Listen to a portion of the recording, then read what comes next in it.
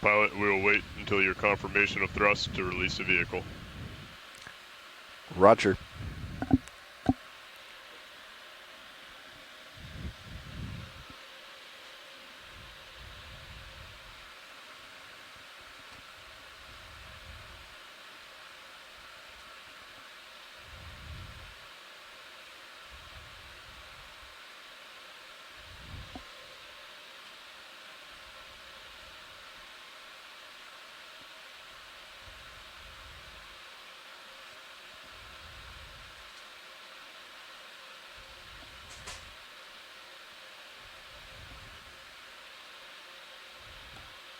I have control. Release. Pull the pin.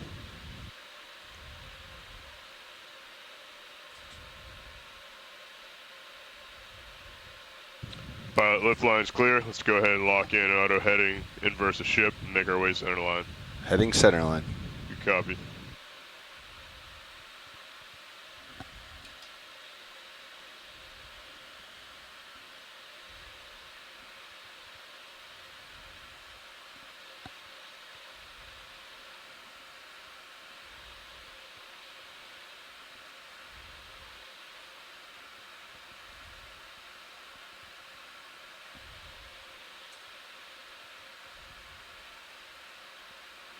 Okay, pilot, that line's looking pretty good there. Let's go ahead and just push straight forward. Pushing out. Nice and slow. Nice and easy. Looks good.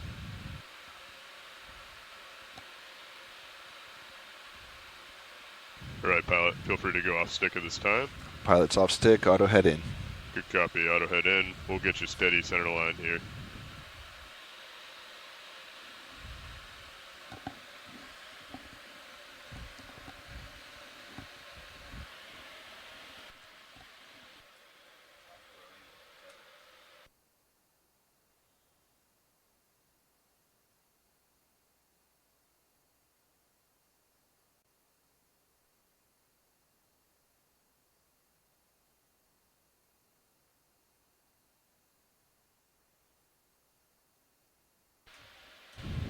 All right, deck, let's go ahead and launch Sirius.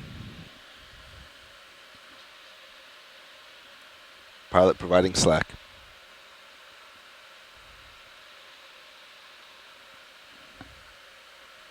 Good copy, pilot. 40 back.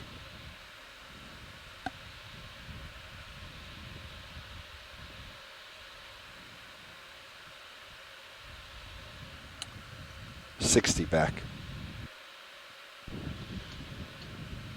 Good copy, pilot.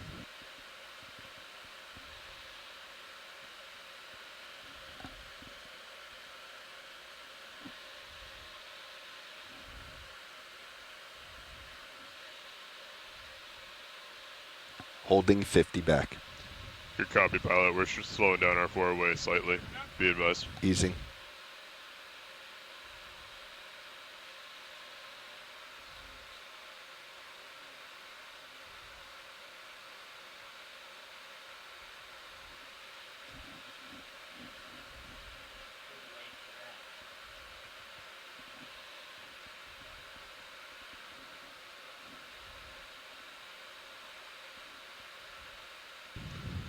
Let's go ahead and increase our F-way a little bit, pilot.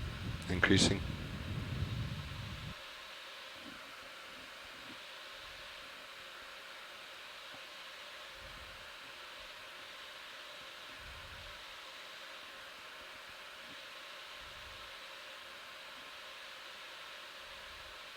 Pilot's pushing out. Good copy, pilot.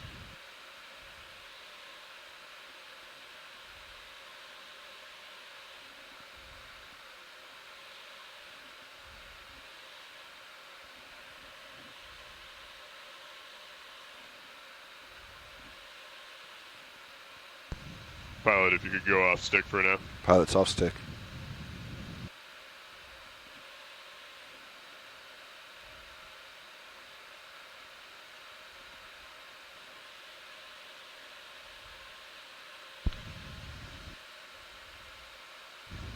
Winch 0 reps. 0. Pilot 0 turns. Turn 0.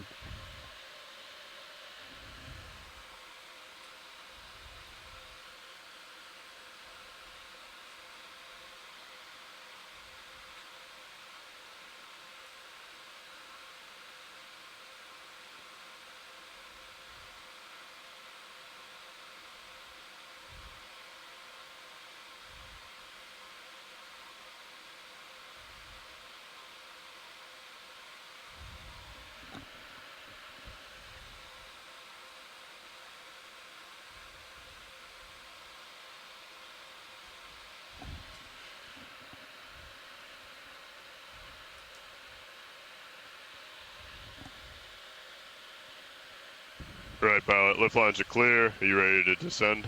Ready. Copy that. Let's descend down to 50 meters. Standing by. Hold off. Standing by.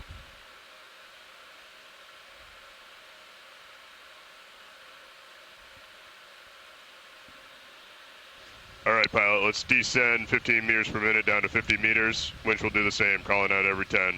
Descending. Descending.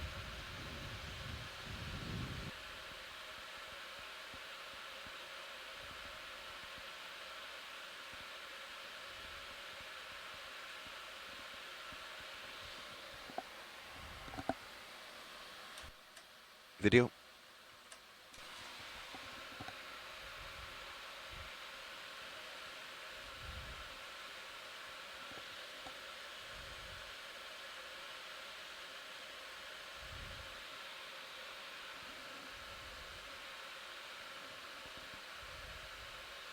.10 meters. Wire out. D210.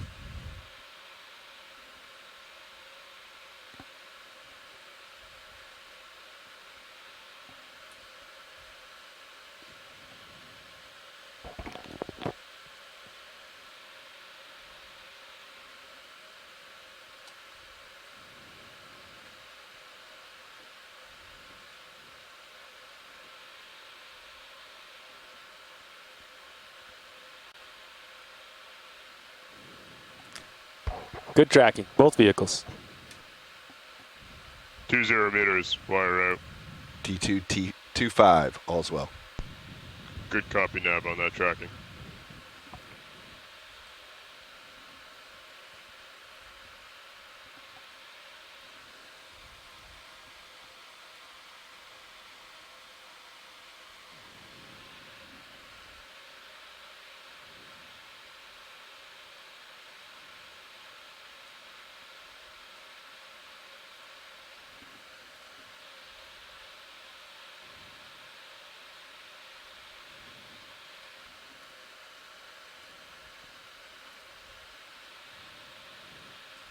.30 meters. Wire out.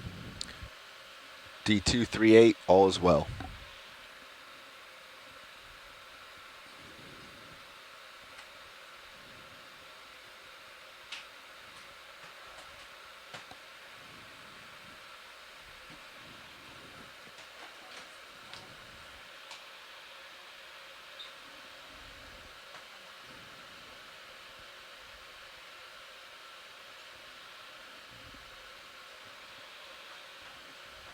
Still about heading in. Okay. Ooh, jeez. Sled distance. 250. 40 meters. Wire out.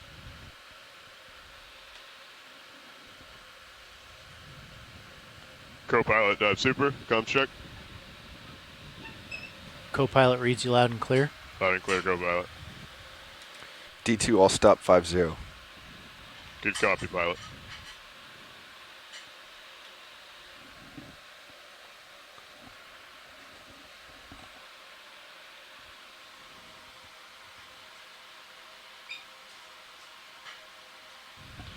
Vehicles holding 50 meters. Co-pilot dive super. Go ahead, dive super. You ready to take control? Co-pilot standing by. Copy that. Winch dive super. Go dive suit. Can we pass control to the control station? Aye. Control has it.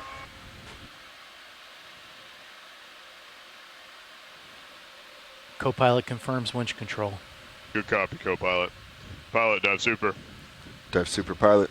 If the control room's ready to continue with the launch, please proceed. Roger, we're going down. Good copy. Ready for me to pay out? Yeah. Okay.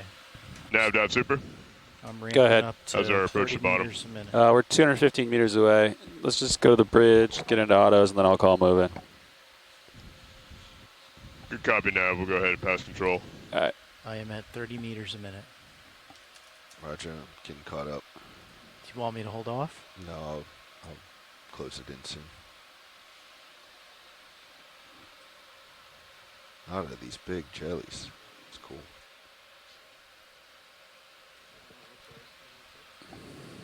$12.70. Look at all these.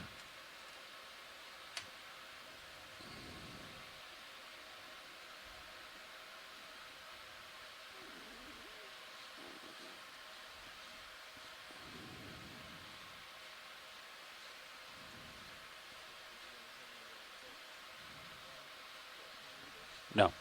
Not that I've heard.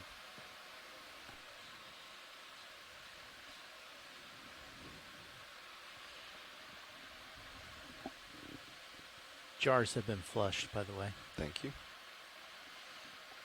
Nav, dive super. Go ahead. Just so you're aware, we are passing control to the bridge at this time. Once they receive it, they'll go ahead and start coming into holding station. Roger. What have you been at the last couple days on your Z bias? 70s. On the way down. Raj? I was doing 95 on the way up. Actually, maybe low 70s. On the way down, yeah. Yeah, I remember 68 when I was doing a little Yeah. training, learning how to teach and play. I forget, stuff have worked. we... Why is this number not matched that number?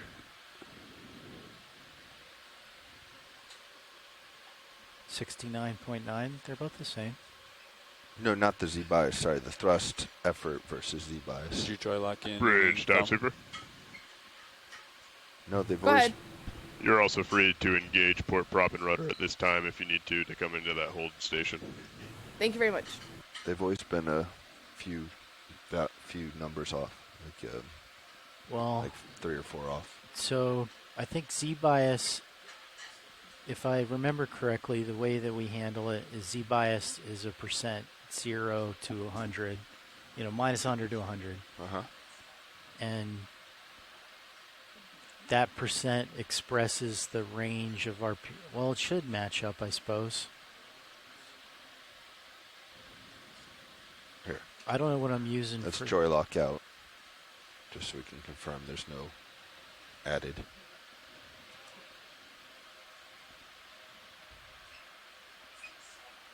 It's been like that for a while, that it's been 3 or 4 above.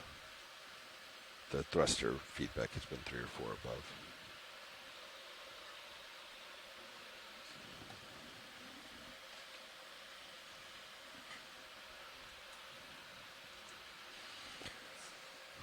Bottom is 1270. 1270-ish.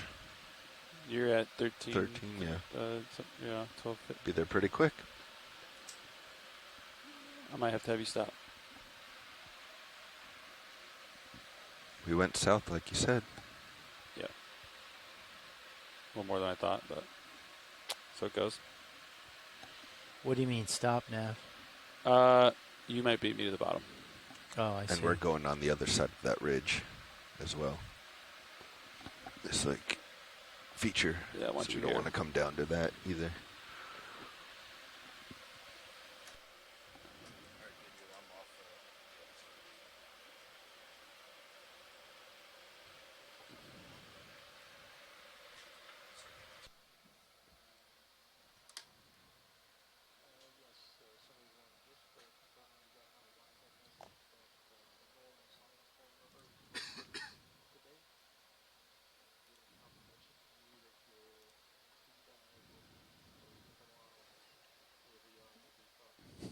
Keep an eye on streaming as the ship stops.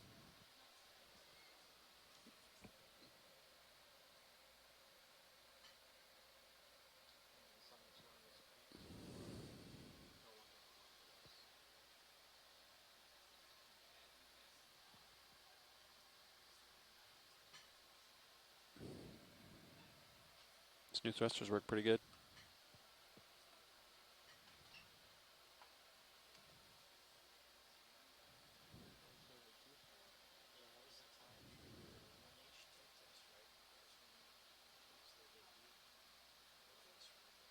For what?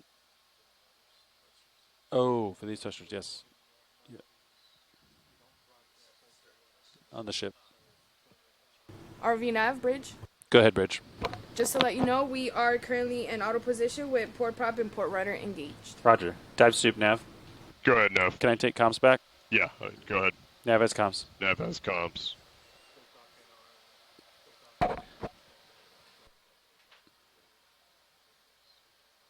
Bridge, this is RV Nav. When you're in auto position and ready for a move, let me know.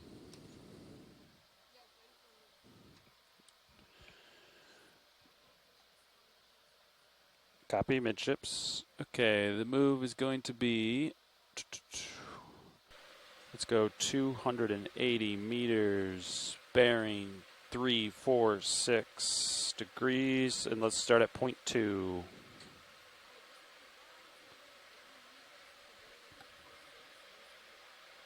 That's a good copy, Bridge, and I'll probably have you speed it up. But yeah, thanks. We'll start at point 2. 1634. Go, Inch.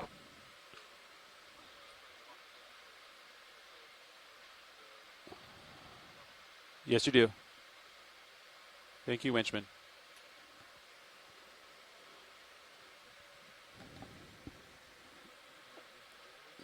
Go, video.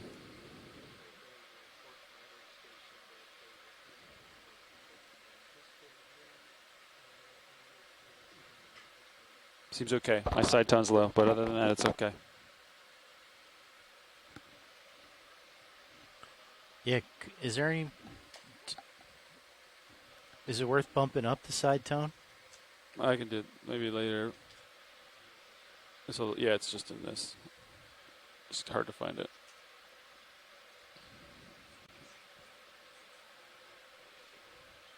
No, mine's good.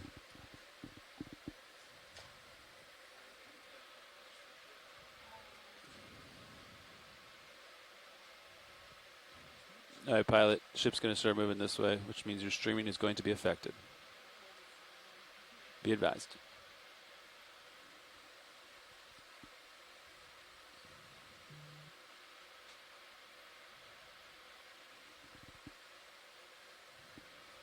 There she goes.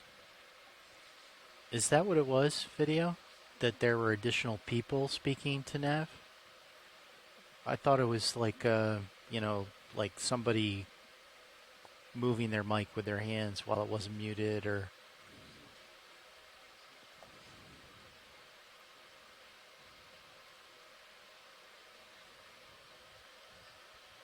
Okay. Okay.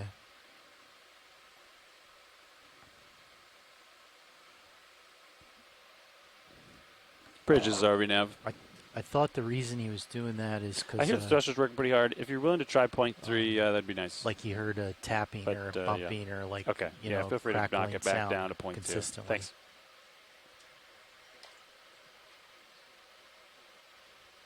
Okay.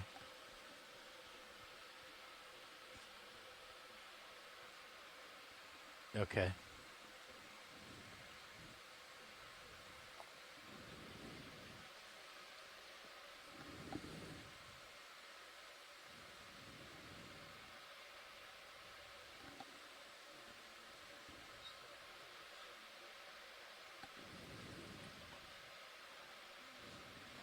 Oh yeah, I've experienced that before, especially with a telephone call set up.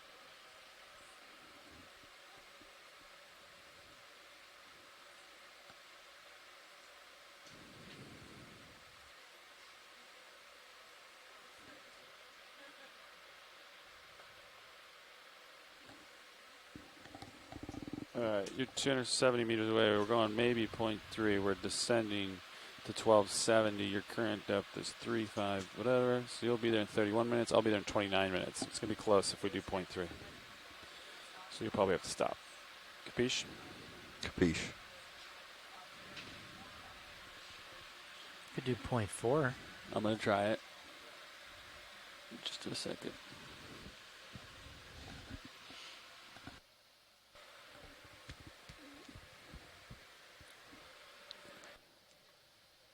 Bridge is RV now. If you're willing to try 0.4, that'd be nice, but just, yeah.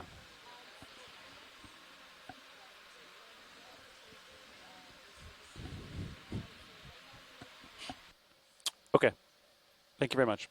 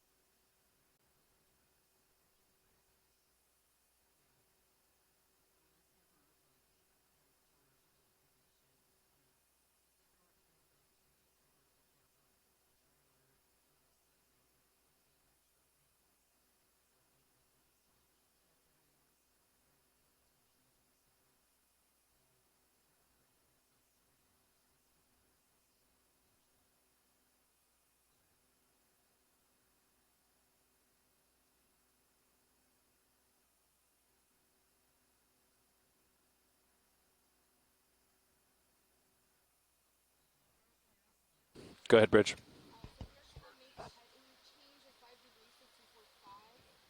Roger, 245. Yeah. Thank you, Bridge.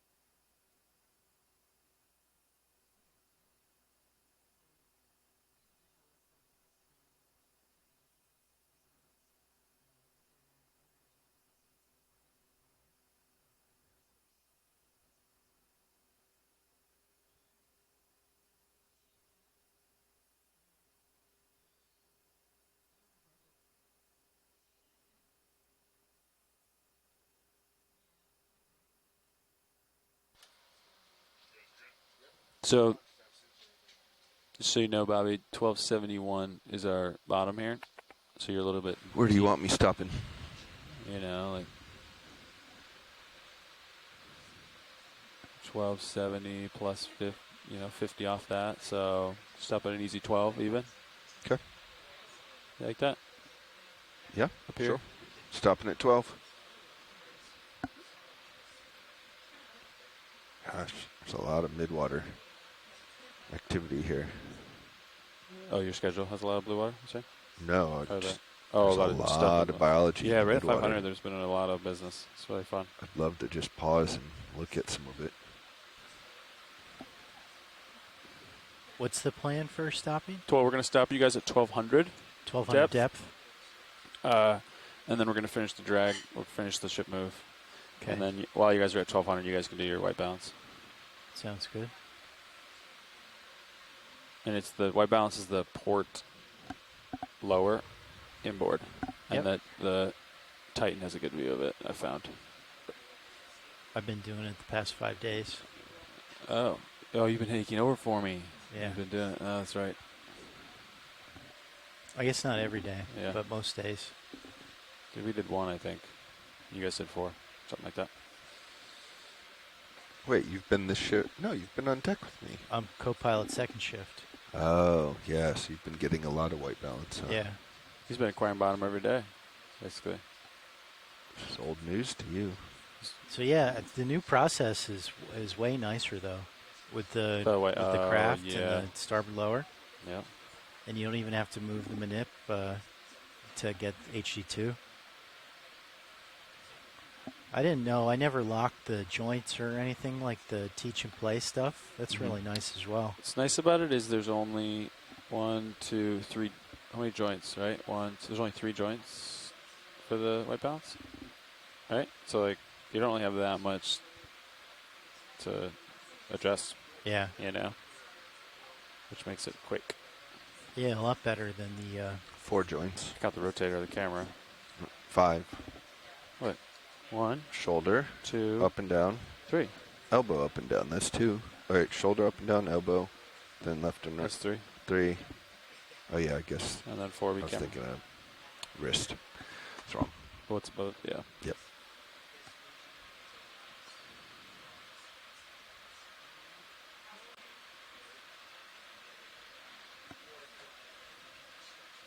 Current came down, which is nice, 0.2. Or maybe that's just because we're blowing bubbles underneath it.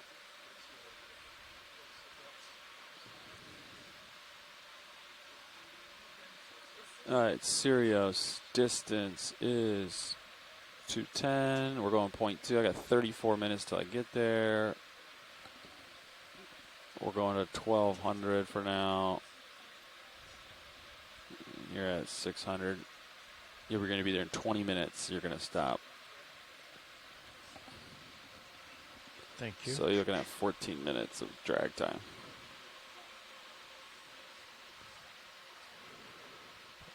Roger. It's too long. Or maybe it's my perception.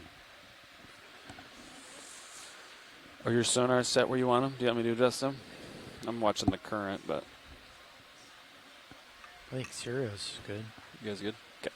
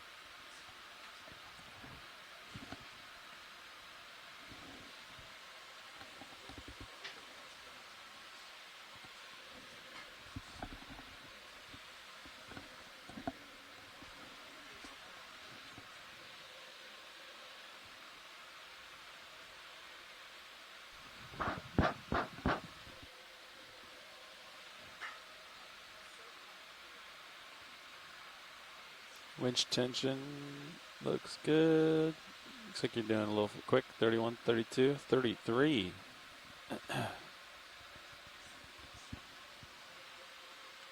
Yeah, and then it drops down to 30. That's why I haven't backed it off. I can, though.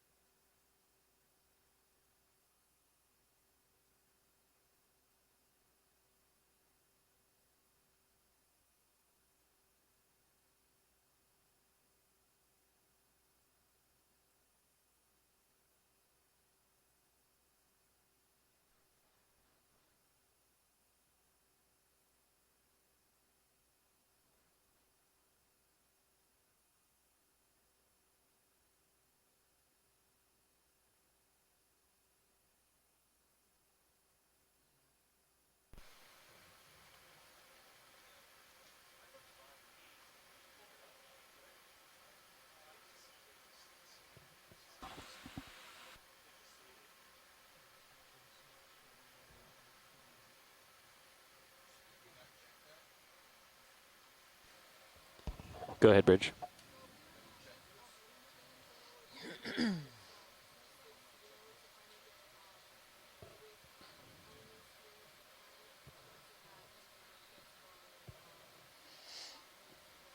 Roger, 260. Thank you, Bridge.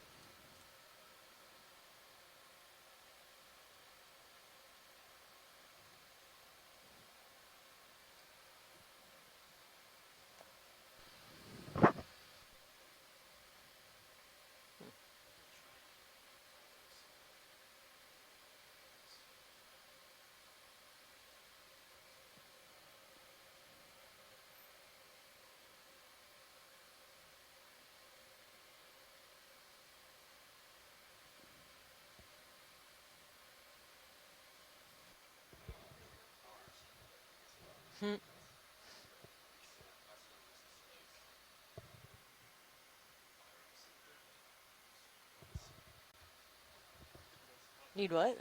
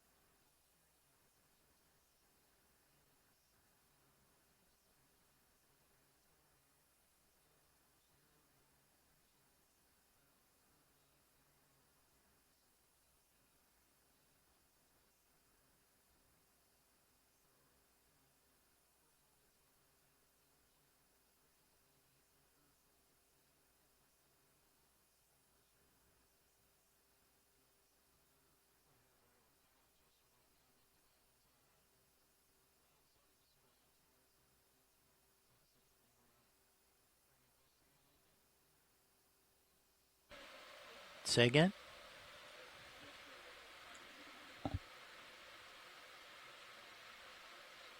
Oh, like on these monitors? Yeah, I did a project with Ropos, and they found a device that could take 2 video ins and give 1 video out. Go ahead, Rich. And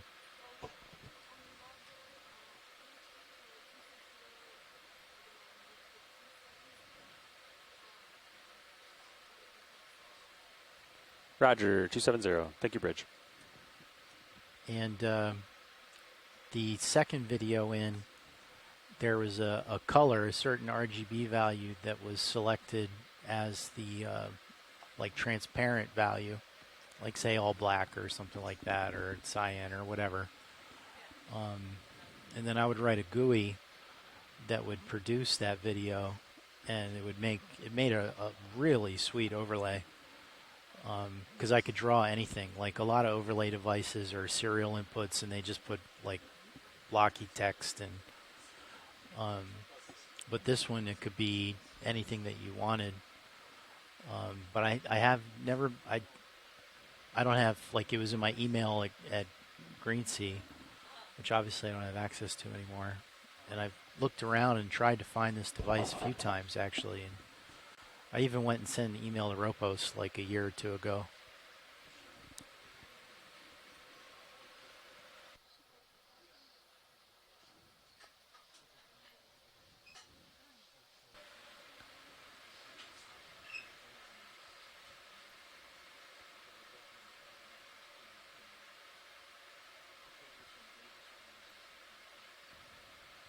So I think if we're going to do one, I think it should be a device like I just described. Because I think it would look like, it wouldn't look very pleasing to.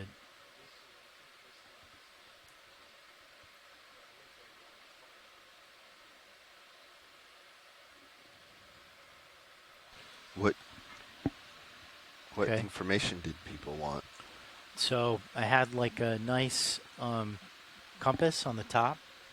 There was like a little vector with like an arrow that showed depth and altitude, and it showed depth and altitude rate of change. There's a couple other status things along the borders. Just get of whatever the one image. the fighter jets use. Yeah, you could do an artificial horizon, but I mean, our pitching and rolling doesn't really change. I know, but like, kind of cool. Yeah, it would look cool. And you can, like, silence, suppress sections of it. Yeah, Yeah. yeah. I mean, you like with this, it could be. I could literally put anything on Bridge. the screen that we wanted. Decimal 4, Roger. Thank you very much. What did people want yesterday when they were talking about it?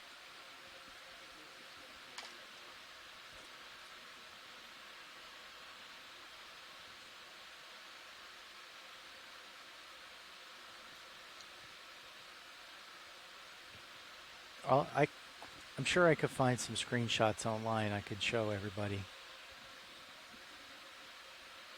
We are doing 0.4, and Sirius distance is 145. We're going to be there in 12 minutes. Is that for our next operation when we just get rid of the GUI completely? You're going to be there in 8 minutes. I don't know if we'd be able to do that. Put the GUI here. Oh, like yeah. in the middle, so that's like devices on and off, but all your Video nav. nav information's up on your. Okay, we're going to, in 8 minutes, we're going to stop at 1,200 meters depth. We're going to get your white balance going, and then we're going to go down after that. Okay, so you're ready. So, a little 8-minute warning.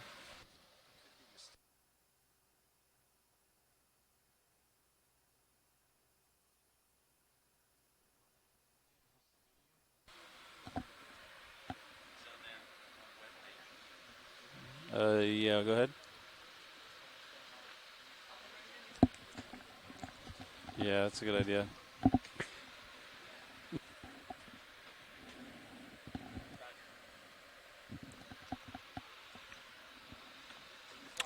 Passing 1,000 meters depth.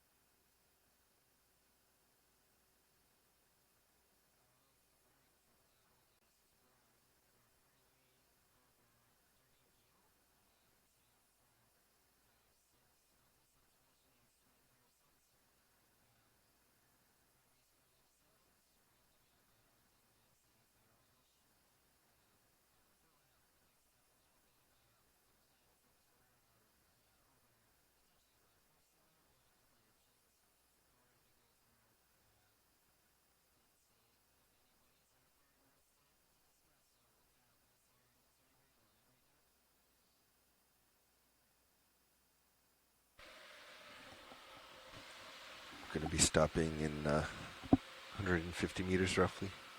Copy that.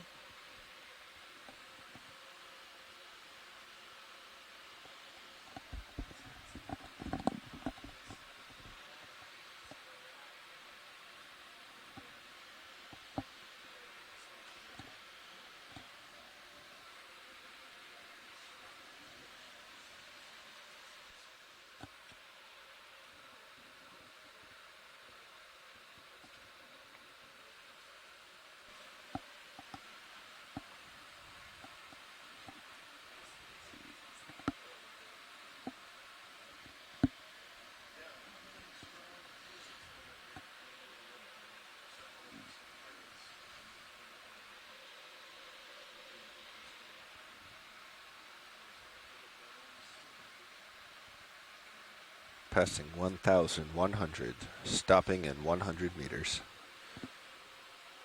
Have you stop at 1080, Copy. 1085, somewhere in there.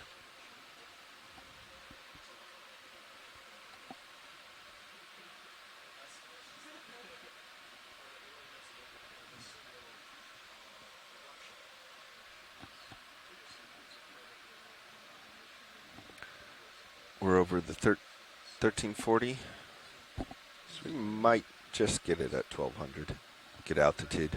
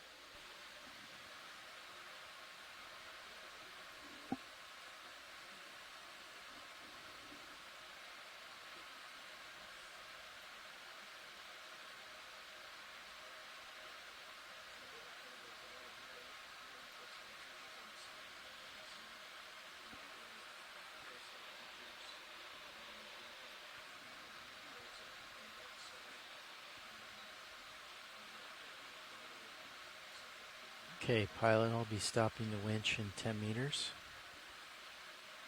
Yeah, we can go to 85, 15 delta. Okay.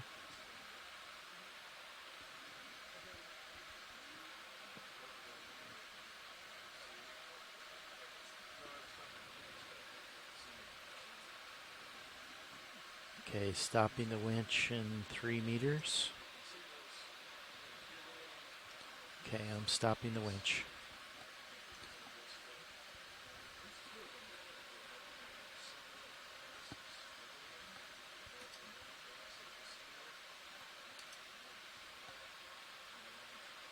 HPU spun up.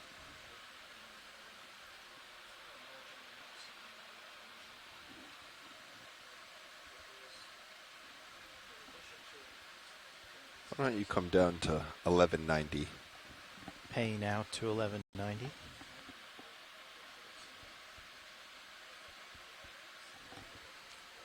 Paying out at 15 meters a minute.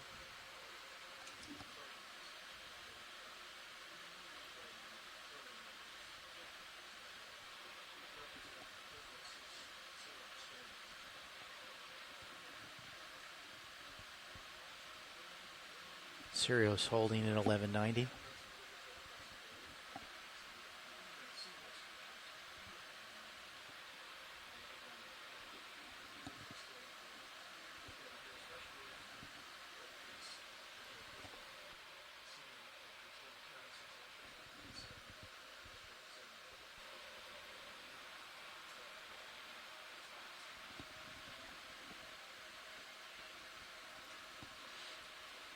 Okay.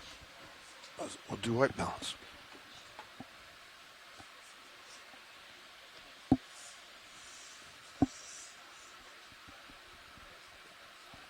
Spun up. Hydraulics Yep. going on. Spun up. Arm is live.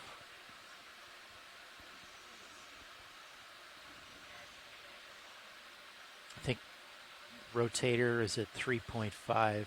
3.5. Heard.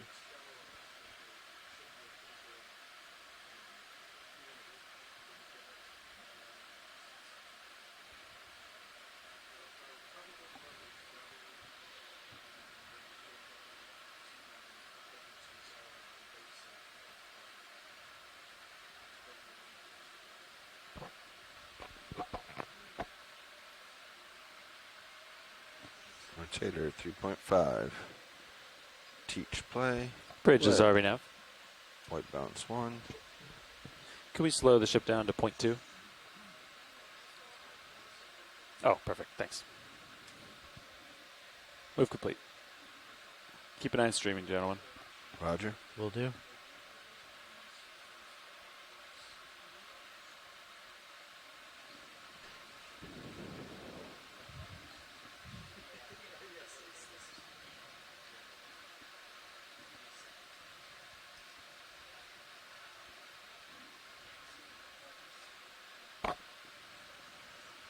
Okay, that should be close.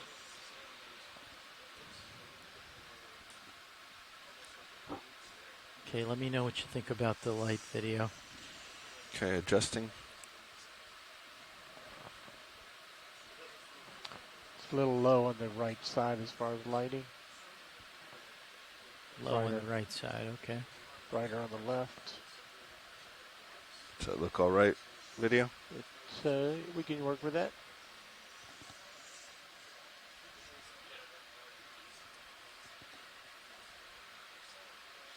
I'm coming back.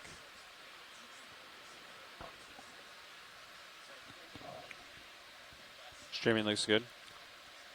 Why were you slowing them down? If we're going 0.4, I like to go 0.2 for like a second, and then so that way, otherwise it goes 0.4 and then it goes. It has to go from 0.4 to 0 rather than it's called the easy stop. But they did it. Perfect. What do you think about that video? It came up evenly offset. The right side is still low. Right side is still low? Yeah. D2 altitude 110. Let's do some math here. Yeah, it was going to be 140, and I'm now 2 contours in that agrees. That's 13 right here, right? What about now? 110's very Much bleak. better 20 levels. plus Still Yeah, that's about right. crooked. Pretty close. It's not increasing the brightness on the right. It's increasing total, but it's not changing left or right.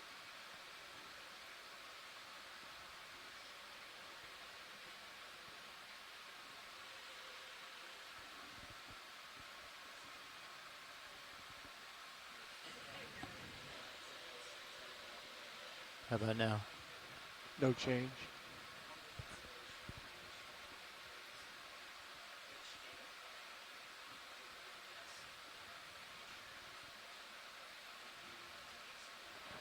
The right side of the chart's 10% darker than the left.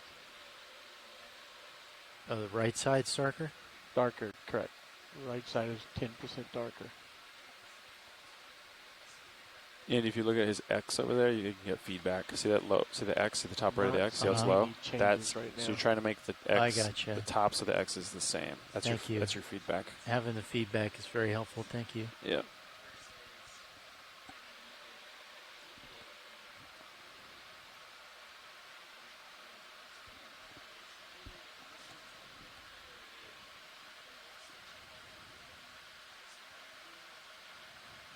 There it comes. We got more level. Getting more level. Right side is starting to come up.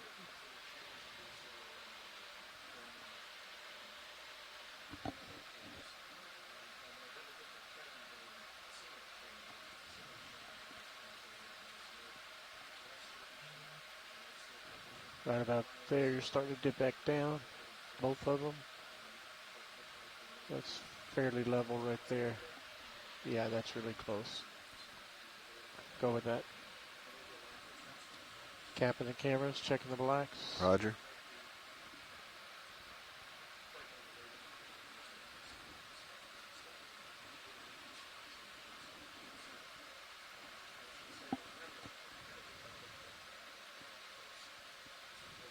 Blacks look good. T2 turns right. Correct? P2's always right. Sirius turns to port. Now the right side got hotter. Something changed.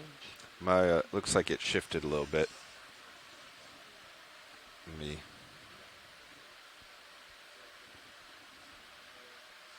Andy, uphill is due west. Copy. So I'm You're going to heading- come you're down heading and is go basically underneath uphill. you. Just so you know.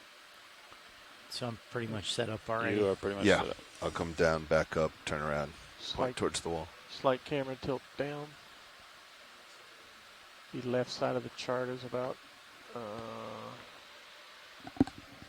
10% cooler.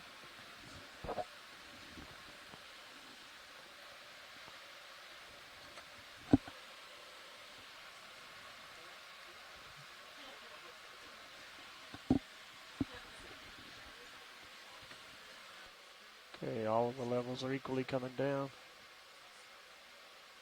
Going up. It looks like you may got real close, a little more. Right there, squared. Go with that.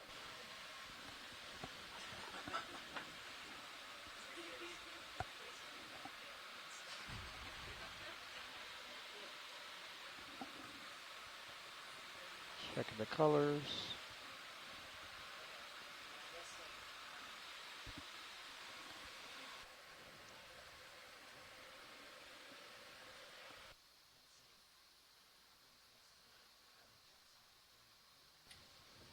Got 17 minutes left Video's of the happy ship. with But that? let's just, we'll get you to the bottom and get, We'll, get the next boys ready to go. HV2. Okay, acquire bottom, heard. Okay, I think you can go in video.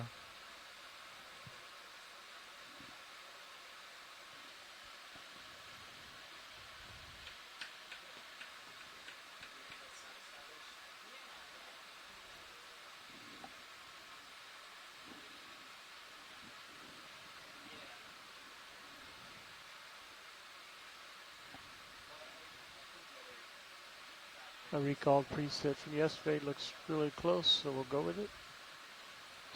Still So- not happy with those flares. Does that mean done with the arm? Done with the arm. All right, Done with stowing. white balance.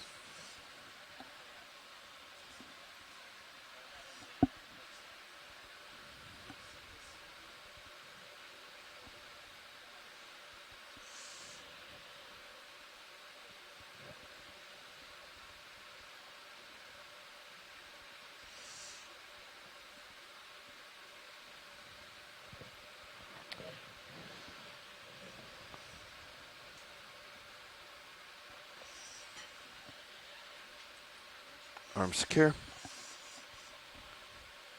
And HPU secure.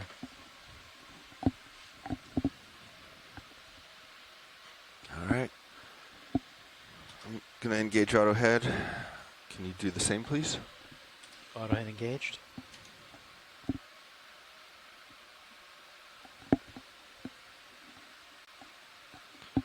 Roland, can you please brighten up my screen?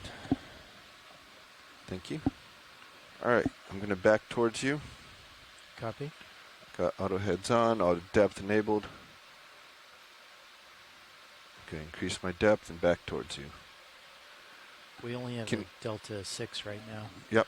Can we get downward, the down cam on one of those screens, maybe lose one of the tethers?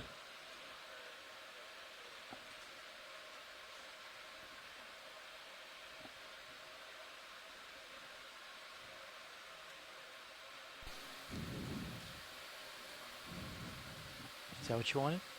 That'll work for now. Copy. Yeah. Thank you.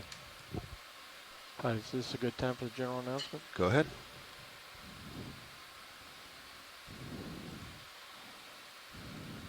With the fisheye. No, So- that's the down. So just as I'm coming off of you, we're at 16 delta. So as I back up here, come underneath you. Just as I go off that far right screen, I should pop into the down. I think is what we found. Yep, there's my tail on the down. Lateraling to starboard, which means I should be popping in Zeus pretty soon. 16 delta. Got you in the Titan as well. Yep. There we go. Gonna center up, starboard lat. And backing. Follow me up to 90, please. Copy.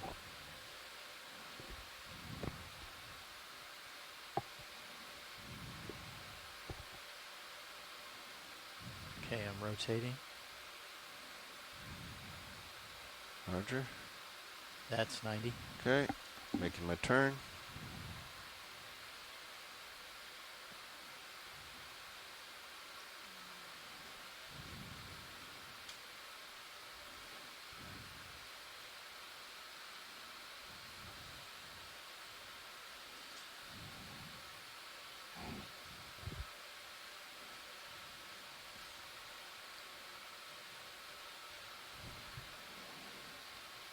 All right.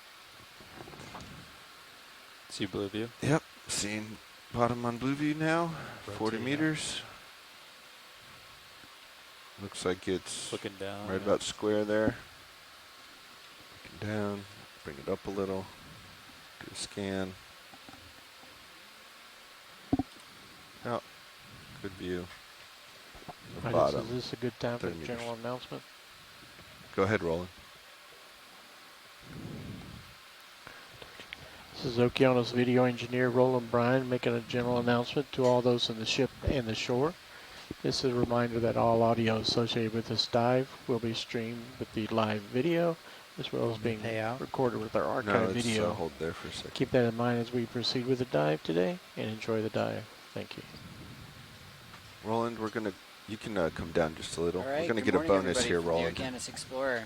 This is We are unique. currently descending on Zoom the here. Durgin Guyot. This will be Just come our down a little. fourth I'll fade it dive on this seamount chain, the Kodiak Bowie seamount chain of this expedition, EX2306. As we're going down, That's last night, we kind of filled Yeah, in some of the there's a little gaps bit in the of a bathymetry over bonus this here. Guyot. It was a bit I of a don't think we mystery often see him with all the beforehand. And if you're looking at stream 3, you can kind of see the Nice. satellite altimetry is very blurry, and we were pretty curious about what was down I there. got your still came up here. Overnight, Bobby. Roger. we were able to address a large portion of the Guyot, basically what looks to be about half of it, and selected a site kind of on the Survey 2, if eastern you want to still side with us. where We're we sitting have here. a decent amount of relief, and we're hoping to kind of start and climb up a more vertical-ish Sorry, face. It won't Roland, be I'm still quite trying a to wall. dial in my Z-bias as and we're then here. transit up the seamount, up that ridge, and hopefully get to the top and look at I'm a gonna little rotate bit of the down surface. a little bit and to the right to keep you Yep. in view. You got time now. And then I do, with okay. that, Roger. I will pass it over to our geology science lead Yeah, let's to keep it introduce partial, himself Roland. I'm not and dialed say a in little bit enough on more my about this dive. thrusters. Hi there. Yes, my name is Jamie Conrad. I'm with the U.S. Geological Survey at their Santa Cruz office, Okay, I'm gonna known push as the in, try to Pacific get- Coastal and Marine Science let's get Center. Fog's coming in. Sam mentioned today we're diving on Durgin Guyot. The term Guyot refers to the 40%. And we'll flat have to leave top this soon, but that we'll this see if I can feature grab a still has. first. This is one of a series of seamounts in what's known as the Kodiak Bowie chain, which is a chain of volcanoes extending about 1,000 kilometers, 600 miles from just offshore the coast of Haida Gwaii, British Columbia, to the Aleutian Trench Sorry, at the 72. Kodiak seamount. Trying to bring it back. We know very little about this particular seamount. There's no ages from it, but from its general position, we Co-pilot. can You're guess going that off it's to the maybe right, in the but, range of yeah, about we have 15 million time. years You're old. looking good. Roger. having been carried One more of all northwest the attachments. from the Now Bowie it's time to hotspot, move. which is a relatively fixed spot in the Earth's mantle, by the Pacific Plate as it's marching northwest at about 55 millimeters per year, or about, I don't know, 2 inches or so. So we're looking for All right, I think it's time to go. today's dive site is on a kind of a Very steep, steep. the steep All right, let's come wide. southeastern And I'm side of coming back into the view. Okay. You are full wide. Push of the seamount or the Guyot. It's an area, again, the bathymetry has been pretty poor, but I have the sense that we're kind of up at the head of Back to a fast. slide, a big submarine slide, or perhaps a complex of slides. At the base of this Guyot, down at about 3,030, Sorry, holding my depth. 3,900 Okay. meters, I'm hanging out. there's a lot of Just debris centering and up kind on of you. has a low bait look to it, Okay. as if that might be All right, and I'll go. slide I'm debris. gonna rotate my So we're going to be heading up at the back head over wall to of any such 70, I slides, and so suppose. we'll be looking for Yep. evidence of that, and whatever else we can see as we climb up the very top of it and perhaps reach the and I'll summit keep hanging plateau. out until I get a 15 So with that, I'll delta. pass it off to the biology lead. Great, good morning. All right, I'm Merlin Best. there I'm a 15. biologist with Fisheries and Oceans Canada. I work with the Integrated Conservation I and think you're going to Monitoring need to bring Program your out of heading a the little bit more to Institute of port. Ocean Sciences To in square up. Sydney, BC, Yep, on I'm coming Vancouver now. Island. You like your sonars, And Bobby? yeah, I Yeah. was really excited about this dive in the early planning That's pretty days steep, just doesn't it? because Okay, it's It such a does. blank starting to spot get a on the little map. closer to me. Seeing it kind And of come to Sirius life is in a the overnight 270. mapping Perfect. has been very cool. And it's so yeah, what we're looking at 25 is kind of a meters out, you're at similar 12:18. similar I depth believe I was profile in to auto what depth for that. we That's why I was saw bouncing so on much. our the Giacometti oscillations. seamount dive. Yep. 35 meters out, So I'll be 12:18. keeping an eye out for larger habitat that I was forming still in sponges auto and depth corals, mode. or keeping my fingers crossed, I guess. And but I think, yeah, also All right, let's continue down. expecting the Copy unexpected, that. I'll pay expecting out to at see 15 meters a some minute. kind of community that might be unique Do to you the have the both seamount, cameras pointing or down? something completely The new top in one's general. looking out for multi-beam right now.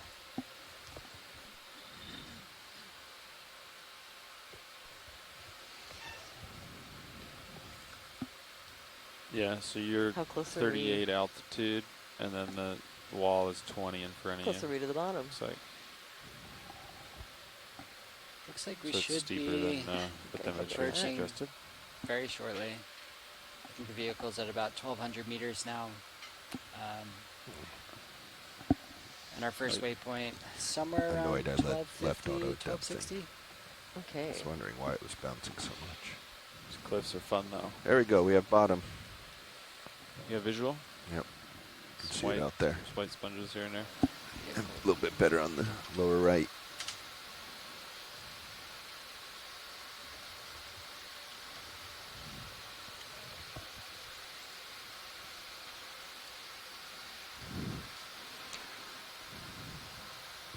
Yeah, looks like tether's blown off to starboard nicely, right? Yep. Okay. Yeah, I just got to look at it with the Titan. Yeah, I just saw that.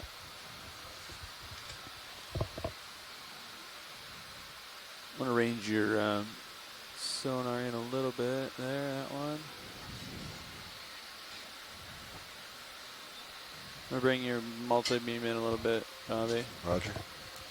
There's 60 meters range, so Yeah, wall so is, you know, kind of as we're 18, going down, 15 if ounce, you're looking why at not? stream 3, you should be able to see the bathymetry.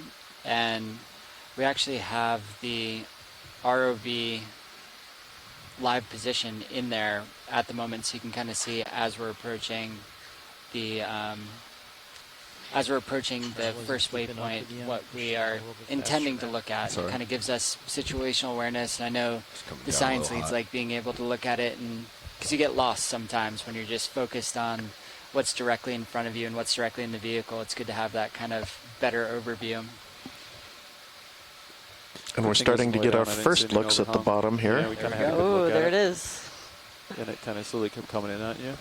So I don't think there's any surprises on this track, which is nice. It's always kind of hard to orient yourself when you're first looking. You're like, what are we looking at here? Mm-hmm. It's quite we steep. Yeah, there. but I also always slow love this down a part. You little know, bit, this maybe. is I the think first the time that this tether's particular starting to chunk of the seafloor get a has little bit been above me. visualized by human eyes. You're It slowing always down, gets Roger. exciting. It's a wild thing to think about. Yeah.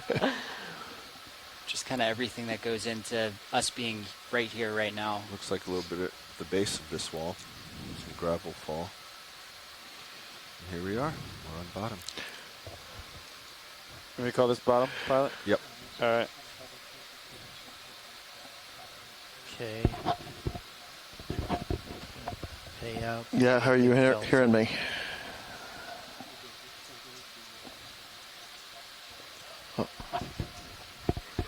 Sure. Already. How's this one sound? Also, just adjusted a You little. happy with the tether, co-pilot? Ooh, Yeah, Already. I slowed down and I got a big delta then. So this looks like we've come down on I'm what just looks like a little bit of a looking down to debris make sure. cone. I think it's getting of above me. Boulders to sand-sized material that's Look at kind of your up down against cam. a very massive-looking face. Okay. So It's deceptive. probably get a little bit better look at that face as we head on up. I think I also see a dead sponge skeleton over there. That's promising. So maybe a little hint at what we could find further up. I haven't put the swing Just arms kind out of yet. to the right. It's almost for that, Pilot? fossilized. Yeah, go you know, ahead. it's just Video, let's filled do with some snaps. debris. I don't have a lot of time and before it's, the next shift. takes Yeah, over, a so glass we sponge This is skeleton. already enough. Get some IDs Very on bottom. light currents Hey, just here. so you know that we are on bottom. And, Looks like. let's change the center of rotation to A-frame. And let's set bailout. So for those are due several east at mushroom 090. corals. There are a few different genera. We have Anthomastus, Heteropolypus, and Pseudoanthomastus, and I think I count one, two, More, three, you want to four, look for something? at least 6 or 7 Black in coral various off the growth port stages. that Very we look cool. at. A little bit of a different morphology to the big one that we sampled the other day. 7. I'm recording your depth. I think we're more eager to get on the wall, so this is just a Full wide. quick look while Yeah, lots of different textures going on in these there it rocks. is, off screen left. They take any Like- water samples yet? Mhm. Smooth. No samples. Right. ROV depth. 1268. We haven't, and that's a great idea. ROV watch lead. Go ahead. I'd like to request a Niskin if it's a good time. Yeah, roger that. We're still getting set up with our swing arm lights. And Mm-hmm. the other shift is coming in momentarily, so we might just hold off and let them do the Niskin to start their shift. If that's Sure. okay with you. Yeah, of course. Sounds good. All right, go ahead, Roland.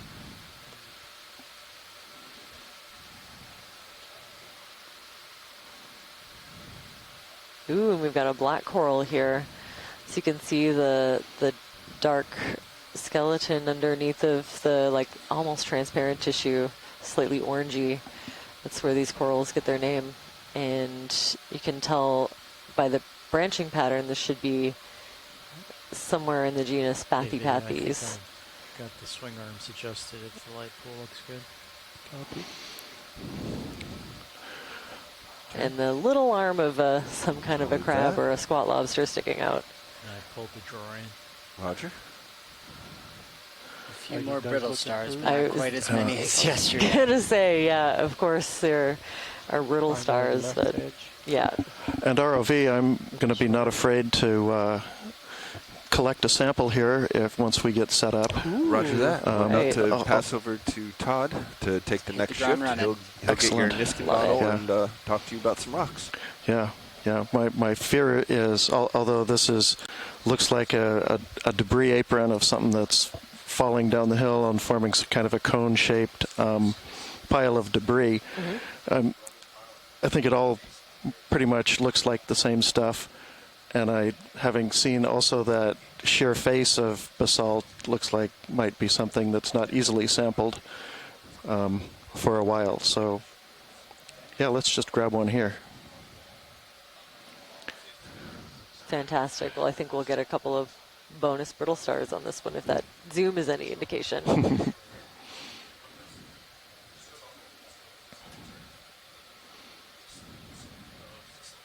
Yeah, a couple of really almost flat angular rocks. And yeah, the little tiny arms of squat lobsters sticking out from in between them.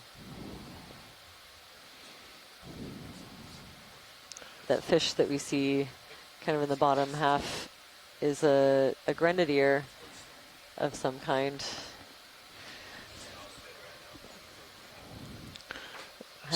Oh, go ahead. So just immediately looking at that face, it's hard to tell if that's the top surface of a flow or if that represents a more massive, perhaps intrusive rock, part of the feeder system for this volcano, or just what. So something we'll be looking at as we head on up. It's steep here.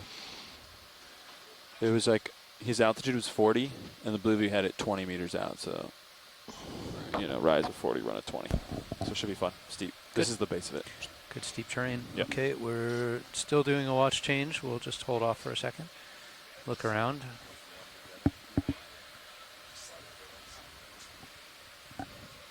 Watch lead. This is Todd on D2 pilot. I'm just waiting for the other two guys to change out, but I'm in the seat and ready to look around at least for a moment. Sounds good.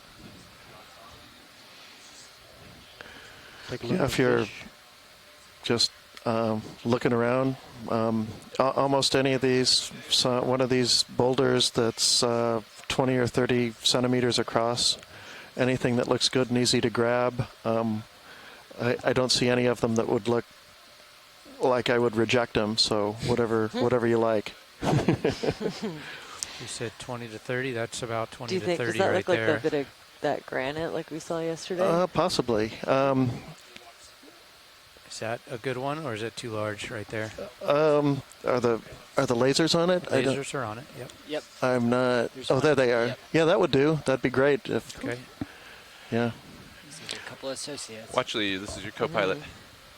Watch lead? Hey, I was instructed that we want a Niskin. Do we want to do that at this time? Yeah, let's go ahead and do that first.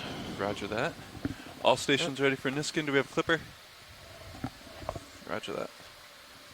All right. Niskin reset. We'll take it in 10 seconds. Firing Niskin in 5, 4, 3, 2, 1. Niskin fired. Niskin 1 fired. Okay. Sample Co-pilot, I'm going to ID. get my arm out. I think we're going to poke around for one of these rocks. Watch lead, is that a good candidate with lasers on, or? That's beautiful. Yeah. Okay. You want to drive HD2, John? Roger that.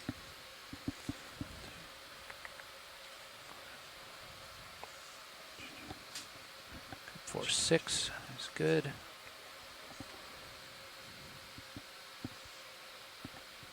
Want to put HD2 up on the right screen, please? Yep. Stand by. HD2.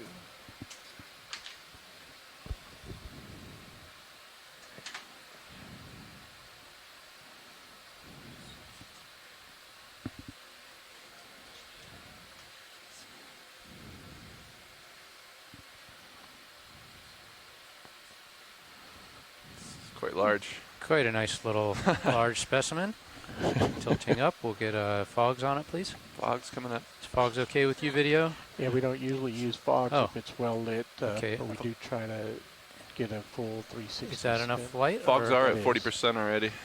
We'll keep them on. Raj. Lasers off. I'm going to do the spin. And where should we? Well, I didn't open up the port rock box, so I guess this is going starboard. Is that okay with folks? Starboard's fine. Might fit better Okay. there. We do have a Ooh. Klingon. Yeah, a little I'm crab. not sure Squat lobster. Squat Lobster will stay with us. Yeah. That's some nice coloring. Got you framed up on the starboard rock box. Video's clear. Video's clear. Watch lead, are you okay? Looks beautiful. Still happy with this? I sure There am. goes the Squat Lobster. Yeah, that's probably wise. Okay, stand. I'm going to tilt down a little bit. You ready for, you can square up the HD2 and bring wing in. Roger that. You want to square it up? Should be above it. Yep, I'm above it. And after we're done with this, we're going to go ahead and want to deploy shilling cam and But let's get this finished. Roger that. Okay, wing in. Winging in. That's full inboard there. Okay.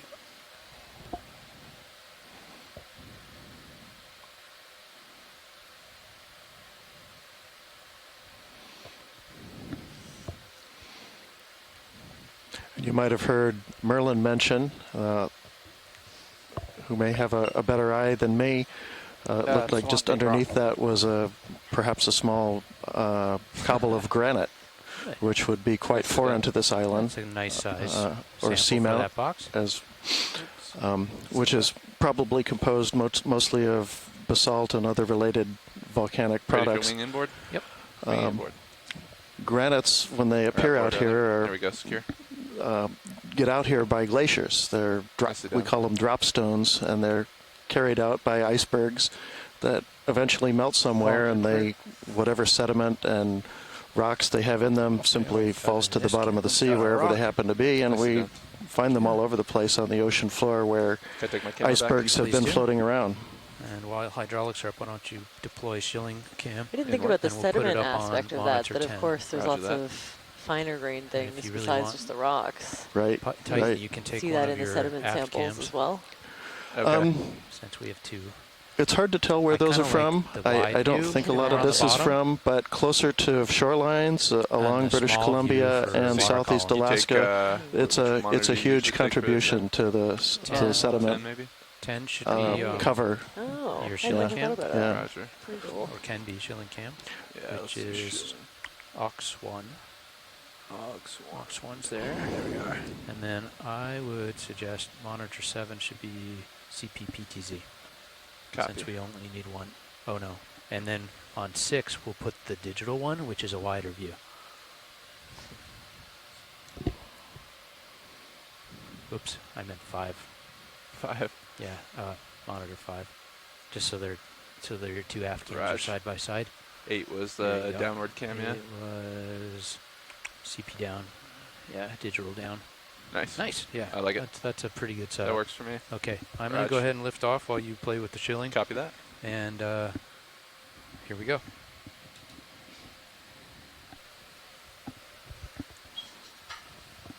Okay, toes in view. Lifting off. And I think I'm heavy. I think in between Get it some of dialed these in rocks, I'm seeing a little evidence of maybe worm activity. That could be a tube, or it could be a cast from something I believe larger. the last shift passed this information along, but It's we one of landed those, on a cliff. They were seeing grenadiers. the There are a cliff couple of different as they were species coming known from down. the area, so You can see right here in if Hypack, any northwest. fish biologists are that's the tuning in our waypoint we're science going chat, to. please let me know. It's about 621 meters. Supposed to be pretty steep. Oh, so I think that's we'll probably have to that I would start call a going little snap- snailfish. snap I that? love these. Or an eel pout. He was too fast for Nolan, sorry. We'll probably It's pretty start doing quick. like maybe 5 or 10 meter moves at the beginning and see how we feel. Okay. Roger. You want to For folks that don't know, we range have in on this multi-beam when you're... a science chat with varying number Are you of doing it, or do you want onshore me to do it, John? scientists tuning would you in mind at all taking that? times. Thanks, Dan. Okay. We really Still playing with the benefit arm from here. their expertise Alright. and their What is the observation. range you So want? Should we look at this it's coral? a very useful tool we Okay, have stand by. access Good. to. And I think here's another Bathypathes coral, one of the black corals.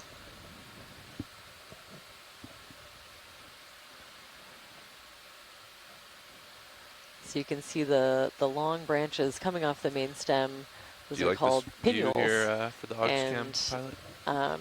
Depending on how many think that looks rows of pretty good. What do you pinnules think? there I like are it for coming now. off the main Yeah. Tweak it stem, later. that kind of gets us into a general is nice. group. is that or okay for genus. you? I've got toe in. So I'm fairly pretty steady. sure You can it's zoom. twisted around a Yep, little if bit, you're but ready. I think I see two distinct rows, I'll rock it right as you come in. especially near the bottom. see your So I secure think hydraulics for you, it's safe to pilot? call Yes, this sir. one Roger. Bathypathes. Going And to you can the see they have a really different type of polyp than some of the other groups of corals that we've been looking at. Each of these long individual strands are tentacles. Okay, I know. Co-pilot, when you have a second, would you bring Look at your shilling. You're pretty close to the wall. the shilling arm itself. Roger that. Stand by. You want me to? I'll swing the shoulder back out then. Stand by. I think it's safer to bring shoulder up and elbow down. Roger. Full screen. Or, I don't know, I don't have a Tilt up for full screen. Yeah, I'll bring tilt up shoulder for full screen. Sorry, Roland, multitasking. And of course, here. probably several different species of brittle star just kind of dotting the rock in the background. Hold there. And I think Holding. up at the top we can even see You the okay, a fan John? Yeah. shape from You can move the HD2 a or the worm of some PTC, kind. looking at the shilling, so Let's you get have a Can I Reference. reference. swing the shoulder left right now? Why don't you look at it with HD2? You can take that and drive it all you want, unless Roger. Bring on the lasers. laser's on. Okay, and there's a right above the upper right laser beam is a fan. Science was just talking about. I think top center screen. Yeah, we're pretty close. Do I have Yeah. clearance over there, Yeah. Fernando, to bring the Yeah, shoulder up? just drive that around there and look at it, John. Yeah, I think we there. can see the kind of Thanks. net-like fan from some kind of worm. It just Yeah, is it's slowly close. retracting as we're getting closer Bring the and shoulder up bothering it a little bit. and elbow down. Stand by. But it will stay kind of attached to these rocks. get it out Oh, of the way there it for now. goes. That really scared it. It's very cool to see how quickly it can move. Even So it will Right extend there, that you're fan having a out pretty good into the view. water column So and grab keep at little bringing bits the- of All right, I'm detritus gonna back out. or whatever it's And you should be interested good. in. With this and wall, maybe. I kind think of you can snare leave it it with deployed. that Just net, keep it closer bring to it the into edge the of mouth. the drawer, edge of the box than it was, you know. Copy that. Yeah, Kind I'll of get interesting position. blocky Back look away. to the outcrop here. Looks like it might be comprised Can of you a lot see of up there? different sized boulders No, and yeah, whatnot right. that are kind of stacked on top of each other, of each other, and then maybe cemented by tophaceous sediments or I've got no more shoulder left at the moment. other finer grained material, ash perhaps. Yeah, if you bring It's a the little elbow hard to down, see the rock sure. itself Yep. to the extent that this has been exposed to the open seawater for any length of time. In other words, millions of years. It's probably starting to develop a little bit of a ferromanganese crust, which is as it Yeah, I sounds feel like, like right made there of it's iron like and right. manganese that Yeah, we don't have a precipitates view of the port more or less box, if directly that's out of okay. seawater and That's can fine. build up Okay, over totally time. fine. Copy. But We feel better at with very that. slow rates, perhaps a see millimeter there. up to 5 millimeters I'll per worry million about it. years. Sounds good. Those are very cool, like Levi said that striations. they like Yes, didn't see and any I've seen a lot of overhangs as that. they were It coming makes me down, wonder but I if don't know that's you not wanna related put, to HD2, looking a little bit perhaps a up, so fault we're- Okay. that we're coming up the side of, and maybe as one reason we're looking at what looks like slide blocks down at the base of this hill, or There's a perhaps pretty this sharp is ridge related to the right in slide front of you itself there, pilot. Yeah, as things went so multi-beam right sloughing now. off the side of the hill Do you here. want to take that, Roland? Yep. Okay, I'm stabilizing. You can go partial. Thanks for the zoom. I was just going to ask what this thing is, bottom. and if we could get a closer Body look. is upper And left, tongue on I the bottom still right. don't know. There's translucent Huh, stuff. it looks like it upper has left. sort of two parts, and it's connected by this long, thin Science, I think this strand. is a tongue worm, and I think the upper left maybe its tube. Oh, like a spoonworm, kind of. Yeah, let's look at the bottom right. Okay, yeah, I was I would setting love up to for get a zoom in top on left. this. If Okay. that's okay, we have a second vote Can for you a go top spoonworm. left, Roland? I'm already kind of shifting that way. Got the There it goes. Okay, translucent. so oh yeah, there it goes. It just retracted its spoon. So I guess this is its. Oh, remarkable. Just learned about these. So the main body that we can see kind of hiding in that rock crevice throws out this really long.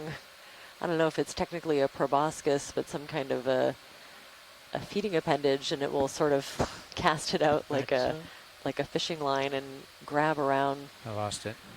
Very cool. We're on a pretty vertical So yeah, you can see a little bits of the Feature the here. detritus Put the that I pink think thing at the it's bottom of the screen. it's Stand looking by. for, or maybe Stay something even partial. larger. Yep. Oh yeah, and down to the bottom, a crinoid with a scale worm around it, I think. Just stay there for a second, Roland. I'm going to get stable.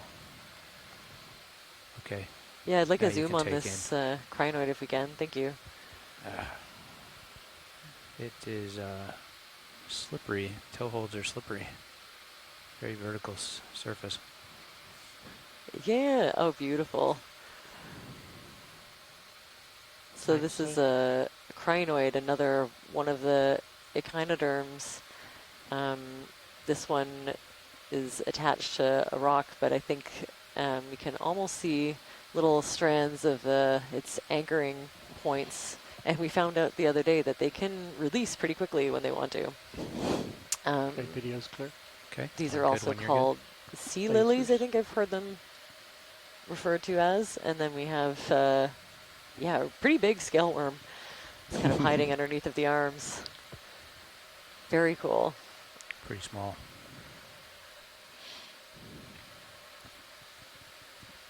Cool spoonworm fact, they used to be their own Delta's in good phylum, shape. but Tether were looks good recently right now, found pilot. to be Copy it. highly modified polychaetes. So they've been Go up the wall just a officially little more brought before we into dial a the short move in, the right? Copy that. I polychaete can come up with folds.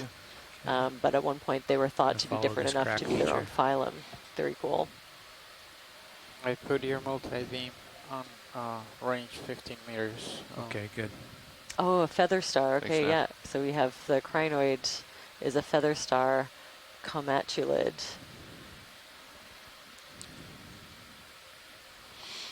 Yeah, those striations you were talking about, yeah, really do remind me of something like slickensides, and you can see how whatever that is has gotten to be a little harder, so it's forming a very thin surface crust that's more resistant than the rock underneath it, so it's making little overhangs and just passing out of view is making little fingers that are kind of sticking down slope. That was really neat. Yeah, and I think there are lots of different creatures that are making use of these gaps, you know, as little burrows or hiding places.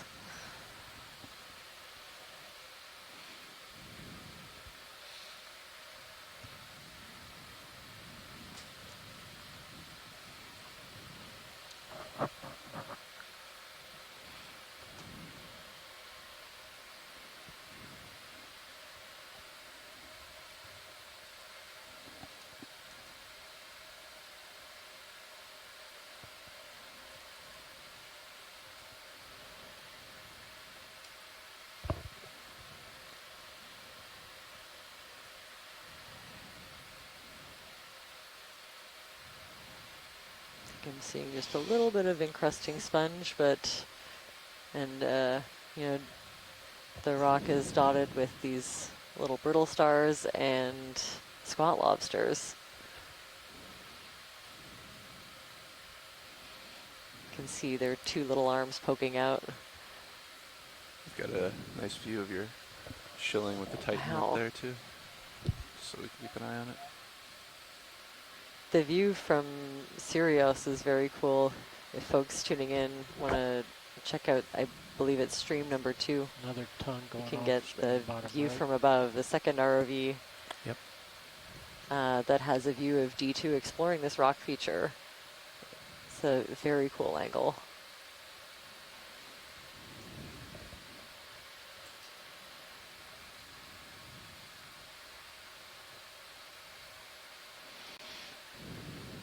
Almost a kind of a wormy texture to the rocks in places, but yeah, we see lots of little. It's a little hard to tell. It looks like this is kind of the way the rock is weathering out, which suggests it is originally comprised of some kind of agglomerate of cobbles or boulders, perhaps that were cascading down the side of the volcano or were created near the summit and pushed their way down and mixed with ash as part of the eruptions that built this Guyot.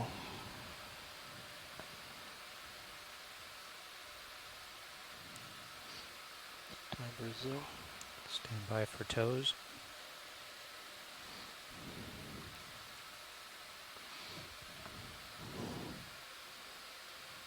So white bug lower left in that. Looks like we're crevice positioning to also. take a closer look at this little anemone. And a tone lower left. And yeah, I wouldn't mind a zoom on it. Oop. Trying to lock my toe hold in. It's not much to hold on to. It's such a vertical face. Okay, Roland, I'm stable for now. You have enough light? Yep. Oh, it's so cute.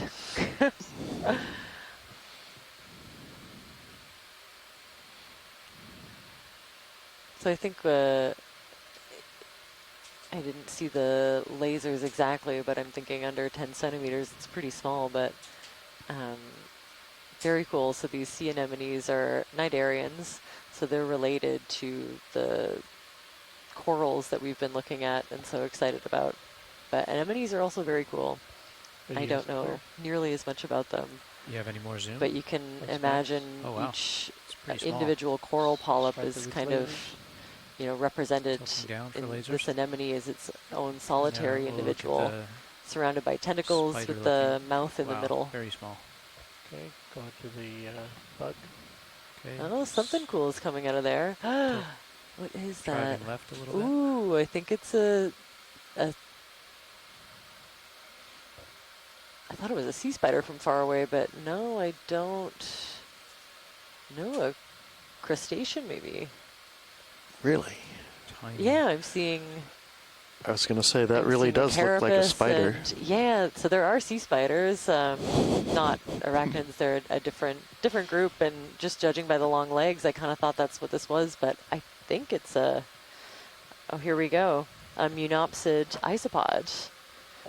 Okay, yeah, the body looks like an isopod to me, but these super long legs are not something I've ever seen.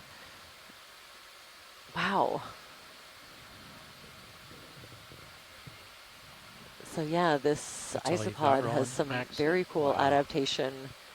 Extra long spider-like legs for maybe walking over these rocky features and grabbing onto whatever its prey might be.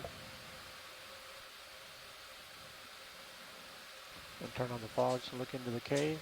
Okay, we've got a few votes. Fogs coming on.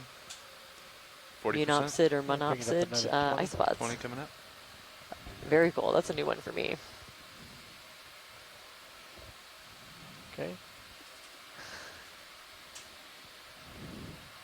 So you can imagine any detail like this, floaty white thing, you know, would be completely lost with different kinds of sampling methods. So traditionally, we've, you know, the only way that we get to look at samples and diversity from the deep sea are from trawl-based samples or samples that somehow make their way up to us. But getting this kind of in situ imagery of these animals in their natural habitat is fantastic. And the zoom on this camera, you know, if you can see those two dots are our laser points, they're exactly 10 centimeters apart, so we can use them to figure out the scale of what it is that we're looking at.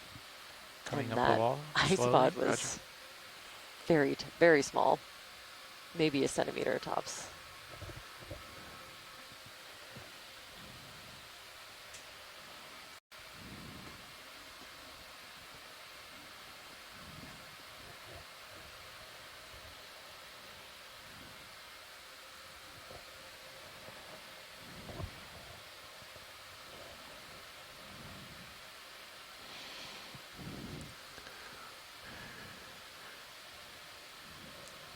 Here again, some more of these little finger-like, don't know how else to describe them, features kind of pointing downhill that are seem to be associated with this slick inside surface. I don't know what process that is that kind of hardens the slick insides and makes them a little more resistant than what's underneath it. Perhaps there's some sort of plucking going on by the rock that formerly would have been moving past this face and leaving those streaks or striations.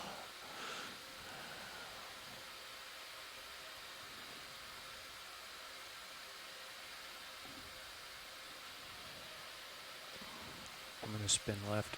Just watch my upper Copy. swing arm. Just give it a perspective of the slope.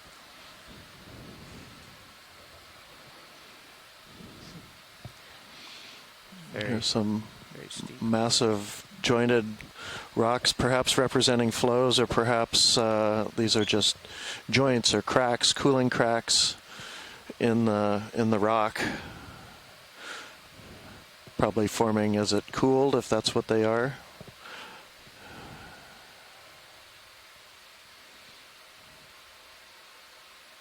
Just keeps going. Very vertical. Wow. Not quite vertical, but very steep.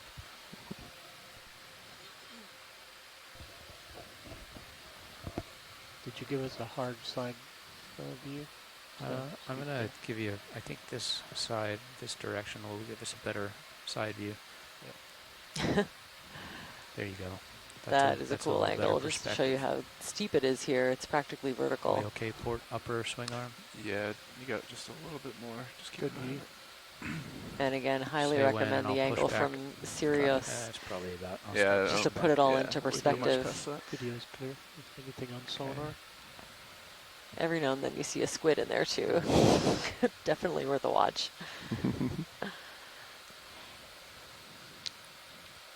There is our first star, at least the first star of our watch.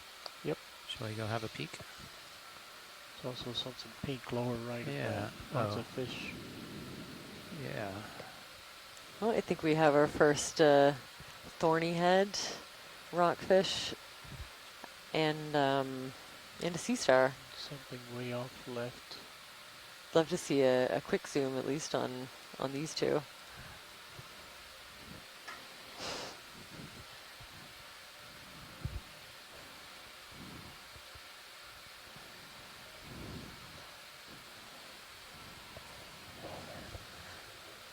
So a lot of these smaller, deeper rockfish that we see are often thorny heads. There's a few different species of them. I think some of the ones we were looking at yesterday were either short spine or long spine thorny head.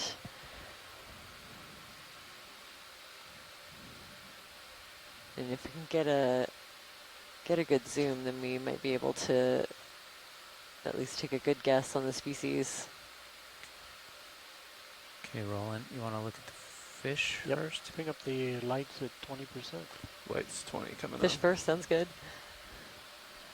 Oh yeah, and of course as you zoom in, then it just starts lighting up with, you know, dozens and dozens of brittle stars. Stand by. Pause it. Shifting.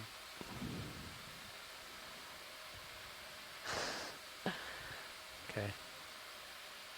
Try to hold that. I'm kind of floating it a little bit. Very cool. So yeah, you can see the Little little tilt up. spines on top of the head between behind the eyes, and then of course on this That's it. dorsal fin is all has also got spines embedded in the fin tissue, and then the different coloration, the patterns on this fish can also help us get an idea of the species. And this is actually a way better angle. I think we should be able to identify this one.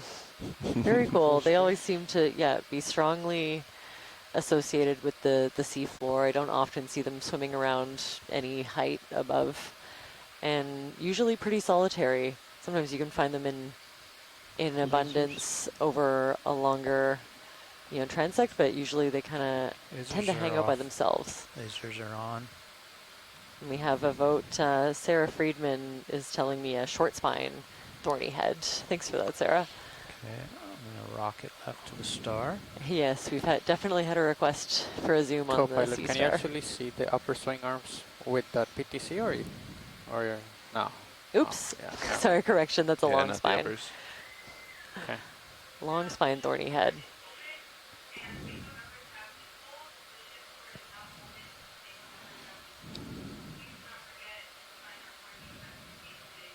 Okay, rolling. So we'll How's get the a light? good zoom on this sea star. Can you work And with we that, or have is it too hot? Chris Ma joining Sorry, us I thought I had my mic open. Yeah, from it the was pretty bright, but I Smithsonian can work with it. Institution, You want me to turn off and the fogs? hoping that Not since I've started. he's my Zoom. watching and can Thank you. tell me a little bit more about this one. Smack I'm set. definitely seeing those Rock up just a little bit. the little translucent, almost tube-like structures that you can see just kind of poking out in between the dermal tissue on the top of the sea star are, I've just learned the name for them, they're Okay, papillae, going full screen. and they help with respiration. So I think when they're out and kind of relaxed, it looks like a happy sea star. Sarah Master, so again, one of the cookie stars.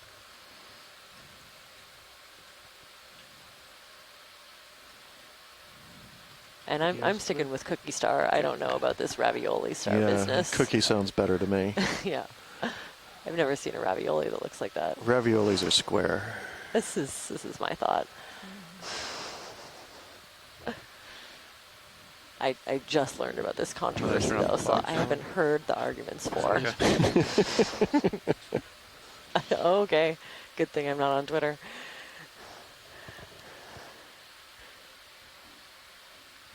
Still some remains of those slicken sides. That's very interesting that we've just came right down on those. Another tongue operated. Still not sure if it's related to an older fault surface or if that's part of the landslide head wall that we think we're on top of. It may suggest that there's a fair amount of movement on what I'm calling a slide, but happened fairly progressively. Should we get a move in? Kind of over 10? time in a series of different slumps and drop downs. Co-pilot? Yeah, well, D2 is 8 meters in front of Sirius right now, so I'd at least get 5 meters, just bump in a little bit. Okay, you concur with that. But that it's etched itself, these striations are etched into the rock, suggest that, you know, we were pretty deep. There was a fair amount of just pressure on that due to burial underneath a significant amount of rock. We're not just looking at a superficial scraping. 270 pilot, or what looks good? I think so. What's our track to cross bottom? Bearing is 313. 313. I'd keep it due west for now. Yeah, It's like we're starting to slope out. Do you want 10 meters or 5, pilot? What's it look like on sonar? Looks like we have a softer return now. Yeah, scanning up. 10's okay unless they see something they really want to stop on. Roger that. Yeah, let's do 10. Yeah, let's do 10. 10 at 275.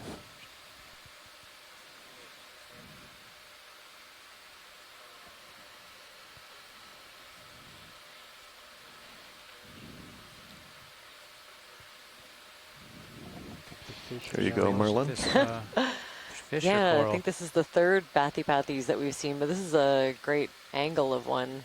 I'm going to nestle in. If we could set up for a zoom. We'll look at the fish first, Roland. Copy fish. Fish, go for fish.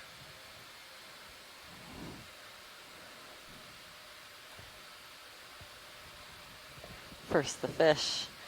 So I think this is another one of those play with the Augs cam a little bit? grenadiers. We have a couple of different species. Coryphaenoides is the genus that this one probably belongs to. It looks like a smaller individual than the ones that we saw earlier, so possibly a juvenile. Is that another spoonworm line? Oh, look at this guy. Wow. Slow tilt up. So we have a larger individual for size reference. Lasers. Oh, you got them on. Hard to tell if they're the same species. This one looks like it might be a little bit dazed, but or blinded. Or sleeping. Or curious. People or have always sleeping. wondered if fish sleep. He does just seem to be, well, now he shows some ability to propel himself. Right. Yeah, they do seem to kind of just very slowly float along. until they find something of interest. This looks like it woke up a little bit more. And yeah, Nice I think, follow. again, one of the Pacific Grenadiers, so possibly the adult of that smaller one that we saw. But there are a couple of different Ship's moving, it species looks like. in this area. Yep. So yeah, this is a great angle of one of these black corals. You can see the darker brownish black skeleton showing through the living tissue. It's this nice kind of light orangey color. I think those are scale worms associated with one of the branches, like several, I think. Either one really long individual or a few. And you can see the long tentacles sort of floating in the water column, grabbing out bits of Rich. detritus and other, Copy, move complete. you know, whatever it is looking for from the water column. These beautifully flowing tentacles. It's kind of hard to see, but the polyps here are a different morphology from the ones that you see in the octocorals that we've looked at. They're kind of split out into three groups of two. So in those pairs coming off of the branches. Very cool. And yeah, I think because we see two rows of the branches or pinnules coming off the main stem, it's safe to put this one in the genus Bathypathes. For a long time, I was told every Bathypathes in the area is patula, Bathypathes patula, but turns out it's more complicated than that. Coming up with you.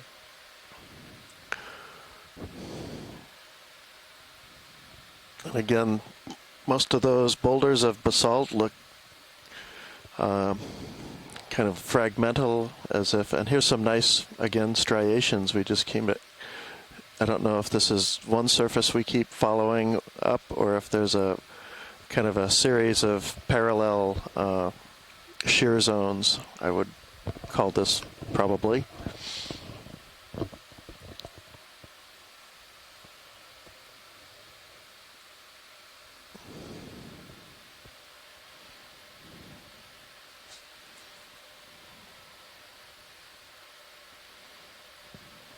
Just coming top center, fuzzy white, left of center, below center.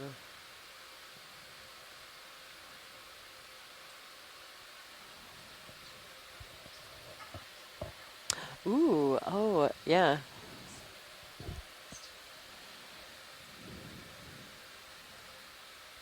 Very cool.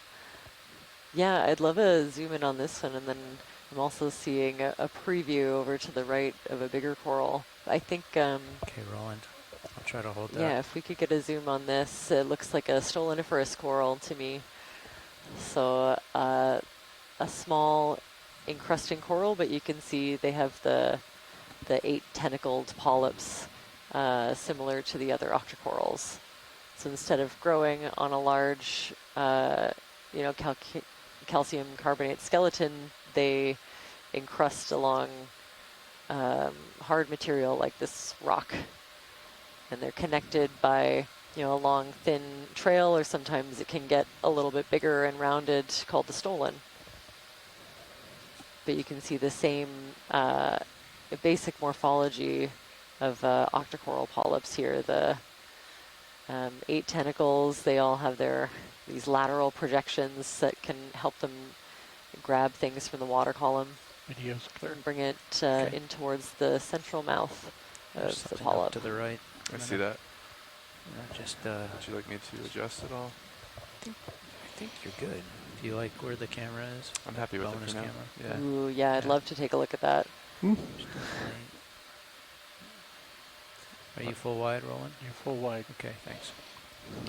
So you can really make out a whole bunch of different boulder to cobble-sized clasts, kind of in the face. You see kind of, even though it's sort of a flat, planned out face, you can see different shapes that you could make out as separate rocks. So I don't know. Those can either form during an eruption as part of the flow process. If you can imagine, the earlier lavas that come out start to cool, but get continually pushed on down in front of the flow as additional magma comes in behind it and pushes it down the slope. But we could also be looking at loose talus and boulders that were forming on the sides of the volcano in between eruptions that are later covered up with ash or younger flows.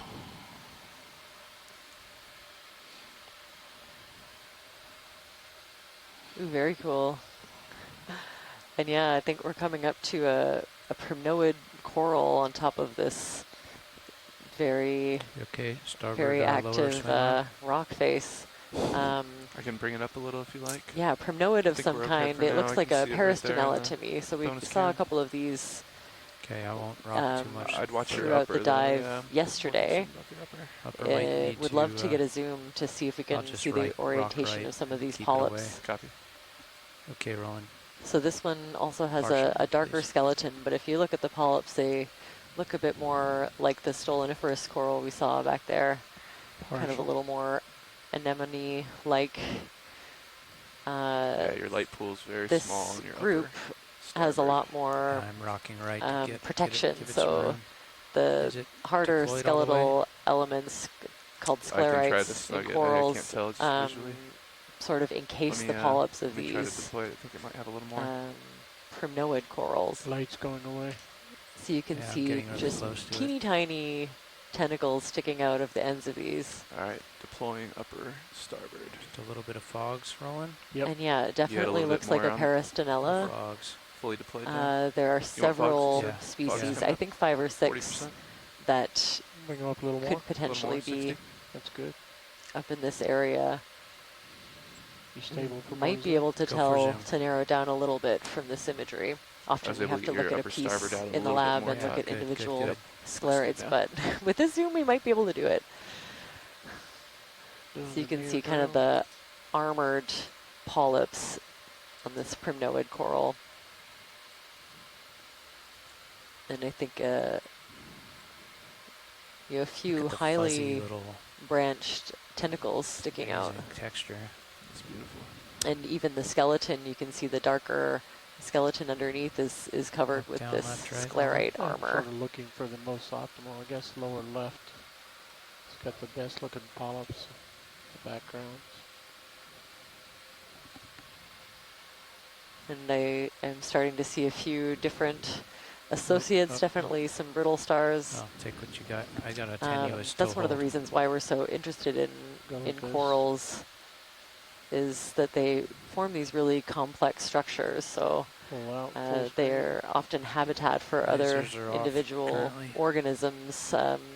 Some corals have been identified, carefully picked over for Slight tilt associates, and up. they can contain hundreds of individuals. So sometimes we also call them ecosystem engineers. They, just by growing and lasers on. adding that complexity Lasers on. and a little bit of height into the water column, Video's they clear. create Okay. unique Let's pull ecosystems back.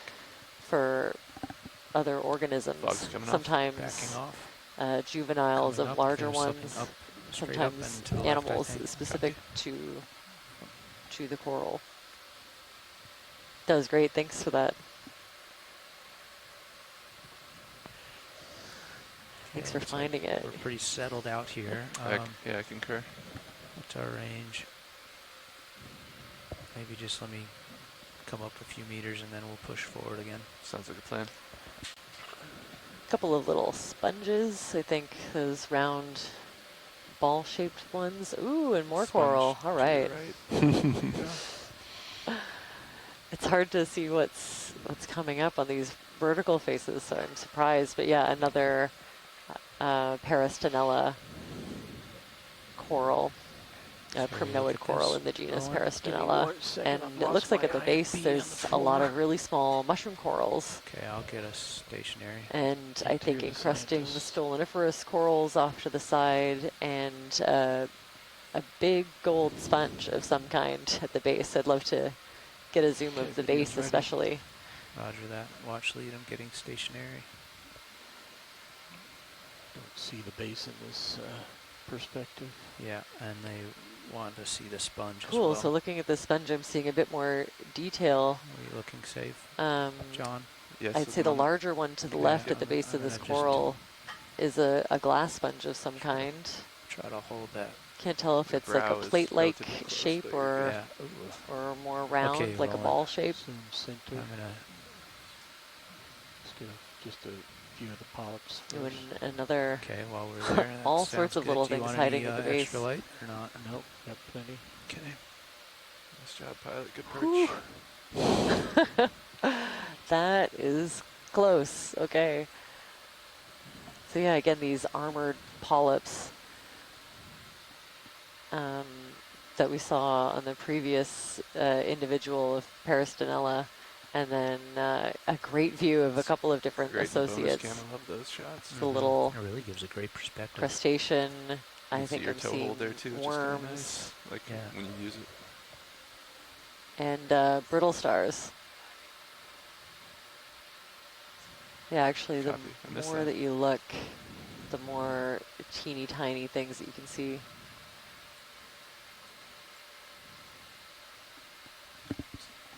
Yeah, Okay, pulling out. so you can Okay, just see shall I rocket the left a little bit? um, to, Let's get a full screen. just view. a hint of the Okay. tentacles that are coming out of those armored polyps.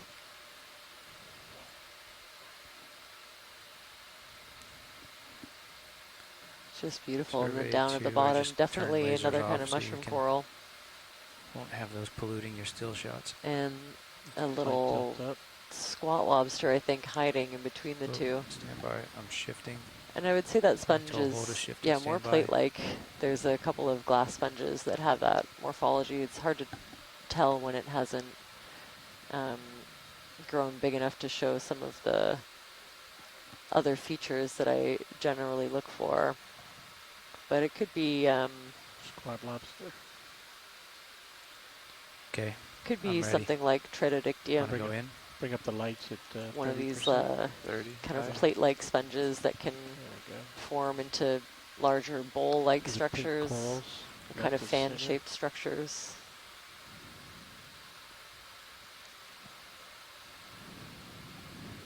Got the foothold, I think, of this Trying to take a coral. closer look at this squat lobster. I think it's definitely different from the ones we were looking at earlier. Those ones were bright orange. This one's a whitish color.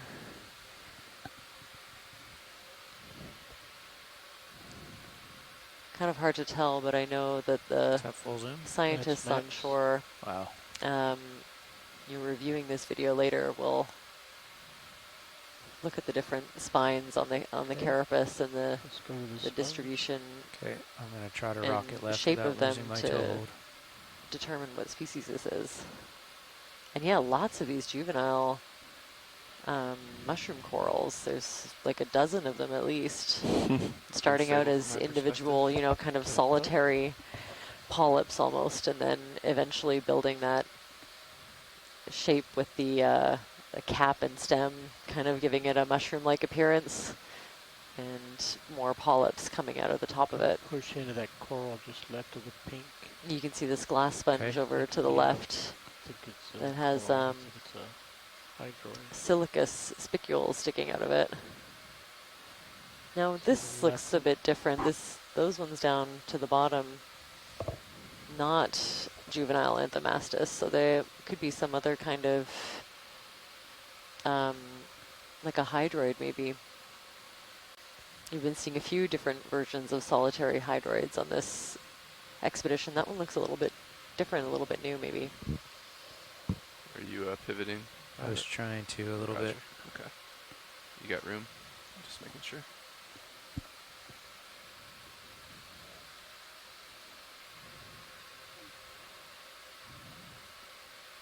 Video's full wide. Okay, I'm just going to tilt down and try to frame the whole thing in still before we lift off. I don't know if the focus is going to work for you still. Survey 2. It's too much near far field mix, huh? I don't know. Get the bottom. Sponge on the lower right is different from that one. Oh, yeah. can ooch over there. Are you good, survey 2? Okay. I'm going to ooch over just to see if this sponge is different over here. Good eye rolling.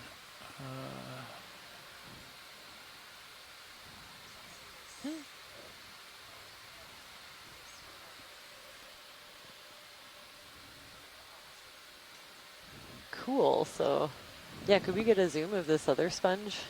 Stand by. It looks like you're setting up for one.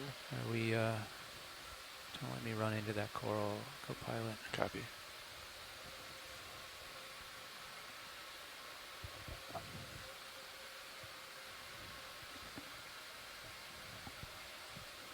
Got a good view of it in Titan. Okay, I'm going to use right toe to perch. Copy that. And try to hold head. Roger that. Okay, rolling. I'm going to try to take partial. I'm going to keep rocking left a little bit. So this is interesting. The base of this whole clump here looks like it's good clearance created by a dead sponge Okay, skeleton. so looking at the shape, looks like just a sponge skeleton, the base of one that's become embedded with sediment and created a habitat for all kinds of other creatures to attach to. So the sponge that we're zooming in on now is a little bit different. It is probably in the family Rosselidae, so a Rosselid sponge, and they don't have that secondary Surface fusion mild of the skeleton, so when these sponges kind of die, their tissues will sort of drift away, and you can sometimes find clumps of the silica spicules remaining. Pilot, you okay if we come which is a little bit different from the sponge skeleton that it's attached to.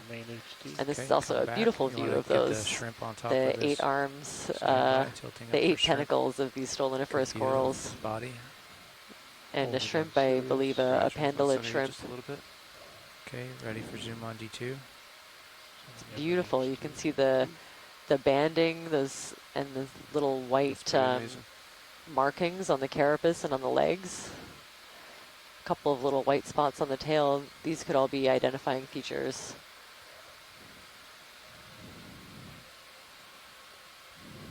Kind of looks like it's guarding its cave. And look at you can even see some texture on the eye. This is stunning. Is that full zoom? That is max zoom. Nice shot from Sirius. Oh, very cool angle from Sirius right now also. You can see, yeah, really up close video feed of D2, our ROV, examining this clump of sponges against this huge geological feature that we're ascending. Yeah, it looks like just from Sirius you can see kind of a linear feature that's heading oriented up and down just a couple meters in front of D2. Looks like might be a dike, an intrusive magma that came in and up a fracture and cooled, and maybe about a meter thick or so. Something up there. Ooh, a rock pen. Holding partial on Sirius. Actually, I'm going to make tracks unless there's something new and different you want to zoom on. If okay. No, just that's okay. Yeah, we've seen rock pens. It's the first one on this dive, but we've got some great imagery of them. Copy. So thank you. And as we ascend this thing, I'm seeing a lot more of those dead sponge skeletons sticking out, providing a bit of relief out into the water column for some other encrusting fauna. Very cool. Still on. Would you like me to secure this? Yes, please. Yeah, that looks like it's about to something big and bright over break to the and left. fall off almost. Yeah. Yeah, this is a very steep face. This Copy. is not a real stable place to be. I'll slowly bring my heading back to 275, Todd. Roger. Following you. Main rotator. And you can see these striations and slicken sides just all over the place. I think we're kind of ascending the, whatever face that is, fault or kind of internal part of the slide. It was buried at some Co-pilot, depth. do you want another pump? 10 meters? We could do 10? Yeah. I think so. Copy. You can see in Sirius it looks like we're coming up to something, maybe a coral or a sponge.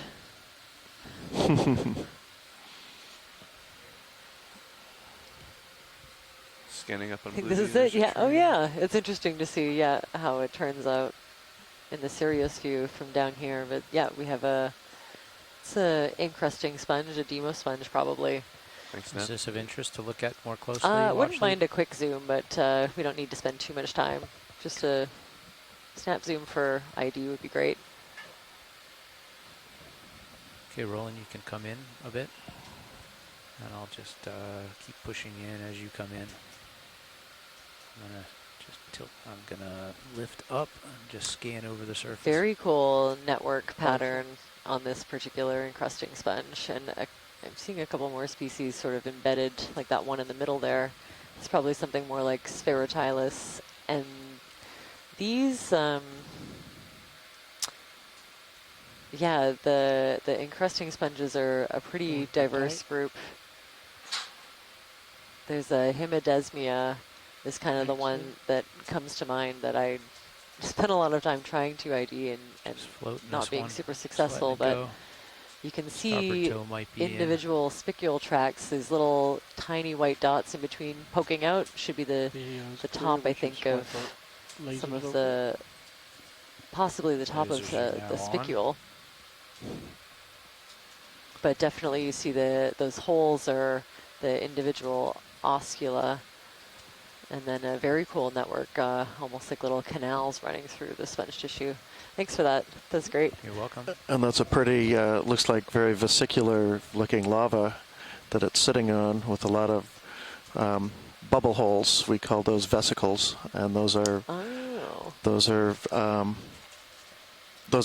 gas bubbles that form at or near the surface as the lavas reach the surface. When no longer under pressure, those volatiles like water and other gases, carbon dioxide perhaps, can't stay dissolved in the magmas, instead form bubbles, much like when you open a soda bottle and when the cap's released, all the carbon dioxide foams up. So it's a kind of a similar process that everybody's actually familiar with. Huh.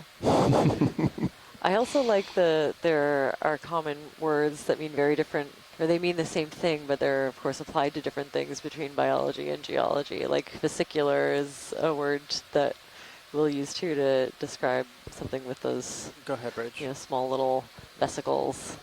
Copy my phone. I was wondering, actually, when you were saying something looked a little bit worm-like, if you use the word vermiformes, or vermiform. That we sure do. Okay. Yeah.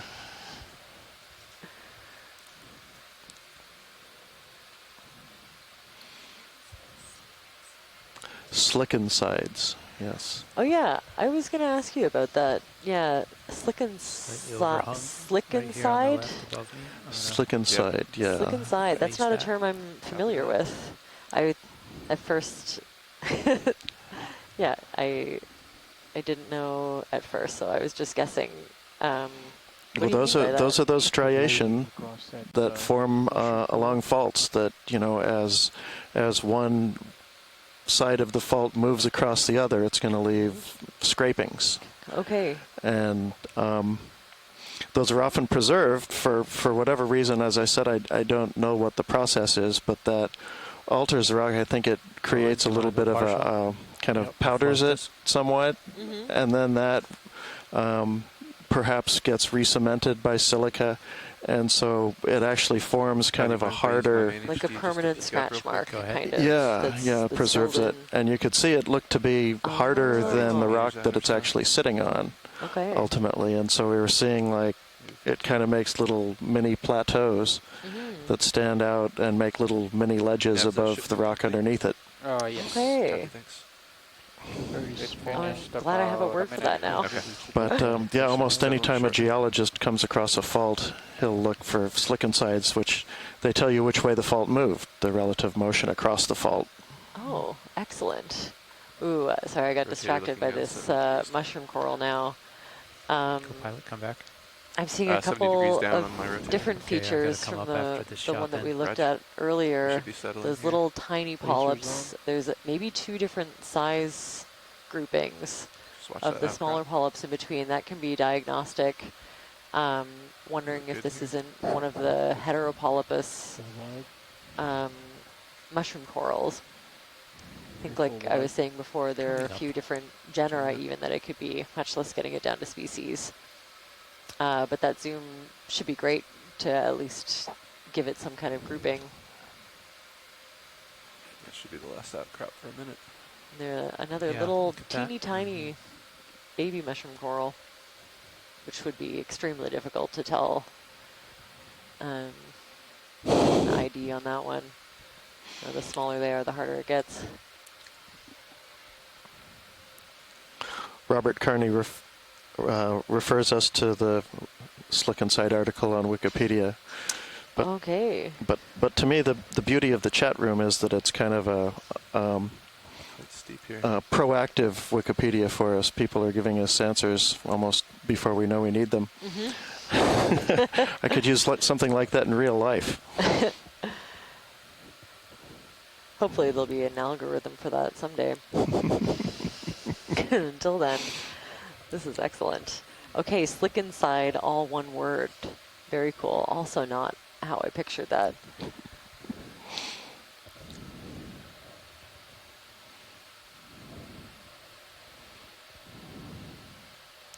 Look at Oxcam right now. Isn't that cool? Absolutely. Just gonna scan that way because the structure looks really interesting. Almost looks like we're looking at some flows here, but still kind of broken up. Perhaps sometimes we call this brecciated, although these are a little more rounded. I tend to think of that as more angular fragments, but that might apply here, that are kind of breaking up these flows. It certainly causes them to weather into this rubbly, cobbly look that we see.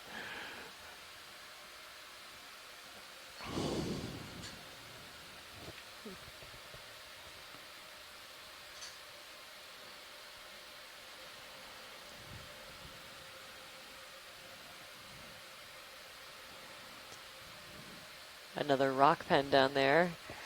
So that's, we've seen a couple of these, but Anthoptilum lithophyllum, the rock-loving sea pen. It's one of the only versions of that group of sea pen I've seen. It has a modified peduncle so that it's kind of like a little suction cup. It helps it adhere to the rocks, but they're fairly mobile, so they can release that suction at will and escape predation, or maybe try to find a better area, better vantage point for food access. Ooh, this is also very cool. Another one of these dead sponge skeletons that is covered with other kinds of life. Okay, it looks rolling. like a pretty intricate glass sponge is the biggest thing that's attached to it.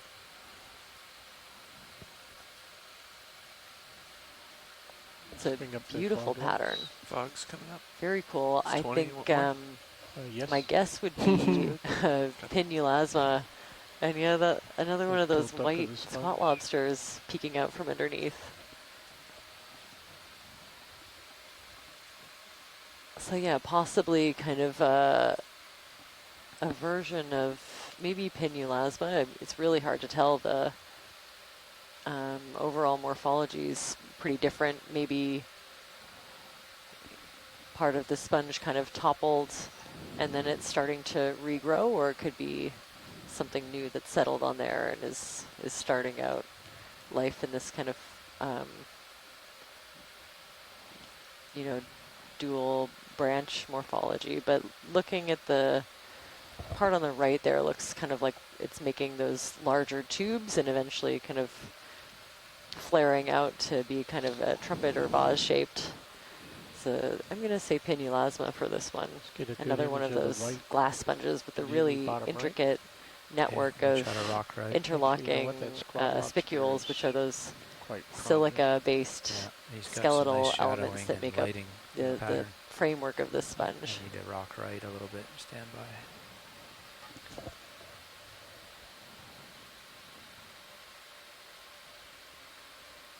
Very cool.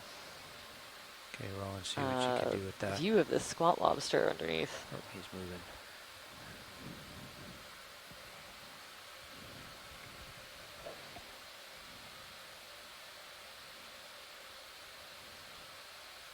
Definitely enjoying the structure made by these sponges.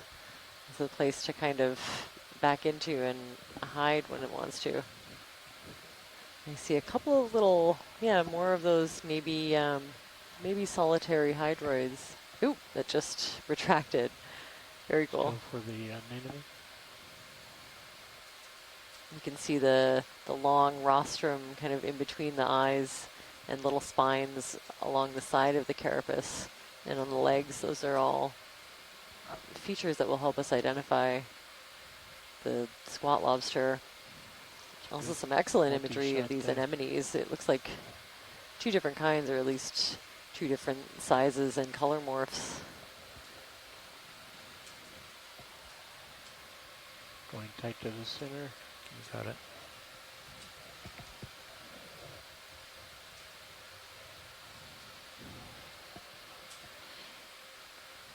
And video's clear. Can see the tentacles of these anemones just kind of, loosely Lasers are on as you come out. hanging around, probably looking eventually for food items to pick out of the water column and bring towards that mouth in the center.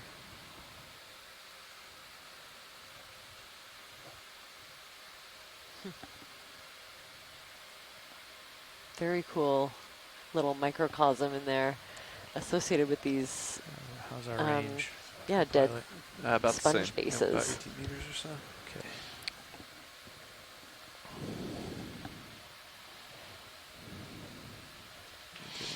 I was going to say, it's with these rubbly outcrops we're looking at, it's not always easy to tell what's just falling down the hill and what's actually part of the original rock, but that actually did look a little kind of like it was in place, and you can see those boulders over to the left look like they're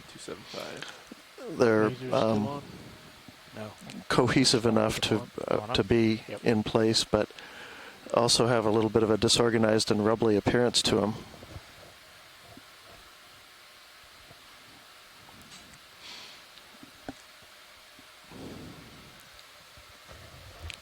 Some of these look like, I don't know, a little bit of maybe, they have this tabular appearance. I can't tell if it looks like it's a slurry that's maybe sliding down the hill. Workshop? Now down the modern slope, or if that's just the weathering of the older, more ancient sides of the volcano. What do you think, guys? I think it's, starting to level out just a tad. Okay. So you're 20 meters away. You want 10 again? But we're starting to see some more coherent outcrops. This looks pretty much like a convincing bed, and we're rising up through a succession of flows, or perhaps interbedded sedimentary deposits composed of boulder to cobble conglomerates,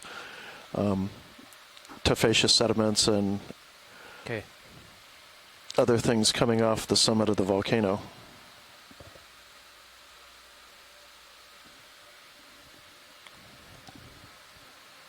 We have a Levi Bobby in the workshop. Little bio. Thank you, sir.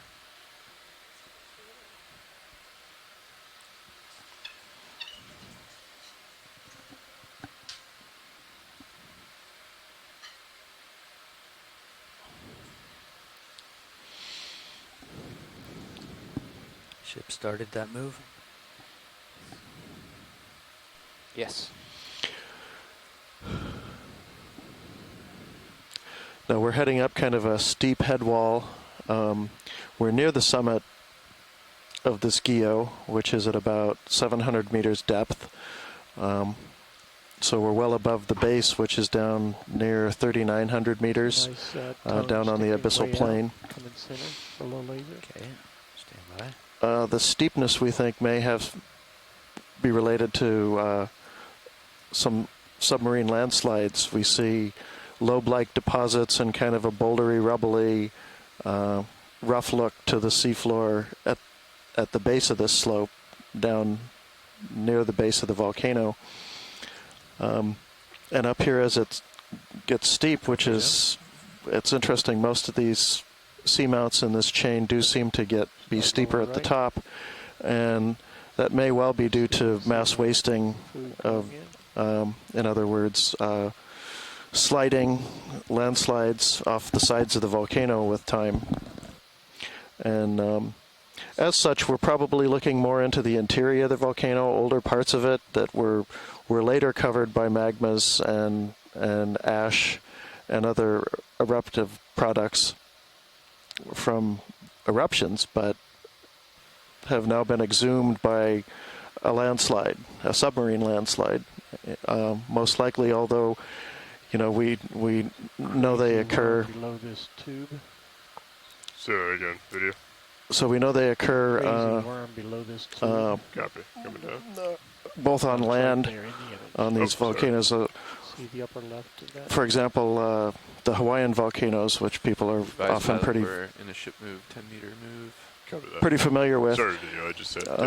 There are landslides We're looking at and the kind of top slide of the center features screen, and below that that, affect just the noticed the subaerial with a Yeah, interesting okay. entrance. island. Gotcha. And we do think Complete. these Go ahead. Guyot-like features were once islands. is. They were Okay. volcanoes that poked up above the sea above the sea surface. 0 degrees. Video's clear. But as the volcano became inactive, they're no match for wind and waves, which eventually will erode off the top until these are below sea level. But landslides can occur they can occur while the volcano is still active, and that we see debris from a landslide down the slope from us is telling us this is a 15 million year old volcano. They can occur long after the volcano is active. Might need to start coming up a little bit, pilot. So we're still seeing a fair bit of striations and slicken sides on these rocks, which is very curious. I wouldn't expect to see them all the way up or even see features like this associated with a slide. But it might well be looking at, or we might be kind of in the middle of a fault zone. We'll have to look at that a little carefully. I'm not sure exactly always of what orientation we're looking at and where we are, so that's something we go back and look at after the dive and get maybe better oriented.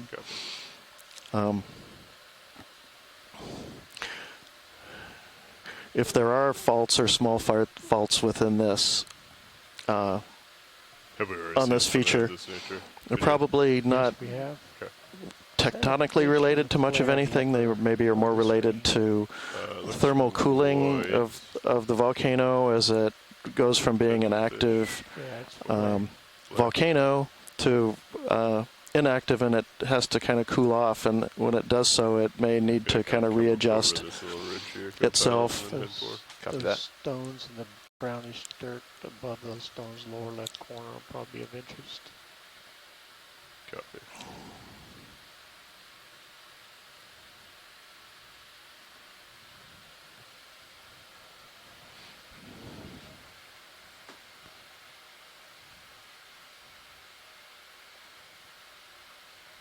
If we get as tight as possible and look down into those stones. These ones right here. Yep. Copy.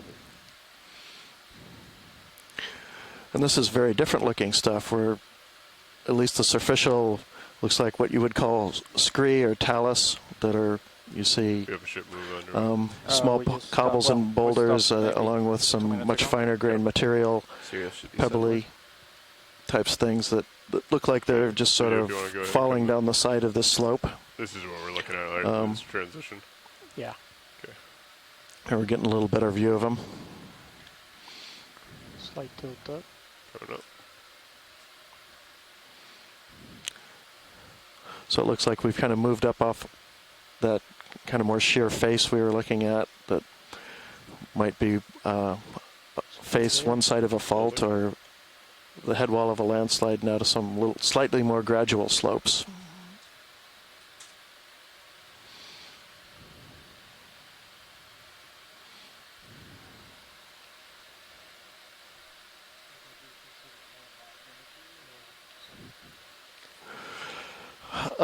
Well, yes, it's a sedimentary rock composed of, well, it's not a rock yet. It's I guess a deposit would be a better word for it. But yeah, sedimentary rocks can be composed of anything. They're either composed of, it can be volcanic or metamorphic or other sedimentary rocks. So if this were to be preserved, if say a flow was to come over this, or it was simply to be buried under mud and forever preserved and eventually exhumed for a geologist to look at, he would, observe these as a sedimentary little interval on top of the volcanic rock from which it was really derived.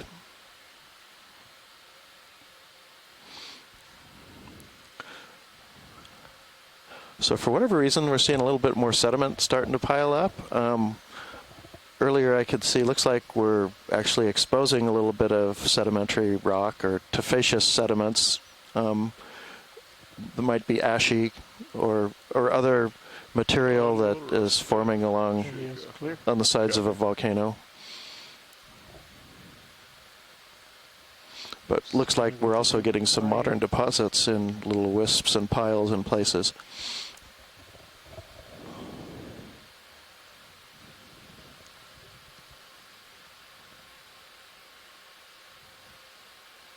So a couple more of those rock pens in that zoom there too. Very cool. And thorny head fish just off to the right.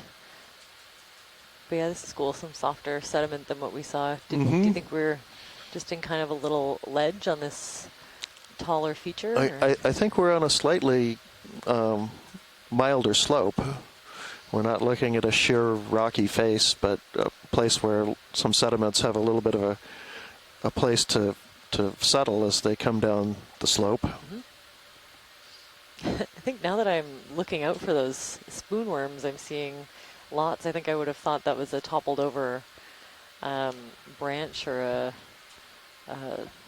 maybe the skeleton of a sea pen at first, but looking at it now, I think it's the spoonworm kind of out to the right with its lure out fishing for fishing for food. Very cool. Squat lobster down below it, or above that. Okay, and the black little caver. Yep. Yeah, a couple little squat lobsters. And yeah, what's in that little cave? You want to just do a quick snap here? I always love to do a quick zoom into these little cave-like crevices in the rock. And an anemone kind of dangling its tentacles down. Thanks. Yeah, who lives in there?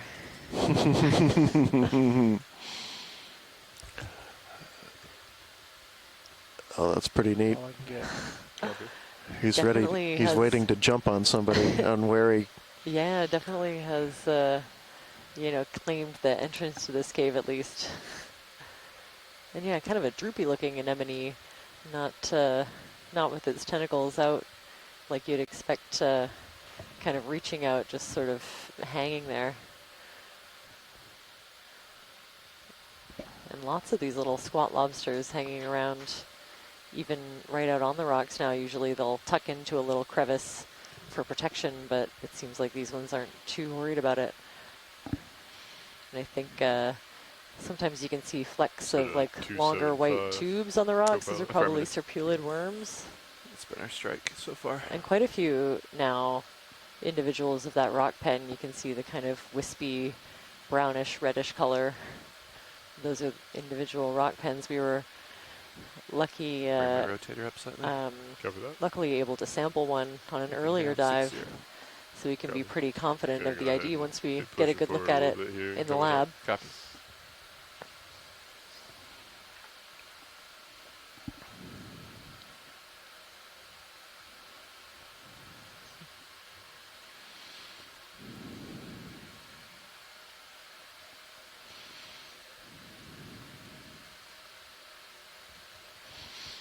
Yeah, some of these bigger outcrops, like this one on the lower left, have the look of maybe some older conglomerates and other debris, big boulders and smaller boulders, along with some finer grained sedimentary rock that's gotten re-cemented and now remains as sort of a bigger, larger boulder amidst the younger debris that's kind of still cascading around it, but has not been cemented together yet.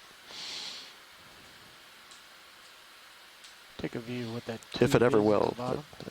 If it finds a stable enough spot where it can sit for long enough, it might tend to get re-cemented. Otherwise, it'll just continue kind of tumbling down the hill.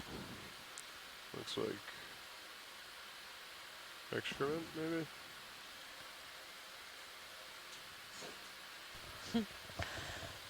Yeah, it's hard to tell if we're looking at maybe more of a really long tube for a worm, or it could be, yeah, like a fecal trail of something like a sea cucumber.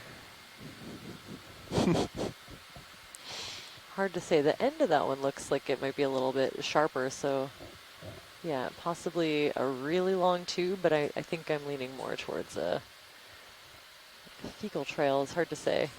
There's a whole bunch of them in this image. Yes, quite a few.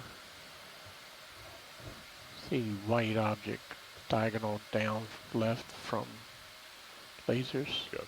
So if that is what it is, then we'd expect to find kind of a larger organism at somewhere along the way that's leaving those trails. Oh, it's another tongue, I think. Oh, another spoonworm spoon. Very cool. Never seen those before. Now we've seen quite a few. Let's look at the block immediately above lasers. Copy. Very angular. Mm-hmm. Is it even a rock? Yeah, I guess it's a rock, but yeah, it's angular.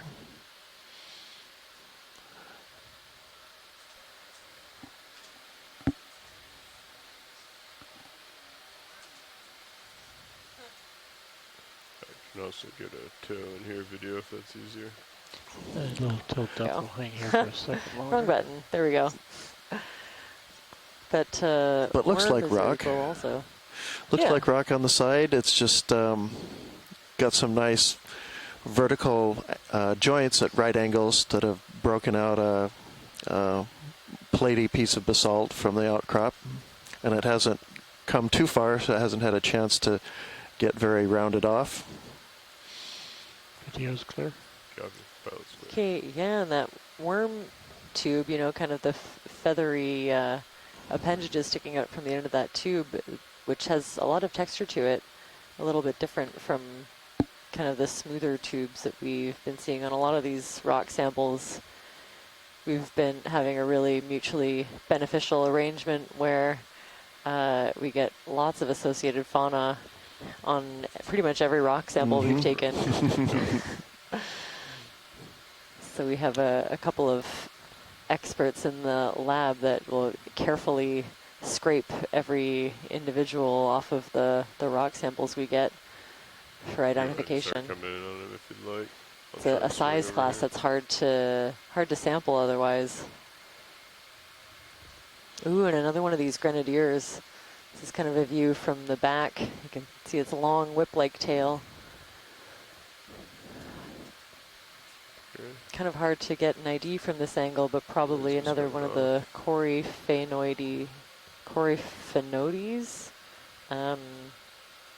grenadiers. There is a species called the giant grenadier. It usually has a little bit of a different profile. That's in the genus Albatrossia. Yeah, this one kind of has the... Christopher was hoping for a zoom, but I'm not sure what he's looking at. Ooh, an ophiuroid with a kind of bubble for a disc.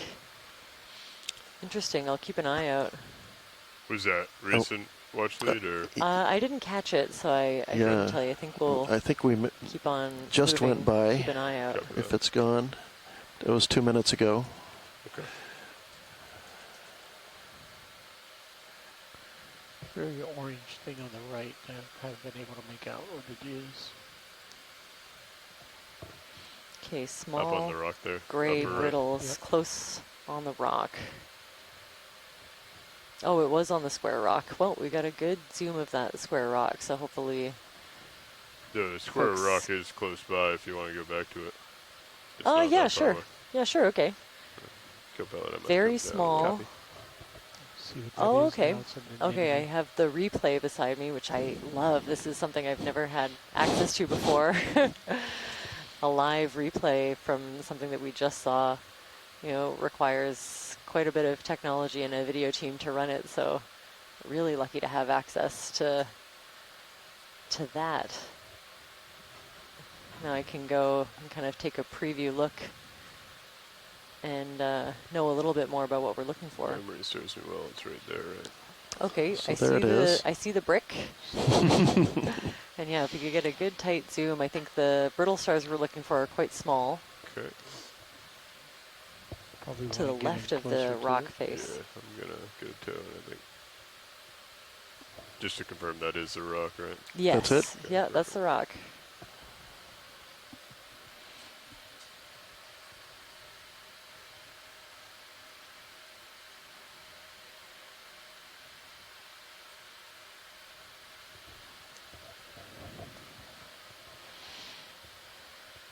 I see some other very kind of blocky brick-looking pieces just up above it, and tiny bit to the left. There's Maybe those. maybe somebody was starting to build a little wall here. Okay, video, if you want to go ahead and come in.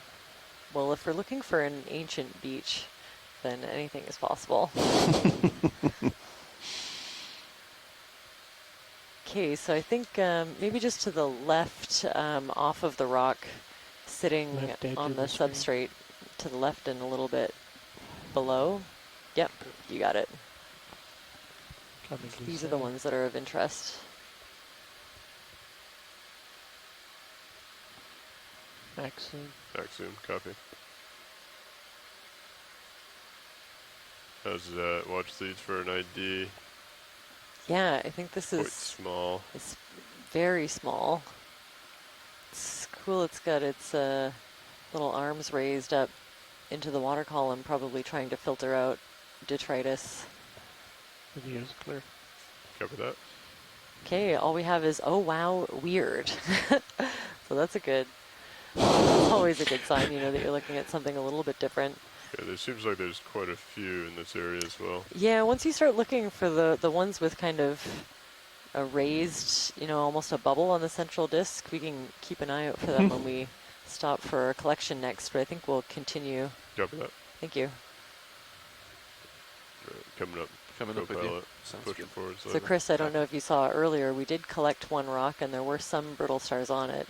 Can't tell you if it was this kind Looks like a gentler slope ahead. and whether or Good not position, they'll maybe stay along put a for the move in. ascent or Yeah. drop off, but we've had Has some the good slope brittle star shifted a little bit collections north or so still, far on this survey from 275? those rock samples. Maybe a I was few saying we degrees stopped for north, a hard to sediment tell at the collection moment. before, Yeah, maybe and 280 or I counted 25 very take a look in just a small second. ophiuroids or brittle stars within the Looks like we're heading sediment, wondered just in ever that so one slightly. small patch alone. Right. So we're Yeah, I think seeing 275 will work often again. kind of larger Okay. individuals that they start 275, out, another you know, only 10 meters. a couple is of good. millimeters, Pilot's really. ready, yeah. Copy. Yeah, you can go ahead and call And then that when in. they all grow Copy. up, they can, as we saw yesterday, completely cover all the rocks. They can, yeah. Now, whether they start as juveniles and kind of move up into that low oxygen Bring the band, lasers back on. or if they sort of stick around, you know, the zone that they start out in, that's also an interesting question. Sorry, video, I missed that if you said something. Can you bring the lasers back on? Yeah, lasers are on.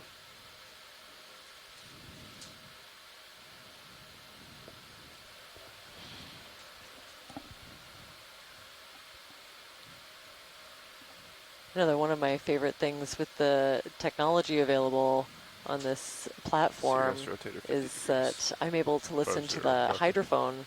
There are 2 hydrophones mounted onto this ROV platform, and I've never been able to tune in and listen to it, so I can hear it kind of softly clicking away. I really like it. I'm going to keep an ear out for something big.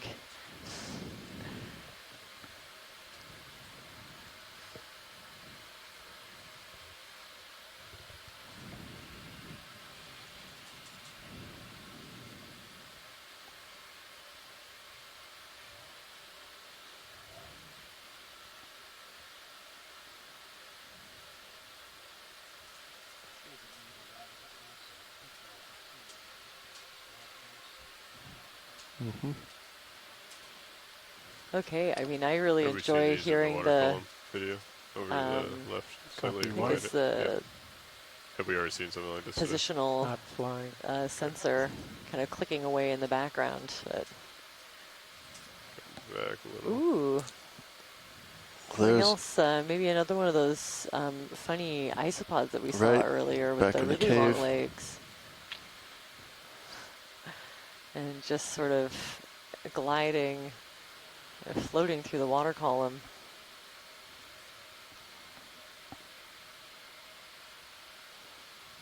So yeah, these really long legs could kind of help it balance, and as it's floating in this water column, and help it kind of expand. And then as soon as it lands, it seems like they're really helpful for walking over this really rough terrain. Very cool. Would he actually be up looking for something to eat up here, or is he just looking for another great place to hang out and feed there? I mean, I assume because we saw that one sort of happily crawling along the rocks that it's a very good swimmer too. Look at this. That's a fantastic shot. Cool. So it's able to tuck these really long legs in, the bulk of them kind of behind, and then these 2 longer ones pointed straight ahead. Good video. I think we're gonna Wow. lose the air Good job. Excellent job. So I guess a combo. Sweet. You're right, I'd imagine, yeah, that we saw that one kind of happily crawling along, so that the preference maybe is to be right on the sea floor, but Cool guy, huh? coming up a little bit. yeah, saw a great example of the swimming capabilities of that one. That was awesome. These boulders have a real, boy. I'll go with botryoidal look a little bit. They look like they're actually composed of multiple smaller pebble to small cobble-sized pieces. Would probably refer to this as an agglutinate, which would be a little bit what it sounds like. Glued together or re-cemented smaller pebbles that maybe came down the side of the edifice at some point, maybe as part of an eruption, perhaps mixed with hot water and fluids and ash.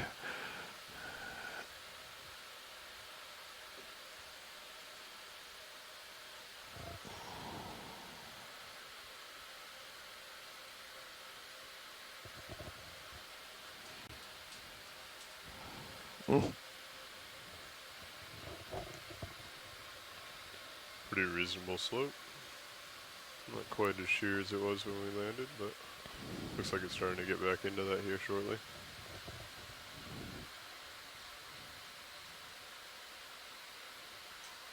Yeah, definitely a little bit steeper looking up ahead.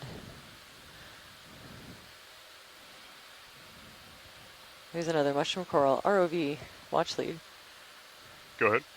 Could we get a quick zoom of this mushroom coral? We had some more questions about it in the science chat. Sure. Thank you. I'll go ahead and get a tow-in video. I'll get you set up for some good imagery, and then I'll swap out with Todd.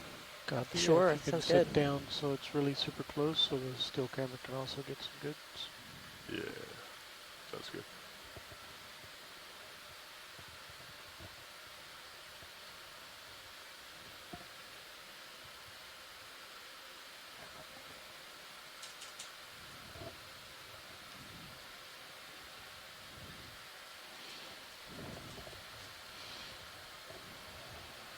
So this is another one of those mushroom corals. And if we can get a zoom of kind of the surface in between where those larger polyps come out, I'd be looking for smaller polyps. There's maybe 1 or 2 different size classes in between, and those can help us narrow it down to a genus.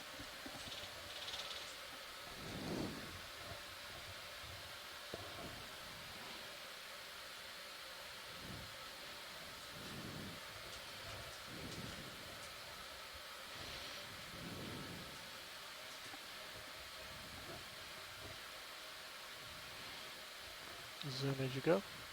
Go ahead. I'm just gonna get still lined up as well. I'm gonna go ahead and pass off your video if that's good for you. Yep. Okay.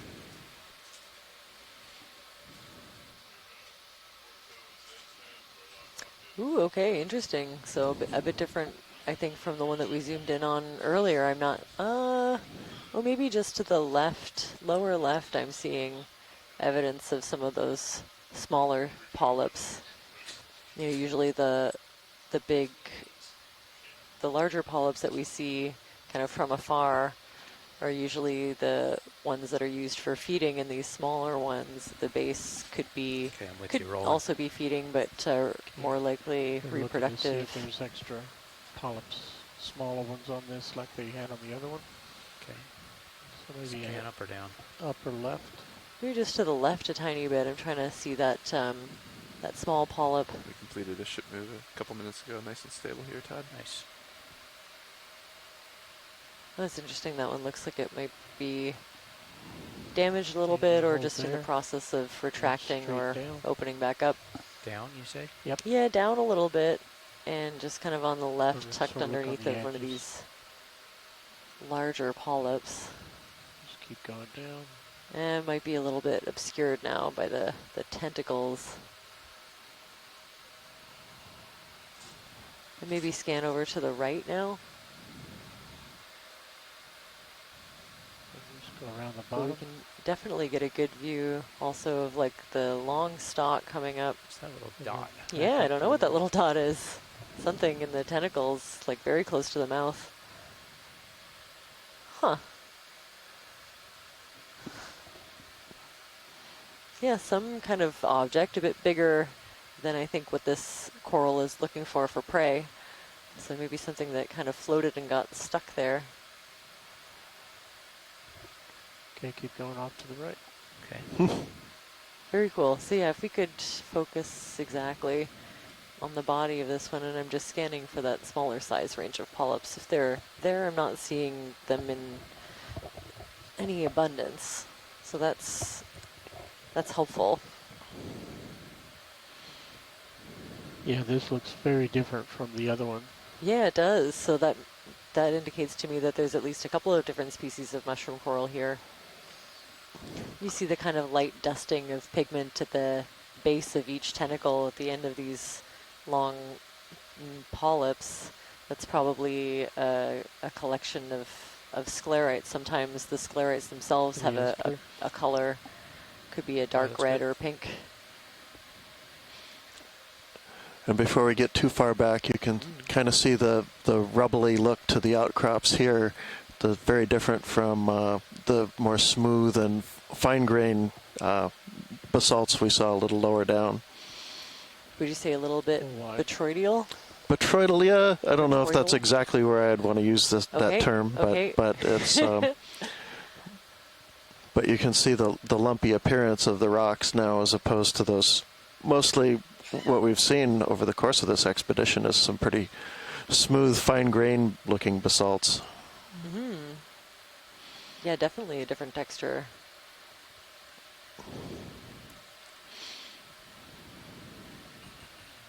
Maybe We'll pass by this rock pen. Had some excellent zooms on this in previous dives. Same with the stoloniferous coral. You know, because we've been able to see a few different individuals and get really close imagery of them, I can be pretty confident in their identification from farther away. With the stalk, we'll want to look at the stalk as well. Yeah, I'd love to see what's going on with this sponge. I think I see something like a stalk almost underneath, but I can't tell if it's attached or it's something else.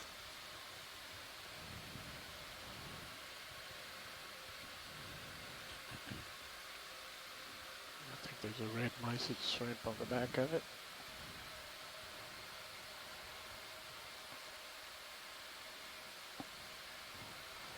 Those look attached. Very cool. Okay, I think it's safe to say a stalked glass sponge. Okay, Roland. Caulophacus, I think, is the name of the genus of many of the stalked sponges that we see with this kind of morphology. And it's definitely a site that's of interest to these pandalid shrimp. So again, kind of an example of how sponges also perform this service of ecosystem engineering, kind of creating a little bit of relief or habitat, places to hide or places to get a foothold a little bit higher up in the water column and rest for some of these mobile crustaceans. Oh, that's interesting. If it was a Caulophacus, I wouldn't expect to see this kind of urn-like structure, so this will be an interesting one to look at. But you can see why they're called glass sponges. The network of interlocking spicules are silica-based, so they're literally made of glass. And they're creating this network to form the skeleton of the sponge. You can see the big long strands of a couple of really long spicules kind of in the middle. 583 meters. How many? 583? Well, the day is That early. hole that you see at the end is called the osculum. So part of the track, it appears. taxonomists will look at the difference between the Tilt down, patterns full of screen. spicules on the oscular side, so the inside, and on the dermal side, so the outside of that hole. Then? I don't think so. Oh, and another one of those yes. little spidery isopods. Yeah, actually, Great. yes, and it's selected. Copy. So it's all the way over here in the flatter part. Thanks for that So zoom. That's Got a problem with software. Joy locks unresponsive, thrusters are unresponsive.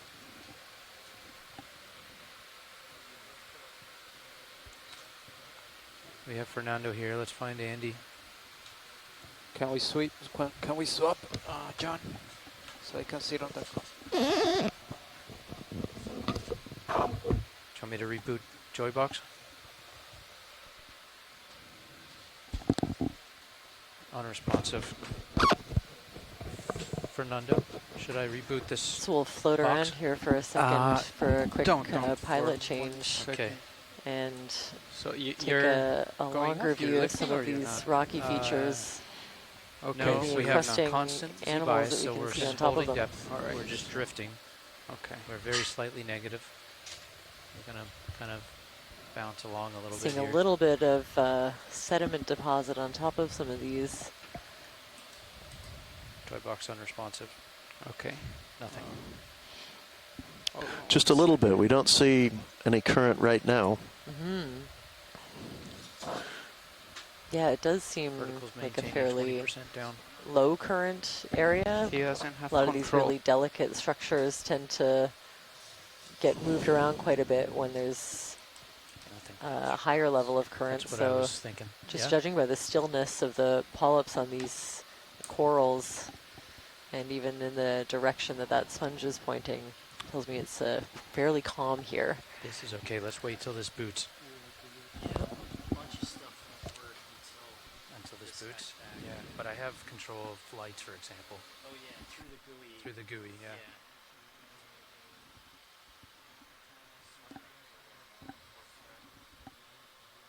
That's strange because I bounced this guy this morning, so if that happens, if this fixes it, then Yeah, all of a sudden I just started floating off.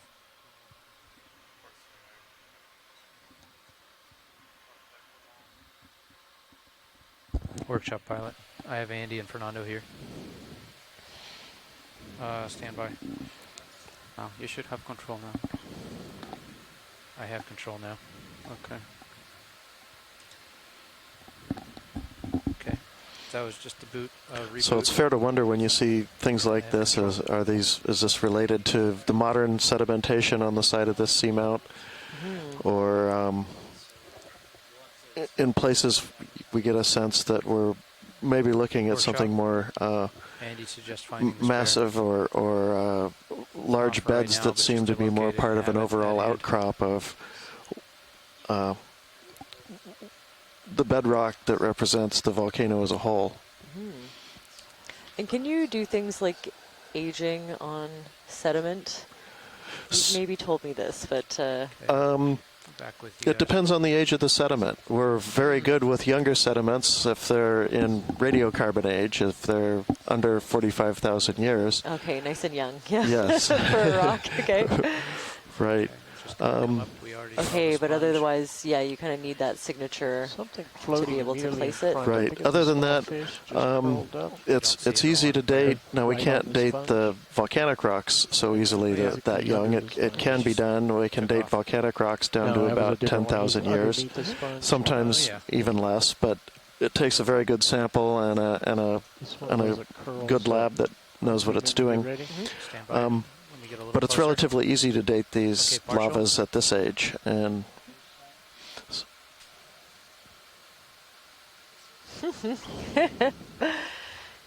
yeah, I'd love the science chat. Any fish biologists tuning in to help me with the ID of these. I used to, kind of between snailfish or an eel pout. I think maybe this one we might call more of an eel pout. Maybe?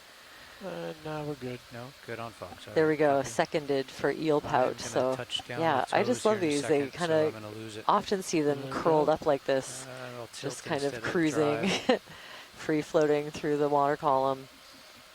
Sometimes you'll see them directly, like vertical, almost pointed up and down, but more often I find them curled up like this. Interested to see what they'll do once they get, there we go, swimming away. A little too close to the rocks for comfort. Full wide. Okay, I gotta back off the wall. But I wonder if they, kind of rest that way, or if they like up. Being curled up. Stationary, correct? To move through the water column for other reasons. Yep. Okay. Possibly curling up in response to the lights. Very cool. That's why I see them curled up all the time. We have to bring a good set of lights down here. There's obviously no natural light this far down into the ocean. Okay, we have ID on the genus even. This is great. Lycodapus. Lycodapus eel pout. Very cool. I love those little guys. Of course, another example of a nice big mushroom coral. An interesting looking anemone. I can't tell if it's one kind of curled up, but I think it's maybe more like a couple of different individuals. Do we have is that a sponge or a bivalve of some sort? It's a bivalve shell. Oh, sorry. Are we interested? Oh, we are. Okay, stand by. Ooh, I like trying to see what that was. Yeah. Bivalve of some kind is my guess. It could be maybe like a file clam. I'm going to try to square up to it. Yeah, if we could zoom before we touch in case it closes. Yeah, I'd love a zoom on this bivalve if you're available. Go ahead. Just in case it closes once you make contact. Hopefully Hugh is watching from the Royal BC Museum. He's been giving me lots of great insight onto bivalves and brachiopods. This looks a little more like what I'd expect to see from a file clam, but light under there. I concur. I'm sure someone will pipe in with a tentative ID. More light. Fernando, little fog. That's 40%. Yeah, if it is that, this is a very cool sighting. Ooh, there's more zoom. I love it. And I'm just squinting. Then the zoom usually kicks in just a tiny bit more. That's fantastic. You can really see the symmetry of the two shells kind of mirrored in the markings or the lines that are coming off from the center pivot point. Fernando, more you can light. see all of the organs and feeding appendages coming out.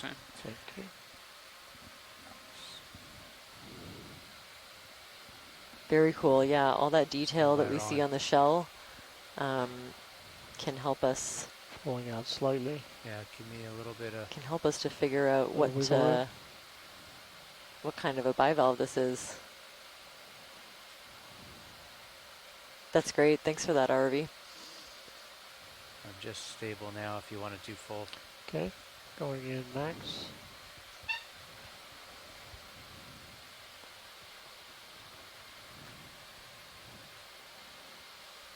Okay, yeah, so like striations kind of coming out from the central point, the pivot point of these shells, and then Spin other noted. ones perpendicular to it. Thank you for The noting. detail on this zoom, it's really amazing. There you go, it's clear. Okay. Copy. Something's been crunching away at its hinge. Interesting. Does look like there might be a little bit of damage in the hinge area. Huh. Lasers. And of course more of that stoloniferous octocoral Okay. we've been seeing. Okay, floating back. Lights are clear. Okay, lights are off. Okay, pushing up the wall.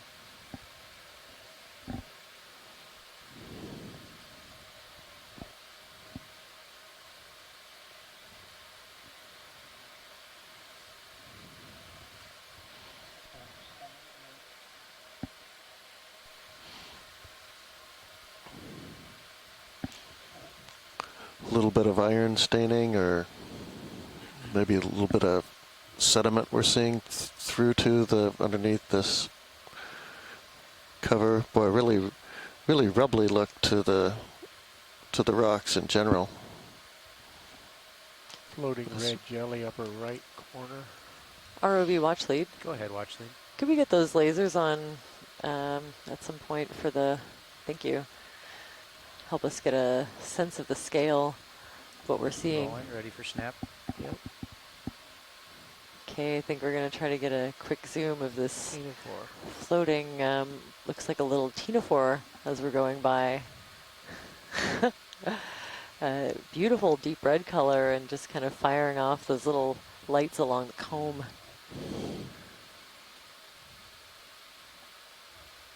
Very cool.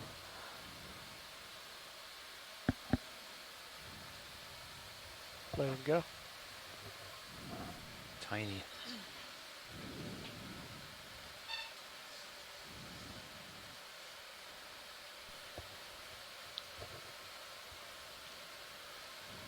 Dead sponge stock on the left. Looks like I got a valley over there. Oh yeah. Part of a tube. It does, it is like a tube-shaped structure. I was gonna say maybe a part of a, yeah, like a toppled over skeleton of a Look at glass the, sponge. Yeah, I'm kind skeleton. of seeing some of the markings, but maybe a different, maybe a different kind from what we were seeing before. I don't know, actually. Okay, you want a partial as I float by? Yeah. So Oh yeah, finding okay, there we spongy go. You can material. see that pattern of holes is kind of the network, and you know, the sponge maybe half a centimeter thick. And this is kind of the remnants of the fused silica skeleton of a glass sponge. And here there's a live version. And of of this course, underneath again, of you. encrusting with all Below you. those stoloniferous corals, I'm float. seeing some squat lobster arms sticking out, and a really big brittle star that's right down in the center. You know, You these, guys even the dead try skeletons dialing. providing some really welcome 10 habitat. meters? And you can kind of see how that the looks cliff like a is over 25 conglomerate, a meters away. boulder cobbled to It's like that at cobbled to boulder conglomerate dive that's again, kind of or- standing up. It has a little Can we bit get a lighter side-by-side matrix, and view? it kind of stands up Rotation? above the modern Side view slope, of the or wall? what Yeah. we're looking at now, So the see one stuff side and the underneath it. other, just see the steepness. It makes me think those are maybe deposits of talus and debris that have come down the side of this and gotten cemented at some point, and now are kind of in the process of being eroded away. Our turn at some point. Before then? No, I haven't asked. Okay. Oh, Do you is want this next 10-meter move at 275 again? Sure. Okay. Yeah. You ready for that, pilot? Ready. Copy. think we have a star. If Bridge people are over there. interested in See a your zoom star? on a star. We'd like a Yeah, ship move, sure. I'd please. love a quick zoom of Range this 10 meters, sea star. 275. I think at it's decimal always 2 a knots, winner. Same as There's an last. interesting rock down there too. Is that a rock? Is it? Good copy, That's I what don't I would know. have thought. I was going to say that was one of yours, but Okay. okay. We might need to go look at it. All right. You're talking about the yellowish cast to that rock over to the left, or something else. Yeah, the that's brighter right. But maybe, yeah, take a look at this sea star and then Okay, rolling. investigation afterwards. The science chat always lights up whenever we pass by one of these. So maybe a Ceramaster similar to the cookie star that we saw earlier is my. It's going to be my tentative ID. Max. And it looks like it's arched a little bit, whether it's arched to kind of stay adhered to this rock or it's feeding on something or kind of both.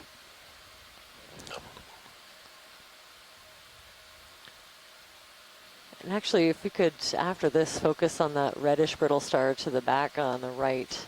Max. Upper right. Is another cool angle of that one. Maybe again, yeah, with a bit of like a bubble in the middle. Video's clear. Okay. Very cool, thank you.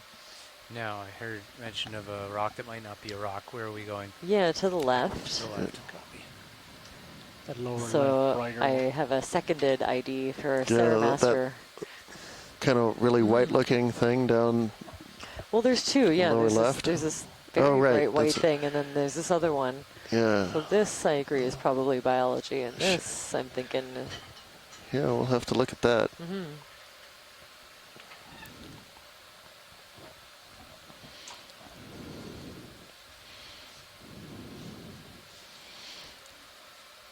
It's not really striking me as any kind of rock that. Looking like shells. That should be here. Looks like, oh yeah, what is that? Little fragments of something as well.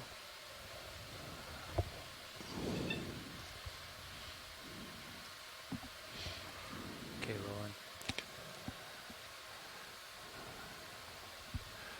Yeah. Still floating. Looks like a little, Okay, maybe stable. some tufaceous sediment, perhaps, with a kind of a brownish, light brownish matrix.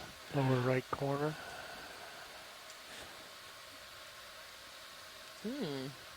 Wow, these little tiny Go juvenile ahead, brittle Rich. stars seem to really like it. Yeah. Copy, thank you.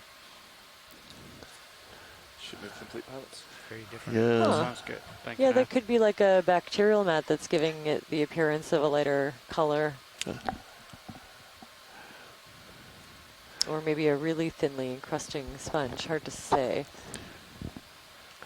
Yeah, it's hard for me to say exactly what that is. I Getting Something closer I'd- to it. want to break open to see what it looked like inside if I could. Do we have a jackhammer attached to this platform? Do you want to bring it up? How large is it? It is peculiar that, and it has sort of that interesting think it's texture up the side. It's definitely not Yeah. too large. Well, it's not very representative of everything, but it is curious. We might see more of it as we head on up the hill. I don't think we need to get a piece of it just yet. Okay. RV, is it possible to zoom in on the stuff to the right of the lasers? Yes. Yeah, Stand by. that debris. It might be a shell now that I think I see a couple parts of it. Okay, video. Oh, definitely. Yeah. With a similar pattern to the possible file clam that we were looking at earlier. Same sort of pattern.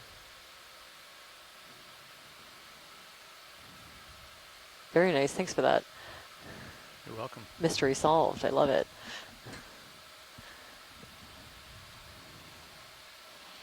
Lots more of those little gray brittle stars, so seems like any geology sample we'll find should have one or two of those associated with it. So we see a little bit of that Left brownish lasers, sand that's white tube. now becoming a little more apparent in between the rocks, and it not totally different in color from that strange-looking rock, strange-colored rock we saw. It might be raining down the hill a little bit, and that's what we're seeing. Okay, rolling. I think we're zooming in on these tubes. Oops. Yeah, these look like tubes for parchment worms, so a number of worms make those are really sort neat. of tube-like structures, and these ones are thin, almost kind of like papery tubes. So I believe they're called parchment worms. And yeah, just below it you can see the, oh, we zoomed out, but there's another kind of worm tube, but these ones they're also really big. Yeah, and a little crustacean kind of hanging out at the opening. Hopefully it's not the Lasers on it. prey item for these worms. And one of those, again, another like long-legged isopod, very, very neat. I've never seen the worm come out of one of those parchment worm tubes. They always seem to look a little bit empty to me, so I'd love to see what the worm for them looks like. I'd ask you what they actually looked like, but I guess I can imagine that they look like worms. Yeah, I would guess so, but I've never seen one. Arvid might know. We have a worm enthusiast on board, so. Coming up. And I think especially in the marine environment, worm isn't the best descriptor. You see so many different different kinds of forms worms. and, yeah, morphologies. Yes, yeah, not always the most helpful way to put things. I mean, we saw that today with the spoonworm. Yeah. Didn't jump out as a worm. Right. Did initially. Well, yeah. Yeah, initially so different that it was considered its own phylum. I love that. Fish. Come in. Ooh, So- good catch. Oh yeah, there you go. Uh-huh. He's cruising over what, I don't know, I guess I could buy for bedrock outcrops as opposed to cemented surficial units, but I'm not prepared to go solid with that one way or the other just yet. I think another one of those little eel pouts, perhaps? Lycodapus. But this is a great shot. We see lots of identifying features from this angle. Video's clear. Okay, let him go.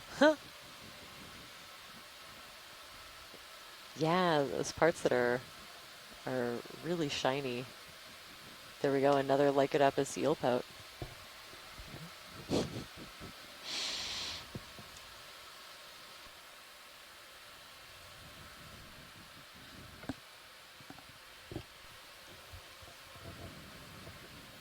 Some discoloration.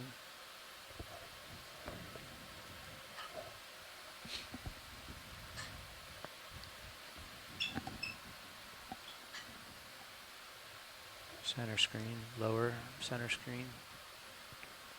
Yeah, it definitely looks like a lot Or more just kind describe of it? loose Just debris looking- Copy. in and around this area. Wide angle.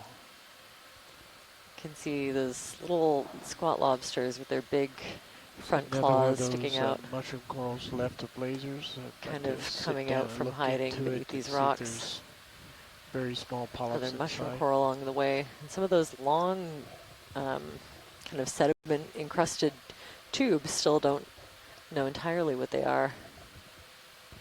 Oh, is that another another like it. spoonworm spoon? That's like the, I don't know, we're getting up to like 6 or 7 of these sightings at least.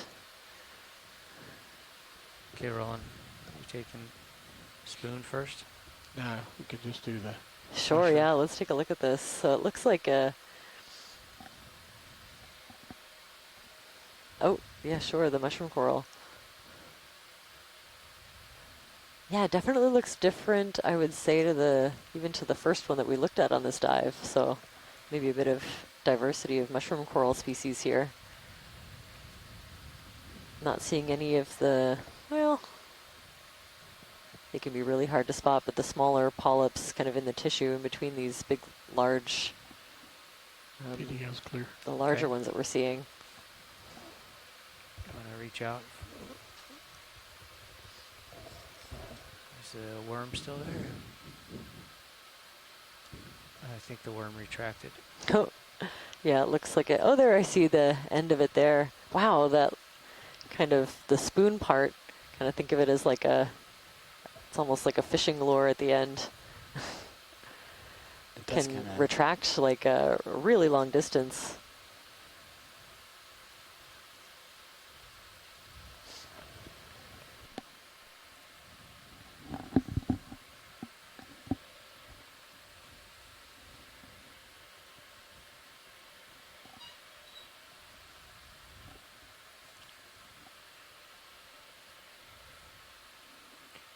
What's a difference?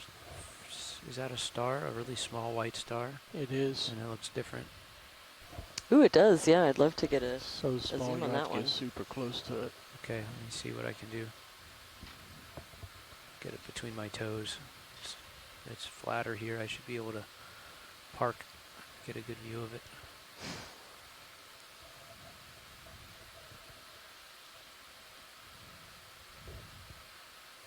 You estimated about 2-3 centimeters.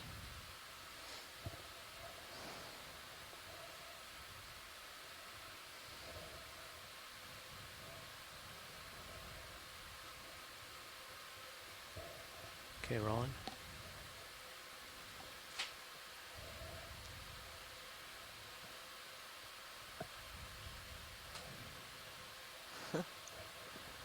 Is it a bamboo coral fragment too? I think Is it's a that worm full zoom? tube. Is it a worm that's tube? Yeah, Yeah. circulid It's just really small. worm tube, but then beside, yeah, it's a very small sea star. Let's see if we can get a tentative ID from our shore-based scientists. But yeah, you can see those respiratory organs poking through Video's The- clear. the outer dermal layer. That's like this big. Okay, we have a pedicelasterid. I'm good when you're good, rolling. Okay, pulling out. Oh, and yeah, every time we do a zoom, we can see more of those little long-legged isopods. And a little juvenile mushroom coral. They start out as kind of a single polyp, pretty much. And that one's kind of intermediary. You can see a few polyps, and it's just starting to get that mushroom shape with the cap on top of a stalk. Some corals just up above you there. HD2. Ooh, it looks like there's something coming up. You can see in the Sirius view. There's a couple of structures maybe at the top of this Okay, just want to feature. bump the ship ahead. Sure. Another 10 meters. Yeah, he's looking sounds ahead good. a little Copy. bit, coral hunting. 10, Bridge 15 over there. feet. But it's hard to tell if it's something that's kind of We'd like encrusting on the another ship rock move, or if please, same as it's the sticking last. out. But I am Range 10 seeing meters, bearing a really 275 small degrees at primnoid, decimal 2 knots. probably more of that Peristenella coral. And yeah, the face of this rock is scattered with a whole bunch 275 of those juvenile degrees mushroom bearing. corals Thank you. and some of the stoloniferous corals as Thank you. well. Maybe the next one, I'll turn a little bit to my starboard side. Okay. Yeah. Oh, sorry, there's a bit of a delay and I missed that collection request, so I think we'll keep an eye out for the pedicelasterid sea star on our ascent. You can still go back down if you We want. could cancel that move and go back to it, science, if it's really important. No, I think we'll continue. That's the first one, but we might find another. Okay. Thanks. It's an odd spot for me to park. I'm just keeping a wide view of that coral. It looks like there's some damage to some of the branches. Want to snap in quickly, Roland? Sure, that'd be great, thanks. Yeah, I see that, a little bit of damage. Looks like it might have been, not so much snapped, but kind of stripped of polyps, so could have possibly been predated on. I know there were a couple of sea stars that seemed to like eating coral Pick up the tissue, polyp much to my lights. dismay. That's 40. A little scale Pick it up worm at to the base 60. there. That's 60. Okay, video's clear.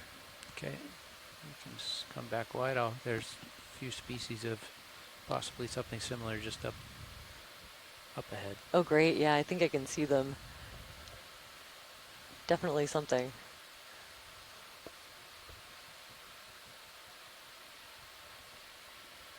Fog's off. They're off. I think the highest one is probably the best. Oh, okay. This might be the target. first bamboo coral that we've seen. Yep. That See that long, guy. thin, unbranched coral off to the left. And then more of these larger Go bridge. Paristinella Thanks. Bamboo's first primnoid target. corals on these rocks. Ship is stationary, pilots. Copy. It's nice. So those laser lines, laser points exactly 10 Okay, centimeters I'm apart gonna can tell us rotate that to this my starboard, so I this am coral is at right in least front of the slope. 20 or 30 centimeters tall. It's kind of hard to tell from this angle, but If you're still stable. it's a nice, on pretty Sirius, large so it'd be individual. nice to do a nice maybe bigger than tight that. Yeah. On the Sirius camera. Sure. I think this one on top may be even bigger as Probably well. just settling for Yeah. another minute or so, I'm gonna Fernando. square up This on would be the cool to upper take one. a minute to look at and get the laser lines on. Yeah, that's true, Roland. So I'm gonna be Yeah, swinging. So I'm standing by till you're ready. I'm gonna try to get a toe Ooh. hold to look at this one more. Wow, Beautiful. huge. Yeah. Okay, what do we think? If we get the Stand by lasers for on it, we can get a lasers. size estimate. You can see even from here, there are quite a the few lights up at 30%. larger animals associated with this coral. You can see they're all pointed in the same direction, so maybe growing to take the most there. advantage of the current in Take this it up area. another 20. I was going to ask, because it almost looks like a baseball glove or something where Yeah. it's catching whatever's flowing through. It seems like yes. the orientation is probably intentional. And that also means that I guess the Should be current is stabilizing. probably fairly I'm gonna try to get a stable. better You know, toe hold it's to stand it by doesn't one. change as much. I think when you see corals pointed in all gonna different turn a little directions, bit, it means get it's you a little center more on my screen, dynamic. So we are ready for him. Oh, to and swing. look at this crab up here Yep. too. That'd be a nice view. And yeah, really Ready, dense co-pilot? polyps. It's Go ahead. almost like a Sending in. solid network. Keep an eye on your You starboard. can lower, imagine pilot. very little Starboard lower. Copy. water, and think it's a especially little more the room than it the looks. marine snow Yeah. or the Yeah. detritus Yeah, that that it's looks like it. carrying would make its way through that network of polyps. Nice shot. Okay, zooming in on my primary ROV. Laser's clear. Lasers off. Maybe close to 50 centimeters. Oh wow! And as we zoom in, a lot of other associated fauna coming you want into more view. light? I think Yes, you please. So you take can your see this is lower, a beautiful swing arm and example bring it of the forward. way that Good. these corals provide habitat and a little bit of protection port for side. other animals. As you can see, I think a lot of these would be juvenile brittle stars. There's also a large basket star, I think, kind of close to the left. So This that's pandalid keyboard, shrimp right? is really Yeah. enjoying Or- it, and maybe or- amphipod also. Not still in. So just in this small portion of the coral that we're looks seeing, very slow. Yeah. you know, a pretty Nice controlled. impressive diversity Yeah, I of guess that's better associated than fauna. That really brought up some light, though, didn't it? Yes. Looks like easily dozens of brittle looks stars. good. Yeah, Looks really good. like look at Alright, over nice here texture. on this, Yep, on the upper right corner. Okay, roll in. yeah, and that part of left right's the gonna main be a little branch. I think we'll tricky just with the stay toe with hold. this and I'll just pull out. So See, again, you I can let kind it of go see and it's the still skeletons going. of It this looks like genus it's are still usually water, really yeah. dark, Yeah. almost black, Concrete. especially at the ends. And you can see it's covered If you by a wanna rest it, light just move it layer the other way, of tissue. little bump the other way. That It'll tissue stop. is heavily Copy. armored. It's embedded with these Is there um, a danger of calcium hitting the carbonate shilling? sclerites. Possibly. Okay. Yeah, there is a basket star. You Wow, this want is just a grab beautiful one. HD2 and look over at it. Tilt down, you said, Roland? Very large individual. Sorry, the other way is very snappy. Hold there. Holding.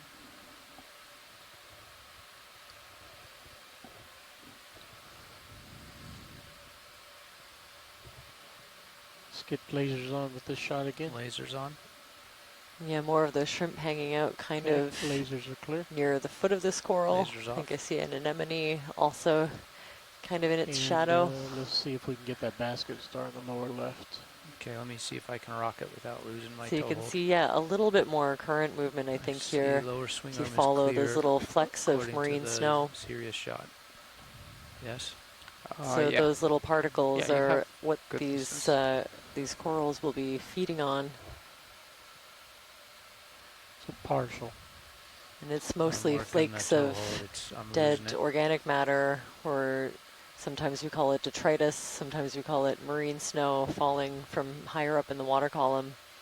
Okay, holding. So you can Take imagine it. all of the I'm gonna primary float the productivity camera down a with little. algae and different kinds of, you know, Yeah, I even don't know, bigger Roland. things up at the near the Pirouette around surface it. A little bit in the wider photic on zone. Sirius, please, Anything so I can Top not of lose line. that Yeah. kind of is released or You could shed pirouette it will too. kind of Yeah, end up I got- floating down in the water column. And if take it's that not if you can. recycled by That should consumption stabilize. a little bit I higher up, it all Close ends enough up down for this here, if you want to try to and do a pirouette providing at this the distance. Not energy without source for pulling off the a lot of wall. these Okay. I can sessile pull off filter the wall and do feeders. a pirouette if you want. I think it would look good. Yeah. I'll go up Yeah, to my very right nice view of and then this come all the basket way around star. Copy. Let's Got come out plenty on, of tether. on Often Sirius you then. see these with really highly branched arms. Okay. These ones, I think, as far as I can tell, they're unbranched but really long, curled arms that Okay. kind of entwine in the branches of these corals. You ready for that? Yep. Okay, I'm pulling off the wall. I'm gonna start up over near the crab. Try to keep it centered on the stream. Stand by.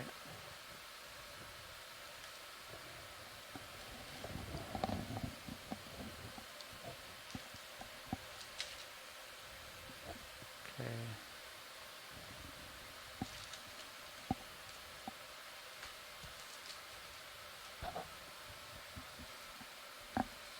Can we boost the fog lights another 20?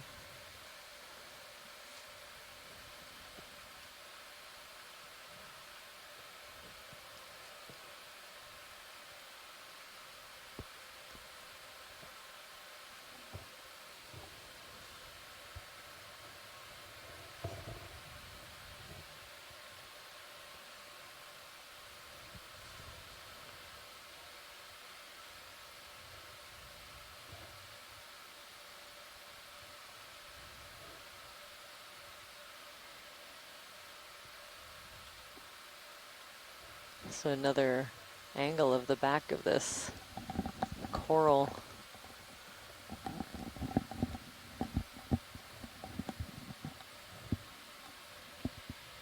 I must have had my toe touching. Little jelly Okay, floating by. That's finished. Very Now we nice. can look at the base since you're in this position. Okay, stand by. I'm gonna keep walking around it so I can get a little toe hold.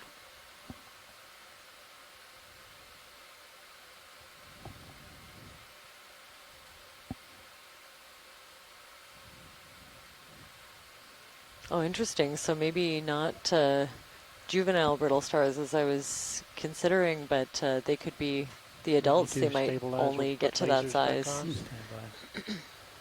Lasers are on it. Are you at all zoomed in, Roland? Yes. No. I thought I was, but I'm not. You're full wide. Okay.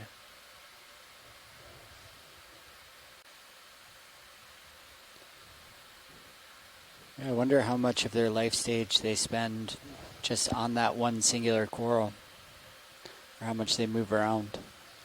Mm-hmm.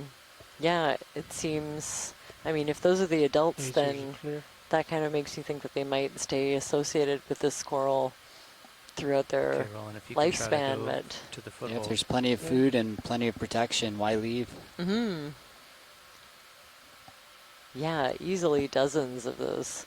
You can see their little arms and That's good sometimes enough. the central disc poking out. We'll look at one of the polyps from this side. Yeah, if we could get a close-up of one of the brittle star discs, that would be helpful for ID, although I know it's mostly That's quite arms the on this feat. side. I think up a little bit if we pan up. I might have seen Saw you one. towards the disc if we see Oh, it. Almost. Oh yeah, there's To the right. one. Great. Yes, Yeah, perfect. if we could get as good of a view of that as possible. Maxim. Alright. Video's They're clear. very tiny. Hopefully that was helpful. I think if we can pause that in the replay, should be able to pick out some identifying features. Okay, lower steering arms are back. Possibly Its regular Astracheli or Ophiolibes. position. I'm gonna kill Wow, lights a whenever lot you're going ready. on that Lights are coral. clear. Copy.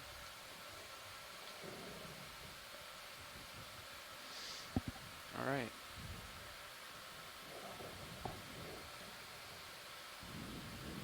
I'm gonna rotate back a little bit, pilot, Copy.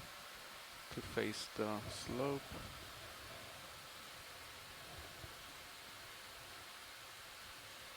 It's another star just off screen top. Okay, that's it. Facing 300. 300, copy. Go. I think that is the same star, isn't it? Not Same sure. species. It looks bigger. Lasers on. Lasers on, floating up and over that big coral. Have a Inside look of a bit of a crevice for you. Uh-huh. Yes, sir.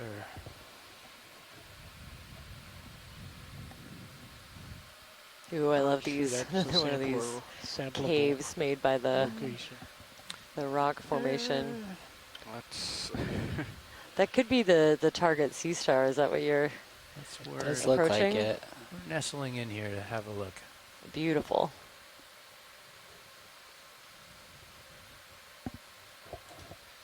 Okay, rolling. I'll try to hold that steady.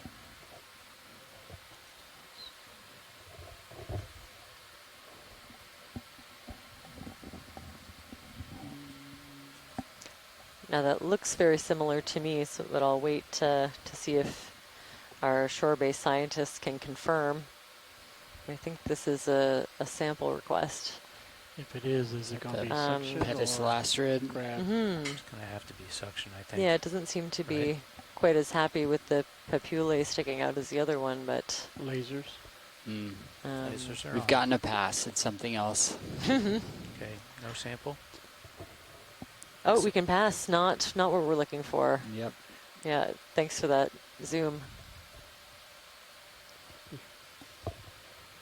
Let's get lights on at 60%. Henricea, yeah, I don't blame you. I think I tried to identify a species from that genus, Henricea. They're just, I found them really difficult. So it's good to know that the experts are also struggle. Mm-hmm.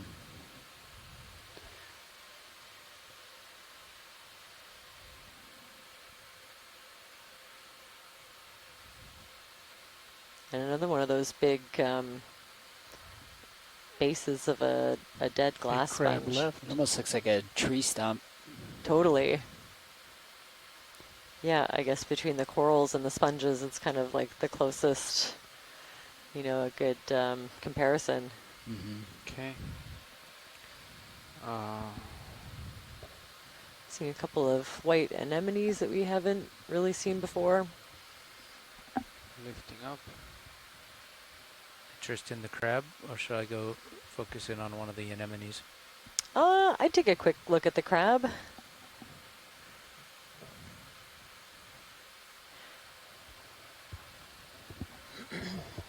Okay, Not sure I can tell you much about it. My guess would be one of the king crabs, one of the lithodid crabs. But, ooh, it's definitely got a bit of damage to that one leg, I would say. Looks like it's missing a segment.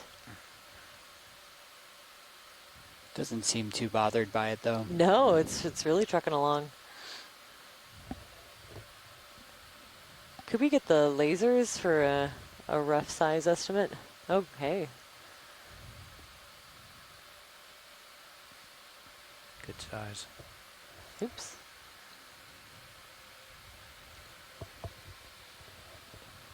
That's great. Thanks for that. Should be enough for Shall we shimmy someone over to the anemone? to give it a good tentative ID. I don't need to zoom on the anemones. I wouldn't mind covering a bit of ground. Okay. Moving.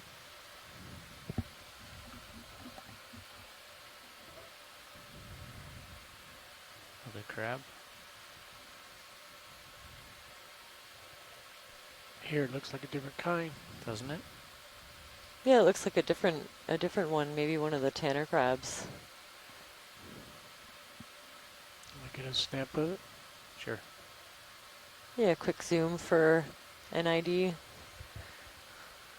Now I was given some resources for this one, but it'd be helpful to be able to find it. I would agree with tanner crab. Mm-hmm. And it does look like it may be missing one of its legs on the left side. Oh yeah. If I'm counting correctly. 2, 3, 4, and then 5. Okay. Yeah, so both of the crabs that we've seen with a little bit of damage. Mm-hmm. And it looks like there are several species of tanner crab. Video's clear. We can probably do another move now. I have a biologist piping in asking about Hit the A2. Is this geology. a good shot on still while you're here and We'll focused? have to wait until Jamie returns. Yeah. He's about 20 meters away. Roger. What was that, Baron? You'd think I would have learned 300. enough by now to take a guess, but I find it very hard to interpret. Bridge RV now. I think it's at the point now where if I hear it, then I recognize having heard it before, Okay, but then being another able to 2 interpret it degrees, is a whole 2 nother meters, bearing Yes. 30 animal. degrees, Yeah, decimal definitely a knots. big gap in some of 300. these. First I thought they might be some of those sponges, but look at this. Yeah, there's a couple of like big gaps Good in copy, some thank of you. these smoother rocks. Ship move in the work, pilots. Ship move in the works, copy. Oh, we have a fish. And that was range 10 meters, Floating right? fish Yeah. upper Oh, left. uh, Copy. Fish going I did partial. I think I did. Oh, yeah, 10 meters another there, one of yeah, those let me little verify that with bridge. eel Bridge pouts, I RV now. think. That was a 10-meter move, correct? Thank you. Okay, thank you. Huh.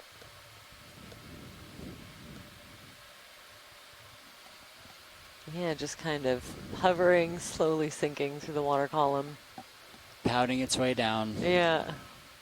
And then I think it'll sort of I'm on the get bottom, moving so as I soon can't as it really float with touches. it. As soon as it touches the substrate. Bouncing. They seem to enjoy just sort of slowly floating down towards it. Kind of reminds me of a fishing lure. Yeah. Yeah, I can see that. Oop, there it goes. Right at us. Huh. Love those little guys. Yeah, lots of these squat lobsters, another rock pen. Yeah, I've only seen maybe just a few rock pens in all the video that I've looked at up until now, and we've seen lots of them on this trip.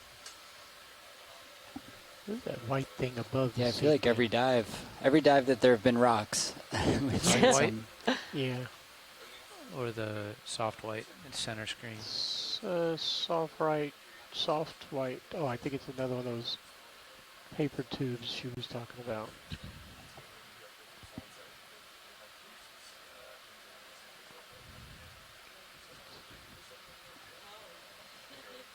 What's up to the left? What's that bright white?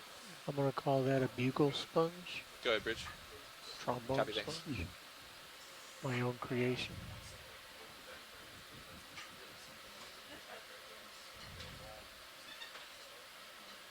Seems to be on top of a dead sponge.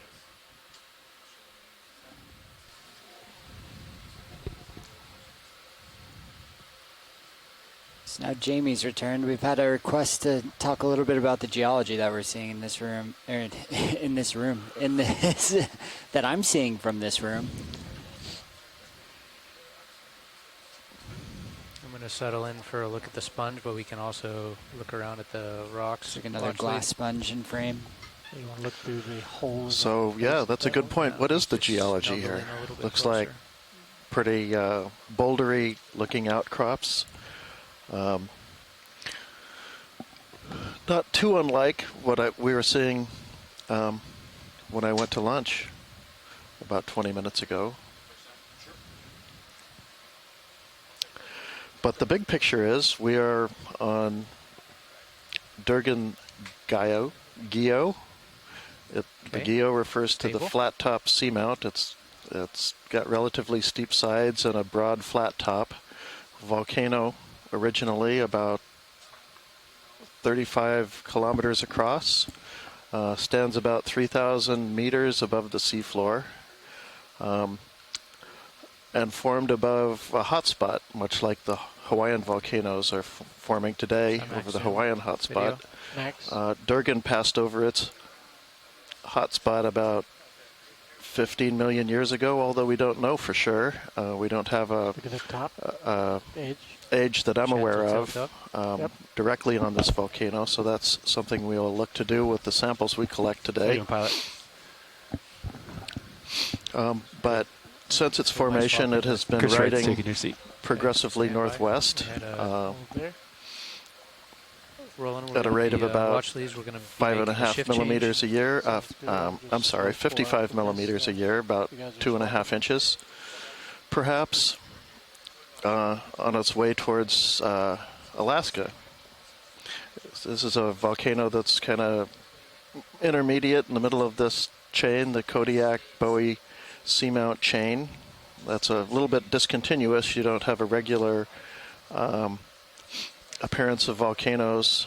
There are some appear to be gaps that are curious. So getting a good handle on the chronology might help people figure out what's going on in the upper mantle where these hot spots form, which are relatively fixed spots on the Earth, in the Earth, as opposed to the continental and oceanic plates that ride around on top of the mantle.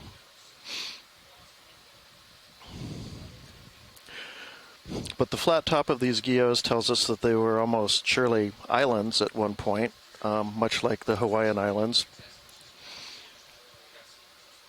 But the wind and the waves, mostly the waves, of course, eat away at them pretty efficiently, and once they cease their volcanic activity, they will get eroded down fairly quickly to have these flat tops, and then they continue to subside a little bit into the crust as the crust cools.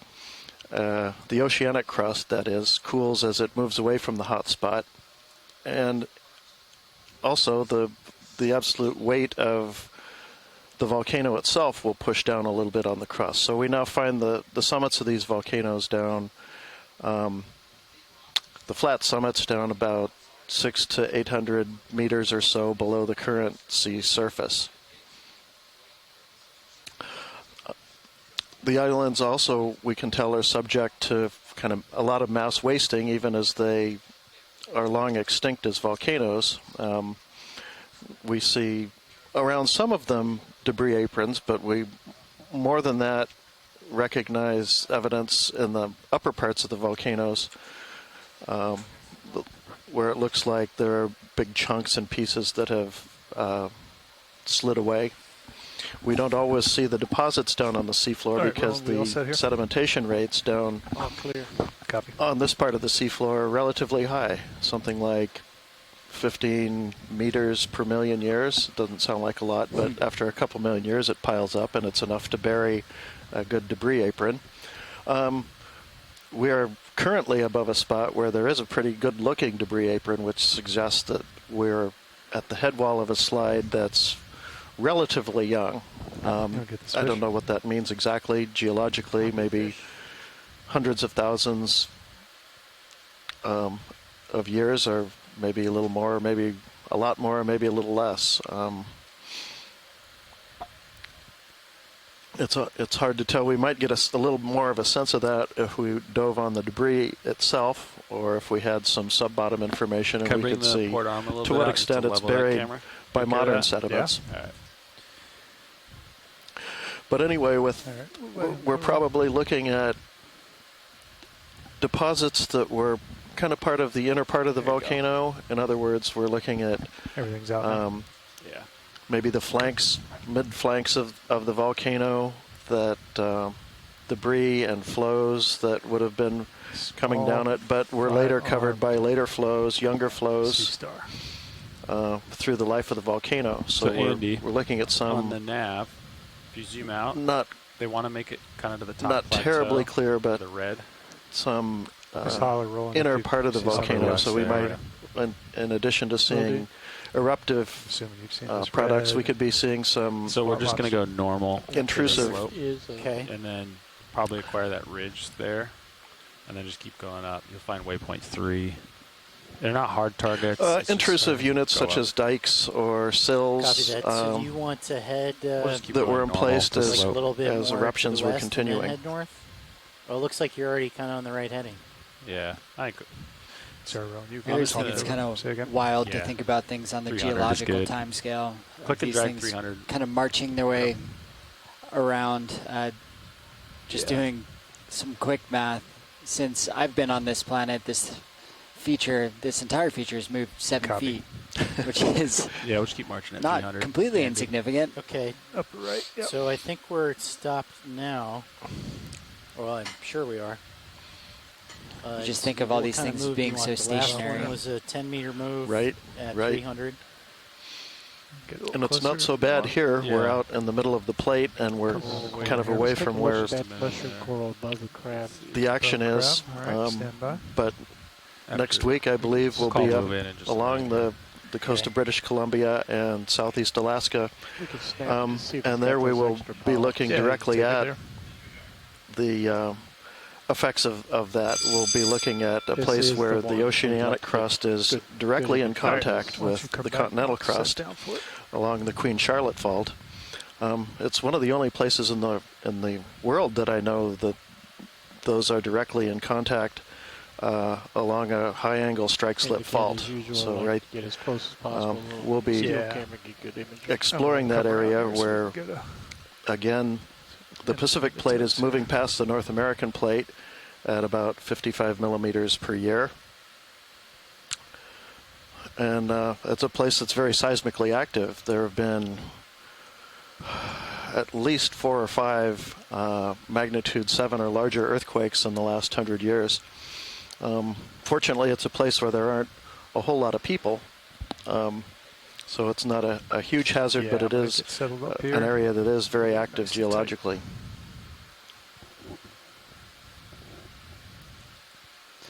I also think it's pretty interesting how kind of throughout this entire expedition we're seeing going backwards where take that. Where these things are being formed and moving out, and also where they're subducting and getting potentially sheared off later. So you can kind of see the life cycle of not only a seamount but a chain of seamounts. Come back out just a little bit for me. Yeah, that's right. The Kodiak Bowie chain comprises volcanoes.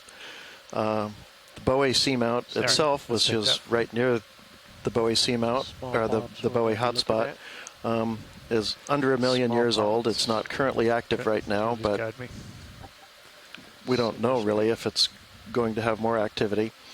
1,000 kilometers to the northwest is Kodiak seamount. The last seamount that still survives in the chain is about 24 million years. If there were older volcanoes, and there probably were as part of the chain, they have been either subducted or accreted onto the North American continent. So these things, their ultimate fate will be to come back around in geologically slow motion time crash into the North American Plate of Alaska and become part of the continent. Wow. So looking at this mushroom coral here, the science chat's identifying it as potentially a Heteropolypus ridderii, which apparently this is very deep for them and they generally like seeps. So I wonder if there is any sort of activity in this area. Going full screen. Okay. You could definitely see those smaller polyps in between the larger.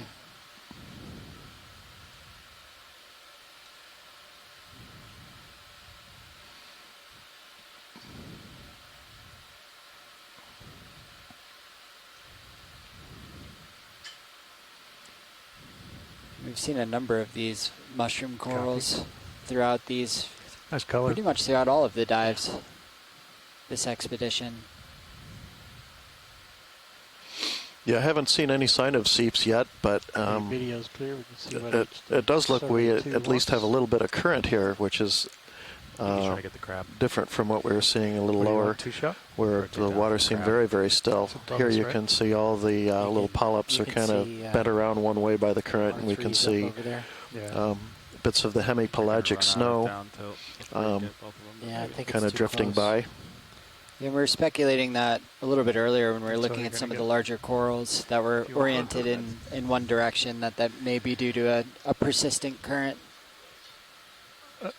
Yeah, come back off a little bit if you want to try to get it while I'm floating here. You want me to move Center it up. 10 meters, Chris? Or Yeah, that's 5 fine. 5 meters? Yeah. All right, 10 meters. Just snap it on the fly here. 300. I'll call it in. Thanks. Good there. Bridge, Nav. I'd like to request a ship move. Copy. Range This, to me, 10 looks like another one meters, of those Tanner bearing crabs. 300 couple of. degrees. Speed Take that with a grain of 0.2 salt. knots. Coming up, Levi. Okay. Good copy, Bridge. And for large parts of today's dive, we've been seeing a lot of this bouldery, blocky debris that's coming down the side of the volcano that could be related to a lot of different things. These could be sort of more modern loose boulders and sediments that are making their way down the side of the slope here. You Why can don't you also turn your get fogs off? kind of Fogs bouldery off. debris and outcrops that look Oh, that's not a little anemone rock unlike just on the this right side of from this rock the here. actual It's a good during the image. actual Get eruptions it? themselves. Come around the corner. And of course, we also I don't think think we're tether to get the climbing one up up. towards a former shoreline. As I mentioned, this was probably at some point an island Right, you going for the white one? Yeah. Oh, yeah. before the top was eroded away, but I'll try we're to give you some. All right. surely getting up Anyway, towards the you're going depths for the where we're white? going to find Yeah, debris oh, that like the was orange. The white is, weathered and we eroded got all on a that shoreline. corals. So Okay. part Come of the back. all this bouldery debris could be related to that, Those and are as stoloniferous corals. are rocks that have since rolled or fallen down the hill. I'll get the anemone here. I'm on the move. I'm going to get you some more tether. Okay. 10 meter move. Understood. Bring up the fog lights. Fog's coming up. There you go. It's about 60.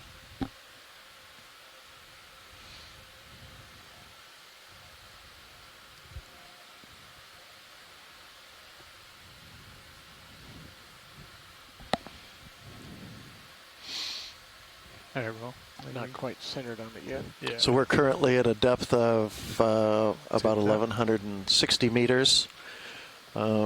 We think the summit plateau will reach at, I think here is around 650 meters or so, 700 meters. So we're 400 meters or so below the summit plateau of Durgin, Guyot.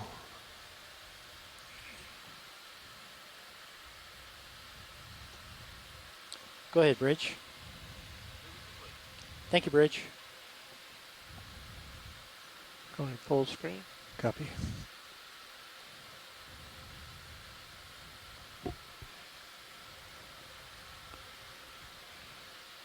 Look at that. You're perfectly lined up with both cameras. You found it. This is the perfect distance. Yeah, it's a little bit further out than I typically set up. I try to get the shot pretty close to the toes. Got it. Just to get The McVirgin strikes again. lasers. Yeah. Beautiful. Lasers Lights off. Okay, lights coming down and off. Suppression with lasers. Yeah. Copy. Lasers off. If you want to kind of Yeah, I'll start working my way over. do that. Okay. So I'm sure both of you heard that that move's complete. Roger. Yeah, good copy there, Andy. I'm still a safe distance looking at my sonar. Okay. Get you to explore that area. Yeah. And then Coming we'll up do here. the next move. I'm going to start coming up here. Roger.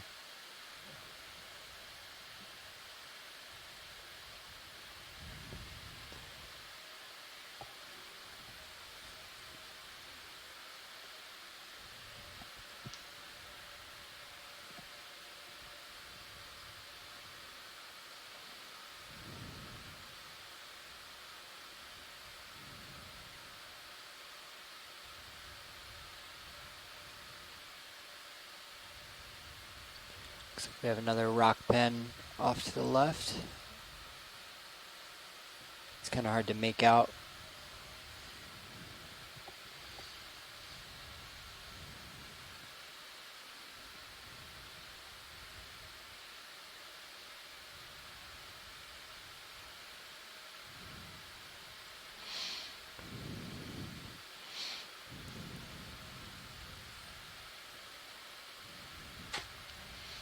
Lots of bouldery debris. We're getting back to those outcrops that have that really lumpy appearance. It's very interesting how that just kind of takes over from place to place.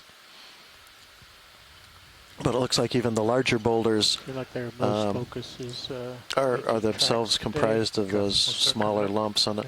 That could well be a weathering feature.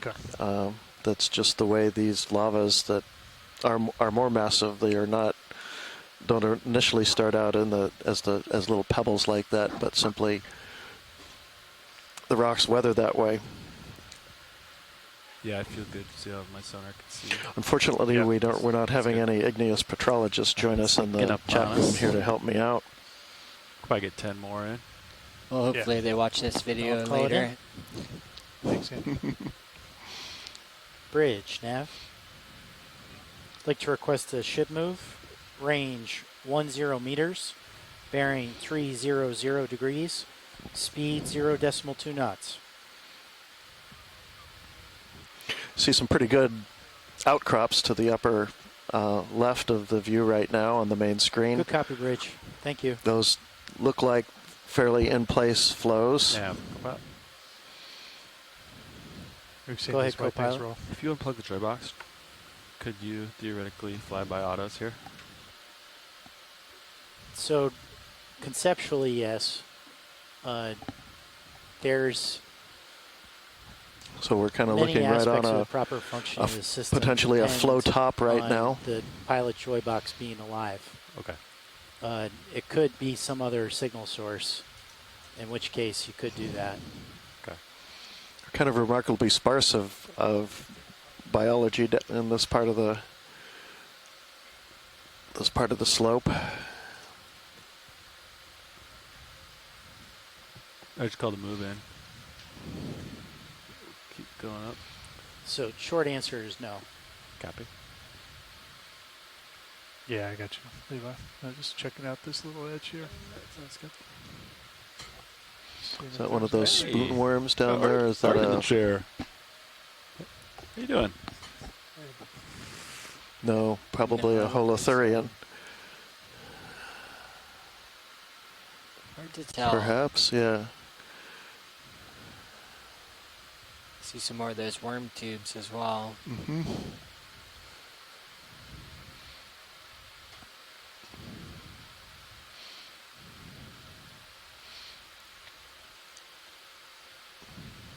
Kind of a neighborhood of squat lobsters, otherwise.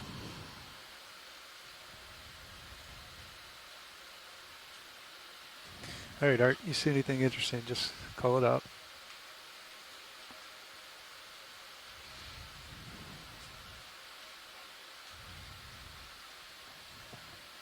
Coming up with you. Copy. Something white there. Unless it's in the water. Jane column. Rudabush from back in my office in Santa Cruz is claiming to be an igneous petrologist on TV.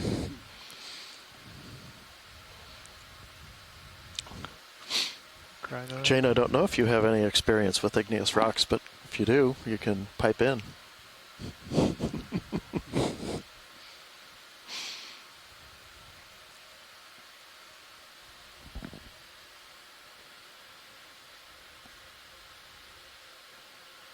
Go ahead, Bridge. Thank you, Bridge.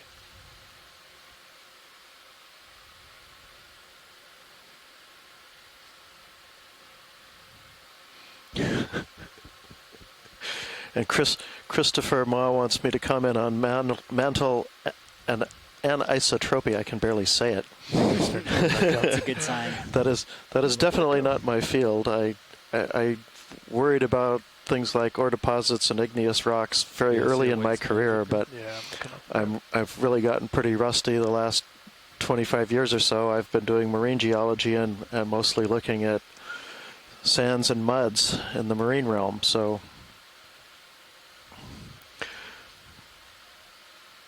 mantle anisotropy is not something I'm prepared to comment on. No comment.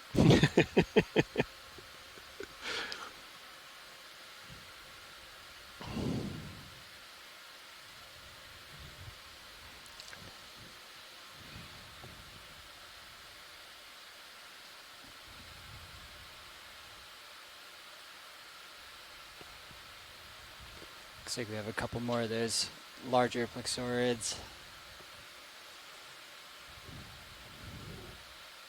It's a cool one on the left. Yeah. Take this big one over here on the left, Art. Let me get a little closer. I think we're all stopped right here, so we're pretty comfortable here. We sure are all stopped. You can take a little bit more, Art, if you want it. Let's let it come into frame.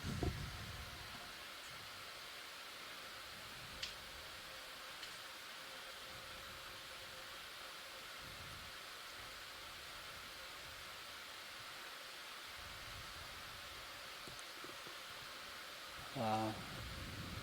This one appears to have far less brittle stars attached to it. Kind of been seeing less in the rocks as well. You want tighter, you can take it, Art. I wonder if we're potentially moving through a different zone of oxygen. We saw some pretty drastic changes in the community structure as we did that on yesterday's dive. So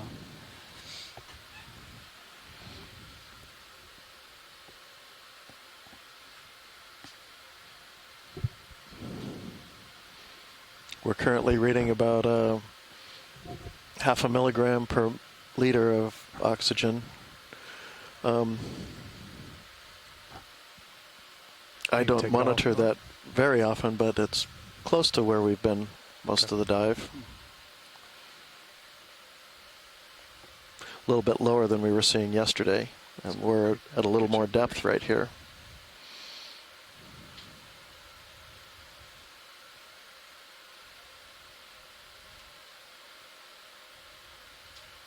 oh wow, yeah, you can really see the polyps now. Mm-hmm.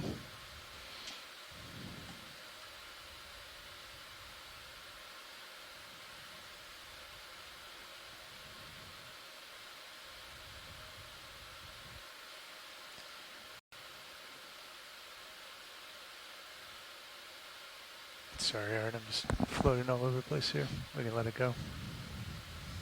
It's really amazing to be able to put eyes on these like this. There's something red. I can see it in that camera. Just above me? Yeah, see that? Yep. Looks like a sea pen or something.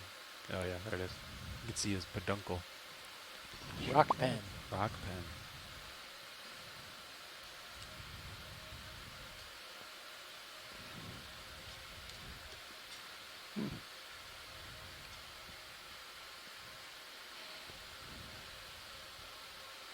Oh, fish.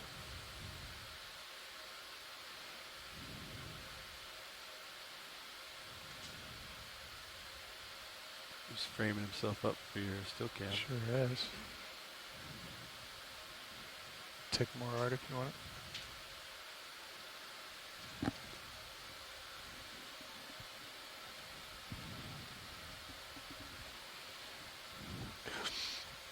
So we are seeing some fairly nice outcrops. It might be nice to, if we can, I don't know if we can get to those rocks, might be nice to sample those that are over on, any of those that are over on the left side that look like they might be loose. I'm sorry, the right side of that view. Kind of smoother looking ones are those... There's kind of three right in a line. Three in a line that are now kind of center middle. It's always nice to get something, although we got one rock down where we started the dive. It's always nice to get something that's in place and where you can actually describe the morphology of the outcrop that it came from. These three right here, watch me.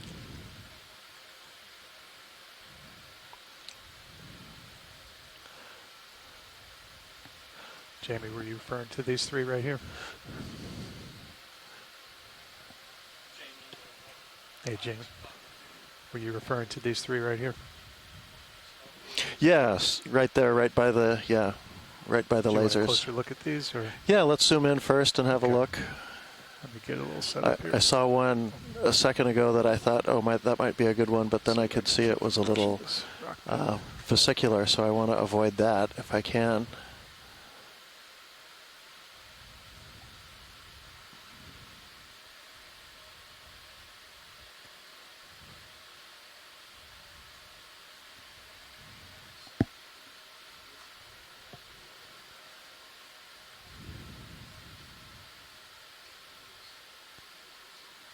All right, we can come in there, Art. There we go. Just a little off to my side. And those look nice. Any of those, I'm not sure they're easy to reach or pull free of each other, but they look like nice, good, not vesicular, fine-grained basalt. Everything out here has a light coating of ferromanganese crust that makes it a little hard to see exactly what the rocks are.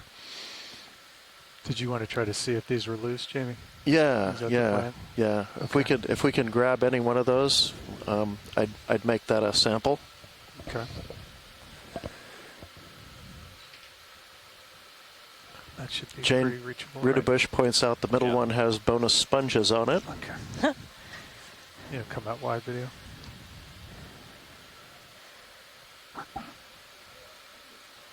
Yeah, a couple of those maybe spherotylus little demo sponges.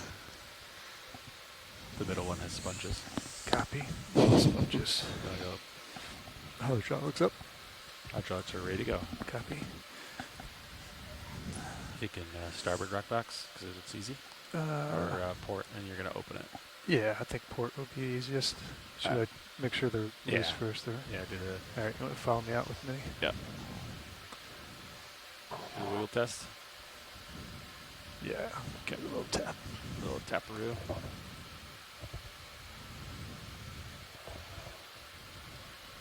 You give me a partial zoom on the main. Oh, did I miss a blue stolen a first coral? That's too bad. That's good right there.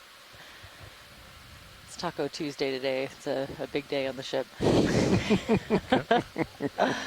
Excellent. To me. Excellent lunch. Board. Copy. Sample boxes. You want to do port inboard? Doesn't matter. Open the hatch or whatever. Yeah, I got my right toe down, so let's do port.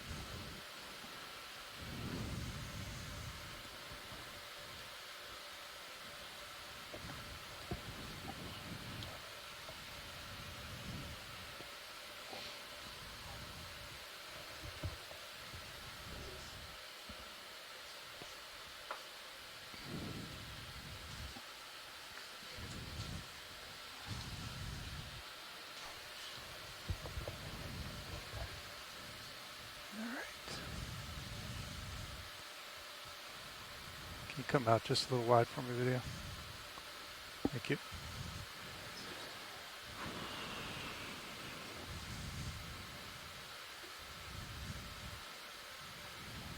think.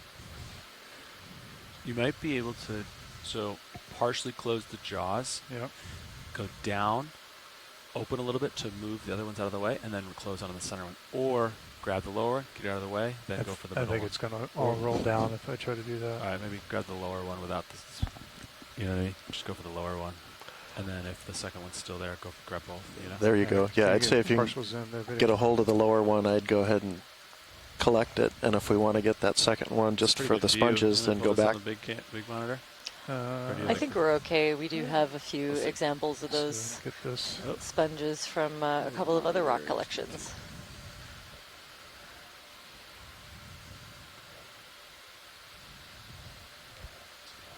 Can't see those top toes.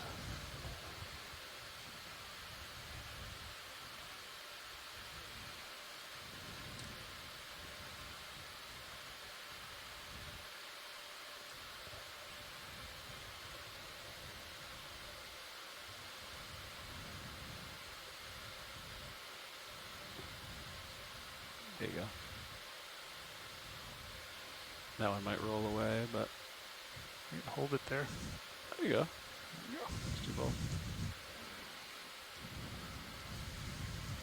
Mini just coming down so you can see the box. Copy.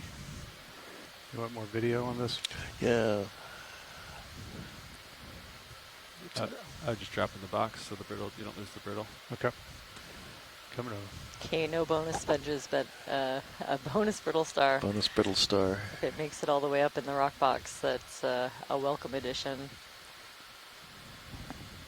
The brittle might fall through the holes of the box, but yes. he might make it. We'll see. Yeah, if it decides to stay tightly wrapped around that rock, we might get it. Do you want us to grab that second rock too? Put it in the same box? Sure, I wouldn't mind. Okay. There's looks like there's more room in the box. Yeah. Would you want that 2 in the same sample number? Yes, absolutely. That's fine. They're clearly out of the same outcrop and grew up that way.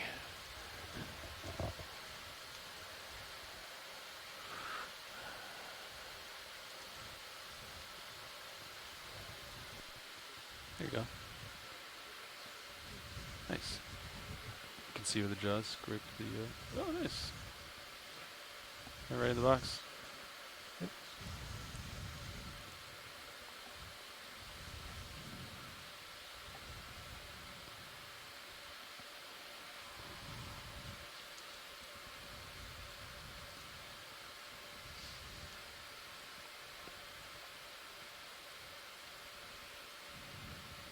Just gotta close the lid, and then I'll wing out.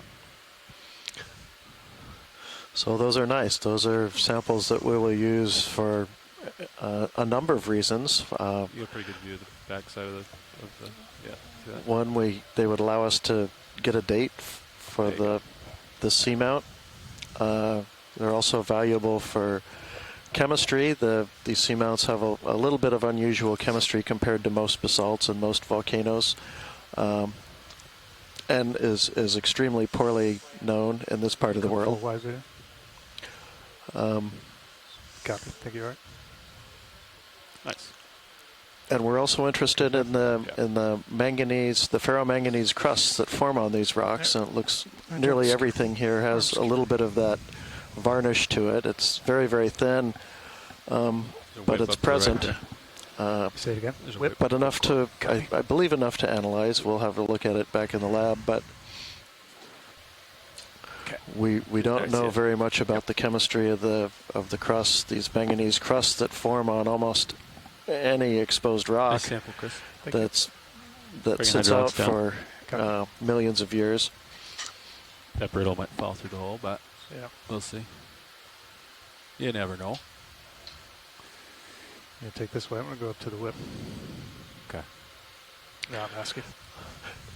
No, that was mostly Tino's wonder, or Ahsoka was Hold on the winch a little bit. wondering if this is crust, I think, if she's referring to the ferromanganese crusts. But no, these are going to be mostly basalts, and if it's really more of a veneer. I'd be surprised if it's even is that a big close to a millimeter or worth of manganese crust on these, at least in this particular area. We'll find out. Get it to here. Curiosity. So it looks like another one of those file shells or file clams, possibly a cesta.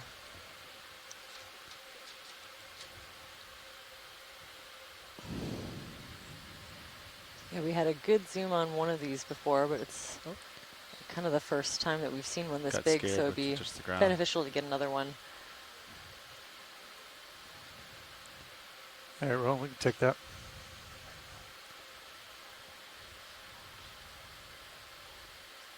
It closed up on you. Yeah. It was open a little bit. If we give him a second, he might come back open. You know, put some light on there. Watch leads, nav. I'm giving you some fog lights, Art. There you go. There you go. Watch lead, go ahead. I just wanted to confirm that was 03G. That's correct. Oh, I'm sorry. Yeah, I didn't read that out. Thank you. Yes, that was 03 EX2306 D06 03G. And that must have been the port rock box? The port, yeah. Port front. He's not going to cooperate.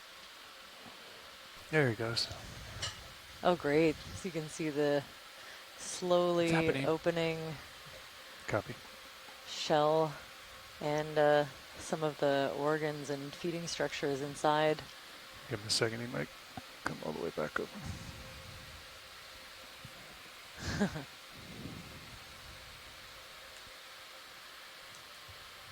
Yeah, noticing kind of a chipped away look at in the hinge area. Slowly creeping.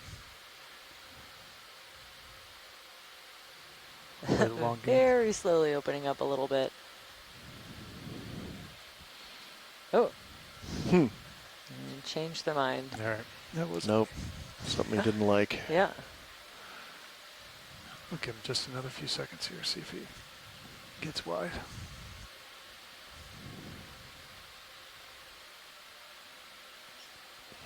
So you can see little hydroids growing on the shell. Looks like a couple of worm tubes at least made an attempt. Yeah, let's keep going up the hill. Yep. That's great, thank you. Turning the fogs off, Art. Lots more of these rock pens around. All right, let's get the whip. We had a question about this one, and we were able to sample it on an earlier dive, so we can, and took a lot of really good close-up imagery. ROV watch lead. Go ahead, watch lead. There's a thing just to the right we passed by with the, or sorry, to the left we passed by with the lasers. I was wondering if we could just... a little pink? Yeah, a little quick zoom just to kind of confirm. Okay. All right, you want to take a snap on that? Oh. Okay, different kind of coral than what I thought it might have been a soft coral as we passed by, but I think it's a little Swiftia, kind of a arborescent branching coral. Strong current. That's great, thanks. Yeah, I see it pulling to a couple of different species in that genus. All right, we'll let him go. From around here, but we have Swiftia pacifica, I think is one that I've seen quite a bit. Maybe a couple of larger individuals coming up.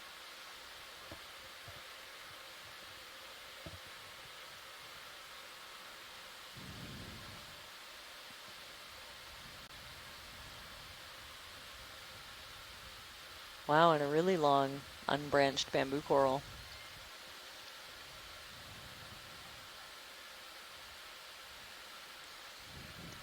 Maybe partial there, Art, if you want. So there was a time when I would have called this lepidisis, which was kind of our term for corals that didn't have any branching. It was thought that they were all, you know, more or less the same genus based on the lack of branching, but it turns out that branching pattern actually isn't a helpful way to differentiate these. When you look at the genetics and how closely they're related to each other, the branching kind of comes and goes across the evolution of these corals. So we have to look at other things like the structure of the polyps and the distribution of the sclerites. So lepidisis is kind of more of a descriptive term almost now. So I think I would just call this unbranched bamboo coral.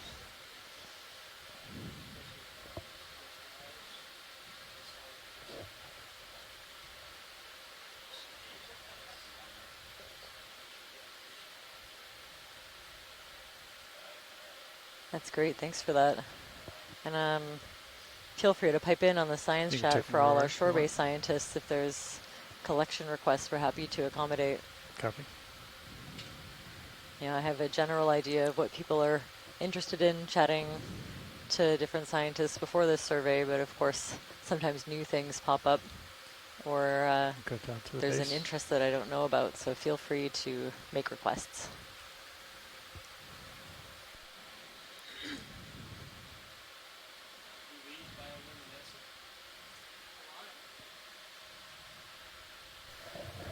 Yeah, so I don't know, hard to say with this particular species, but I have seen videos of these bamboo corals. A few of them have been known to bioluminesce.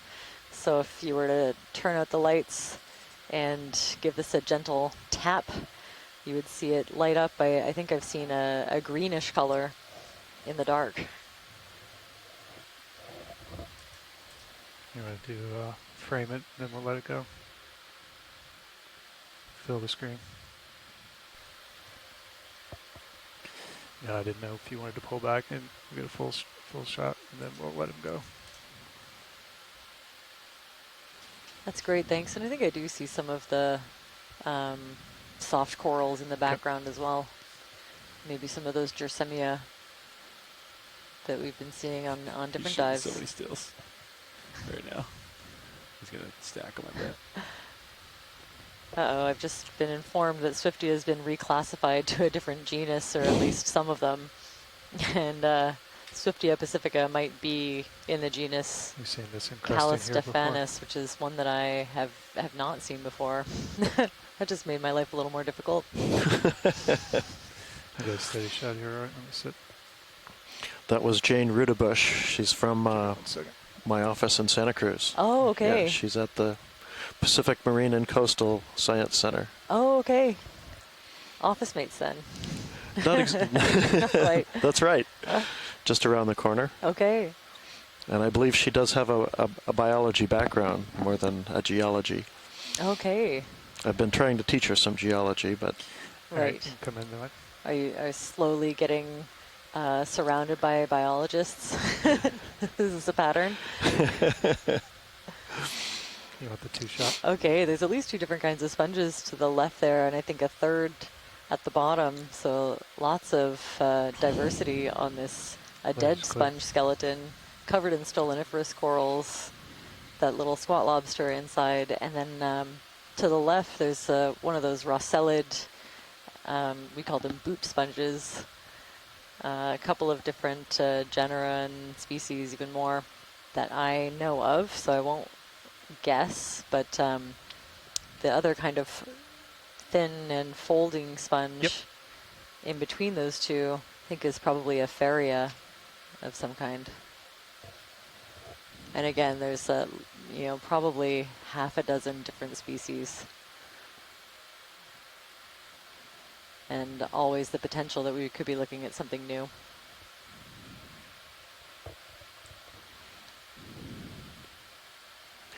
Well, you were teasing me about working with biologists, but it's true, we are working with biologists more and more, and I think it's because we're both using the same kinds of tools to get at what we need to: geophysical mapping, and sonar, as well as ROV and that sort of thing. So it's actually natural that we wind up working shoulder to shoulder, just like you and I are. Right. Yeah. Instead of, you can imagine two separate surveys.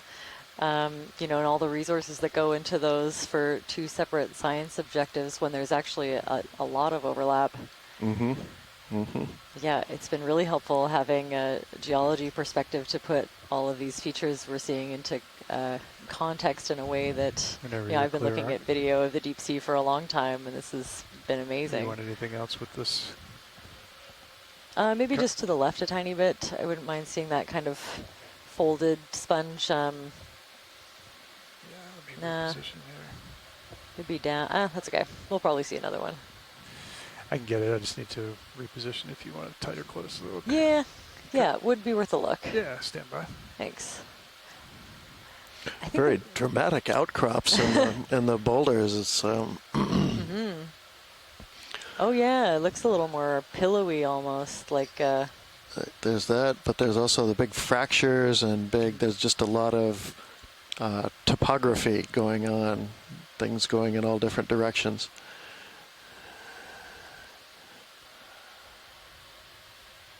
so yeah, there's like the kind of fibrous boot sponge and then a little folded, I think like a Faria type sponge in the middle.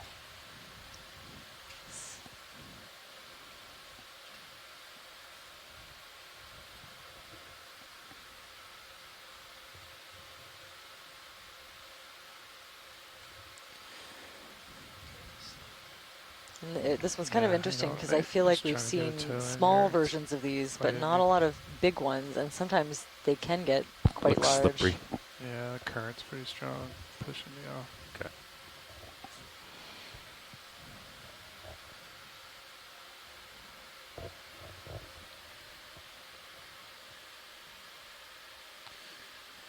We'll try that.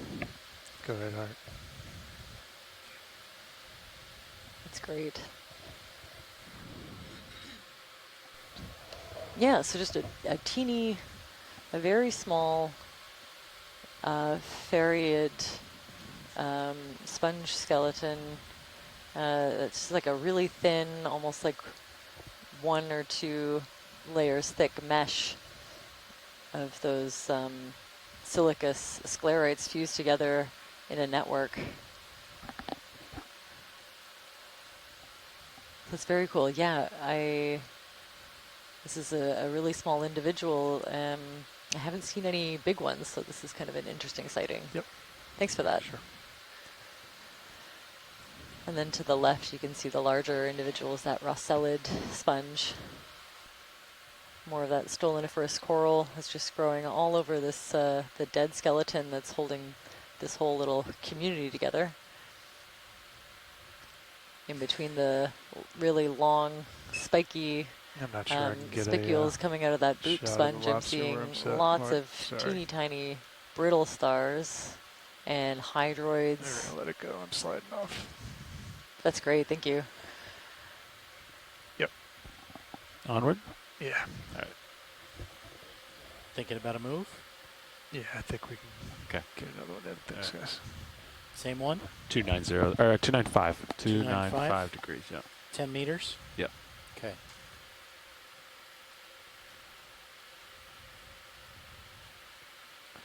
Bridge, nav. Like to request a ship move. Range 10 meters. Bearing 295 degrees. Speed 0.2 knots.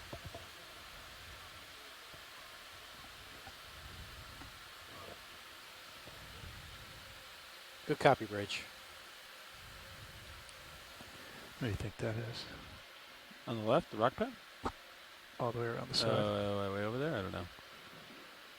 I like this ridge, though. Yep. It's good stuff on it.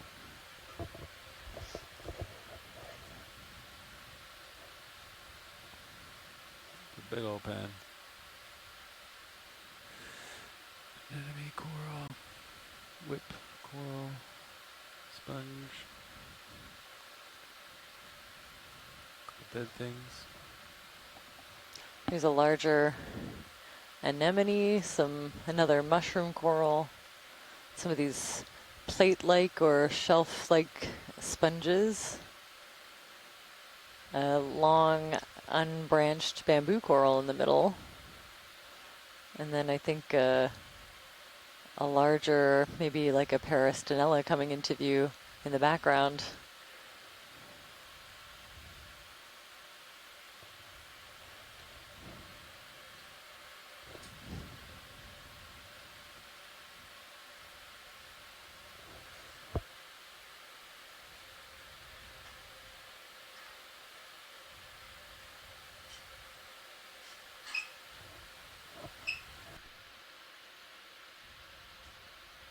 You're so smooth, Chris. You're just float right on by. You try, Levi. Just watching you and Andy all the time, taking notes. I'm a little bit chunkier. Not as smooth as you. I'd be dragging my starboard side up there. No. I'd bump into the ground. Learning from you guys. Go ahead, Bridge. Thank you, Bridge. Looks like lots of associated fauna on this one as well. And yeah, the same kind of general fan shape, but then you've definitely got a few erratic branches and pointing in slightly different directions on this Peristanella primnoid coral. Really interesting weathering patterns on the rocks. It's weathering into those little holes and hoodoos and whatnot.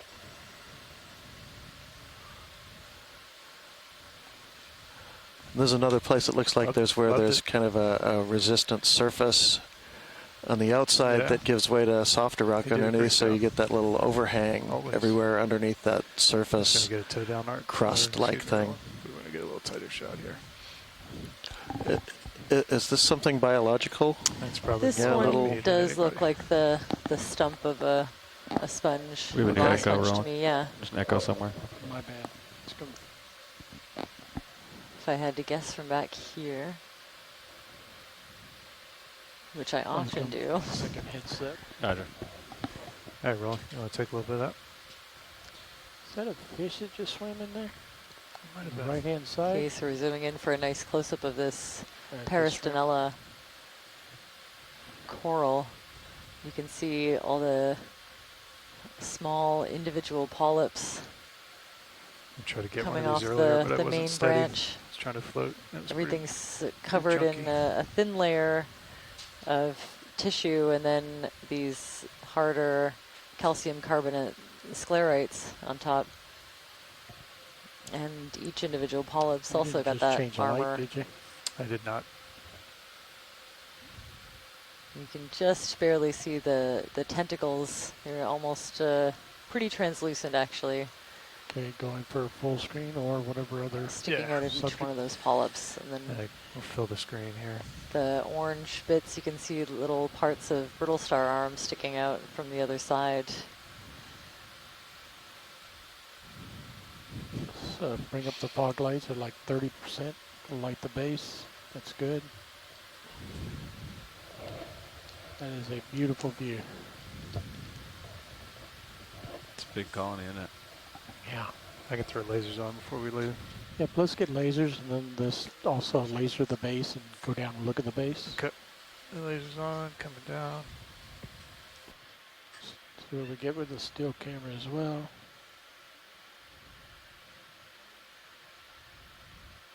Lasers on the base. Okay, zooming into the base. Copy, lasers clear.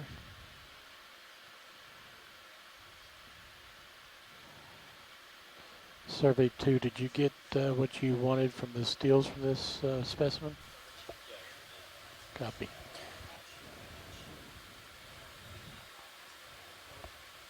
Try to center that up just a hair. That's good positioning right there. You happy with that? Okay. Yep. And slow pan up as I pull out. Copy.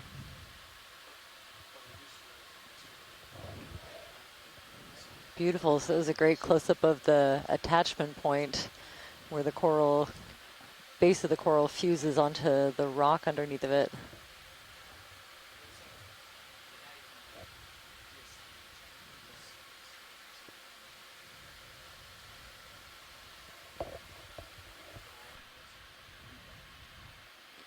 Pretty. Whenever you're clear, Roll. Video's clear. Okay. Oh, another move. Yeah, please. So does it look like we're kind of approaching the top of that ridge? Copy that, 10 meters? Yeah.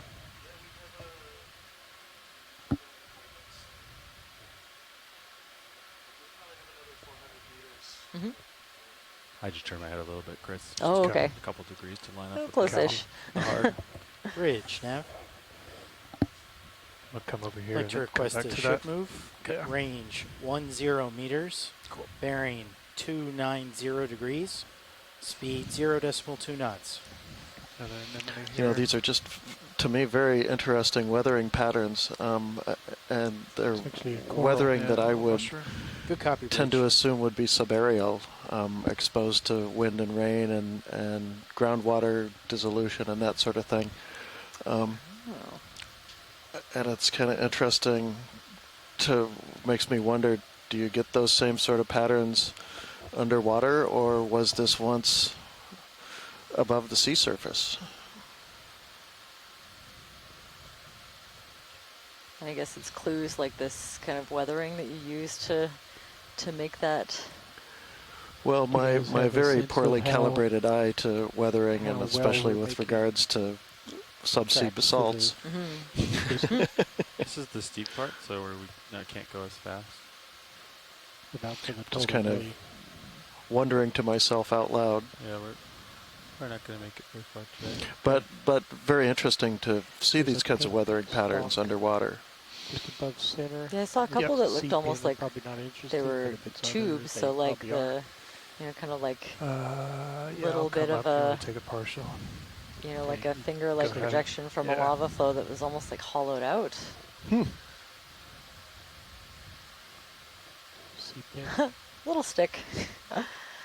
Yeah, maybe an unbranched Swiftia or that other genus that is eluding me at the moment, but could be like the Swiftia simplex is one different. that starts out like a single stick and then it can get very sparsely branched, or sometimes it stays as a single stick-like morphology.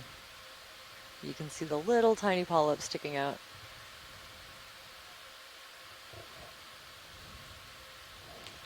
Chat says pseudo-anthomastus, which is one reason I stuck with I'm just geology. creeping roll if they Most of the want names are more, we easier can to get pronounce.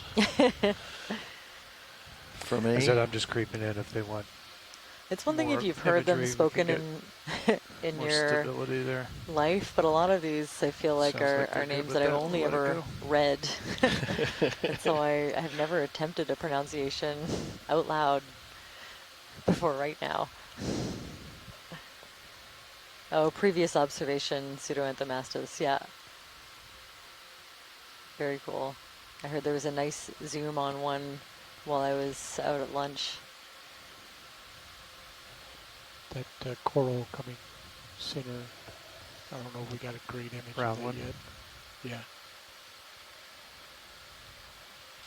Maybe definitely partial seeing there. a little bit of a increased diversity in coral species. Probably something like a Swiftia here.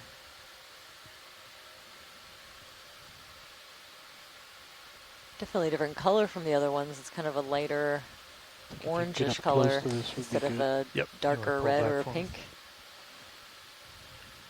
But the color in corals can be highly variable, so not always an indication that something is different. yeah, pilot, if we can hold again just for a second and look at this outcrop just to the left of center, and Tube, I think. Go ahead, Bridge. almost looks kind of Thank like you, Bridge. a tongue of something, perhaps a tongue of a flow, or maybe even a like you mentioned, kind of a tube shape to it. Might be a lava Just gonna back tube up, give 'em a better that's shot of preserved. it, full screen. And lasers on. Lasers on. That's a real interesting formation. And you see actually a lot of those tube-shaped or roundish looking things that have weathered out, especially Look at the below center, lowest kind of on the portion side of this that outcrop. tube.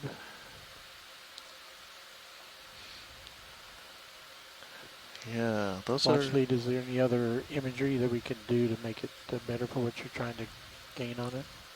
Yeah, maybe we can zoom in kind of right where the lasers are, and then maybe pan up towards that hole in that feature. Ready for that And that pilot? kind of Yeah, tongue good. that's kind of going from top to bottom. We see if those are hollow.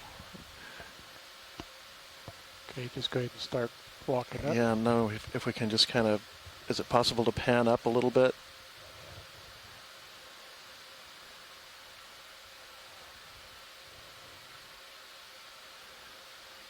Yeah, those holes look like they go down pretty far. I can't tell if the whole thing is hollow or if those are just holes in that surface. Nice, But yeah, 30%. that does kind of look like a little tongue of Do that a now. piece Bring of it up a another 30. tongue of a lava flow, perhaps. It's better? spilling down this, Yep. what would have been the side of Keep, the volcano tracking at some up the- point. Copy.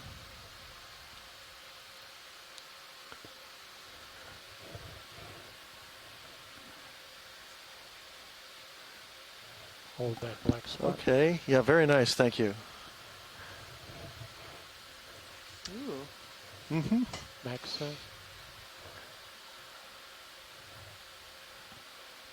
can sort of see some concentric banding in there, perhaps related to flow or cooling. This rock upper left, off corner.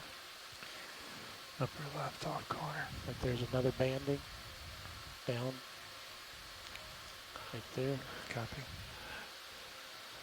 Nice. Can we zoom in on kind of the upper part of that, just where we see that You'd have to kind of get lighter closer, colored that's rim? Max, Yeah. It's very dark. Out here.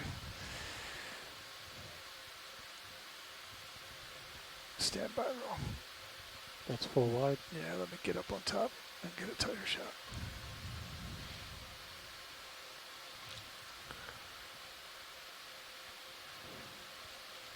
One of the reasons I was asking about how much. Yeah, it progress might we're be a making little lava is- tube. It's a little one in my experience, but Very cool. And what would make it have one of those Gotcha. kind of big holes in it? Would that be Yeah, another I got you. scenario where like it got eroded because there's like a All right, different let's kind go of ahead composition in that come in on that hole. zone?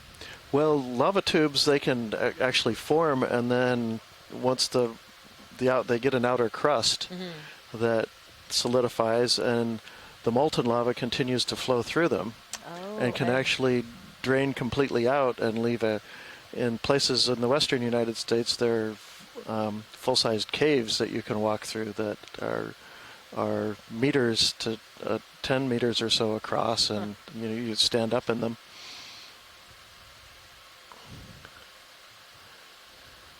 But I suppose they can form at all scales. See, this one has looks like a little bit of a reaction rim of some sort. I can't tell if that's related to the biology or. Oh, that like lighter. Yeah, it's a and little darker lighter band in the middle? band. Huh. So. But that's a neat little feature. Okay. Tells us we are looking at bedrock and ancient bedrock, not 10 more meters. anything newer. Science, anything else you want? No, that looks good. Thanks very At much. But that's 290 now? terrific. Or Oh, that's up really a above? good view of that. Yeah, Chris is good for it. Oh, Yeah. that's really neat. Alright. Keep I'll going. call it in. Let's get tight on that small coral. Yeah, Bridge, I'm about to nav. reposition here. Like to request a ship move. Full wide. Range 10 meters. I just try. Bearing to 290 turn, degrees. but I think I'm gonna slide. Speed Try to 0.2 get knots. closer if you can. Yep, understood. I'm about to come up.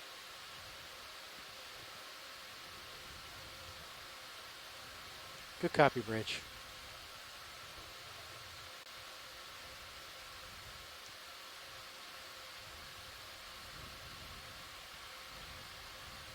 Ooh, jelly. Oh, Ooh. and there he goes. There A it very goes. cool little jelly with like a little nub on the top of the bell.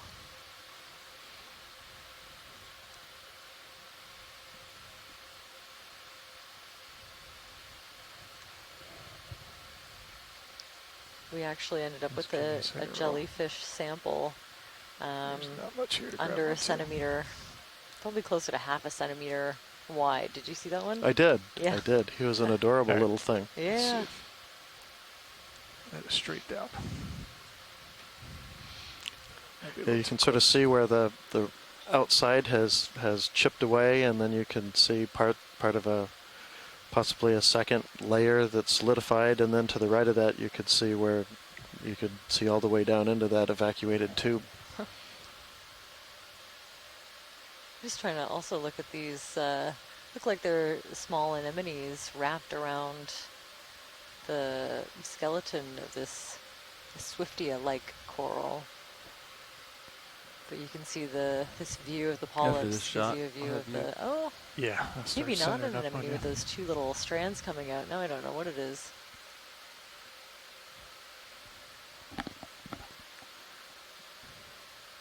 But yeah, the kind of orangey colored tentacles coming out from the main body of the polyp. It's a little bit more pinkish maybe. And let's look Very at the nice. top center pink one. Top center pink ones. It's the same one, just the most top branch. Each one's a different background, I think. Gotcha. I'm moving. Understood. Okay, video's clear. Okay, we'll let it go. Go ahead, Bridge. Thank you, Bridge. Lights are clear. Copy. Onward and upward. Yeah, let me get over in front of you here. Co-pilot, if you make a note in the engineering log about driving the vehicle without the joy box, yeah, I'll make a note to test that next right. engineering cruise. Upper right, yeah, little guy. Really interesting texture on that rock. I'm about to push out a little vertical. Yep. Levi's getting on top of me. Possibly related to flow or flow banding. Let's It's take a very interesting. quick snap if you want. We'll let him go.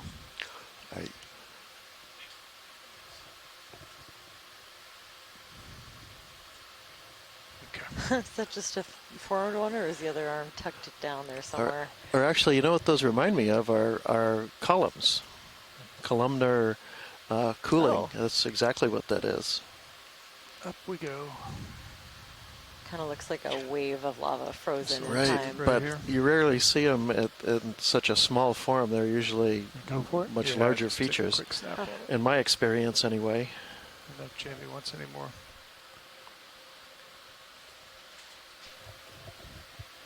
Yeah, definitely another one of those, a dead glass sponge base. Okay, we'll let it go. So one of those kind of hollow Not geology. cones. And I think we're seeing a dead bamboo coral skeleton up ahead. Yeah, you can see the characteristic banding of the white internodes and the darker colored nodes. Coming up. Be another good shot I think for that one with the Henricia multiple for that sea star that we tentacles. just zoomed in on. Coming up. Dead center. Yep. Little mushroom coral. Robert Kearney asked earlier if any of these were sub-area lava flow structures, and I don't think so. I don't see anything that's diagnostic or specifically would be subaerial. Okay. Winch depth is 1,111 meters.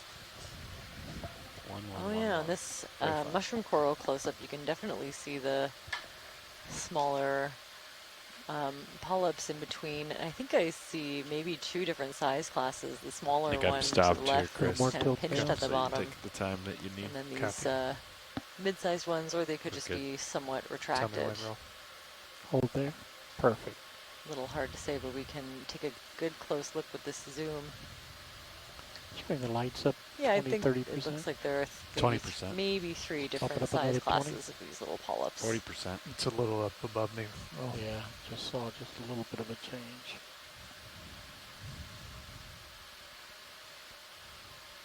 Okay, moving and you on. can see little almost spines or little spike structures at the outer ridge of each one of those tentacles. Levi, tell me. All of those are helpful identifying features.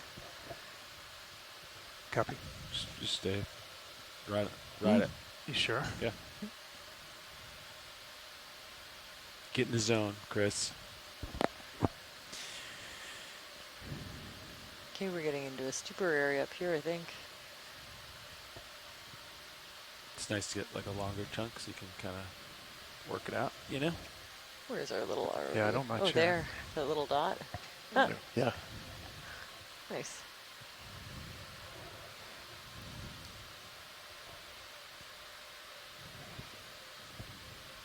So we have heteropolypus for that last coral we just do you zoomed see, in on. Levi? Andy, The mushroom coral anything up there? heteropolypus. Keep Very moving. cool. Like- Looking at off to the left. There's some white guys up here. Copy. And then it's like 3 of them. Upper left.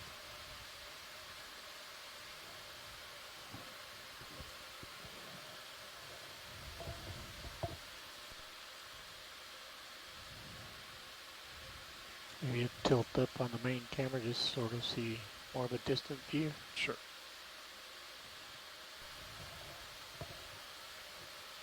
I think we have a big sponge coming in here. Yes, this rock. Yeah. Maybe ride that up. Yeah. There's a whip on it.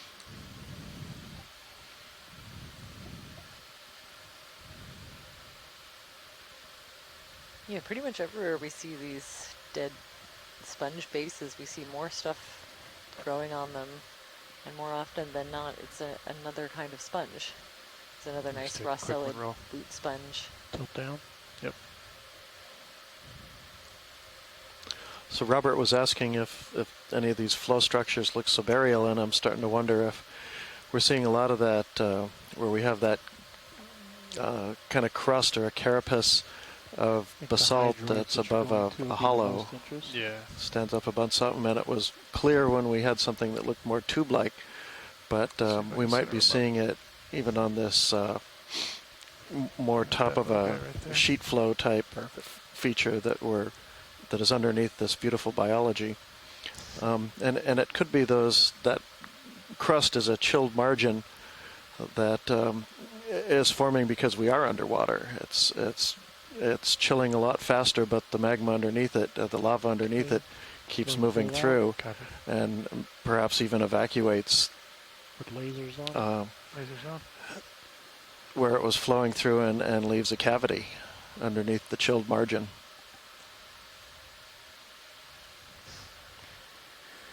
All right, we'll let it go. Full wide. Copy.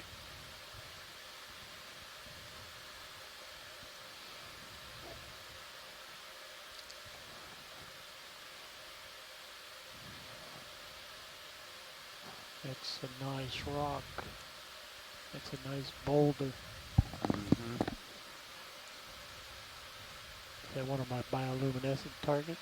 That is a big, funny looking, almost looks like a face. Ooh, I can see it. Now I can't unsee it. A smiling face, yeah. We're definitely behind. And it might be a lava tube. Yeah. Oh. I'm just going to come right over. Might be kind of a bigger one. Yeah, it's good like view. a tube, but maybe the front of it's you can see the chipped concentric off. bottom of the bottom of his mouth, and it kind of arches up and over. There's maybe just keep this half full still. Maybe we're seeing it. pieces of the roof that have collapsed down on it. As I come up, so you can get a better shot of And it. you keep the lasers on. Copy, lasers on.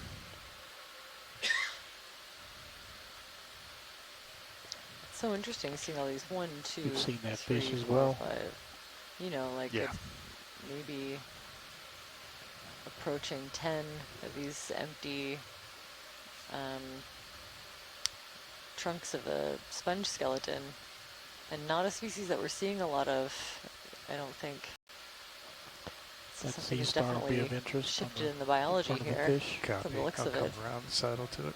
You know, some kind of a subtle environmental change over time, whether it's a little bit of a different current or a different oxygen or temperature that's shifted it from being a place where that original sponge was able to make a go of it, but now each of those pretty much is being colonized by a number of other organisms. This is a good angle on it. You like that side angle? Yeah. Okay, let me come back a little bit.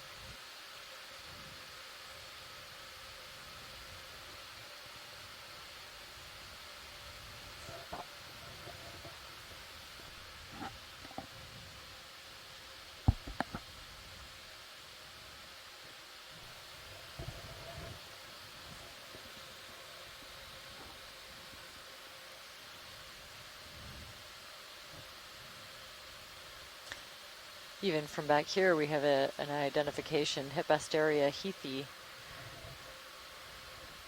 which is a species we've seen a couple times throughout the dives on this expedition. And I know them to be voracious coral predators. They'll graze up and down different kinds of corals. Wow, and look at those papillae just kind of floating in the current.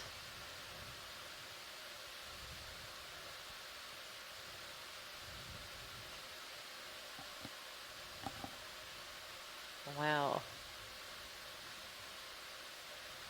And the texture, all these, spikes on the dermal layer. Full screen. Copy. Ooh, on closer inspection, maybe Hippasteria californica. It's great, and lots more of those little grayish brittle stars. And lasers. Lasers on.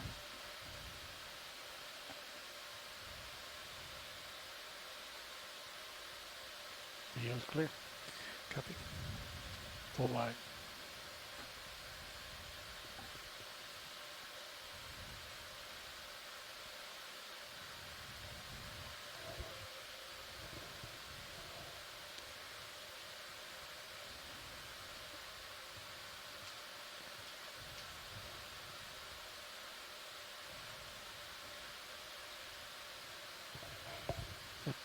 You want 10 more meters?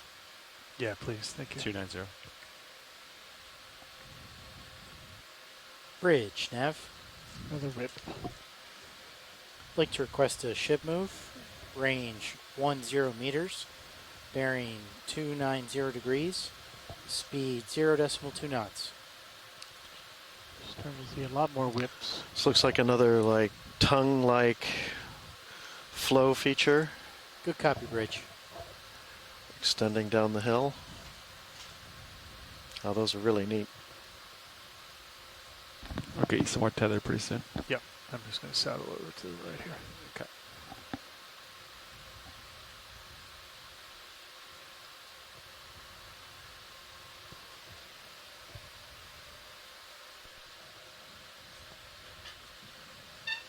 Maybe give us a rotate side to side. Stand by. Do that.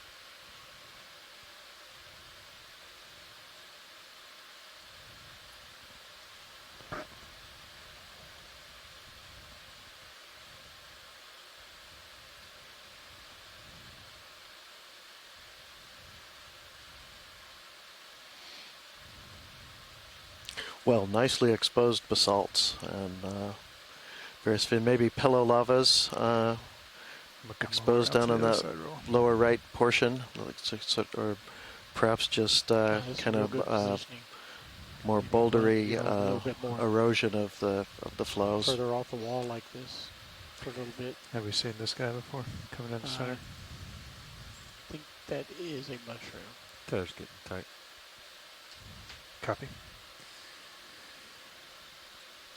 Let's take a That snap move's on it. almost complete. Okay. Go ahead, Ro. Do we want to put another in right away? Since we're pretty far out? I think it'll This is a good image. still specimen for moving. imaging. So, oh wait a minute. Okay. You want tight on this, Ro? This is a little bit of a different looking mushroom coral. Yeah, I'm just. Am I right? Yeah. Go ahead, Bridge. Could be, Thank you, Bridge. let's look take at a the look. top of it I now. think similar to the one that we saw, but we're getting a really good angle here of the stem of the mushroom. So actually the transition between the stem and the cap is another Nice shot, Chris. diagnostic area. So this is really helpful, but I'm seeing those maybe 3 different size fractions of polyps. Lots of associated fauna, lots of these. Yeah, what are those little white guys? I think I'm seeing some that look more like isopods to me. Isopod. Yeah. Oh, good. He was here to pipe in. Cute little ice pods.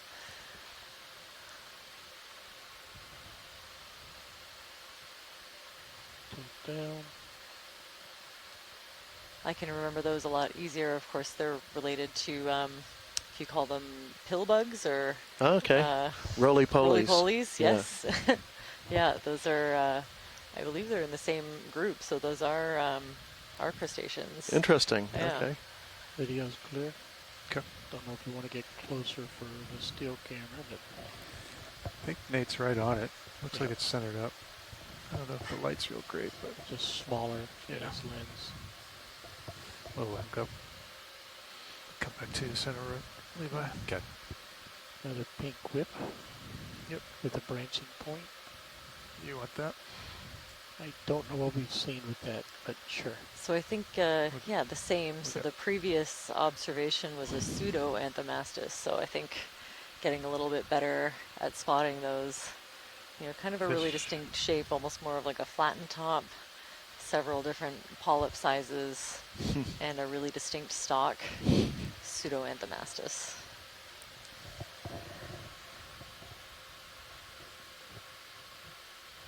Maybe also more of like an orangish look to some of it. You want that star on the sponge? Yeah, we do. One of these grenadiers. And from the right. Yeah, I think we'll want to get a good look at the sea star. Yeah. Okay. On the sponge? Yeah, sea star potentially predating on this sponge. closer. I know some of them do. I can get a toe down. I'll get a nice steady shot. Maybe that's what happened to all the big, all the big sponges. Oh, there's nothing left but the really hard bases of them. We'll see if its stomach is protruding out. Oh, okay, no, I have Heteropolypus for that last one. Okay, so maybe I'm mixing them up. Heteropolypus, potentially Heteropolypus ritteri. What do you think? Spring One more? lights Hold up off. 30%. Let's see if there's a sample. See, I'm request. sure. Okay. You can take Sure, that we'll roll. get some Can we comments bring the from our lights up? echinoderm experts. All but right, this looks lights up to 50%. a little bit different, maybe more like Take the it first 30. one that we saw. Lights down. That Lights was of interest. 20, There we go. Lights 30. And definitely a strong association with this sponge. It's kind of hard to tell because they don't leave as much of a trail of destruction on the sponges as they do That would be able to on see the the mouth corals, there. but On the side. it definitely looks like it's either eating the sponge or the things growing on the sponge. Henricea also feeds on sponges. Interesting.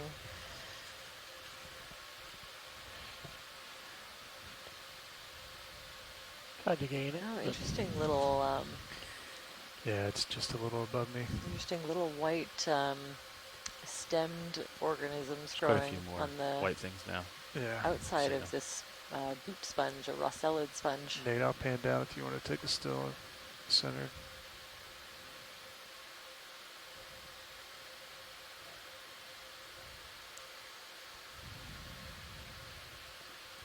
Okay, video's clear. Okay.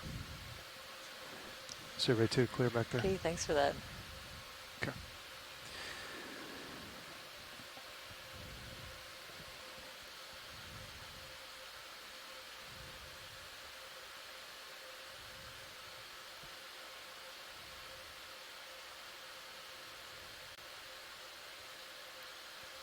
Oh, yeah, a lot more of these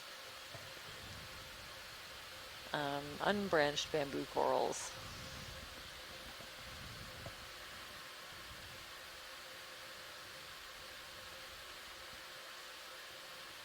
Much harder for me to assign them to a genus Lasers on. now that we're not going off of branching they were patterns. on. So again, that's all I'll say. Just turn them off. Or bring them back on. Yep.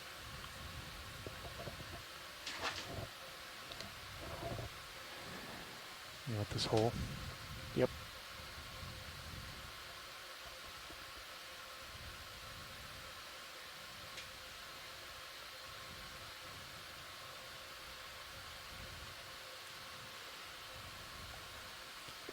I don't think we'll be able to get inside of it.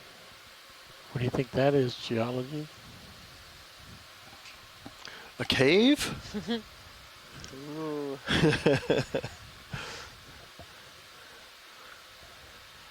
Yeah, a little fracture. Bring up the lights. The higher Crack that's percentage. formed here. It's interesting that it looks like there's There we sand go. pouring That's out of max. it. Perfect. Might just You be a can little take it hollow down, where right? it's Tilt down. the Center curvy rock. sediment that's settling down through the water column can get into, and then it will sit. It's not disturbed. It might be, I don't know, we've seen evidence for some lava tubes. We might be, that might be part of one. There might be more of these than we realize.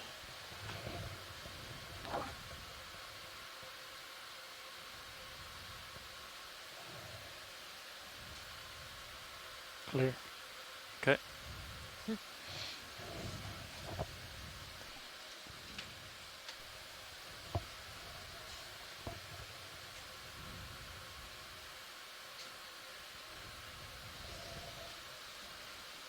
Just let me know when you Another one want of another those, move, Chris. Yeah, I think we're good.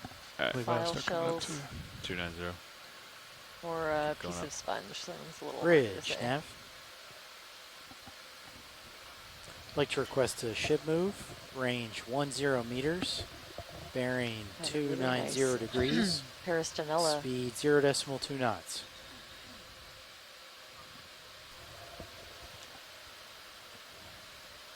Yeah, another one of those kind of Good copy, branching Bridge. Sort or of back off on bushier this a little bit. corals. Sort of show this little knob. Yeah, I was just going Some to come around the side anemones of in it that here. overhang. Get a both two shot both sides of it. And we're back. I'm seeing a couple more crinoids again.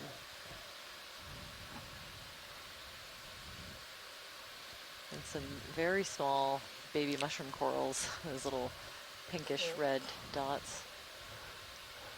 Those might be little pillows that have penetrated through this, what looks like again, another flow that has a chilled margin with a void underneath it.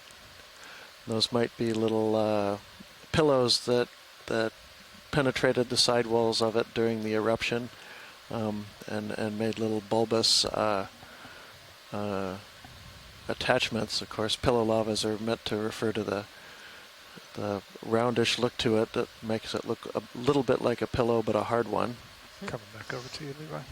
Yeah, that looks Copy. like a little, another one of those, in fact, lava tubes. You can see that there's a hole in the top of it. Yep. There's Where a the top sea star has sort of given way. on that sponge. So these are real interesting Sponge. superficial next to this, flow it's features, the- I think, that we're looking at. Whip at the top center. White. Copy. I got you. You want tight on this? Yeah, it's in a perfect spot. So if you just go to the tip, I'll zoom into it. You can sort of just fly it down the tip. Of the whip here? Yeah, the whip. Oh, okay. But you want the sea star. And that'll lead you Actually, over I'm okay. I to the think we sea can. I think I'm okay for a zoom in this area. And we can Okay, just take it to the stars then. keep on covering a bit more ground so we can get to the Okay. top of Sounds this like you thing. just want to keep moving. Yep. Thank you. We'll just do a flyby on the star. You can take partial. I'm on the move. Let him come into the screen. Yeah. Yeah, you Oh can just no, keep I take going. it back. We have a request to zoom in on the star. Okay. A little bit more. Thought I was Star. looking at one a little bit similar to the stars that we've been seeing earlier, but maybe I'm wrong.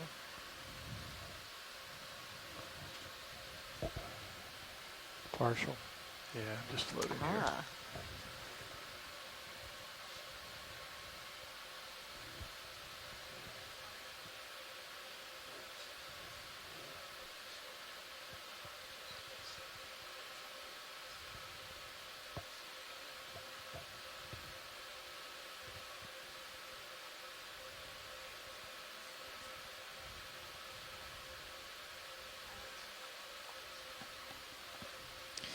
All right. I'll let him go roll.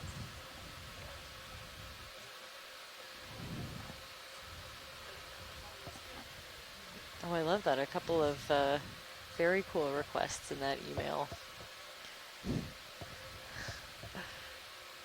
So next time we see one of the crabs. I'd like to get a good zoom in on the mouth parts. We're looking for tiny creatures that feed on the scraps, so that's an exciting assignment. Wow, yeah, there we go. I accept.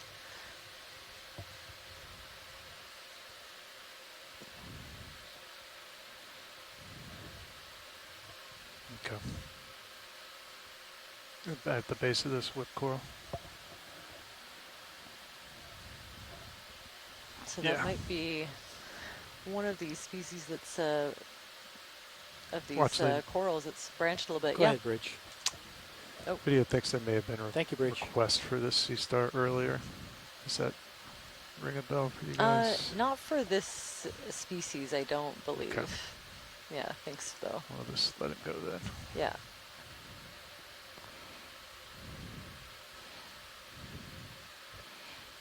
Probably Sarah Master, according to our shore-based scientists.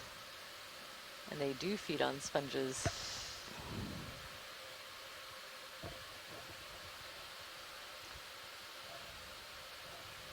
Very square block left center screen. Copy. Here's a really angular. Mm-hmm. It looks really out of place, doesn't it? It does.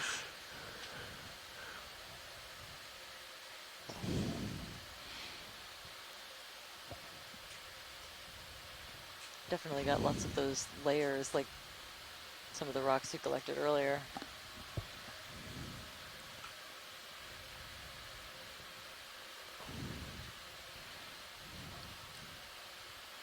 Those vertical faces tend to be so dark, and I don't know if that's just a trick of the camera or if they really are acquiring, if that is the ferromanganese crust, and it's able to form on those really steep to vertical faces, as opposed to the tops and many of the more rounded rocks that we see. Slight tilt down.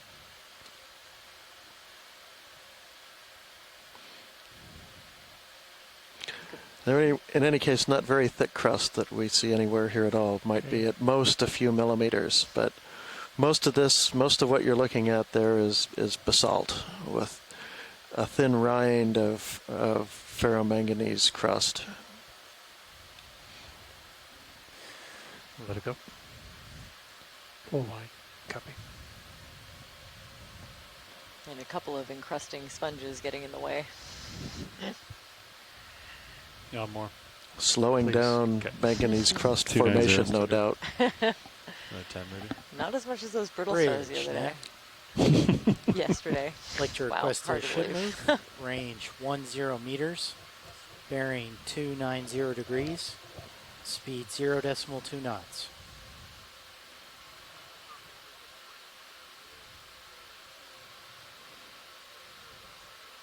Good copy, Bridge. Andy. You want to come over? Yep. Let me get it. Sounds good. Let me find a stable spot for you. Have we tried autos at all? I don't know. Todd didn't report.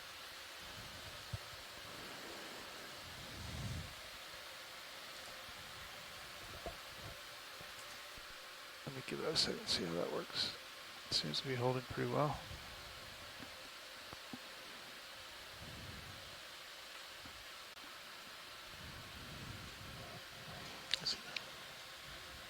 Auto altitude kicked out.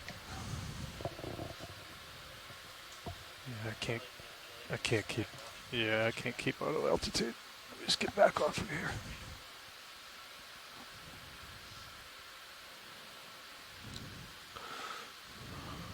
So as we climb up the side of the slope of this Guyot, we're now reaching just about to pass through a depth of 1,100 meters. We started this morning at close to around 1,285 meters. We're hoping to make it up to a little bit of current going that way. Perhaps as shallow as 700 meters, which would be near the summit plateau of this Guyot. Let's push forward here. Just called your own move in.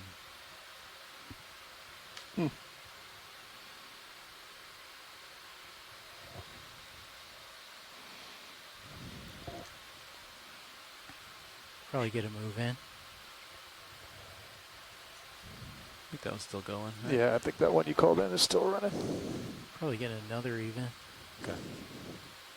Andy, there was a request for next crab looking tight around the mouth parts for additional critters eating leftovers. Go ahead, Bridge. Crab mouth Good parts. copy, Bridge. I think we'd like to repeat Thank that you. same last move, please. One Range just 10 beyond that meters, rock bearing 290 degrees, speed 0.2 knots.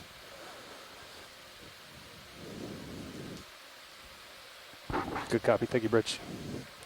All right, we just rolled back that same move, so we're on the move again. Thank you, Nav. Yep.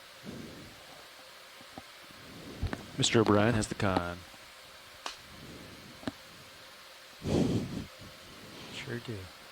It's our off bottom time. Next shift comes off, right? Yeah, stand by. I don't think it's us. It's like 2.5 hours from now, maybe 15 minutes ago.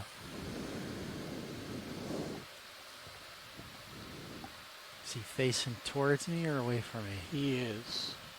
His front claw is dead center. I love this assignment. Yes, let's see. 2 hours, 12 the minutes. next crab mouth we find. Roger. So what we're looking for are called cycleophorans. And yeah, they're tiny creatures that feed on whatever scraps the crab produces. Not yet reported from the North Pacific, so. Ooh, this one's Oh, he's spiky. faster than normal. and a very different spiky appearance to him. Yeah. So what we would be looking for is as close a zoom as we can get to the mouth parts. This one looks a little bit more like the picture I have of Paralithoides. We'll have to Right. Yeah, see if I'm my working science towards chat can it. confirm. I don't want to slip off.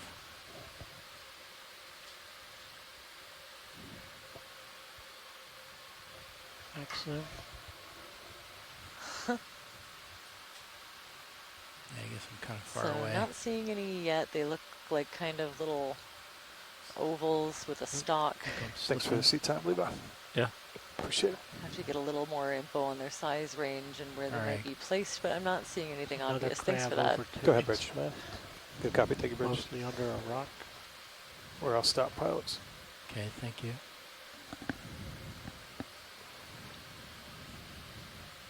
Copy. All stop.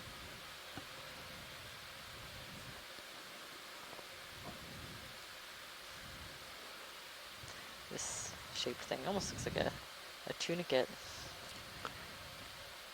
A little I don't know adhesive if I disc. can get a good angle on that Okay. one under the rock. He's actually got his head poking up. Wow, So- okay. This Trying is to figure good, out, how you're working big they towards a might good be, angle. how tough they'd be to see. And it looks like they're, very, very small. Symbiotic. Of course, we may get a little activity if this fiber Huh. gets closer to him.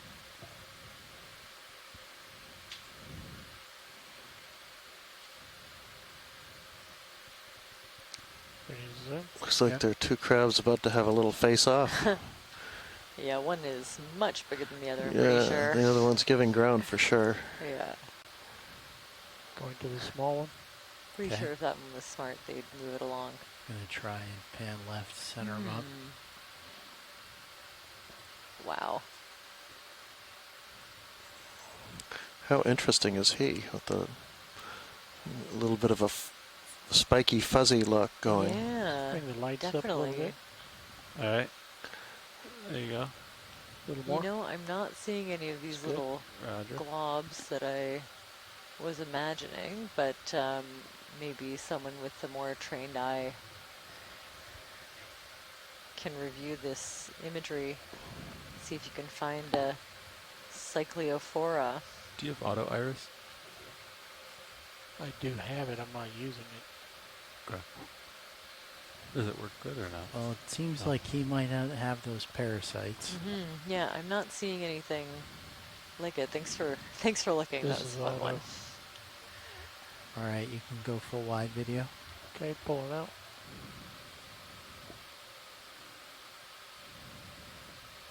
That's Hard to on know a- if we'd even be able to see them if they were there. They're Roger. Yeah, that was very bright. A little Less crabby. than- It's a little hot. less than a millimeter.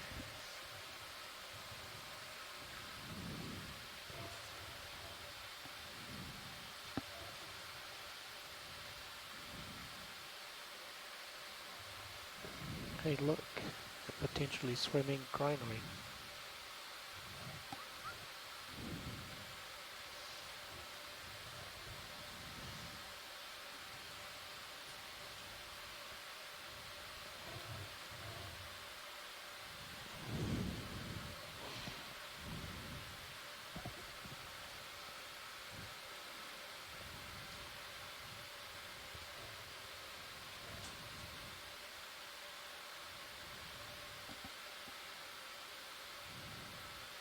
Another sea star upper right.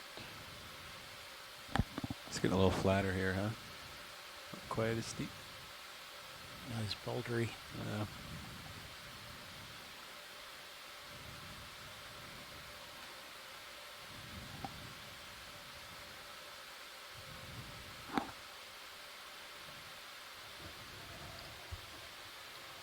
You know, 10 meters?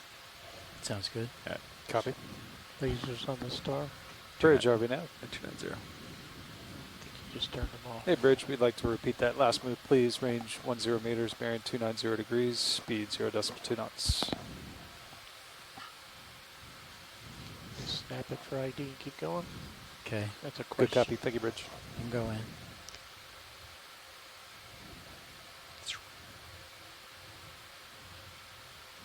So bright. There. Okay, another zoom on a different spiky sea star. A lot of these spiky ones have ended up being a Okay. best area. We'll see if we can get a confirmation from our science chat. Not sure where And to then go, down to wide the or left, another tight. little spherotylus What do you want, Pilot? Demo I'd say sponge. go wide. Wide. Thank you. Yeah, that's a broad guess at the genus, but something spherotylus-like. Definitely a demo sponge. A couple of maybe that is actually a dead skeleton of a Another coral and not star a upper left. spoonworm. Oh, no kidding. Okay. Proboscis. Oh, okay. Yeah, Yeah. that's kind of what I was imagining when I first saw them. So they're like a little similar. Is that move underway still? Yeah, we just put in another one. Okay. Another crab 30 seconds ago. bottom. Facing the wrong way.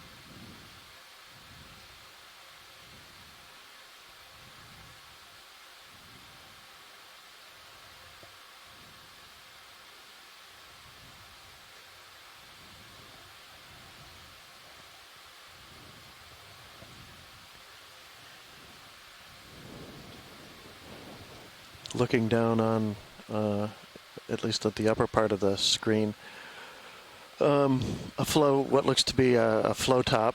These must have been fairly fluid lavas. I guess I gotta wait a little bit. Everybody that's been to Hawaii knows the difference a between the crab? pohoihoi, the ropey lavas, Not seeing it. and the a'a lavas, which are sticky and It'll be clump up tight. and wind up making me get a very little sharp closer outcrops.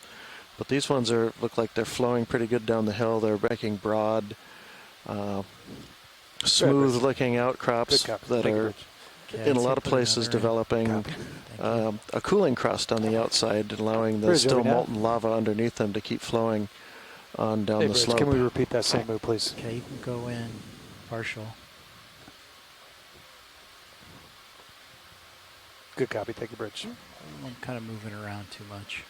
Some of those very small Keep it for a little juvenile bit. mushroom corals. This is great because we actually had a request for another zoom of these.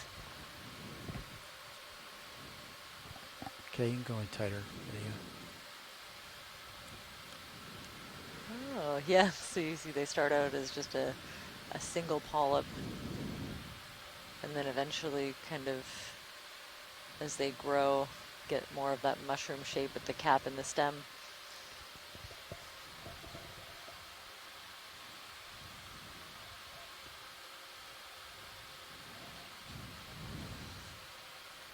So if the other one was heteropolypus with all those different sizes of polyps, this one I'm not seeing those, so maybe this is the pseudoanthomastus. You can definitely see the scattering of pinkish pigment at the base of each tentacle from this angle. So those are all pigmented, kind of a pinkish pigmented sclerite, sort of providing a bit of extra support at the base of each tentacle.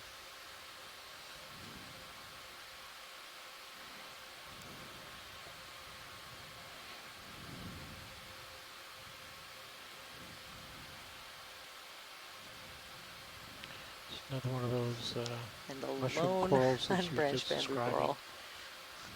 Just right up lasers. It's a little bit of damage at the bottom. I'm going to go ahead and blame that sea stalk. star we saw earlier.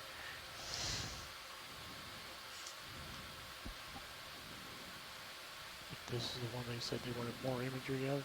Interesting, we haven't seen very many of the Isidella tentaculum corals that we've been seeing on quite a few of our dives so far. Okay, I was thinking since it's kind of Definitely leveling a out a little different, bit, that we could make some tracks too if we wanted different species complex. make we're it to the seeing top. here. And these, let's see Yeah, Bridge. if I get this right. If we're Good copy. seeing Thank you, Bridge. those, All right, that move is kind of complete. mid-sized and smaller polyps, and we might be You want to looking give it a at second? heteropolypus here. Good.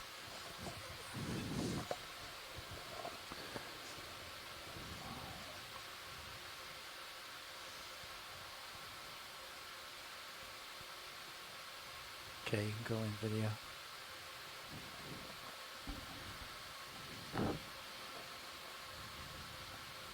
All right, okay. I'm starting to get a feel for it.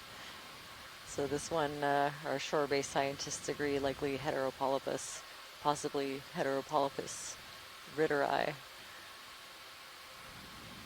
And yeah, very distinct, Looking down at you the at stem of the 67. mushroom. It's kind of a distinct color and Okay, when you're clear texture. video.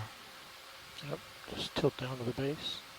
And maybe less armament at the base of each tentacle, less of those sclerites embedded in the tissue than what we were seeing in the pseudoanthomastus Full just screen. a minute ago. Cool. Moving on.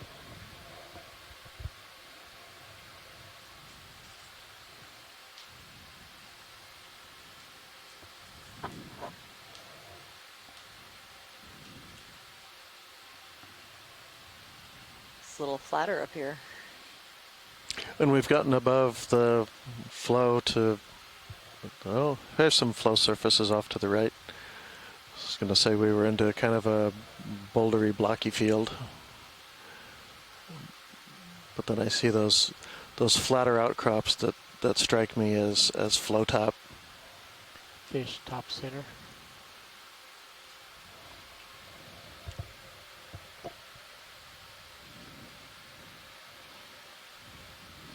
If you can envision these as just hot mats of lava, a big tongue of them extending down the side of the volcano.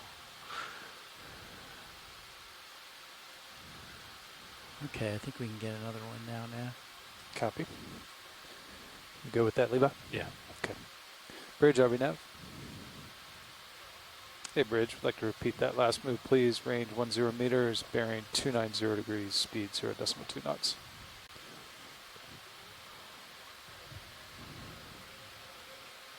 Good copy. Thank you, Bridge.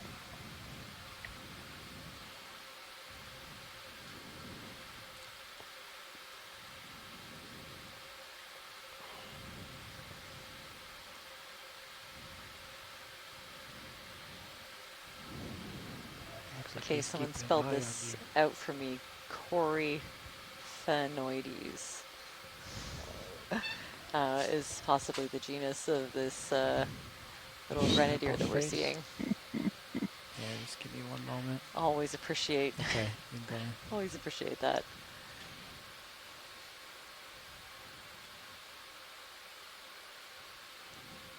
All of my work on the East Coast, we called these rat tails.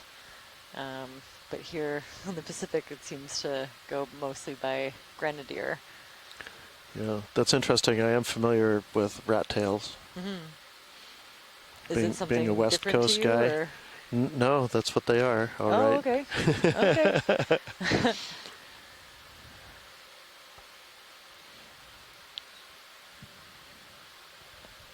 Very smooth follow. Thank you. You can almost imagine these flows to the left and right coming down a slope that's previously littered with these boulders like we see in between. Right here that are the remains of former flows.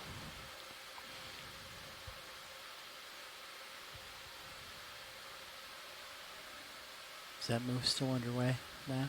Sure is. Okay.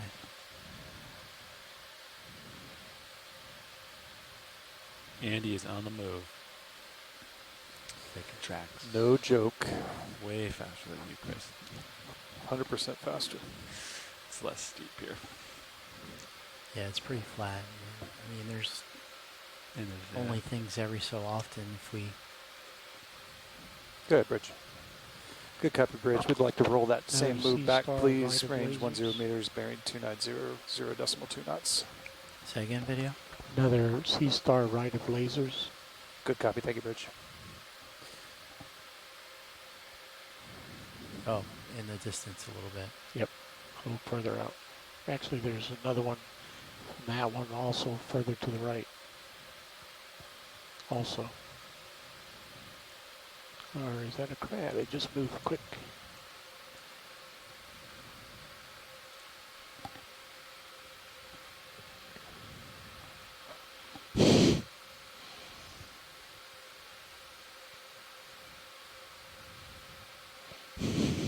Little funnel right here. It'll wash out.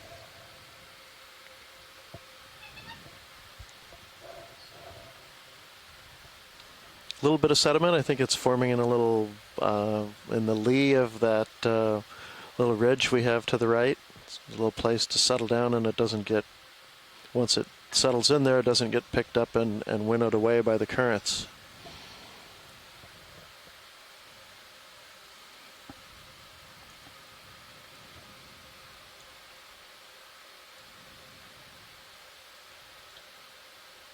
There's another crab. Squad lobster Oh, is that what it is? in the center. Oh, I'm talking about what's on lasers or near lasers. Yeah, squat I lobster. think another squat lobster. Maybe a couple of different species in here. We'll get closer and then put a toe down and we can do a quick zoom.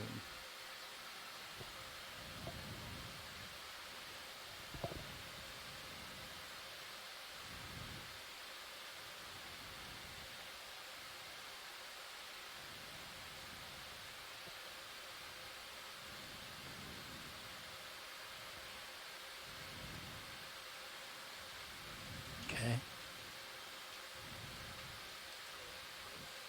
Go ahead, Bridge. Thank you, Bridge.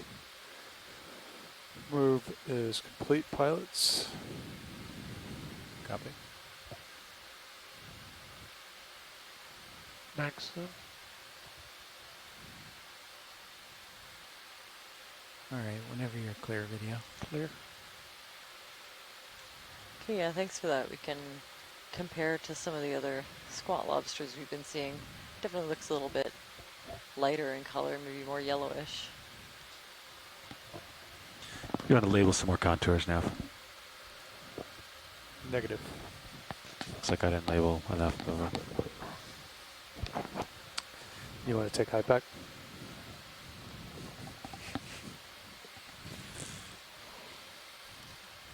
Failed you.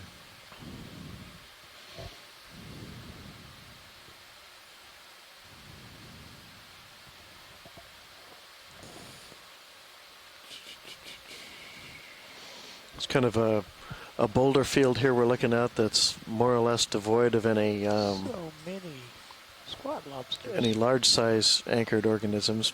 But the squat lobsters seem happy with it. Mm-hmm. And the really small encrusting sponges. And the rock bends. Well, there's Flop one or this two. I way, was going to ask you if you right. thought it was maybe Contours are off. too mobile Which one as is right, Levi? a debris field for things to anchor to Is and that supposed to be have chance of 1100? much Yes. success. The 1100 goes a little bit to So the right. this one's I off. wonder if it's also to do with the This current. is It seems 1120. like it's been pretty quiet for current down For here. 1020. Oh yeah, this is another Okay. Faria sponge, I believe. I had This one is accurate. Let me check. check the depth of. They're all a little bit weird. 'Cause Yeah, just the a quick 100 zoom of meter the sponge contours- above the lasers would be great. Okay, watch Lee. 50. I'm going to get a little bit 50, closer 40, first. 30, Sure, 20, thanks. 10, 0, 80, 60, Just a quick 40, snap zoom. I'm 20. pretty sure I know what it See this is. one. Okay. All right. Snap then video. Yeah, there you go. Yeah, so the kind of thin, That's all I'm doing. folded network. Looks like it's I had there's it- some the 100 meter it's contours. got some and dead the 10 parts meter at the contours bottom, weren't done parts that you from can the same, see right through the skeleton. That really surface. thin. Does I that think make it's sense? just one spicule layer thick. Like if you drop the one, yeah, gotcha. See Ferrioid that? skeleton. And then So yeah. They don't in matchy the matchy. family Faraday. Yes, clear. Okay. For wide So I video. hit the 100s just to like, you know. Interesting. Thanks. Yeah. I think that's what happens when you do them from a different surface. It's not great. It's not terrible. Not great. So he's at 1080. So that's pretty close. He's basically at the 1080 contour, right? It's pretty close. We definitely got a much better view of the geology today. It's 10 meters off. Yeah, boy, that's for sure. Yeah, it's certainly Yeah. a lot easier to make out. change to all make out these. some of the finer To features of actual these rocks event. when they're not Whatever you want. covered with things. Well, I don't know. It doesn't match. But here we are. We're a couple hours into this dive, and you haven't picked up a single sample yet. I know. I know. Does it continue to climb after this? It's much more of Yeah, a you still geology got dive today. another It's 100, feast or 200 famine, meters I of slope. guess. I guess so, Okay. yeah. The bio boxes were definitely full yesterday. We're definitely still interested in 320 if, meters folks from have waypoint 3. requests. Okay. That's all upslope. You know, I don't. You I want think another we've got 10? a fair, Yes, at please. least You want the to make ones it that I've 15? seen a fair number of growing out of samples that of the Copy. unbranched bamboo. Bridge, corals. Arvinas. This last sponge. Hey, could be Bridge, we're going to something mix it up a little bit. different. We're going to do a range of 1.5 meters, bearing I 290 know we were degrees, hoping for speed that, 0.2 knots. that cool brittle star earlier. I was hoping to lump it in with another collection and just Good copy, all. Thank you, Bridge. didn't see one. That's okay. We can make a little more headway if I get conservative. Can cover a little more ground. Levi, are you still happy with that heading? 290? Yeah, I think it's good. That's local high. Okay, you can go in video. It was the one I was referring to was upper left, more of a stick type. Upper Coral. left right now. Off screen. Oh yeah. wow! Okay. It's got a big scale worm and a big All right, we can just take a quick look at brittle this now. star on top. Probably Pseudoanthomastus, and the juvenile one beside it. one there, upper left corner. Okay, yep.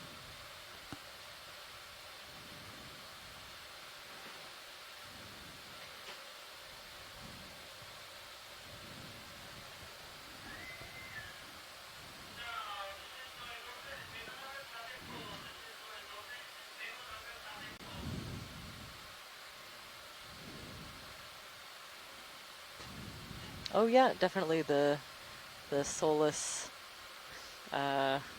sessile sea cucumber with the little white, feeding appendages sticking out. Haven't seen one of those in a little while. And a really big anemone. It's kind of cool.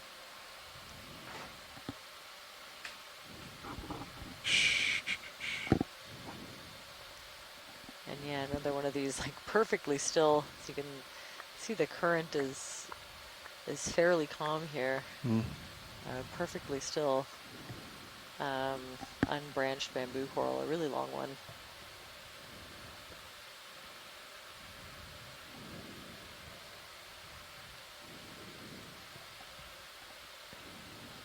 Okay, I'm gonna. Why do they call them pan back to bamboo the coral? left, and then we should be able to get a So if zoom on that you one. take a close look at the skeleton, I think we saw you know, especially if there's no tissue on it, but you can see these kind of alternating Copy that, bands. There's a smaller, thick, darker colored band in between these longer white internodes, and it kind of gives the coral skeleton the appearance of bamboo. Really recognizable, especially if we see a part that's missing some tissue. One in the background? Or? Yeah, you're talking about this one, right, Washley? Or the one in the foreground? Oh, I was talking about the one in the foreground, but this is kind of, yeah, it's a cool encrusting anemone that's set up shop right on top of this Swiftia coral. Oh, that's amazing. Wow. Yeah, a really big one. How did he get up there? I don't know. Just started out small and kept on growing is my guess. Excellent. And really tightly wrapped around, but the corals, yeah, continue to grow on either end of it. That's kind of interesting. That's great. That actually was of interest to someone in our science chat, so that's a great zoom to confirm. Thank you. Okay, after this, we'll look at the other one in the foreground. I don't think I need a close up. We've had a couple of really nice looks at those. Video's clear. All right, full wide then video.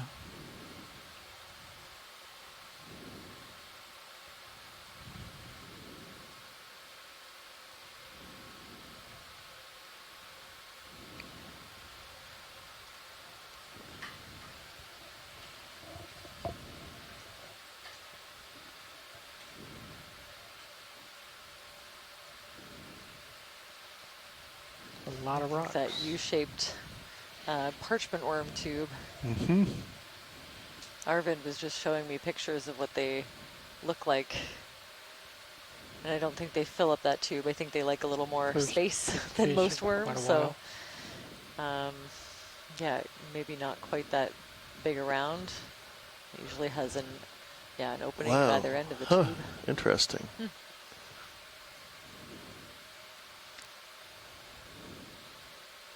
Yeah, every now and then we see quite a few. And another little thorny head rockfish up ahead. Again, just one kind of all by itself. You can keep going. You said they were solitary.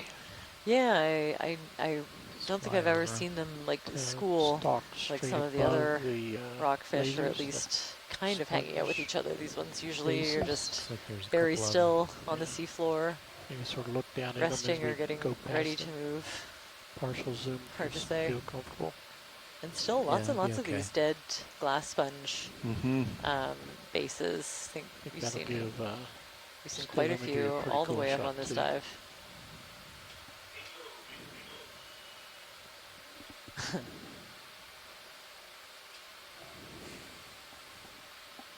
Just keep going.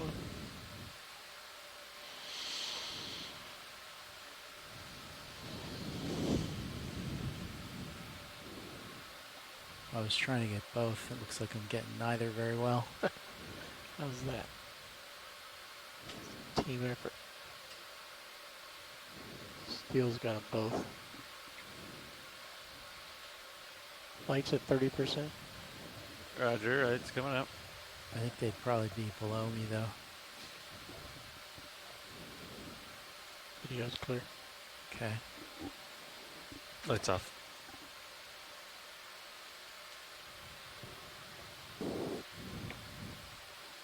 Yeah, there's a really big We want to look sponge straight down on that one as well. on top of a dead base of a different glass sponge.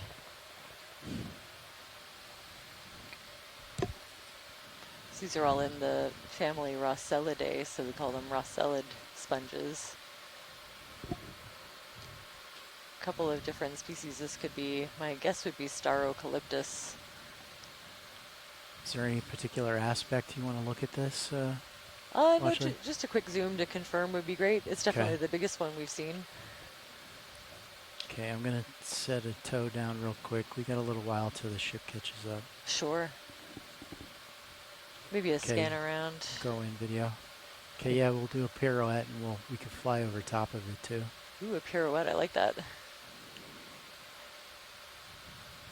few different kind of shrimp, and seeing kind of like tufts of spicules, maybe from a different kind of sponge.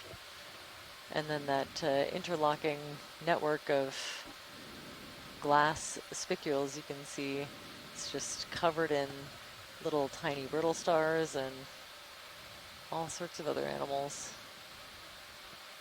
That bigger shrimp in the middle seems to really like it. And yeah, these almost kind of have like a fiberglass insulation sort of feel to them. Full water.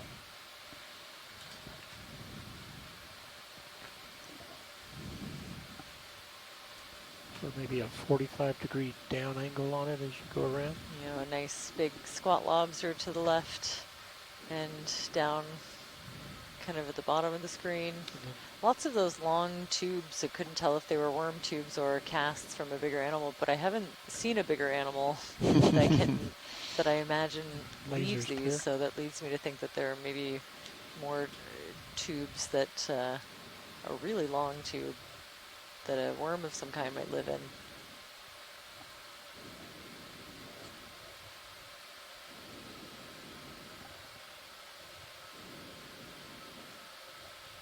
Oh, did we miss a white sea star? I didn't see one.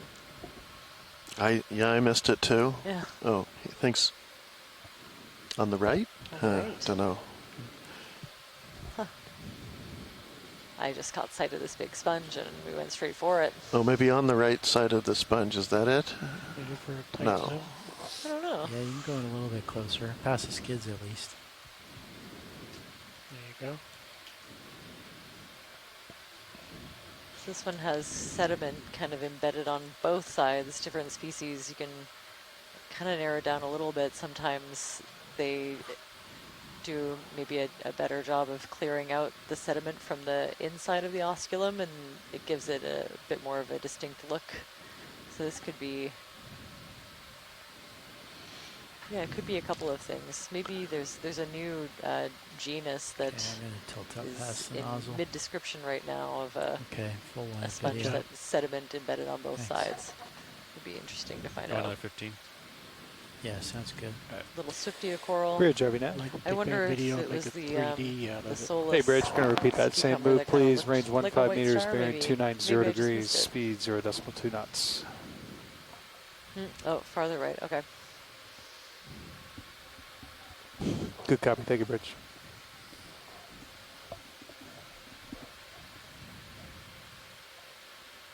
A lot more what I think are sponge, dead sponges all around.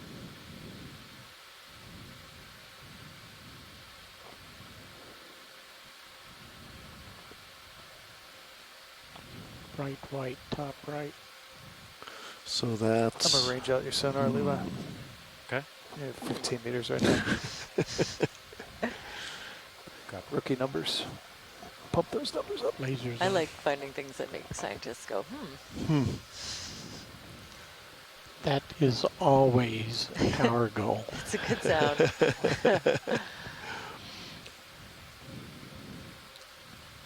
Can the multi-beam little output a point cloud? or resistant something or other? Maybe modern? Like you upper could get left. like an array of values. Crab left went off screen. Okay. Coming up with you. There's another There big are, stick of other cotton candy ahead. multibeams that are 3D that Yeah, I like think a actually different image kind whole of volume Rosellid at the same sponge. time. That's Maybe cool. something more like the Experimenting with that with some of Acanthascus my drone footage. genus. You can see this one, yeah, prioritizes keeping the sediment clear of the tissue, so where the other one was really embedded. This Might be one's passing right over another piece of granite right now, another exotic clast. Do you want to take a look? No, that's okay. He's exotic. Oh, yeah.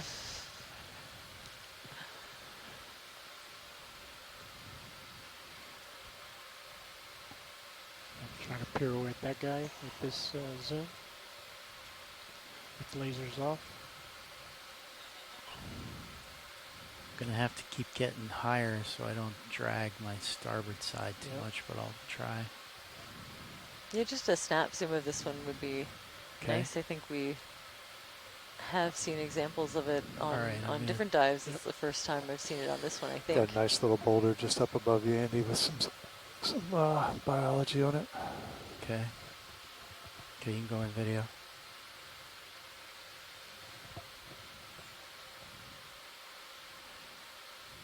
Ooh, that's great. So yeah, definitely a different pattern to the network of spicules that we're seeing. I think maybe more of those little isopods attached. Full. Other little tiny crustaceans kind of floating around. Do you see one on the screen, Watchley? Upper left. Oh, sorry? I was just asking if there's some Good, part Rich. you wanted me to focus on. Good copy. Thank you, Rich. No, this is great. Just kind of looking at the associates. Ship's all stock pilots. Okay. Yeah, and just a quick pan of maybe focusing on the outer surface. Okay. Yeah. That's great. That could give us a really good idea Lights at 30%. of what this sponge is. Coming up. There you go. Too far away. Yeah, just crawling with tiny little yeah, crustaceans of some kind. I'm wondering what that little blob is. There's all sorts. Some kind of darker orange.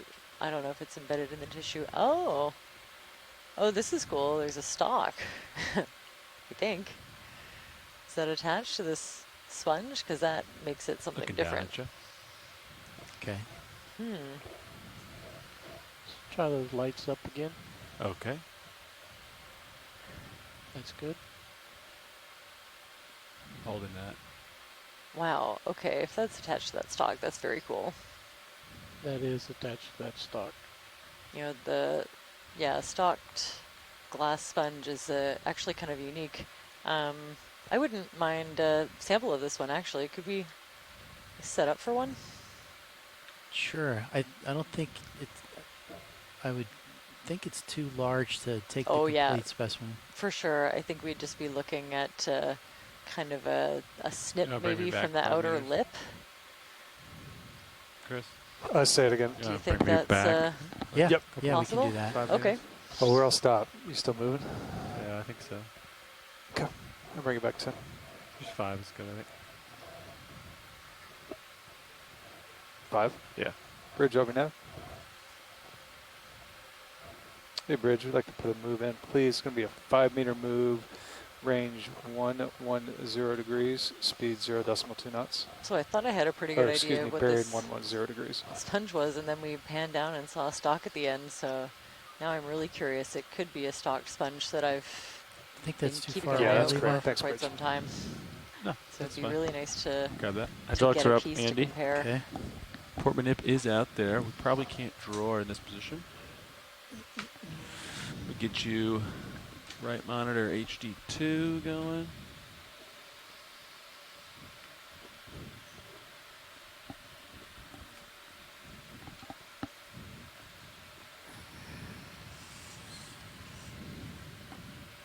Thank you. Chris will keep an eye on our sonars. Yep. You got any bio box you want available. You're going to go for it. This will be the first biology collection on this dive.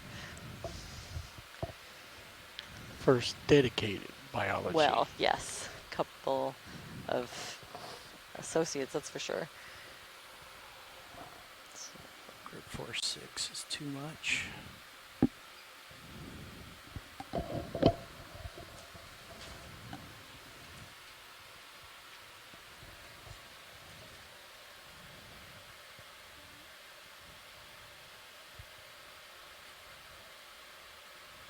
Do you think that's enough, Watchley?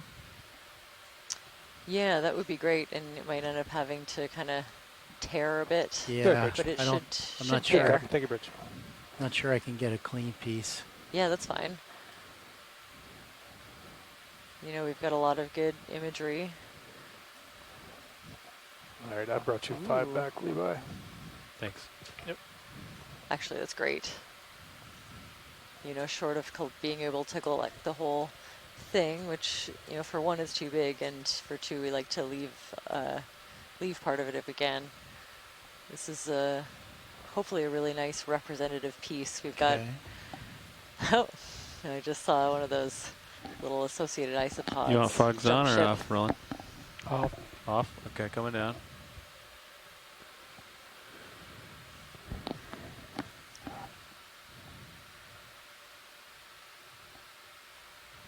So we'll just get a quick view of each side. This will help us figure out when we're looking at it in the lab which side is which. Sorry, I'm not used to zooming on. You know, the patterns and the spicules look really different, but if you have the disassociated piece and no other information, it can be hard to tell. Whew, that was close. All right. So any bio box, I believe. Okay, so we'll. You guys are gonna have to come off. Yeah. Draw out. The lower right section is starting to swing loose. Okay, video. I have both boxes ready to go out. I'm ready to bring the drawer out on your mark. Okay. Yeah, let's try it. Unless you're sure it's gonna hit. I'm pretty sure it's gonna hit, but we can try. There it goes. Yeah. Okay. We have to come off. I've got the entry ready to go.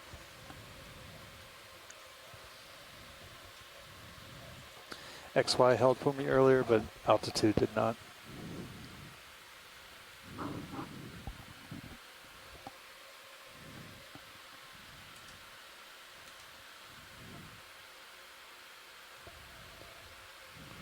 Yeah, this will seem like it works.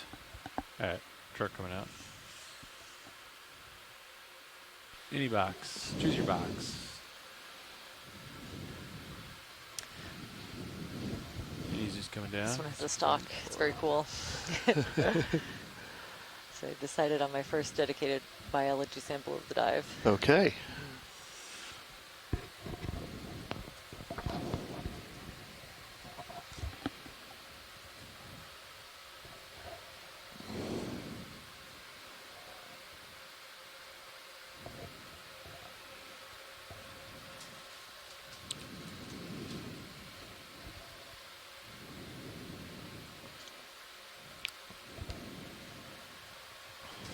Clear. Okay. Port enter. Beautiful collection. And we got the port inner bio box. EX2306-D06-04B port inboard bio box. And that's I'm going to just leave it at hexactinellida for now. Sample. Nice. Can we maybe zoom in on some of the rocks nearby just to see if there are any maybe little brittle stars of interest? There was one morphotype I was keeping an eye out for. Sure. Any particular rock or? Just kind of zoom in on what's close. Okay. Mm-hmm. I think if we do like a And partial just a quick zoom, scan to sort of see if pan they're around. here. Okay. Thank you. I think they're looking for the little While brittle we're star settled with and the collecting. bubble back. But surprisingly, I'm not seeing them. Nice sample. At least not yet. Thank you. It seemed like you were drifting to port, so I was giving you Oh, starboard, I appreciate it. Thank starboard you. commands.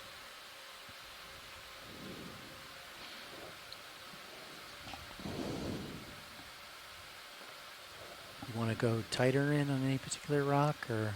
Yeah, maybe. Exactly. That's great. I see one. Yeah, but it's not the one. Unless there's a couple more over here to the right. Maybe zoom in on those little ones on the kind of brownish rock. How do I describe this rock? I'm learning, but on the fly. So I'm looking. Is that a rock? Oh no, right, it looks like a piece of a dead sponge. Those might be them. I wonder if Chris Ma is looking, is watching this, if those were the little brittle stars that he was looking at. Those ones don't look like quite the ones. Can we pan left a little bit? Sure. I think There was maybe some kind of a sea star even. Let's see. No, Do you want to come out video? back out a little. Oh, okay. We have yes. Get the rock. So the one in yeah. Are you interested in any of these rocks? Because I would be happy to have a piece of rock from up here. okay. So maybe can we scan just to the right a little bit to see if there's one? It's kind of a nice small one. Maybe, no, the one in the middle. Let's go for it. Would that one be useful for you? Sure. Okay, so we have the brown dead skeleton and just touching it on the right. Let's target that rock for encrusting fauna. Okay, the one that's in center? Yes. Okay. Yeah. And maybe if we could get the lasers on it for just a quick in situ measurement. Okay, would you come out video? If they're looking for encrusting, that would mean they want it in the bio. There are the lasers, yeah. Too big? It's a little over 10 centimeters. Not bad. I'd also be happy with a suction sample. Could try that. No. I don't, like suction up the little brittle piece stars? off the rock? What I'm interested in are little brittle stars on the rock. Wonder if a suction would be better, try or it. just pick up. They looked very small. Pretty small? Okay, let's go for the rock then. I think that's probably safer, as long as it ends up in the bio box. Yeah, I think it's small enough to fit in the bio box and be safe in there.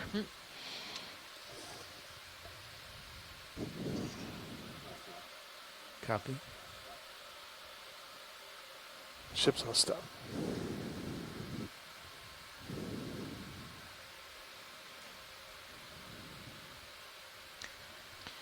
Collected some big rocks today, right? Left big rock with the weird circle has a small star-shaped thing. Where is Offset, this? put it in port. Huh. Can you? I don't know. I might need a little more info if you want us to target a different rock. Please let us know. We're going to go for that one in the middle. Big left rock with the weird circle. Bouncing around a little bit. Is that maybe the dead sponge?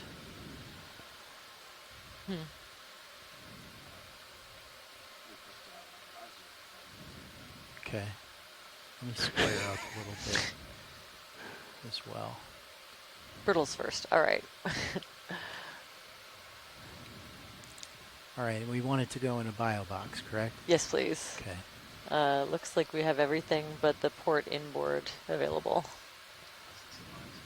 Yeah, well, yeah, I think the biology is the target. So yes, let's go with that.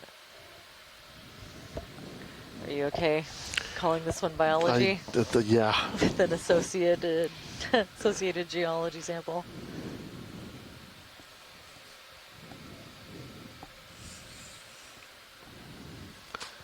So this is 5B.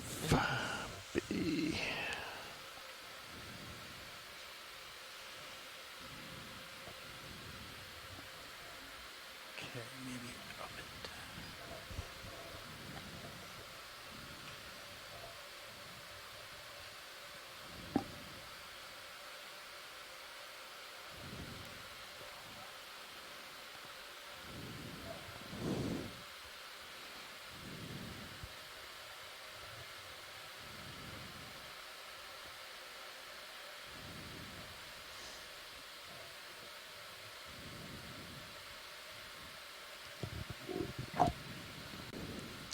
Oh, so not that.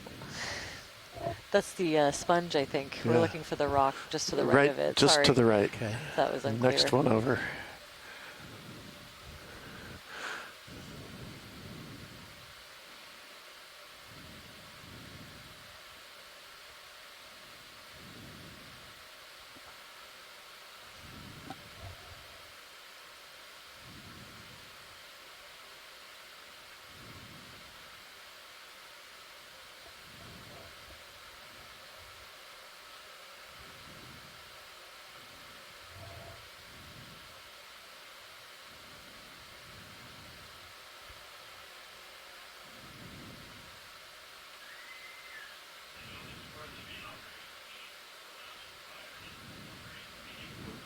Oh, that turns out to be a pretty good sized rock.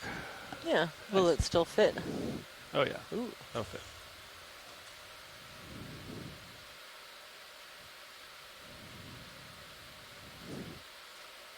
You can go in video. Oh, it's a little crumbly, maybe. Yeah. Ooh, we might be losing some of those associated critters. Yeah, I'm not seeing her. Oh, there. Oh, okay. I take it back. They're stuck on there. As long as they stay along for the ride to the bio box. Okay, let's go. Video for wide.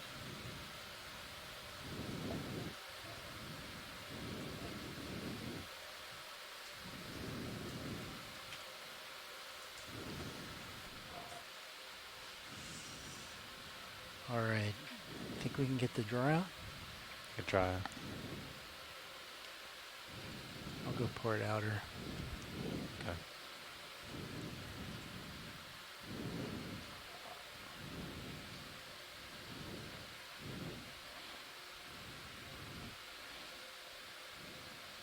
Am I hitting?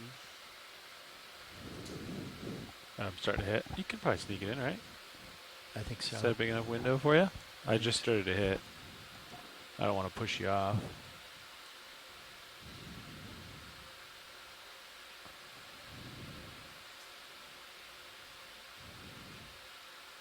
Just drop her right on in there.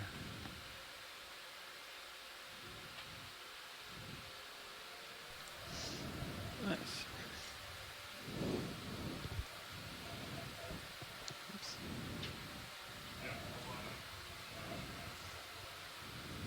And there we go. Great. Oh. Port outboard bio box. You want to open the jaws a little ways away? Check. There we go. Oh, we're getting good at this. Blades towards the arm.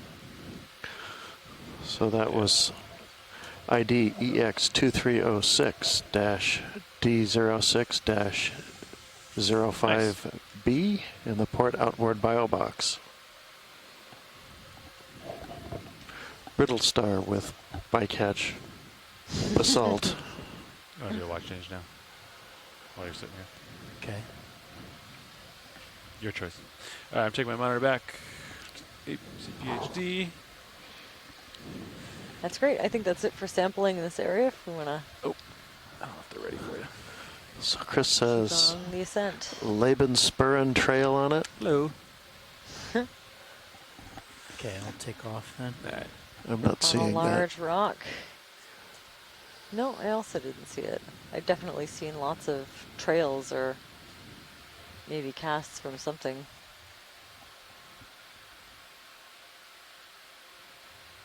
Could we get a quick, just a snap zoom of that coral on the right of this rock?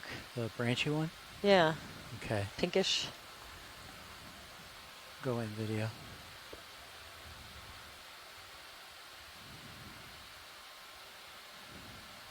Okay, I think,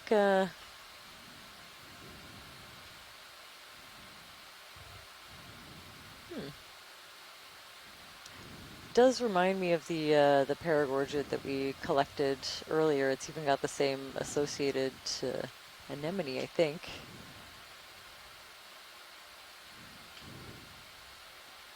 That's great, thanks. Okay, full wide video. Definitely keep an eye out for those. Those are very interesting. Big crab on top of the rock. Nice pirouette rock.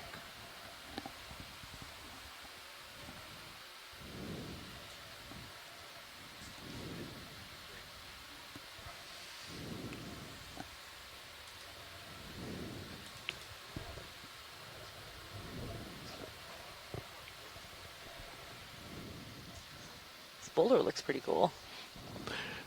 It is a big, beautiful boulder. It's almost a little mushroomy itself. Uh-huh. See the smooth stalk. An interesting little. Big to sample. Yeah, yeah. I don't think we can get it, but you can see. It looks like there's a lower part of it, the gray smooth slope, looks like a flow top, and then there's a second flow that's come out over the top of it and nearly buried it, but.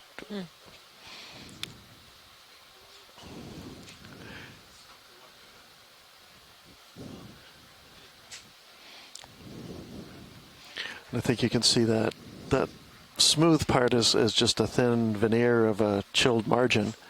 And then you can see the underneath it, the still molten lava that moved underneath it for some time before it eventually chilled and came to a stop.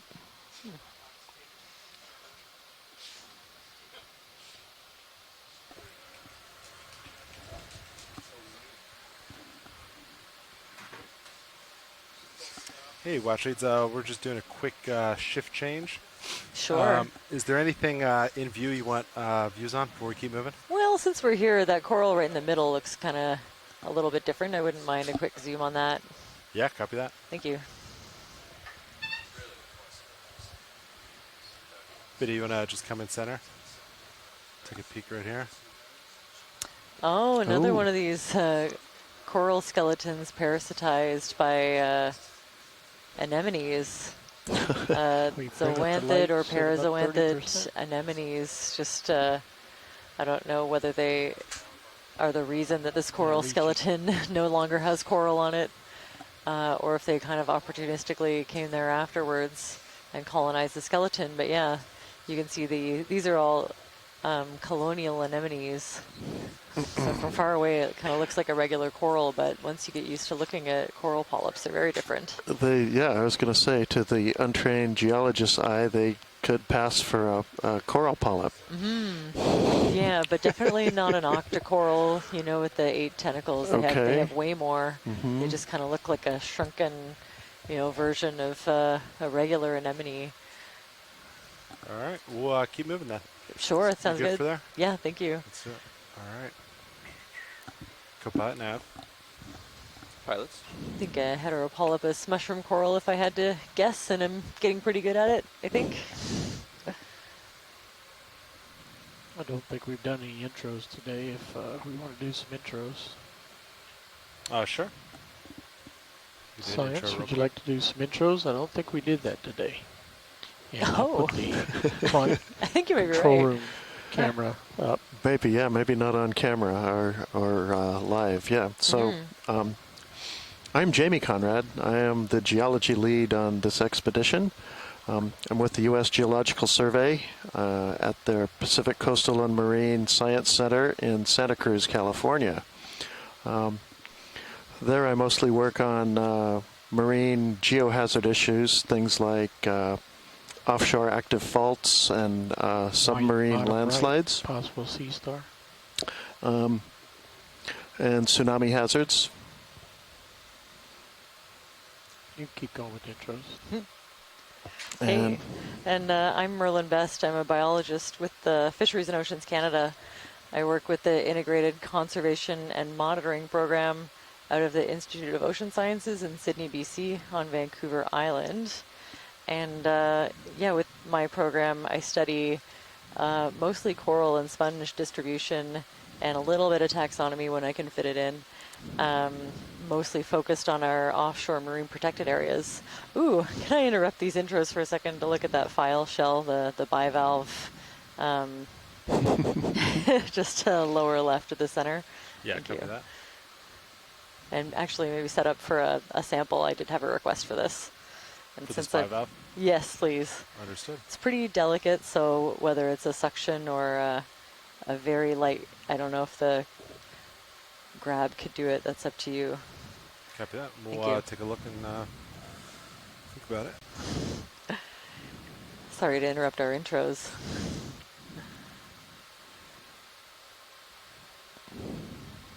I just felt bad for passing by it earlier when he was interested. So. Right. That one would have been tricky to grab, although I guess maybe we could have gotten it with the suction. But it was kind of in a little cave, if it's the one I'm thinking of. It was a little overhang. Yes, they're often in those little overhangs. And yeah, I was waiting for one that was better placed. There you go. For sure. And this one I think is going to be a little bit better. You end up grabbing the rockets attached. If it could fit in the suction tube, that might be the way to go. The shells are very thin. Unless it's attached to a rock we can grab.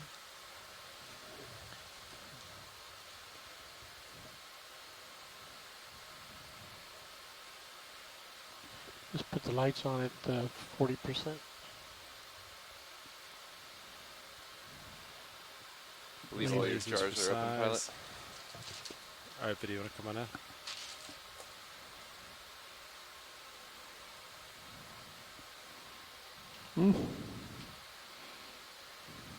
Yeah, Little more definitely tilt similar to the ones that we've seen Say again, video. A little more earlier. tilt down.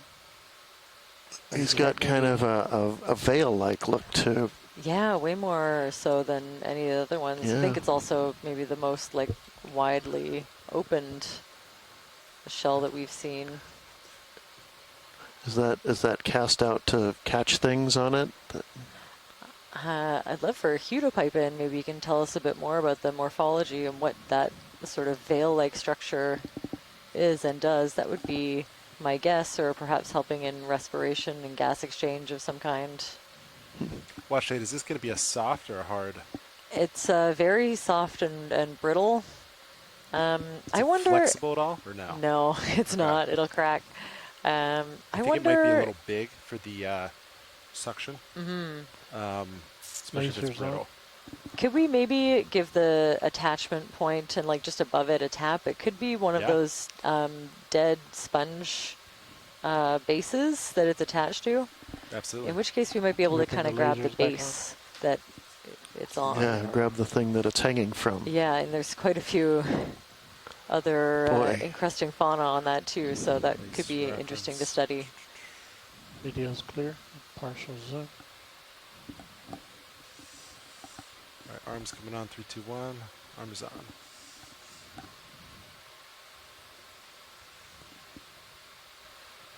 Tilting up.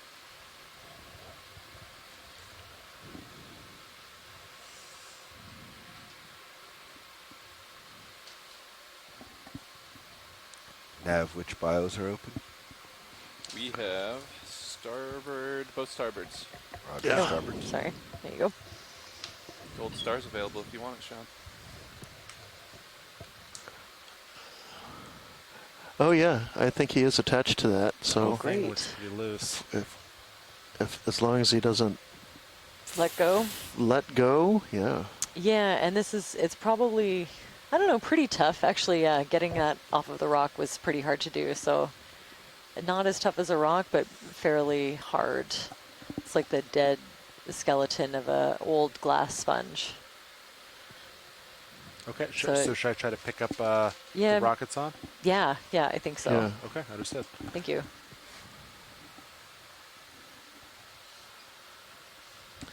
So I might not be able to get your box fully open. Yeah, copy that. Be advised. If you can't, I'll just kind of get it close over top, and then we can.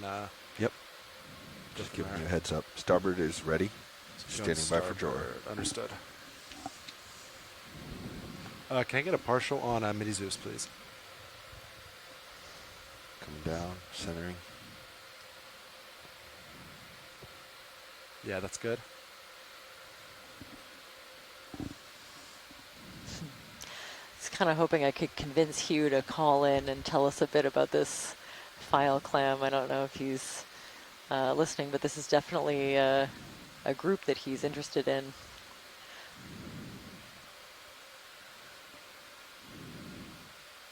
Go ahead, Bridge.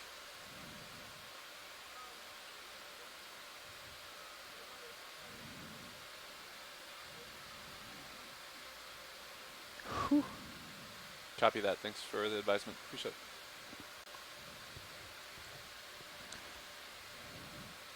I don't know if you heard, Sean. They think that's just a sponge remnant. Yeah.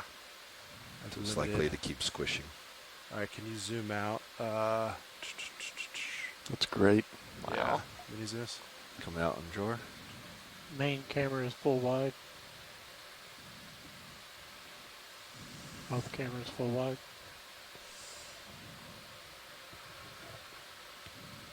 Should be extending slow. There we Yeah, go. go for drawer if you can. Sorry. It's a little more on the thumb wheel than I expected. That's all I can get without pushing you. Okay. Both starboards are open.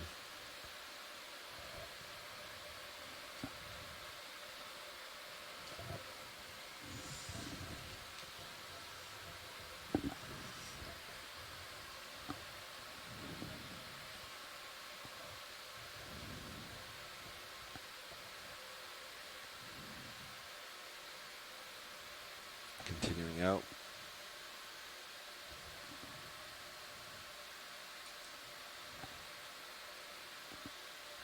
It's full out. Copy.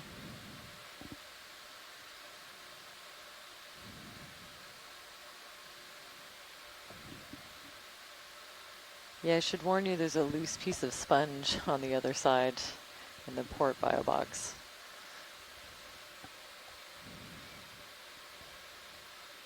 Port bio box. Yeah, just to let you know, there's something in there that could potentially float out. Okay, our port box is covered still. Oh, it's good. closed. Oh, sweet. Oh, okay. As you can see in the camera here. DBL did not like that. All right.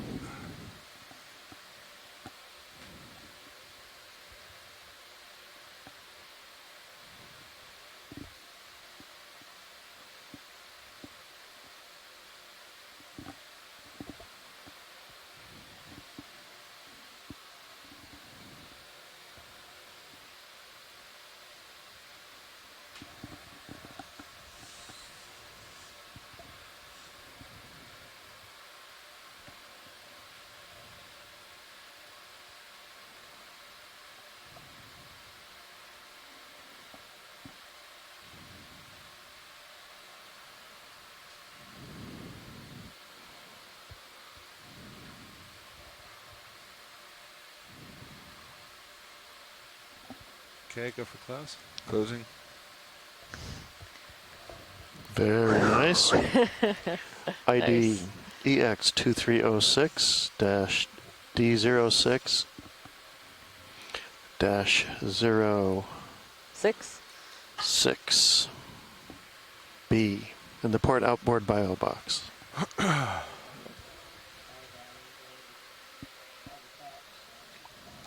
Oh, yeah, great. very nice. ROV watch lead. Yes, watch lead. I was wondering if you could get a zoom on that crinoid just to the right of the lasers now. We've had a request from the science chat. Top of the big rock Yeah, center. copy that. I'll go in.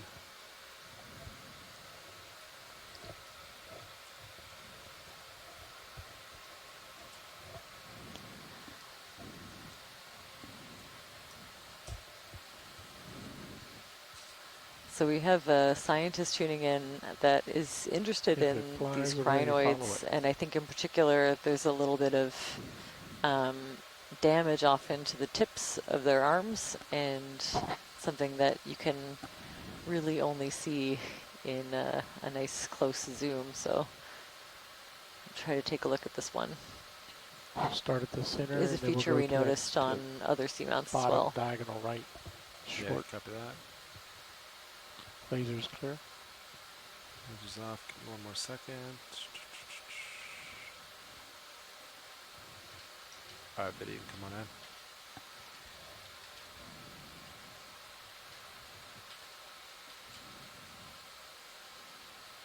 So we'll get our focus and we'll come up that short arm. Ooh. Short arm.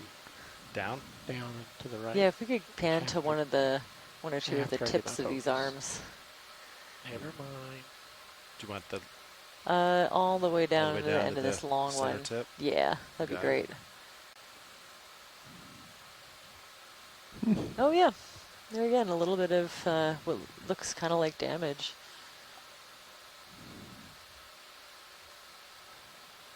You know, little kind of zones that are lacking that dermal layer, and a bigger zone at the end there. Very interesting. I think that's great. Thanks. Copy that. All right, video. What else do you want from this? Full screen. Full screen. You got it. Nav. What's our direction of motion? Pretty much just west. Last move was 1-1. It says 110. That ship move. That doesn't look right. I think it was 290 is what they meant to write. Video's clear. 290. Copy that. HiPAC looks like they backtracked at 110 Okay. for 10 meters. Got it. Yeah, 290 was the direction of relative movement towards waypoint 3. But the strike I'm Lights seeing are here clear. is more like 325. 325? 325, yeah, but I think they were probably going towards local maximum slope. Yep. Well, I think we can get 20 at 290 again. Good copy. 290. Good with that, pilot? Or 15. Let's do 15. Since it's pretty steep for 15, missile yeah. time. Roger that. In work. Your camera's down HD2. Let's I'll put it Bridge back up. RVNF. Yeah. Extra lights are clear. Yes, we'd like to request a ship move, please. Range 15 meters, bearing 290 at decimal 2 knots.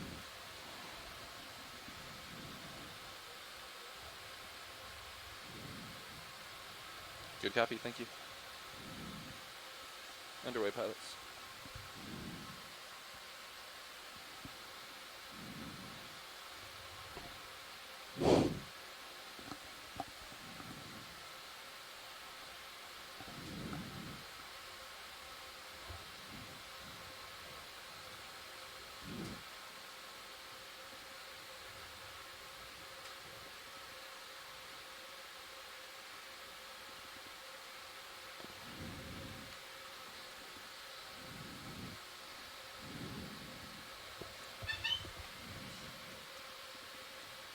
Copy that. We've seen a lot.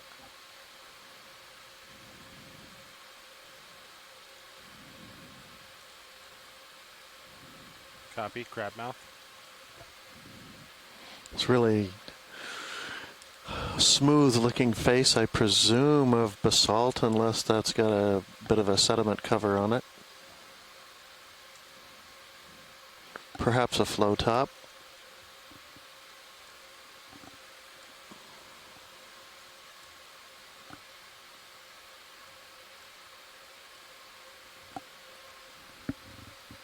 Just be advised, pilots, distance to target, or waypoint number 3 is about 420 meters, so highly unlikely we'll be able to make it that far with the time we have left, but we'll What do the average best we speed can. would we need to get there?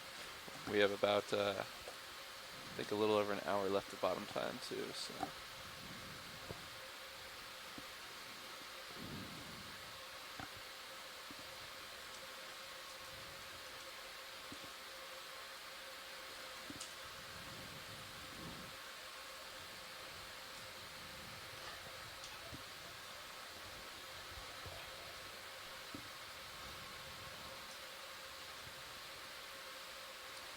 Yeah, you'd have to average decimal 216. Copy.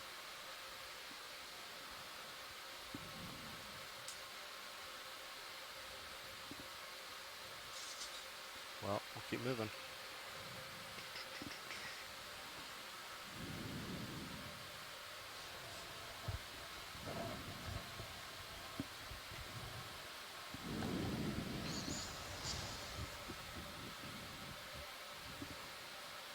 You said we have an hour of bottom time left, is that right?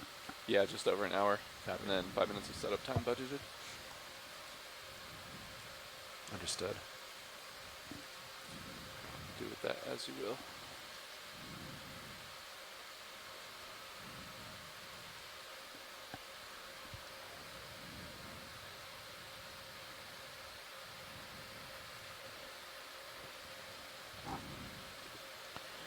If you have the time, the branching point to that stalk up there, I don't think we've seen that guy before today. Give it a pass. If science interested, otherwise we'll keep moving. Go ahead, Rich. I'd get a zoom on this sparsely branching bamboo coral. That'd be cool to see. And something looks like it's eating it in the middle. Good copy and all. Thanks, Bridge. Be advised, pilots, the ship is continuing to turn to starboard to balance the surface conditions. And Ship's ship move is turning, complete. copy that. Yep. I think when that move's done, let's do another 15 to 20. Roger that. Agreed. All right, video, you want to come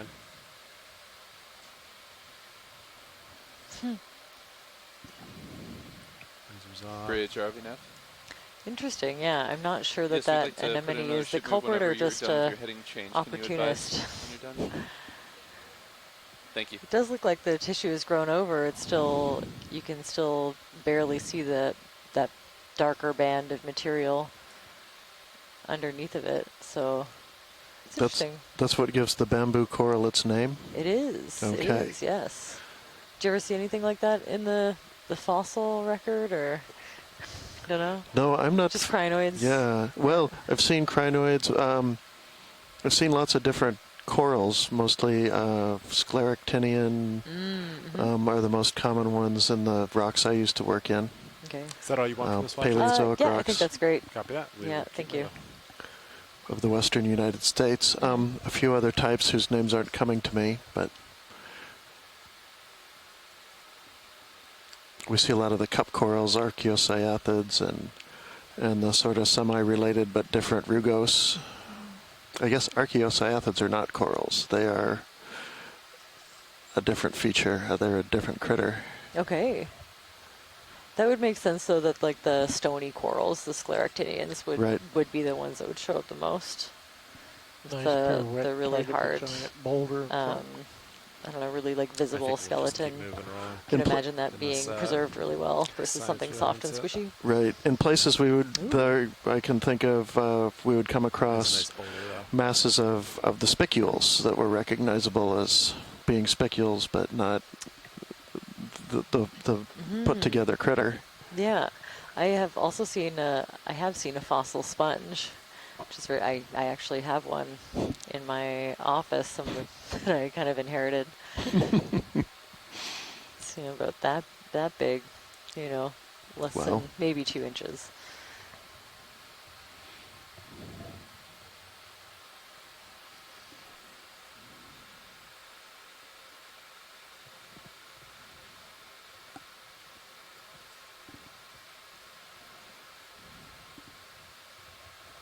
There's a crab.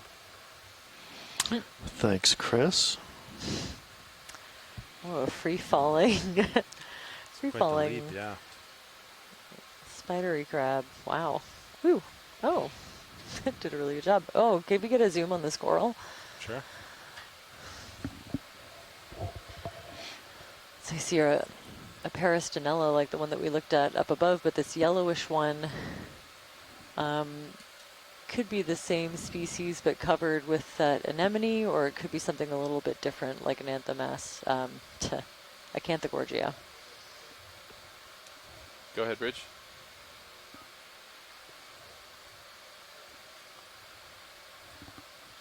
Lasers on. Copy that. Lasers Stand by. off. All right, video, you want to come on out? Pilot's still ready for a move? Yeah, I think 15 meters is fine. 15 meters high. Let's do it. Okay, bridge, RV nav, we're ready for that move.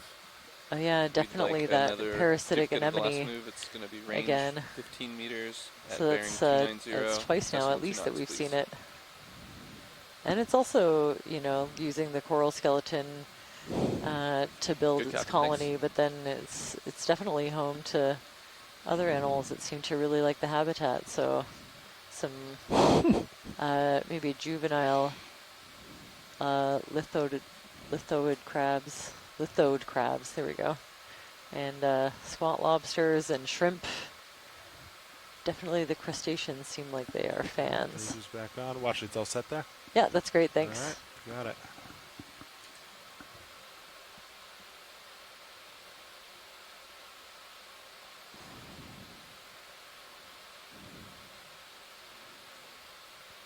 We see a nice, Oh, I saw that. Sorry. nice ferromanganese coating on that vertical face. Again, as usual, we're getting it just in a place where we're not getting much sediment, and you can see there isn't much sediment on this other face that's a little more horizontal, but still probably enough to inhibit the deposition of the ferromanganese crust.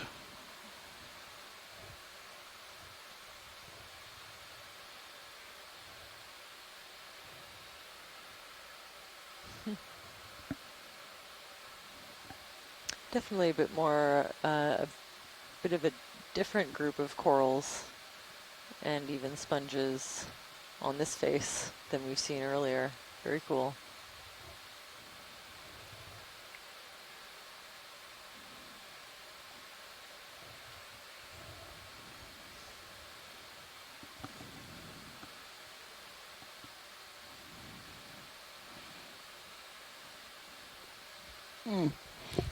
It's interesting the fractures that have formed on this big boulder that we're looking at that's maybe 2 or 3 times the size of D2, as you can see from the view from Sirius. Yeah, excellent view. I think people at home can see on stream too. I love that. It's a great frame of reference. Like 2 or 3, D2 is big.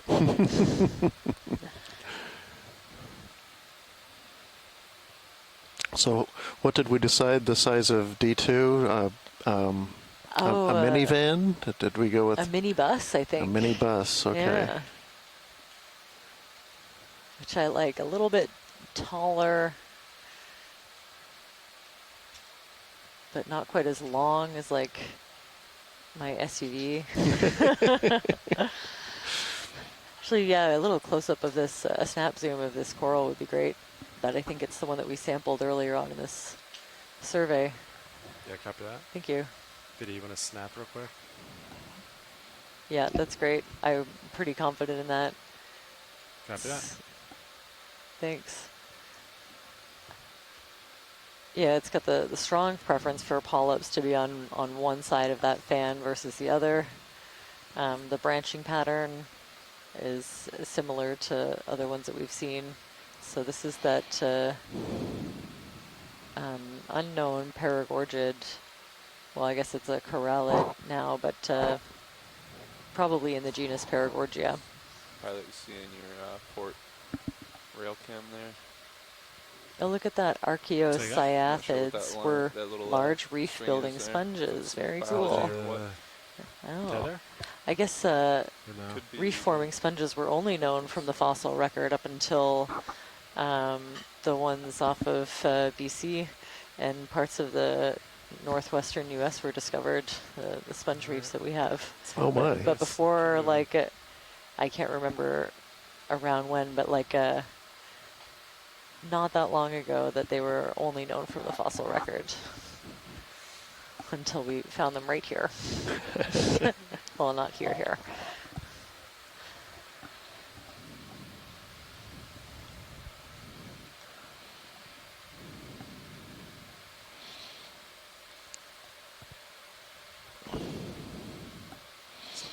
You know, it's interesting over just the relatively small tracks that we're able to do on a single dive, the different terrains you come across. We're looking at the start of this dive at Slicken Sides as part of a fault, and then moved through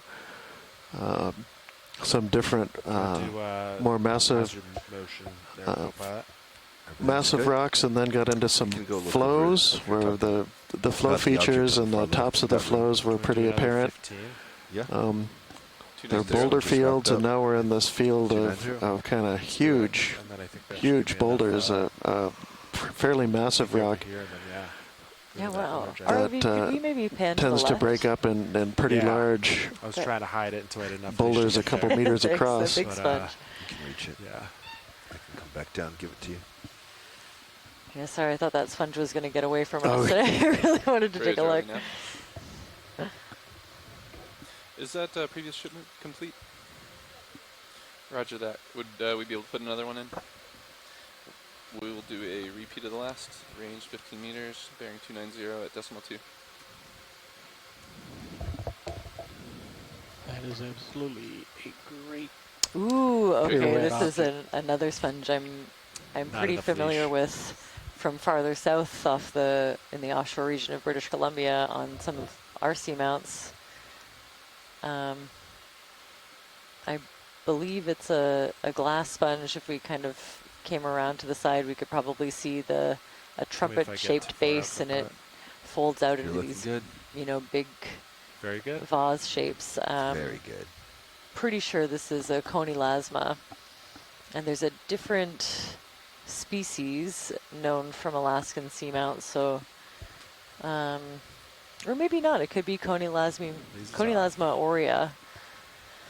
I'll have to double check, but fairly certain of that genus. We see quite a few of these, and it's huge. Did we have the lasers on it? They were. I'll put them back on there. Like, how big is that? Those are 10 centimeters apart, so you know, a meter wide. I'm losing count. Can take a look at this afterwards to get a more precise measurement, but this one is giant. Thanks for that.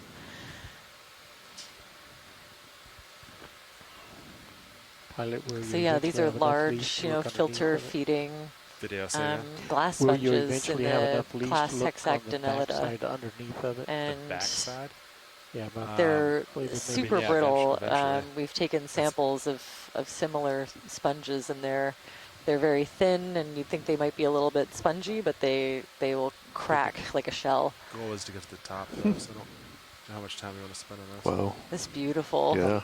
Yeah, and I think, you know, if you zoom in on the texture at some point, but you can also see from back here, there's lots of other animals crawling around. I don't want to spin anymore just in case I using this tug you. surface as habitat. At this angle. Sure, go for it. Do you want center or just start anywhere? You got it. Work your way up to it. Great. Wow, so Work up lots of toward the different center. kinds of debris, and then very small crustaceans of some sort kind of moving around on the surface. Go ahead and work your way up to center. Yep. And there's, you know, very little tissue on these sponges. The glass sponges will often, you know, the bulk of it is made out of this You got more tether silica or glass-based skeleton. Yeah, these little shrimp are certainly happy living in this little cavern that it's provided. And yeah, you can see the pattern. Yeah, lasers on again. Boulder. If I remember from the last time I looked just at the opening a sample of one of Lasers these, clear. those holes go directly all the way through sort of multi-layered framework. All of these glass elements have fused together to make this really intricate frame. And each of those will have a 6-rayed geometry. If you feel like Googling it, you can see all the different shapes and morphologies that the sponge spicules come in, but they're often based on a 6-rayed morphology, which is why they're called hexagonellids. So you're zoomed all the way out? Correct. Copy. Full wide. Copy that.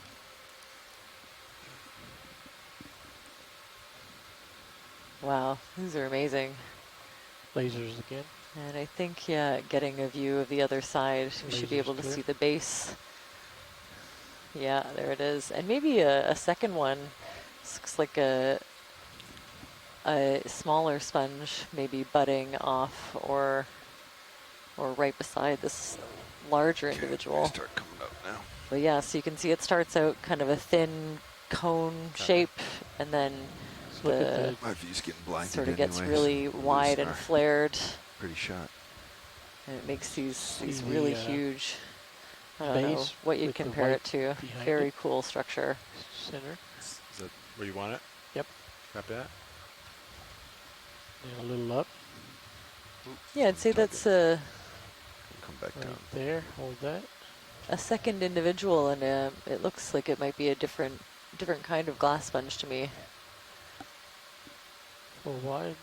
I'm sorry. I mean, full Kind of tight. more striated look. Copy.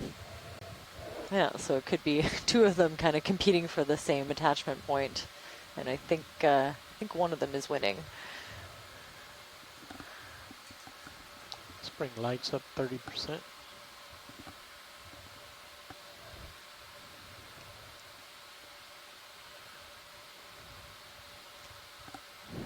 Beautiful.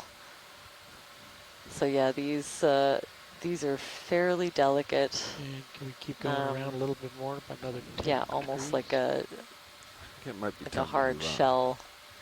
So they're like Give you a little more roll stiff, and but they then, can crack really easily. Should get moving. And one And more we've time got some with really lasers. excellent imagery. I'd love to check my references and see. Lasers there. I know there was at least one more species in the process of being described. Different Conilasma, but this one has a lot of the features that I know from Conilasma Oria. All right, watch leads. We're gonna keep moving unless there's anything else from this you want. Sounds good. That Yes. was amazing. Copy that. Very cool.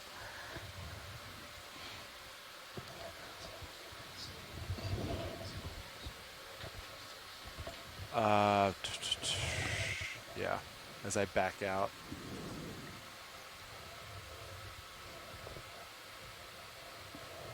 It was actually too big for the still camera.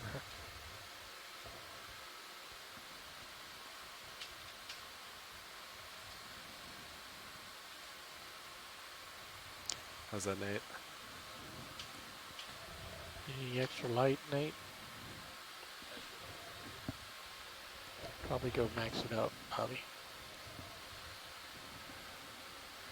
So it's great. These extra lights kind of illuminating a Go lot ahead, of Rich. the marine snow All right, and even we're some of moving. the smaller planktonic species that got are it. moving around. But of course, this marine snow is the Good food copy. source for So the new heading will be sessile filter feeders like Yep, the I sponge also that we're looking turned at. to They have get some these pretty shots of you, tiny little so I'm off heading. Copy that. ciliated cells that can work in Very smooth unison flying to pilot. move water in and out Make it 3D through out the of sponge. All right.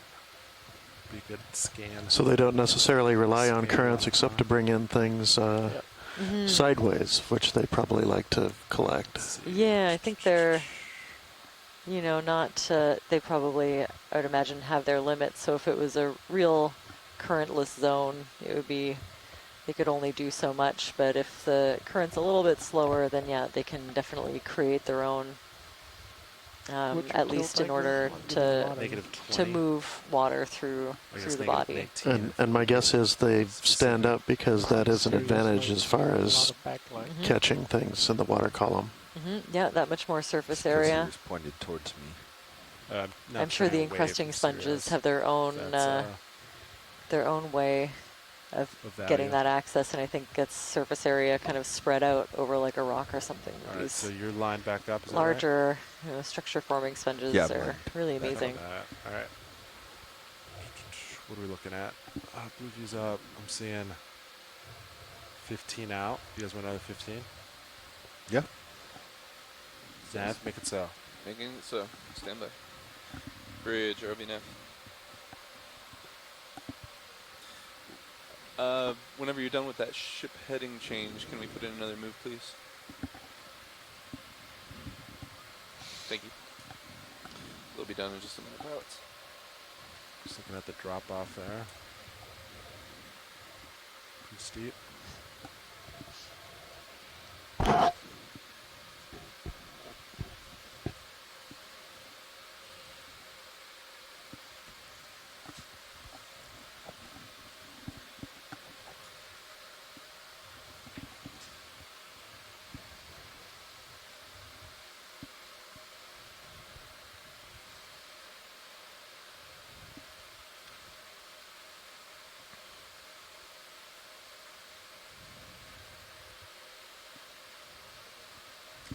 Go ahead, bridge. Roger that. Ready for a ship move? Same as the last. Range 15 meters, bearing 290 degrees at decimal 2 knots.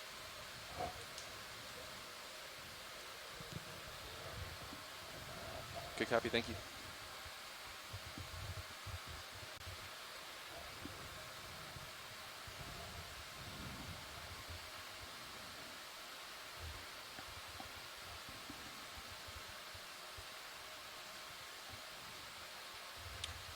Do we want to rotate maybe for next move?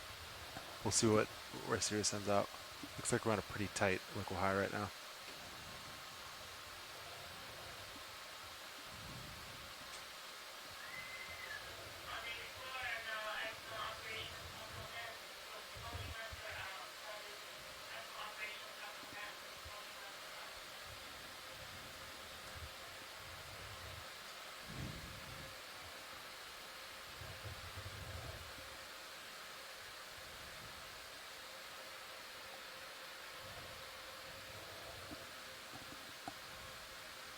How does depth match high pack nav? It's not exact. It's off by 5 or 10 meters per the contours. Yeah. It's pretty good for a terrain like this. Yeah. Definitely. We're on like a, yeah. Right now you're almost nose on the 1040 meter contour, so off by about 5 to 7 meters. Copy that. But as you described, very challenging terrain. You bring the lasers back on. Yes. Lasers are on. See them? So you do see them? Yes. Copy.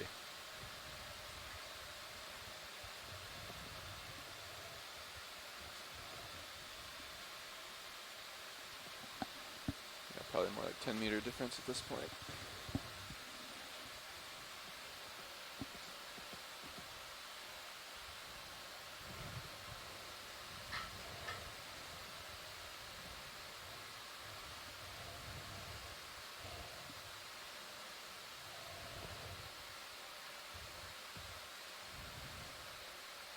Do you want to put blue view out to like 100 real quick? Curious how far out that goes out. You got that? On it.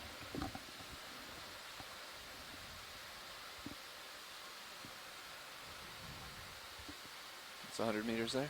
So we're seeing pretty far, yeah. Okay, cool. Coming back in. You like it at like 30 meters out? Yeah, I thought that was pretty good. Roger that. So yeah, so start to catch up.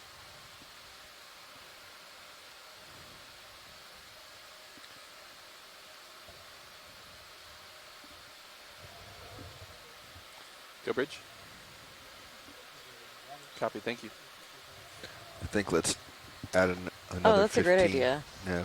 Roger keep that. It moving. Sound good, pilot? Yeah. And work. ROV watch lead. Hey, watch it.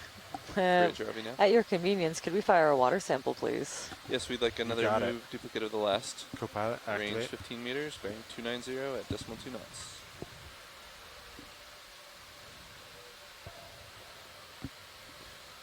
Good copy, thanks. Heard a Niskin sample requested, is that correct? Oh, you heard right. This video and clip. Nav, are you ready? I'm ready. Survey 2. Roger. All right, watch leads. We're going to do another Niskin. Sounds good, thanks. So we are resetting. And 3, 2, 1. Good Niskin.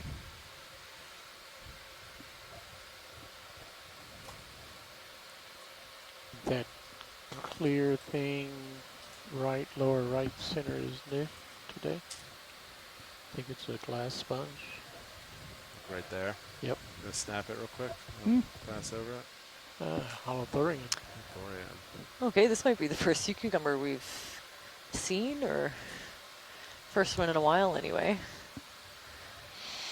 It's definitely, I would say, in the same group as the Panikia genus. That would be hard to say from this. Or for, yeah, I think it's safe to say at least in that group. Watch lead, co-pilot. Your mouth parts. mic may have been off. I just want to confirm you saw that Niskin. Oh boy, shins the mouth. Yeah, sorry, we did get that. Yes. Thank you very much. Roger. Niskin confirmed. Full wide. Copy that.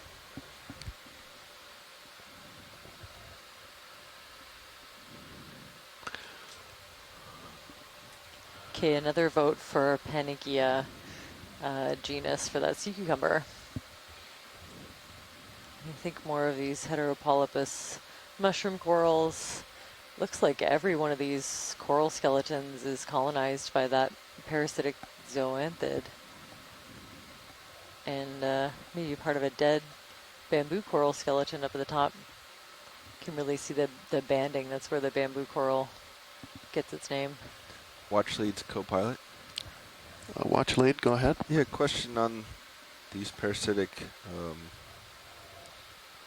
creatures that we're seeing, why are they taking to the coral as opposed to anything else? I mean, it definitely gives them a leg up Center. in the water column. That skeleton will persist for a really long time. It could be that there's some kind of cycle where they parasitize and kind of fight away the existing coral tissue and maybe digest some of it. I don't know that part. But yeah, they definitely seem to be like only on coral skeleton. There must be there's something very specific about that substrate. So I don't think you ever see them on anything else like rock. Yeah, thanks so for the they're answer. like, yeah, highly specific for their substrate type.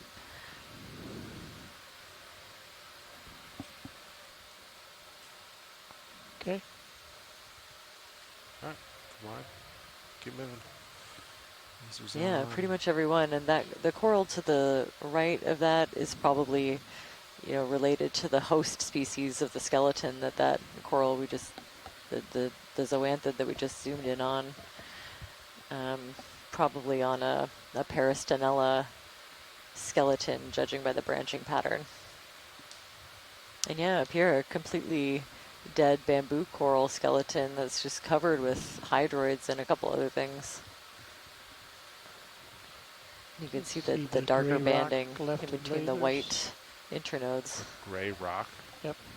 Right above the Excellent rock. Gray without the I think I see a jelly up ahead. Nope, don't see it. Is that? Oh no, that's a sponge. Way up ahead. There we go. Never mind.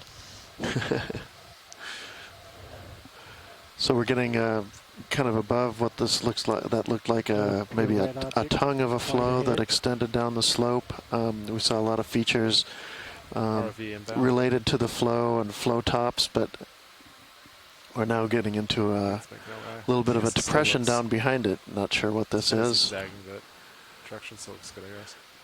As a little, kind of looks like a little. I see more of that. I don't think we have to get tight on flow across this little depression, and I wonder if this might have been a little part that collapsed or perhaps blew out. Kind of perhaps a steam explosion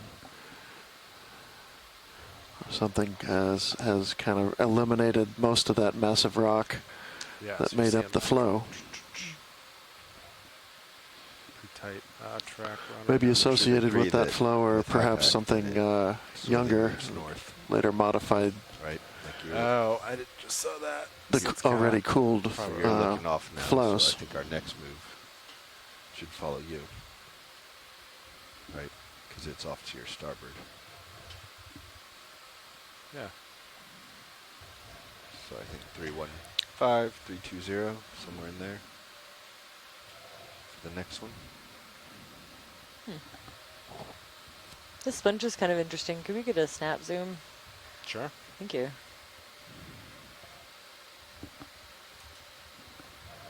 Yeah, I can't quite place it. It looks like a thicker plate-like sponge, not quite Vida, you want to come on in? the same dimensions as the coney lasma that we were looking at earlier.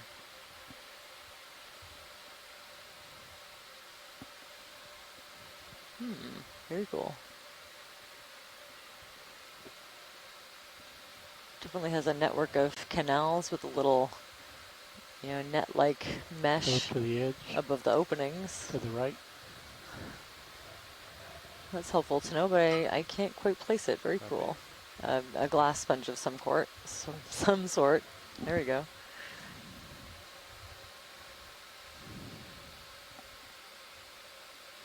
Little crustaceans and hydroids associated with these longer spicules sticking out. Okay, video's clear. Copy that. Yeah, different species of some kind. Not quite sure. I think 20 meters at 320. Tilt down No. as you go around. Copy that, co-pilot. You ready for that, pilot? 20 meters, 320. Yeah, you already lined up? Yep. Let's do it. A little more 20 tilt meters down inbound. so Steels can get his Bridge, RV now. Got it. Yes, we'd like another ship move, please.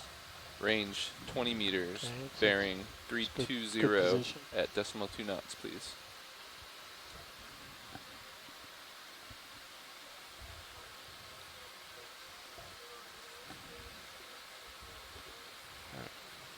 Affirmative, bridge. Thank you.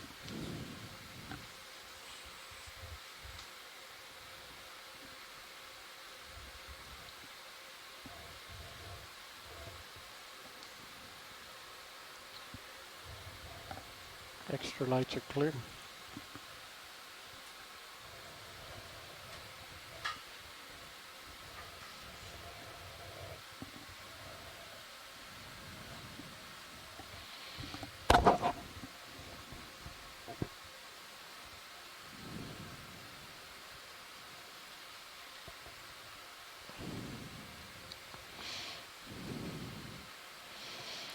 It's hard to say if these flows that we've been following up this ridge they seem to be kind of concentrated to the ridge and are we don't see them off to the left or the right as we head on up.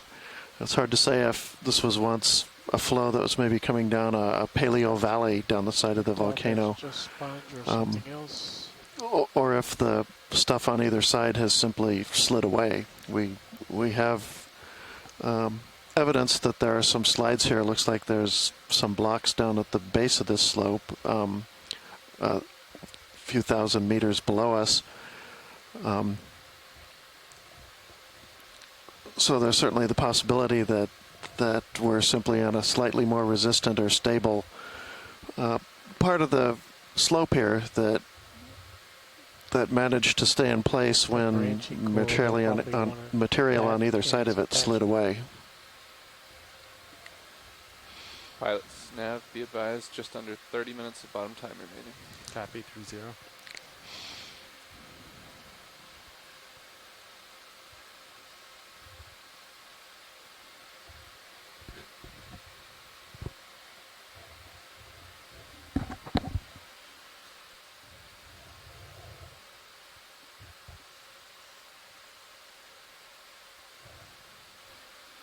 Co-pilot, I just noticed the blue light to your craft is on, but hydraulics are down.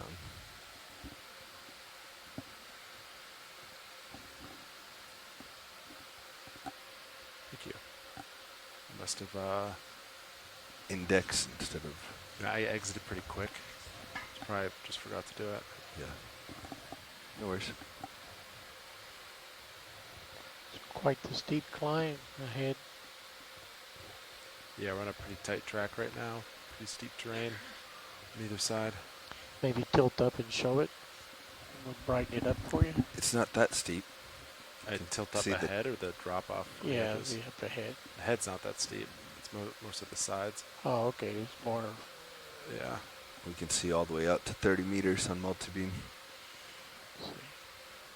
If you look over the edge, you can kind of see it. It drops off pretty good. Felt like I was looking up at a mountain, revealing in front of me. Looking down at a mountain. It's close. It's all perspective. It's easy to get lost in the imagery.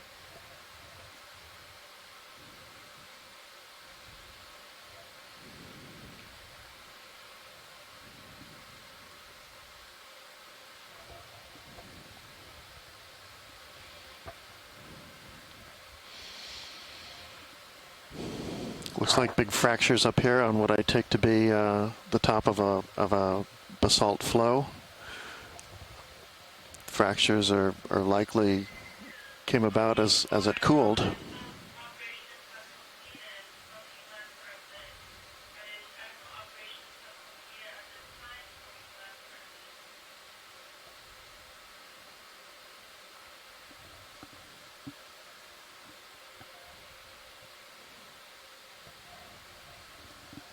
Ship stopping? Yeah, it looks like the ship move just is completing now. Feel it. Would you guys like to tack on another one? I say yeah. What do you think about it? I'm comfortable. I think this all looks pretty flat up ahead. Floating fish upper left. 20 meters? Yeah, comfortable with that. Go ahead, Bridge. Copy that. Could we put in another one, please? Same as the last. Range 20 meters, bearing 320 degrees at decimal 2 knots.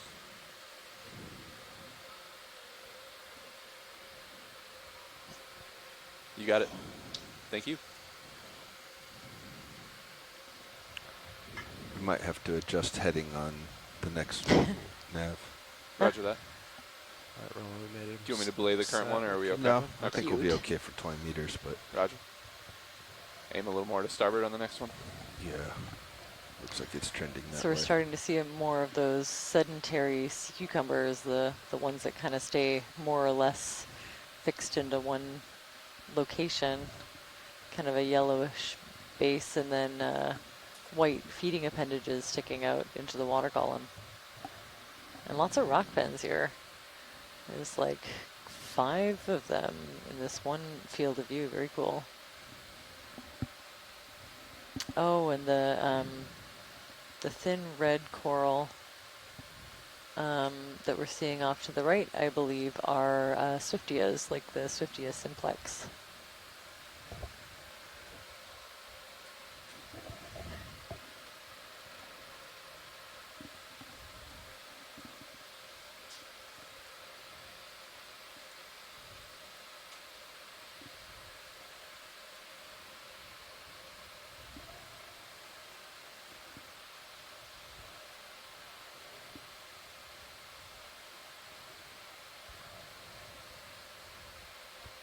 So at this edge is kind of center your screen right now.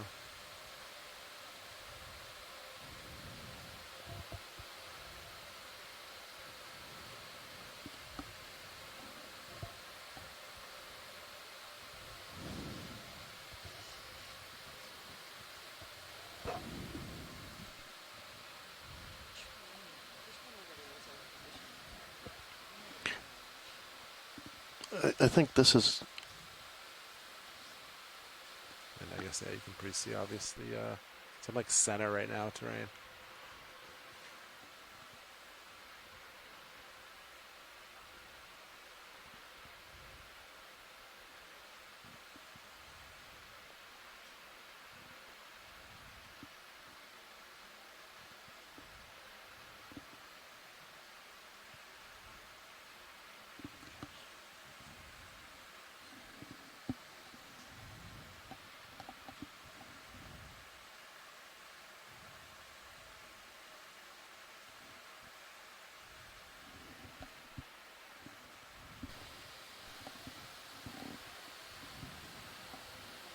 Does that look right?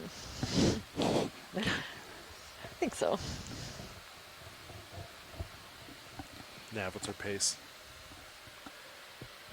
For this move? Or what have we... Very vesicular look to the flows right We've been there. doing pretty good. Let me see what we need to get to waypoint 3. Think of kind of foamy lavas right up here, perhaps as we get further up the top, near where they were erupted. I guess it moves your decimal 2. We're probably not beating decimal 2 and 7. Yeah, we're not making decimal 2. We're probably just under. Quick math. 343. Relatively simple formula. You want to just tilt down and I'll do a zoom and you sort of flow straight forward flying over this. We've been averaging approximately cracks decimal on 1 the right. since our shift started. Sort of show this to geology. Speed times time.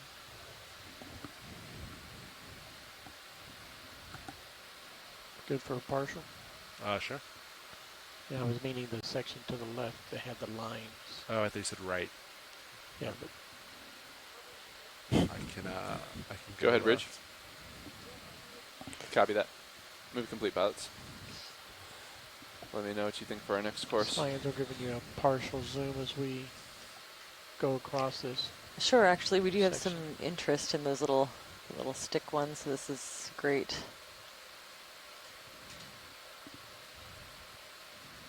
And another one with the thin branching. That's perfect. We were just chatting about that one. Anything specific you want to ask the pilot? Yeah, throughout the whole dive, these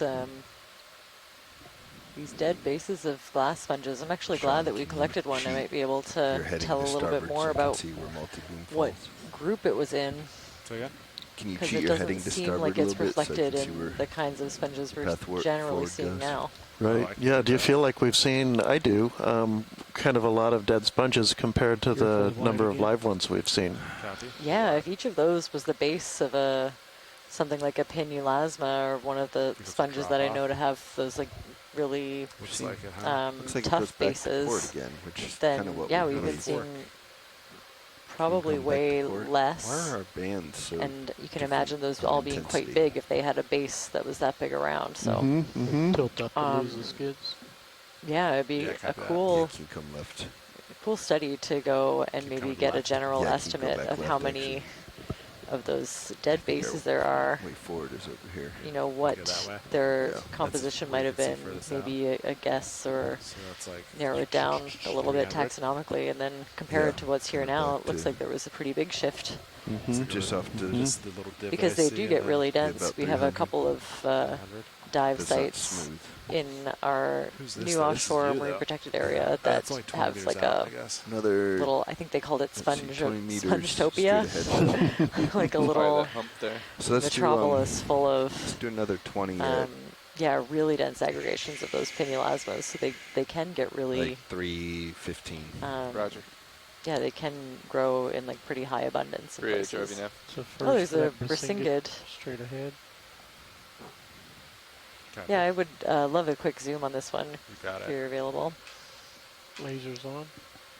Lasers are on. It looks like one of the arms has seen a little bit of Got it. action, Lasers starting to slowly regrow. And he's growing right in the middle of what really has a morphology that you might attribute to a lava tube, Oh, yeah. right? Alright, video Of coming in. making a very long tongue, a couple meters wide, that would be extending down the slope. Bridge, RVNAV. Wow. So yeah, these related to sea stars Yes, and the ship has stopped, correct? the sea lilies or Can we feather put in another shipment, stars. please? Yeah, We'll kind do of the a same range general of 20 morphology that meters, these bearing ones 315 generally seem to degrees like at to decimal stay knots. more or less in one place, kind of like the crinoids.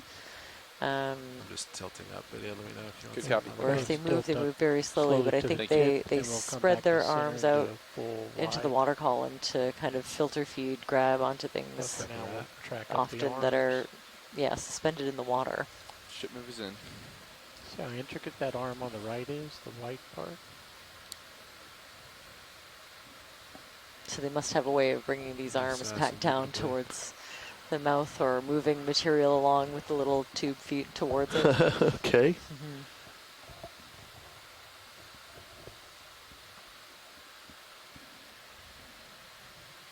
Okay.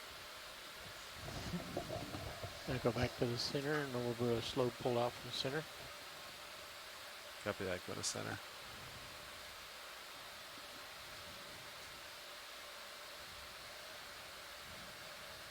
And yeah, it looks like the spines are coming off in 3 pretty distinct rows. There's probably a 4th under there that I can't see, I would imagine.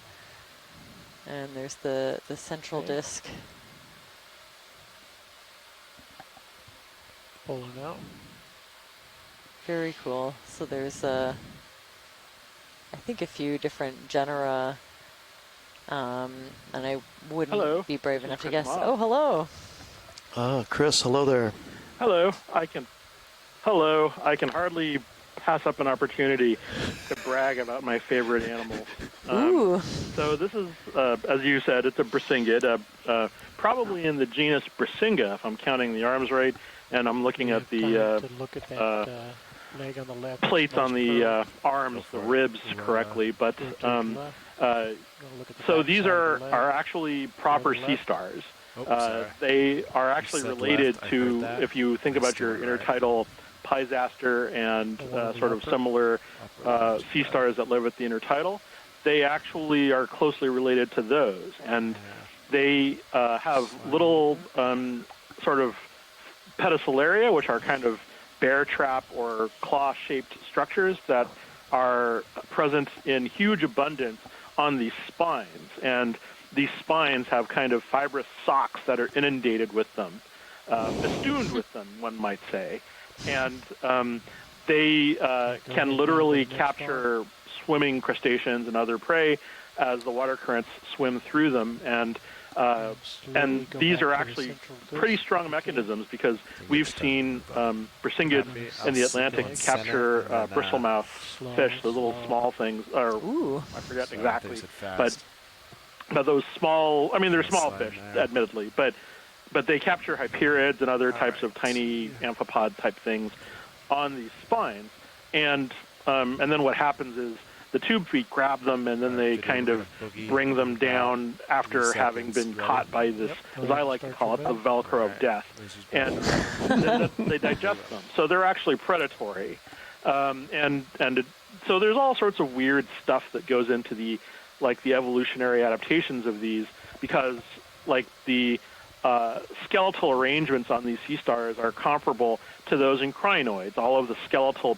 bits are actually they're arranged in what's called a syzygy. They're fused in order to fix the arms to the disc and keep them in kind of an inflexible or flexible position. So, and then on top of all of that, there's because they're just so weird, the names are actually derived from Norse gods. So Brisinga is actually derived from this mythology that Loki, the god of mischief, steals Brisingamen, which is a brooch from the goddess Freya, throws it into the deep ocean. And so all of the different genera of Brisingids, for example, Freyella, are based on other names of Greek or Norse gods. So Freyella is based on Freya. So, there's a whole thing about these, and I have a junior colleague who's been making a molecular phylogeny of these things. It'll promise to be very sort of earth-shatteringly wonderful as far as the work goes. I did my master's degree on these, so I'm always happy to call in and share what I know about them. And they're just such weird sea star animal, an example of a story. And 325. As a bonus, because I forgot and stumbled the other day, I have a geology joke. We're going to do range 20 meters, 325 degrees at decimal 2 knots. Jamie, what do you call? Okay, so where do you put a peridotite clock? A peridotite clock? I give up. Yeah.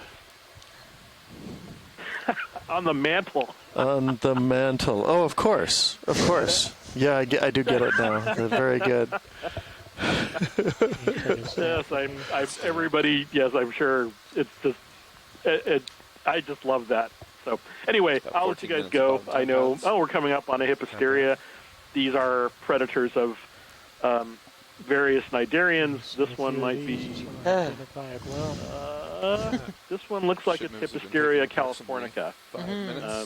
These were not named with their wide-ranging occurrence in mind, because Hipposteria californica was named by Walter Fisher from California, but it turns out that these are actually the deep water ones, and they occur well away from shore and well away from California, well up into Alaska and British Columbia and such.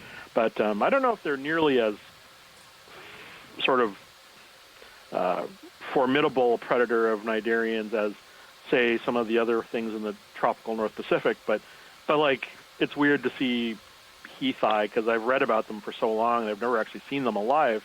So some of the video you're capturing is really wonderful, just because I can, kind of put a name to the face, as it were.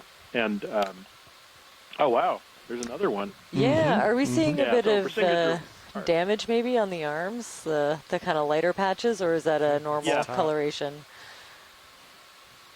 Well, I think it's a little bit of both, because when they're, my guess is that they're either snapped off by suspension feeding currents. I mean, the currents, they hold their arms up into the water, and the currents, it's plausible that the water currents can just snap them off, but it's also possible that you have fish and whatnot that take them away. But I think just coloration-wise, growth tends to be sort of right around the arm tips. So that's why, there's that, when they lose arm tips, that's where they're coming back. And so whether or not there's predators or if it's just haphazard breakage from current flow, it's hard to say. But I think the regeneration pattern is such that it's just consistent with the color is consistent with where the arm tips are regrowing. So. Very cool. And yeah, or I mean, it's also plausible because I've seen other images of this, but Solaster will also attack Persingids, although they don't tend to overlap nearly as much as they do in some places. But who knows? The expedition is still young, and we'll have about a week or so to see some novel Solasterid feeding, which I'm looking forward to. Anyway, I'll leave you to your last, 20 minutes. Think so. So have a good day. Thank you both so much. It's been an enjoyable expedition so far. Great. Thanks so much for tuning in. We always appreciate your perspective, your expertise, and observations. You're always the first one to catch a sea star in the video. Well, I will certainly appreciate all of the brittle stars that I will get to identify. We have figure been out when, painstakingly separating them out from sediment and rock samples just for you, so I'm glad they're going to a good home. Oh, they will. One of the remarkable things about the collections here is that, I mean, it's just funny because so many of the collections from Alaska, from this area, are from the Albatross expedition in the sort of late 19th, early 20th century. And so when these all come, there'll be kind of this, this huge jump forward, and if we're lucky, enough of them will be consistent with the type material or the specimens that we have that I can identify them. But like that thing yesterday with the the brittle stars, I have no idea which ones. I mean, I think they're Okeacanthids. They're probably Ophea. The old typological definition of Okeacantha is consistent with what I saw, but those definitions have changed with modern phylogenetic work and such. So as one of my colleagues has told me recently. So we'll see which one it is. But I mean, if it's a new...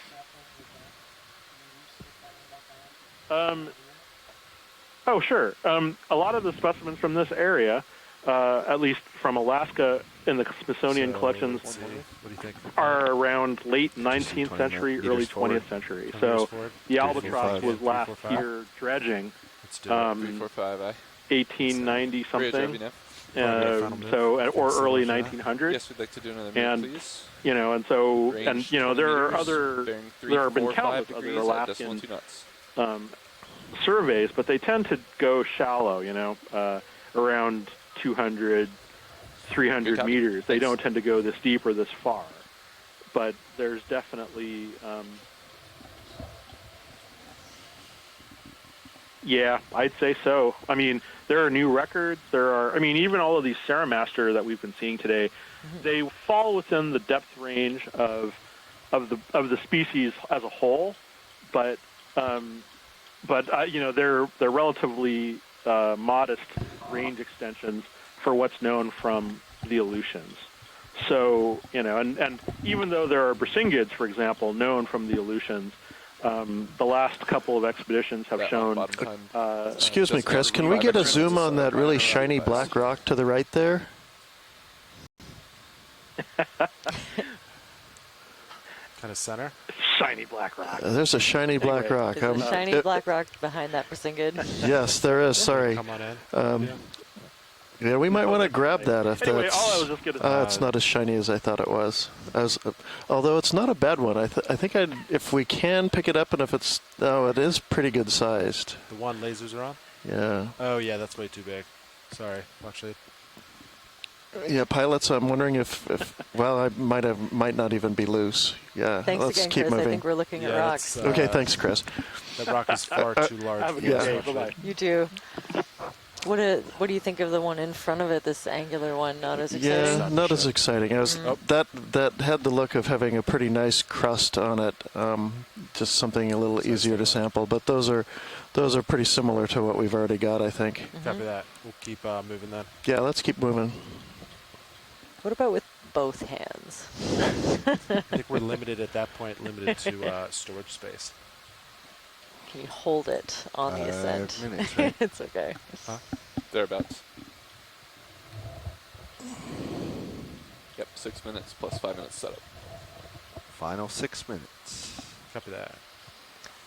Okay, so we're 06. kind of approaching Crab up the end ahead. of our time here on Durgin May have Guyot. had the, And looking we're at coming the up to mouth the top of parts this of the very cool geological critters feature. near Crab its mouth. mouth parts. ROV watch lead. Hey, watch it. Can we get a zoom on any of these little red sticks as we see them? There's a request for a zoom Yeah, you got it. on the little Left red, edge of screen. maybe Left thinly edges. branching corals to the left. Bottom left. Is that it? I think so, yeah. Over to the left. Oh, sorry, to the left Further of this left. one. Left. Yeah, that's a rock pen. Past the crack. Past the There. That one that's coming up. Keep Left going. Keep going. Another foot or so to the left. That one Right there. there. There's Right one there? right there. Above it. Yeah. Above it. Yeah, All right, that video, one. come in. Exactly.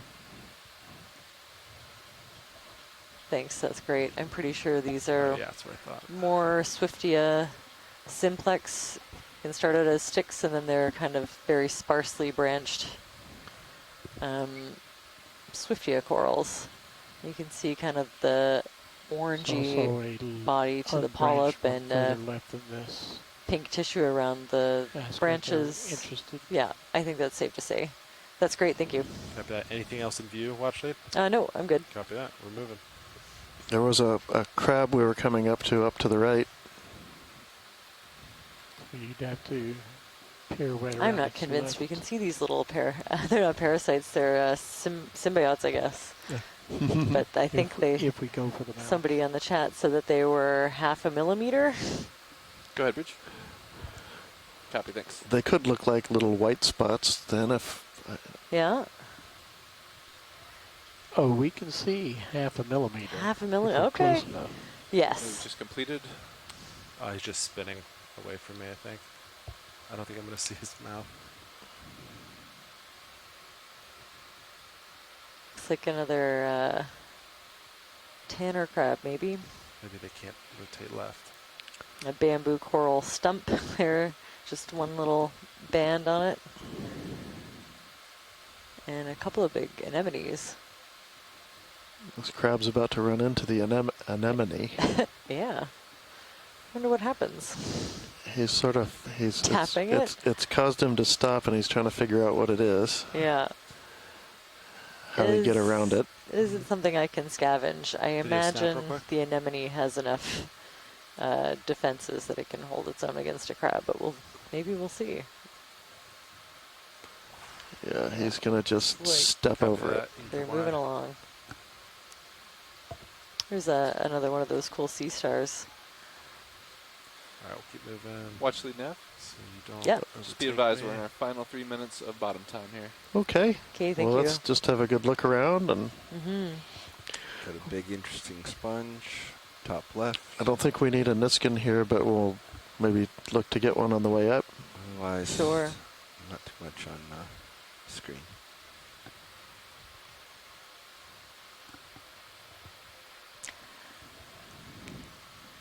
Well, definitely a pretty, I would say, consistent dive for biology. There's been kind of, I mean, a little Nav, bit what's our, of change, but OBT? on and off, very similar.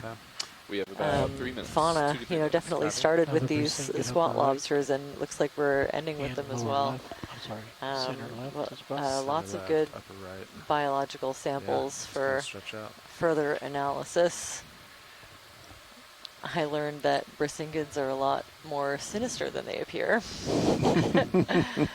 And I think the highlight for me was that really giant Conilasma glass sponge. Let's see, I just need to rotate. It's nice. I always I'm get a little actually coming to reflective at left the end now. of a dive. Left. So So this is the just first have time, to you turn know, and push out. human eyes have visualized left, copy. this part of the world, and probably the last time for a good long while. So always makes me a little bit in awe. Yeah, I think it's why we do this. Big upper right. Geology is a bit more dynamic. Oh, there's that Look at that. One of my favorite corals right at the end. Lasers on. It's a bubblegum coral. On. Big subject if you want to image Beautiful. it around to the right. So it's the Paragorgia arborea. You know, we've seen a few very sparsely on and off on this survey so far, but I think this is the first one for this dive, so can confirm that it's known from Okay to center Durgin off, I'll Guyot, zoom and which let is you continue to pirouette. a cool, interesting data point to have. You know, where there's one, there's usually more. That's great. Thanks for that. Approximately 1 minute of BT left, pilot. Copy. That's beautiful. I appreciate it. You know, just covered with all kinds of different life. This one might be struggling a little bit in the angle that it's at. Looks like it's being colonized by some anemones and other growth forms, but very cool nonetheless. Love that we got to see that right in the last minute. Clear. Copy that. Geology's been a bit more dynamic, though. It has been very interesting. It's kind of similar to yesterday in that we, for most part, we're following the same feature all the way up. It is probably because we're following up these ridges, and the ridges are here for a reason. And it's that there's a resistant rock that's holding it up. Yesterday it was a basalt dike, a vertical dike that was cutting into some fracture, and today looked to be like a tongue of a basalt flow that was running down the slope. You're fine. You all right, watch leads. That's about the dive. We're going to start stowing our lights and start coming on up. Sounds good. Thanks so much. Yep, you got it. Other than that, at the very start of the dive, we saw those slicken sides. Slicken side, all one word. I like it. Yeah. One word. So yeah, I think it comes from the German, and so you would keep all the words, all the letters and words together to make a new word. So, but yeah, indicating a fault of some sort, perhaps just a local fault, perhaps related to a slide. I don't know that I've seen them like that associated with slides. I think of them more as associated with faults. And I don't really see anything on the map that indicates a fault. That was in a kind of a funny orientation, but we did see that for a bit of time, and we were sort of faced with that really steep escarpment part of it as part of it. But it was looked like a normal fault down to one side relative to the other.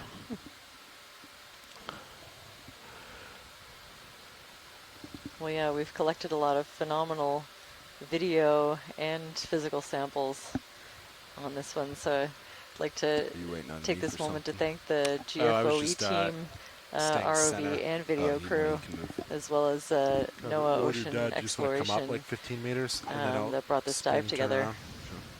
And also thanks to the shore-based scientists. We really value your observations and expertise Ship is completing as we narrate these dives. Changed as well. So thanks so much. Nav.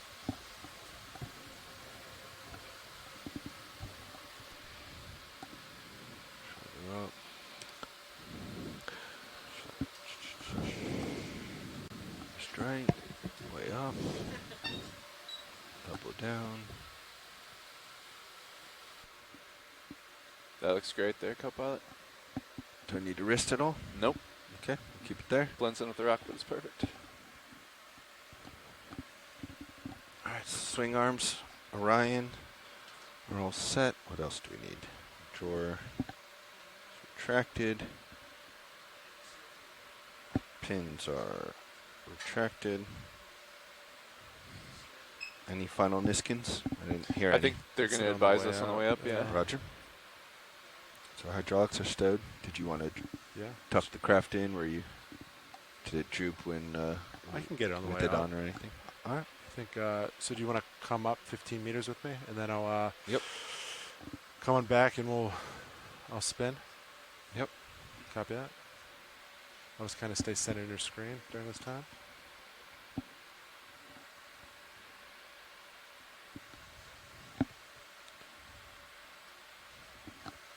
Marking off bottom.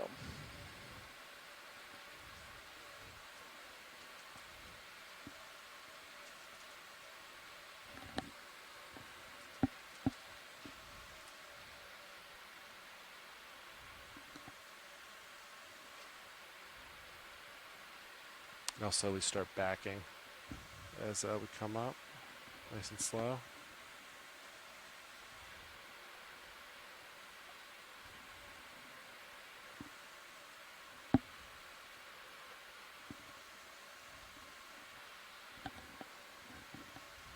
Okay, I'm backing. You can come up another 5 meters as I back. Get a delta 20.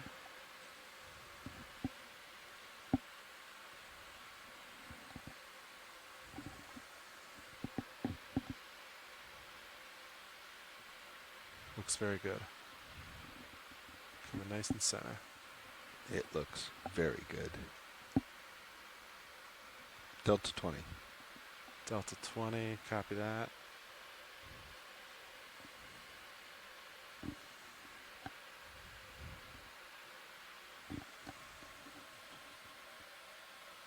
Camera 90. Camera 90, I'm going to spin. Sorry, holding 90.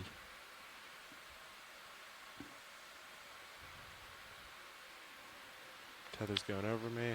That looks good. I'm aligning with the ship.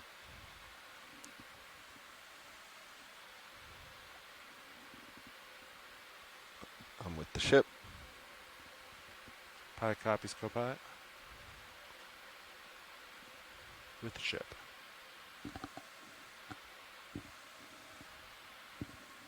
Okay. Go ahead, Bridge. I'm opposite the ship. Roger I'm that, pushing thanks. forward. Tether looks good. Camera all the way back. Delta 20. ROV watch lead here.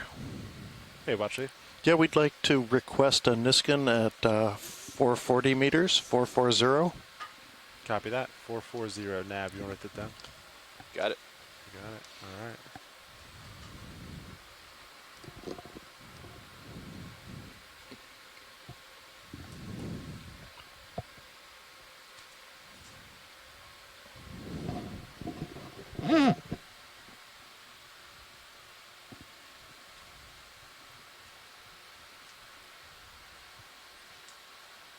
Okay, as I push forward, I'm going to start increasing. Coming up a little bit to decrease our delta. Delta 16.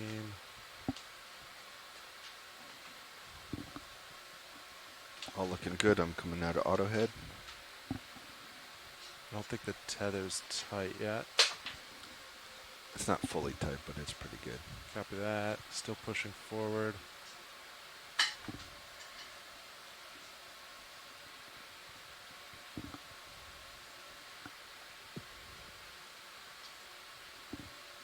Alright, that's Delta 9 there, almost there.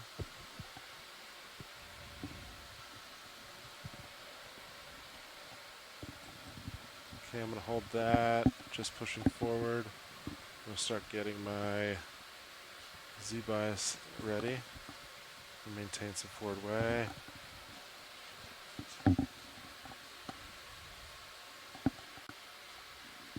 Delta 5-6 looking good. Alright, this time I'm going to come out auto heading. Auto heading's out.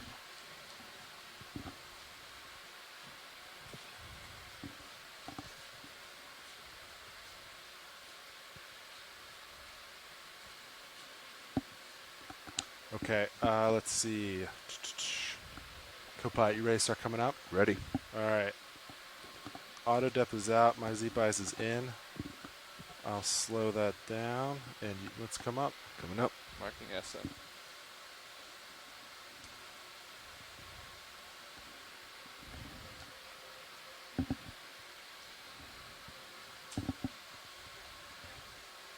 Be advised, I think we're just over 5 minutes there, setting up. We're about 1 minute behind schedule. I'm at 30. Copy that. Delta 9. I'll do about 15. I'll hold that forward. Increasing Z-bias a little. Bridge, RV now. Let's see if I can keep Just up. want to let you know we are officially off bottom at this time. Thank you. I'm 31-32 on the winch. Nav said we're behind. 94 up. It's good for a little bit, right? Yep.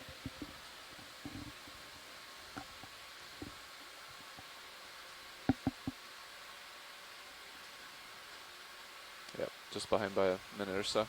Probably make that up. What is or so? I don't have Precision. that resolution on the nav calculator. My apologies. Copy. 33 on the winch.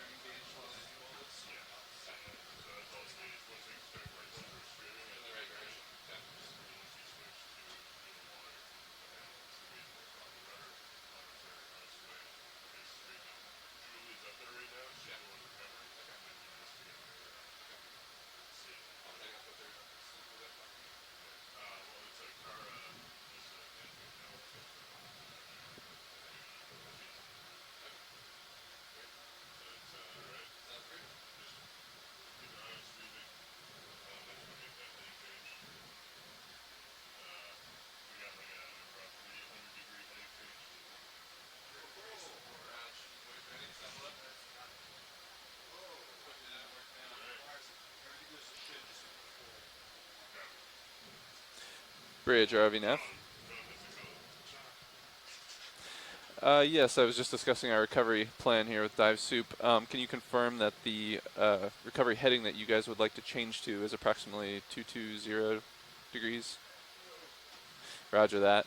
Well, vehicles are just now about to pass 800 meters. If you're comfortable with it at this time, we'd like to go ahead and start bringing the ship ahead 0.5 knots forward over the ground, and you can begin making your heading change. Roger, thank you.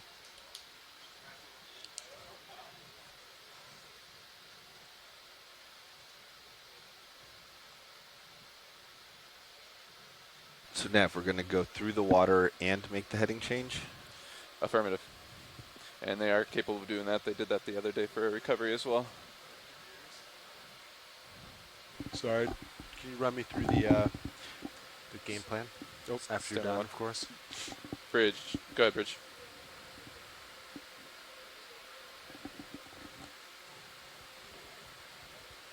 Roger that. Thank you. So, Bridge is changing the center of rotation of midships, steaming ahead 0.5 knots over ground, and they'll be making that heading change to 220.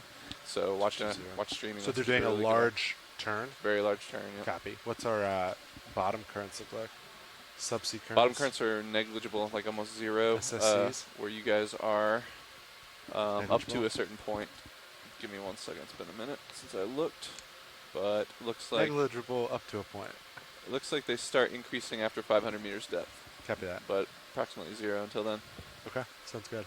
So they're going to start that immediately? Yes, they're beginning that now. Subsea currents do shift to the northwest a little bit after 500 meters. Maybe Copy. 0.1 or so. Copy that. Cool.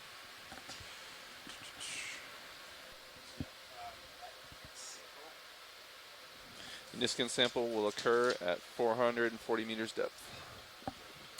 Yes, very curious.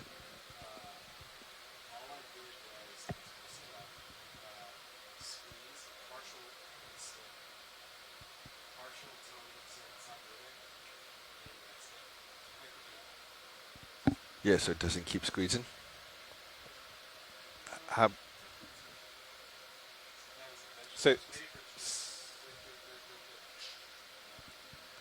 What was your trick to releasing it?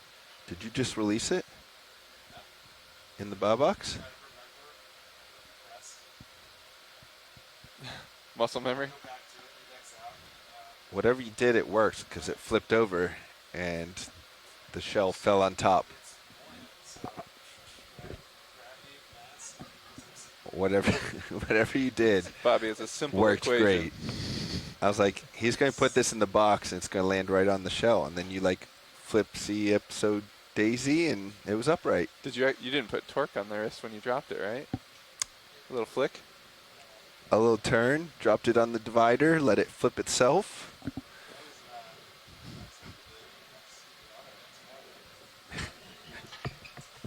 I almost reached over and helped you with the thrust, the upward thrust there.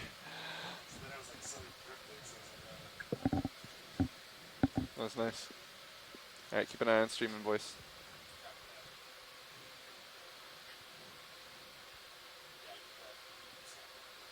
What's their rate of heading change for this? Doesn't look gargantuan. They did not inform me of such. You're really into these acronyms, huh?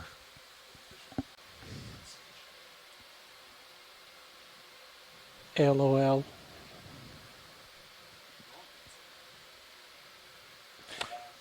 Should actually be ROR, rate of roll. Or sorry, yaw. Roy, rate of yaw. Ship is yawing. Don't question it. Nav, what's our ETD? Estimated time to depth. To what depth? 50. Okay, what's our ET50? ET50? ETF is standby 1. I think we made it up. Let's see, you have 648 meters wire out. Yeah. You are on target for a 1630 recovery local. Yeah. Well done. That's right. ETD 1630. Yeah, look how far north it's going.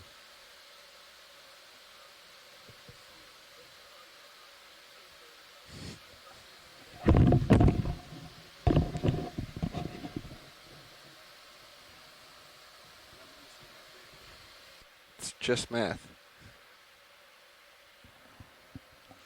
And because of that, I want to come up ahead of schedule now.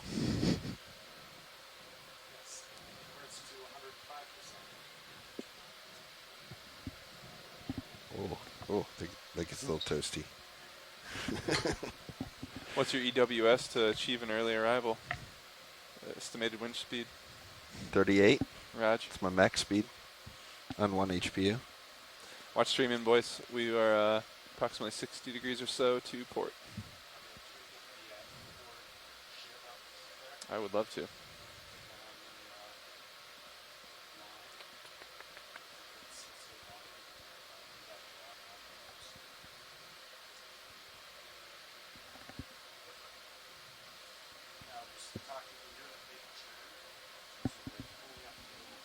We got wire cam here. Let's see what else we got.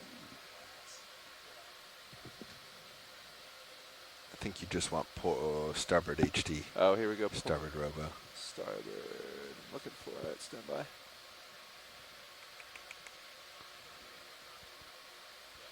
Oh, that's yours. Sorry. Well, it's the camera.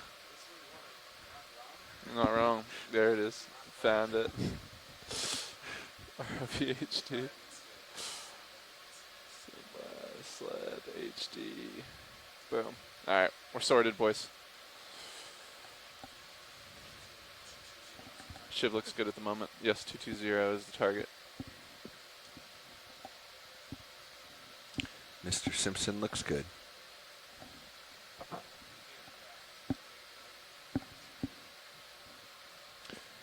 Shilling is perfectly in place. Craft could maybe use snugging, but I think it's good. I think so. I mean, I think the word perfect was used for shilling. I retract that statement. No, it is. It's in good shape. I didn't hear a description of the craft stowage. At best. We have approximately 30 degrees more of heading change. Be advised, pilots. I do use COR in the log a lot, center of rotation. I don't know if, I didn't know if I was the only one. Nah, I just don't record it.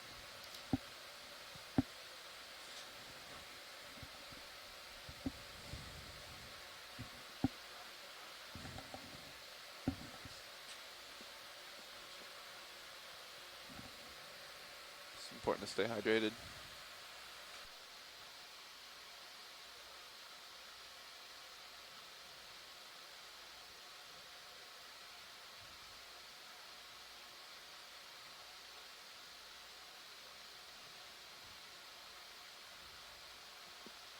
They actually made that turn. D2, 540 meters, 100 meters.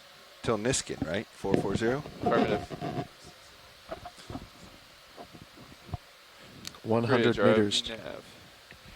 HPU, enabled, ramping. Yes, we'd like to request the 15-minute call out at this time. Valve packs, enabled, standing by. Go ahead, Bridge. Roger that. We do. 220 is the heading you're shooting for, correct? Roger that. And please listen to Deck 8 if you guys aren't already. Thank you.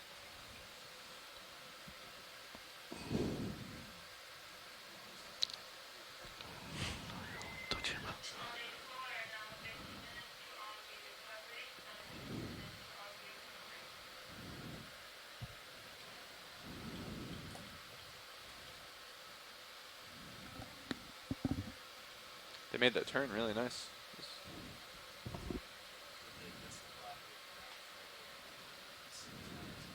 Raj. Passing 500 meters. Survey 2, Are you ready for Niskin in 2 minutes? We're going to take both out, Lars said. And at some point we need to shift to speed through water. No, I don't think so. I think they're doing joystick. They're in out of auto surge. Yeah, they're already out of auto surge. But Sway's still in. As far as I know. I haven't been advised otherwise.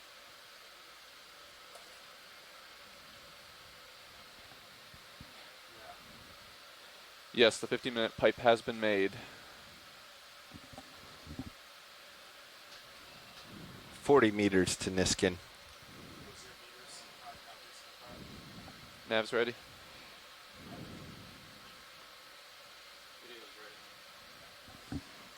Nice. And it looks like science is ready as well. Even watch lead is ready. All right.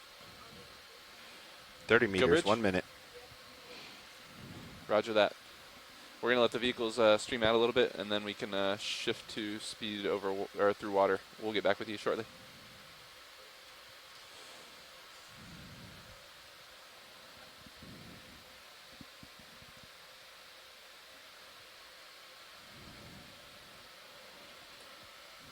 Hydraulics up. Valve packs enabled.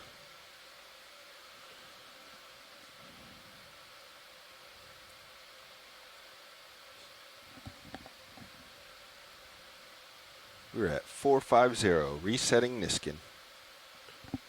There's a reset.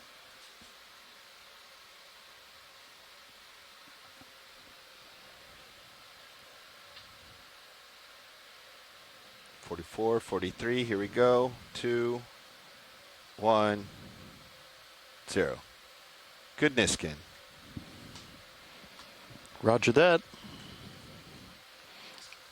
And Niskin EX, that's sample ID EX2306-D06-08W. Resetting.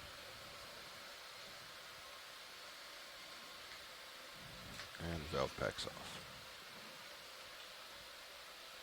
Okay, thanks everybody.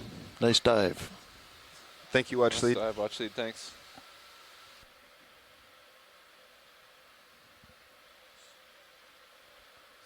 Ooh, that was exciting. Niskins are always exciting. Doing them right there at the timer, though, like, that felt like action movie-esque.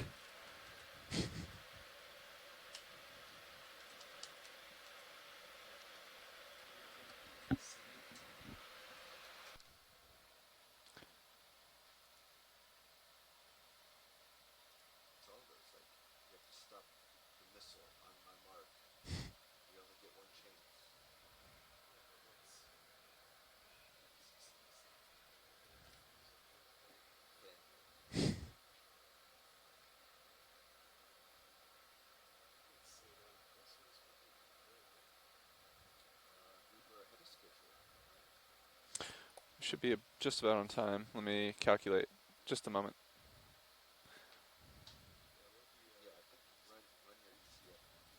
ETF numbies in work. Line out 375 on my mark. Mark. Oh, did not work.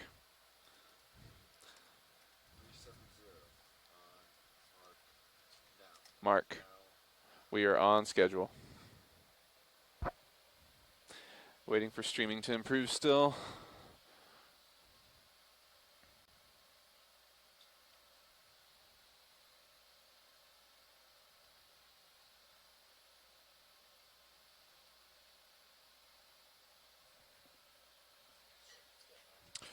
Bridge, RV Nav. Can you confirm, is auto sway still engaged? Copy, thanks.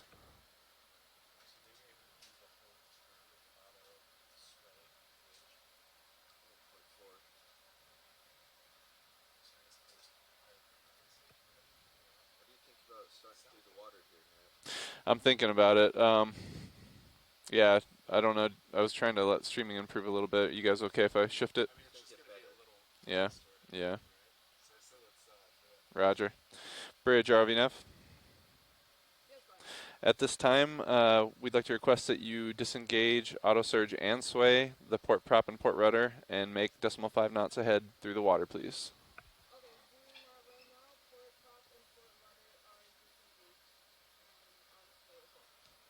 Copy. Thanks, Bridge.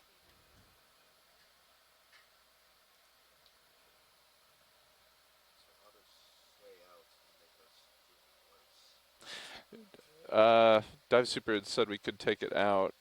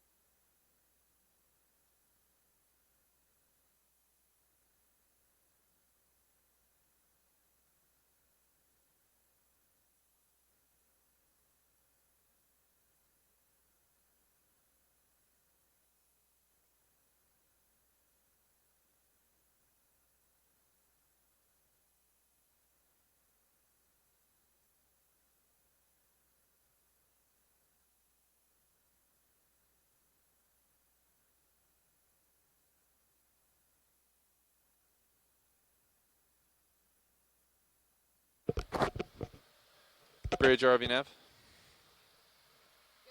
Could we increase forward speed through the water to 0.8 knots, please? Thank you.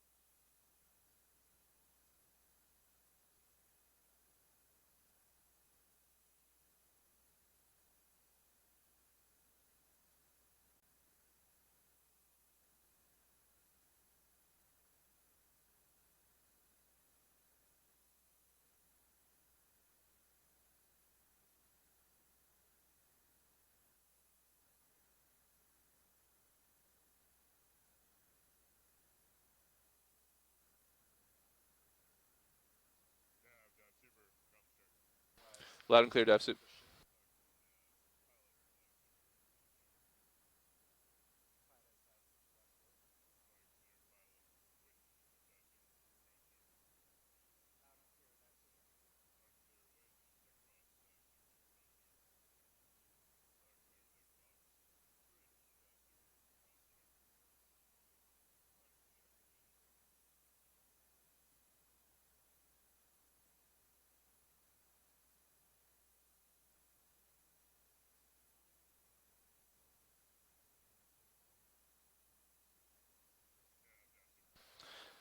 Go ahead, Dive Soup. Absolutely. The vehicles are ascending, passing 190 meters depth. The ship is currently moving ahead at .8 knots ahead through the water with a heading of 220 degrees. We have approximately 10 knots of wind or so, about 25 degrees off the port bow, and .5 knots of current, about 40 degrees off the port bow. The port prop and port rudder are disengaged at this time. Center of rotation is midships.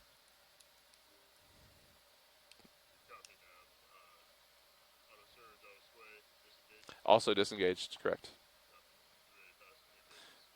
Dive super has comms.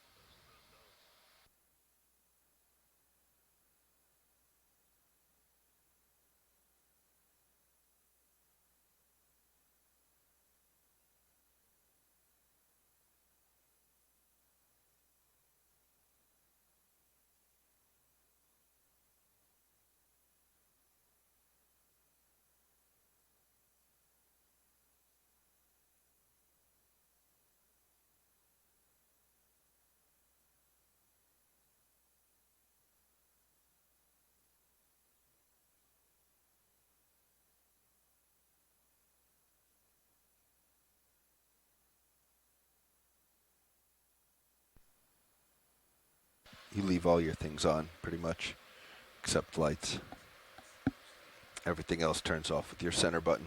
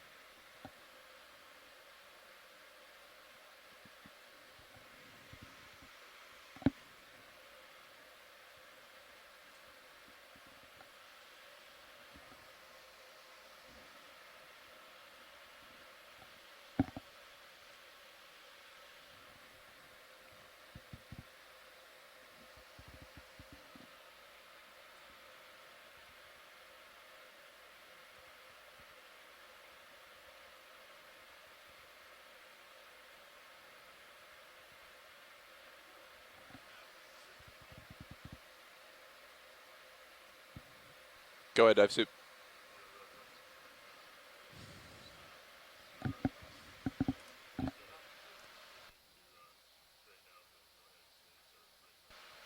Standby survey 1, we're doing recovery ops. Yeah, copy that. Dive super. Presently, vehicles are streaming about 50 degrees to port.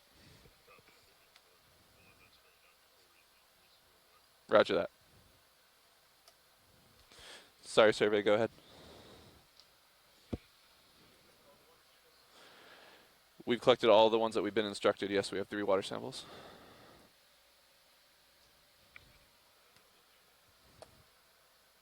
No problem.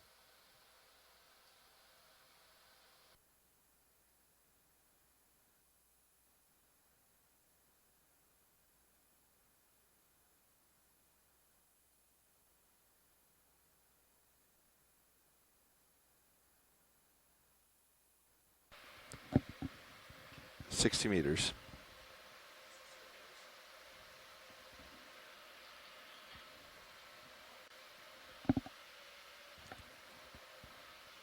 Easing slowly. 5-5. 5-4. 3. 2. 1. And all stop. 50 meters.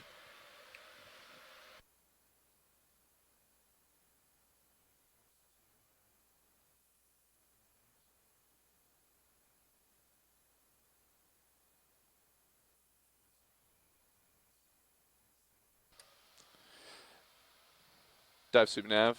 Vehicles holding station 50 meters. Staying by for recovery.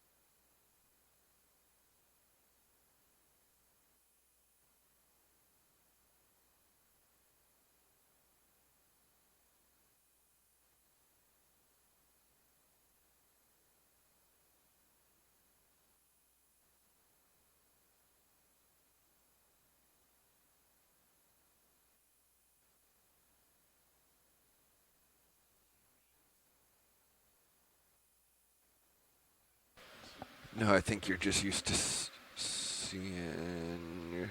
Wait, you're right. It never used to see the zinc. Yeah. Go ahead, Dive Super.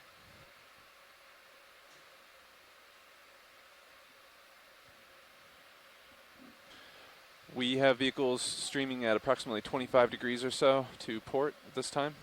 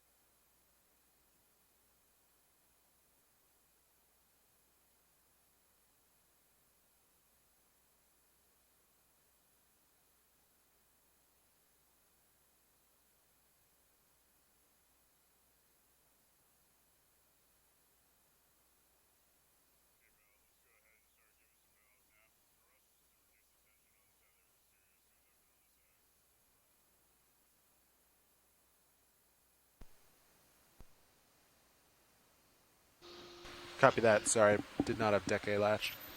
No worries. If you get over 60% thrust, let me know, and we'll bring our forward speed down. Good copy.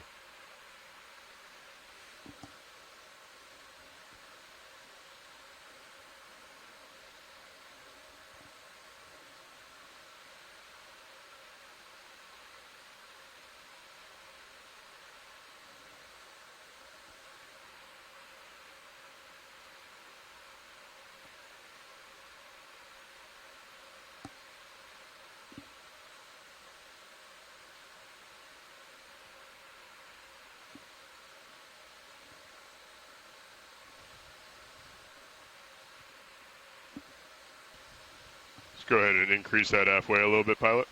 Copy that. Holding about 5-0. 5-0, copy. That's looking good. Let's maintain.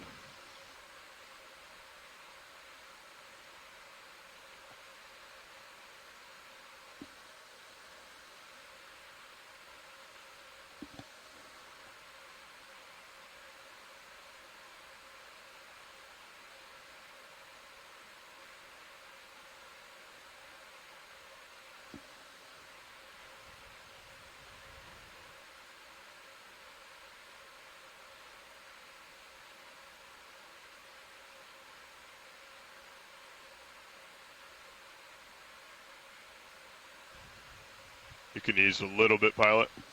Copy that. Easing.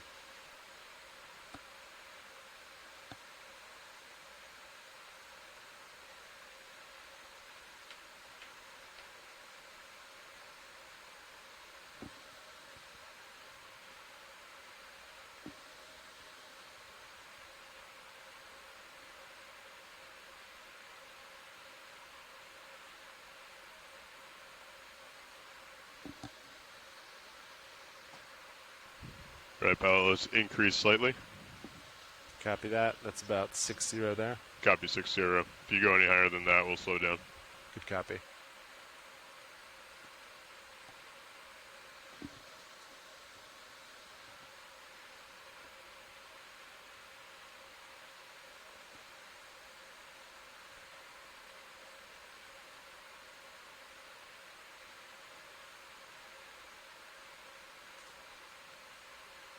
CPHD is clear. Pilot, can we have a little bump to surface, please? Yes, sir. Bump. Thank you.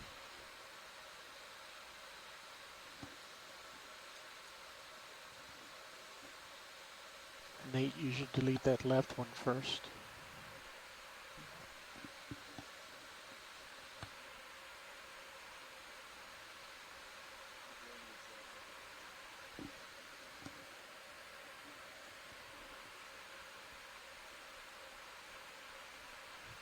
Winch, take back local control.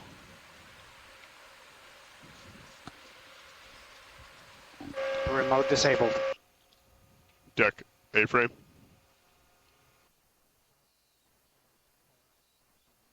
All right, pilot, let's go ahead and go off stick at this time.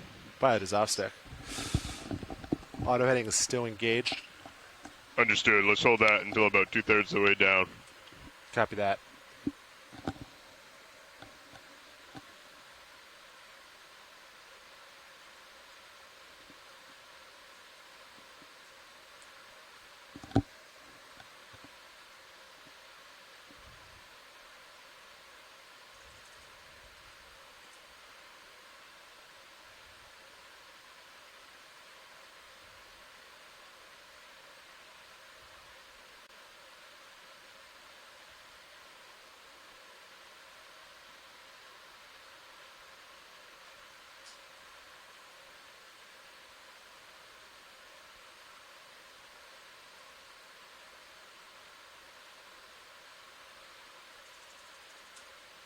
All right, pilot, let's go ahead and disengage auto heading if you haven't already. Auto heading out.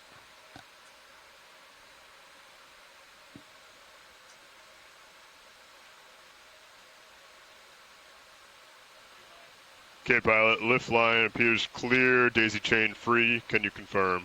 Looks clear from our end. Good copy.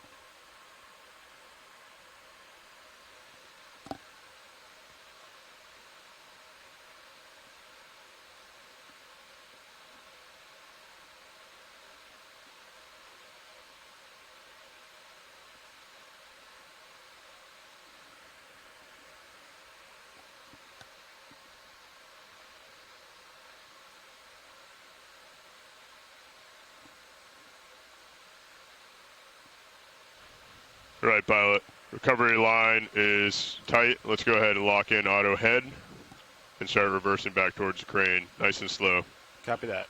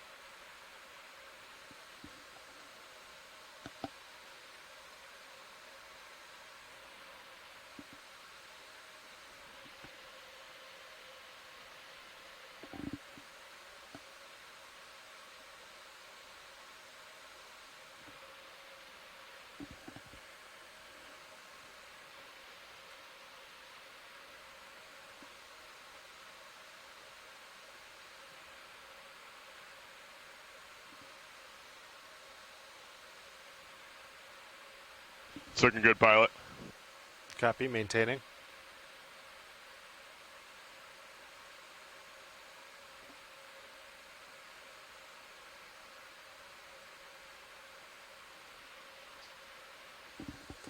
Give a bump to surface. I have good views of the line. Looks Good tight. copy. It is tight, yep. Okay, stop there.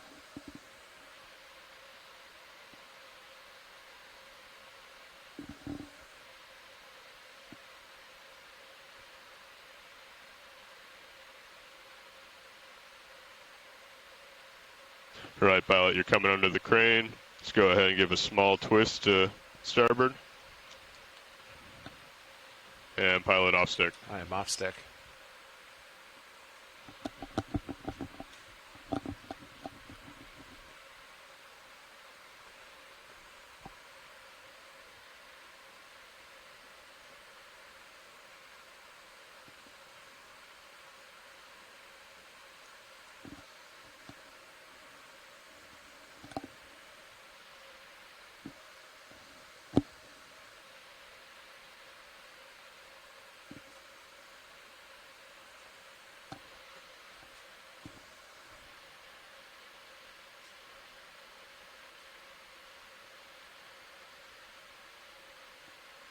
Pilot secure power. Deck E-stop. Winch, knife switch. Power meter reads 0. Vehicle's cold.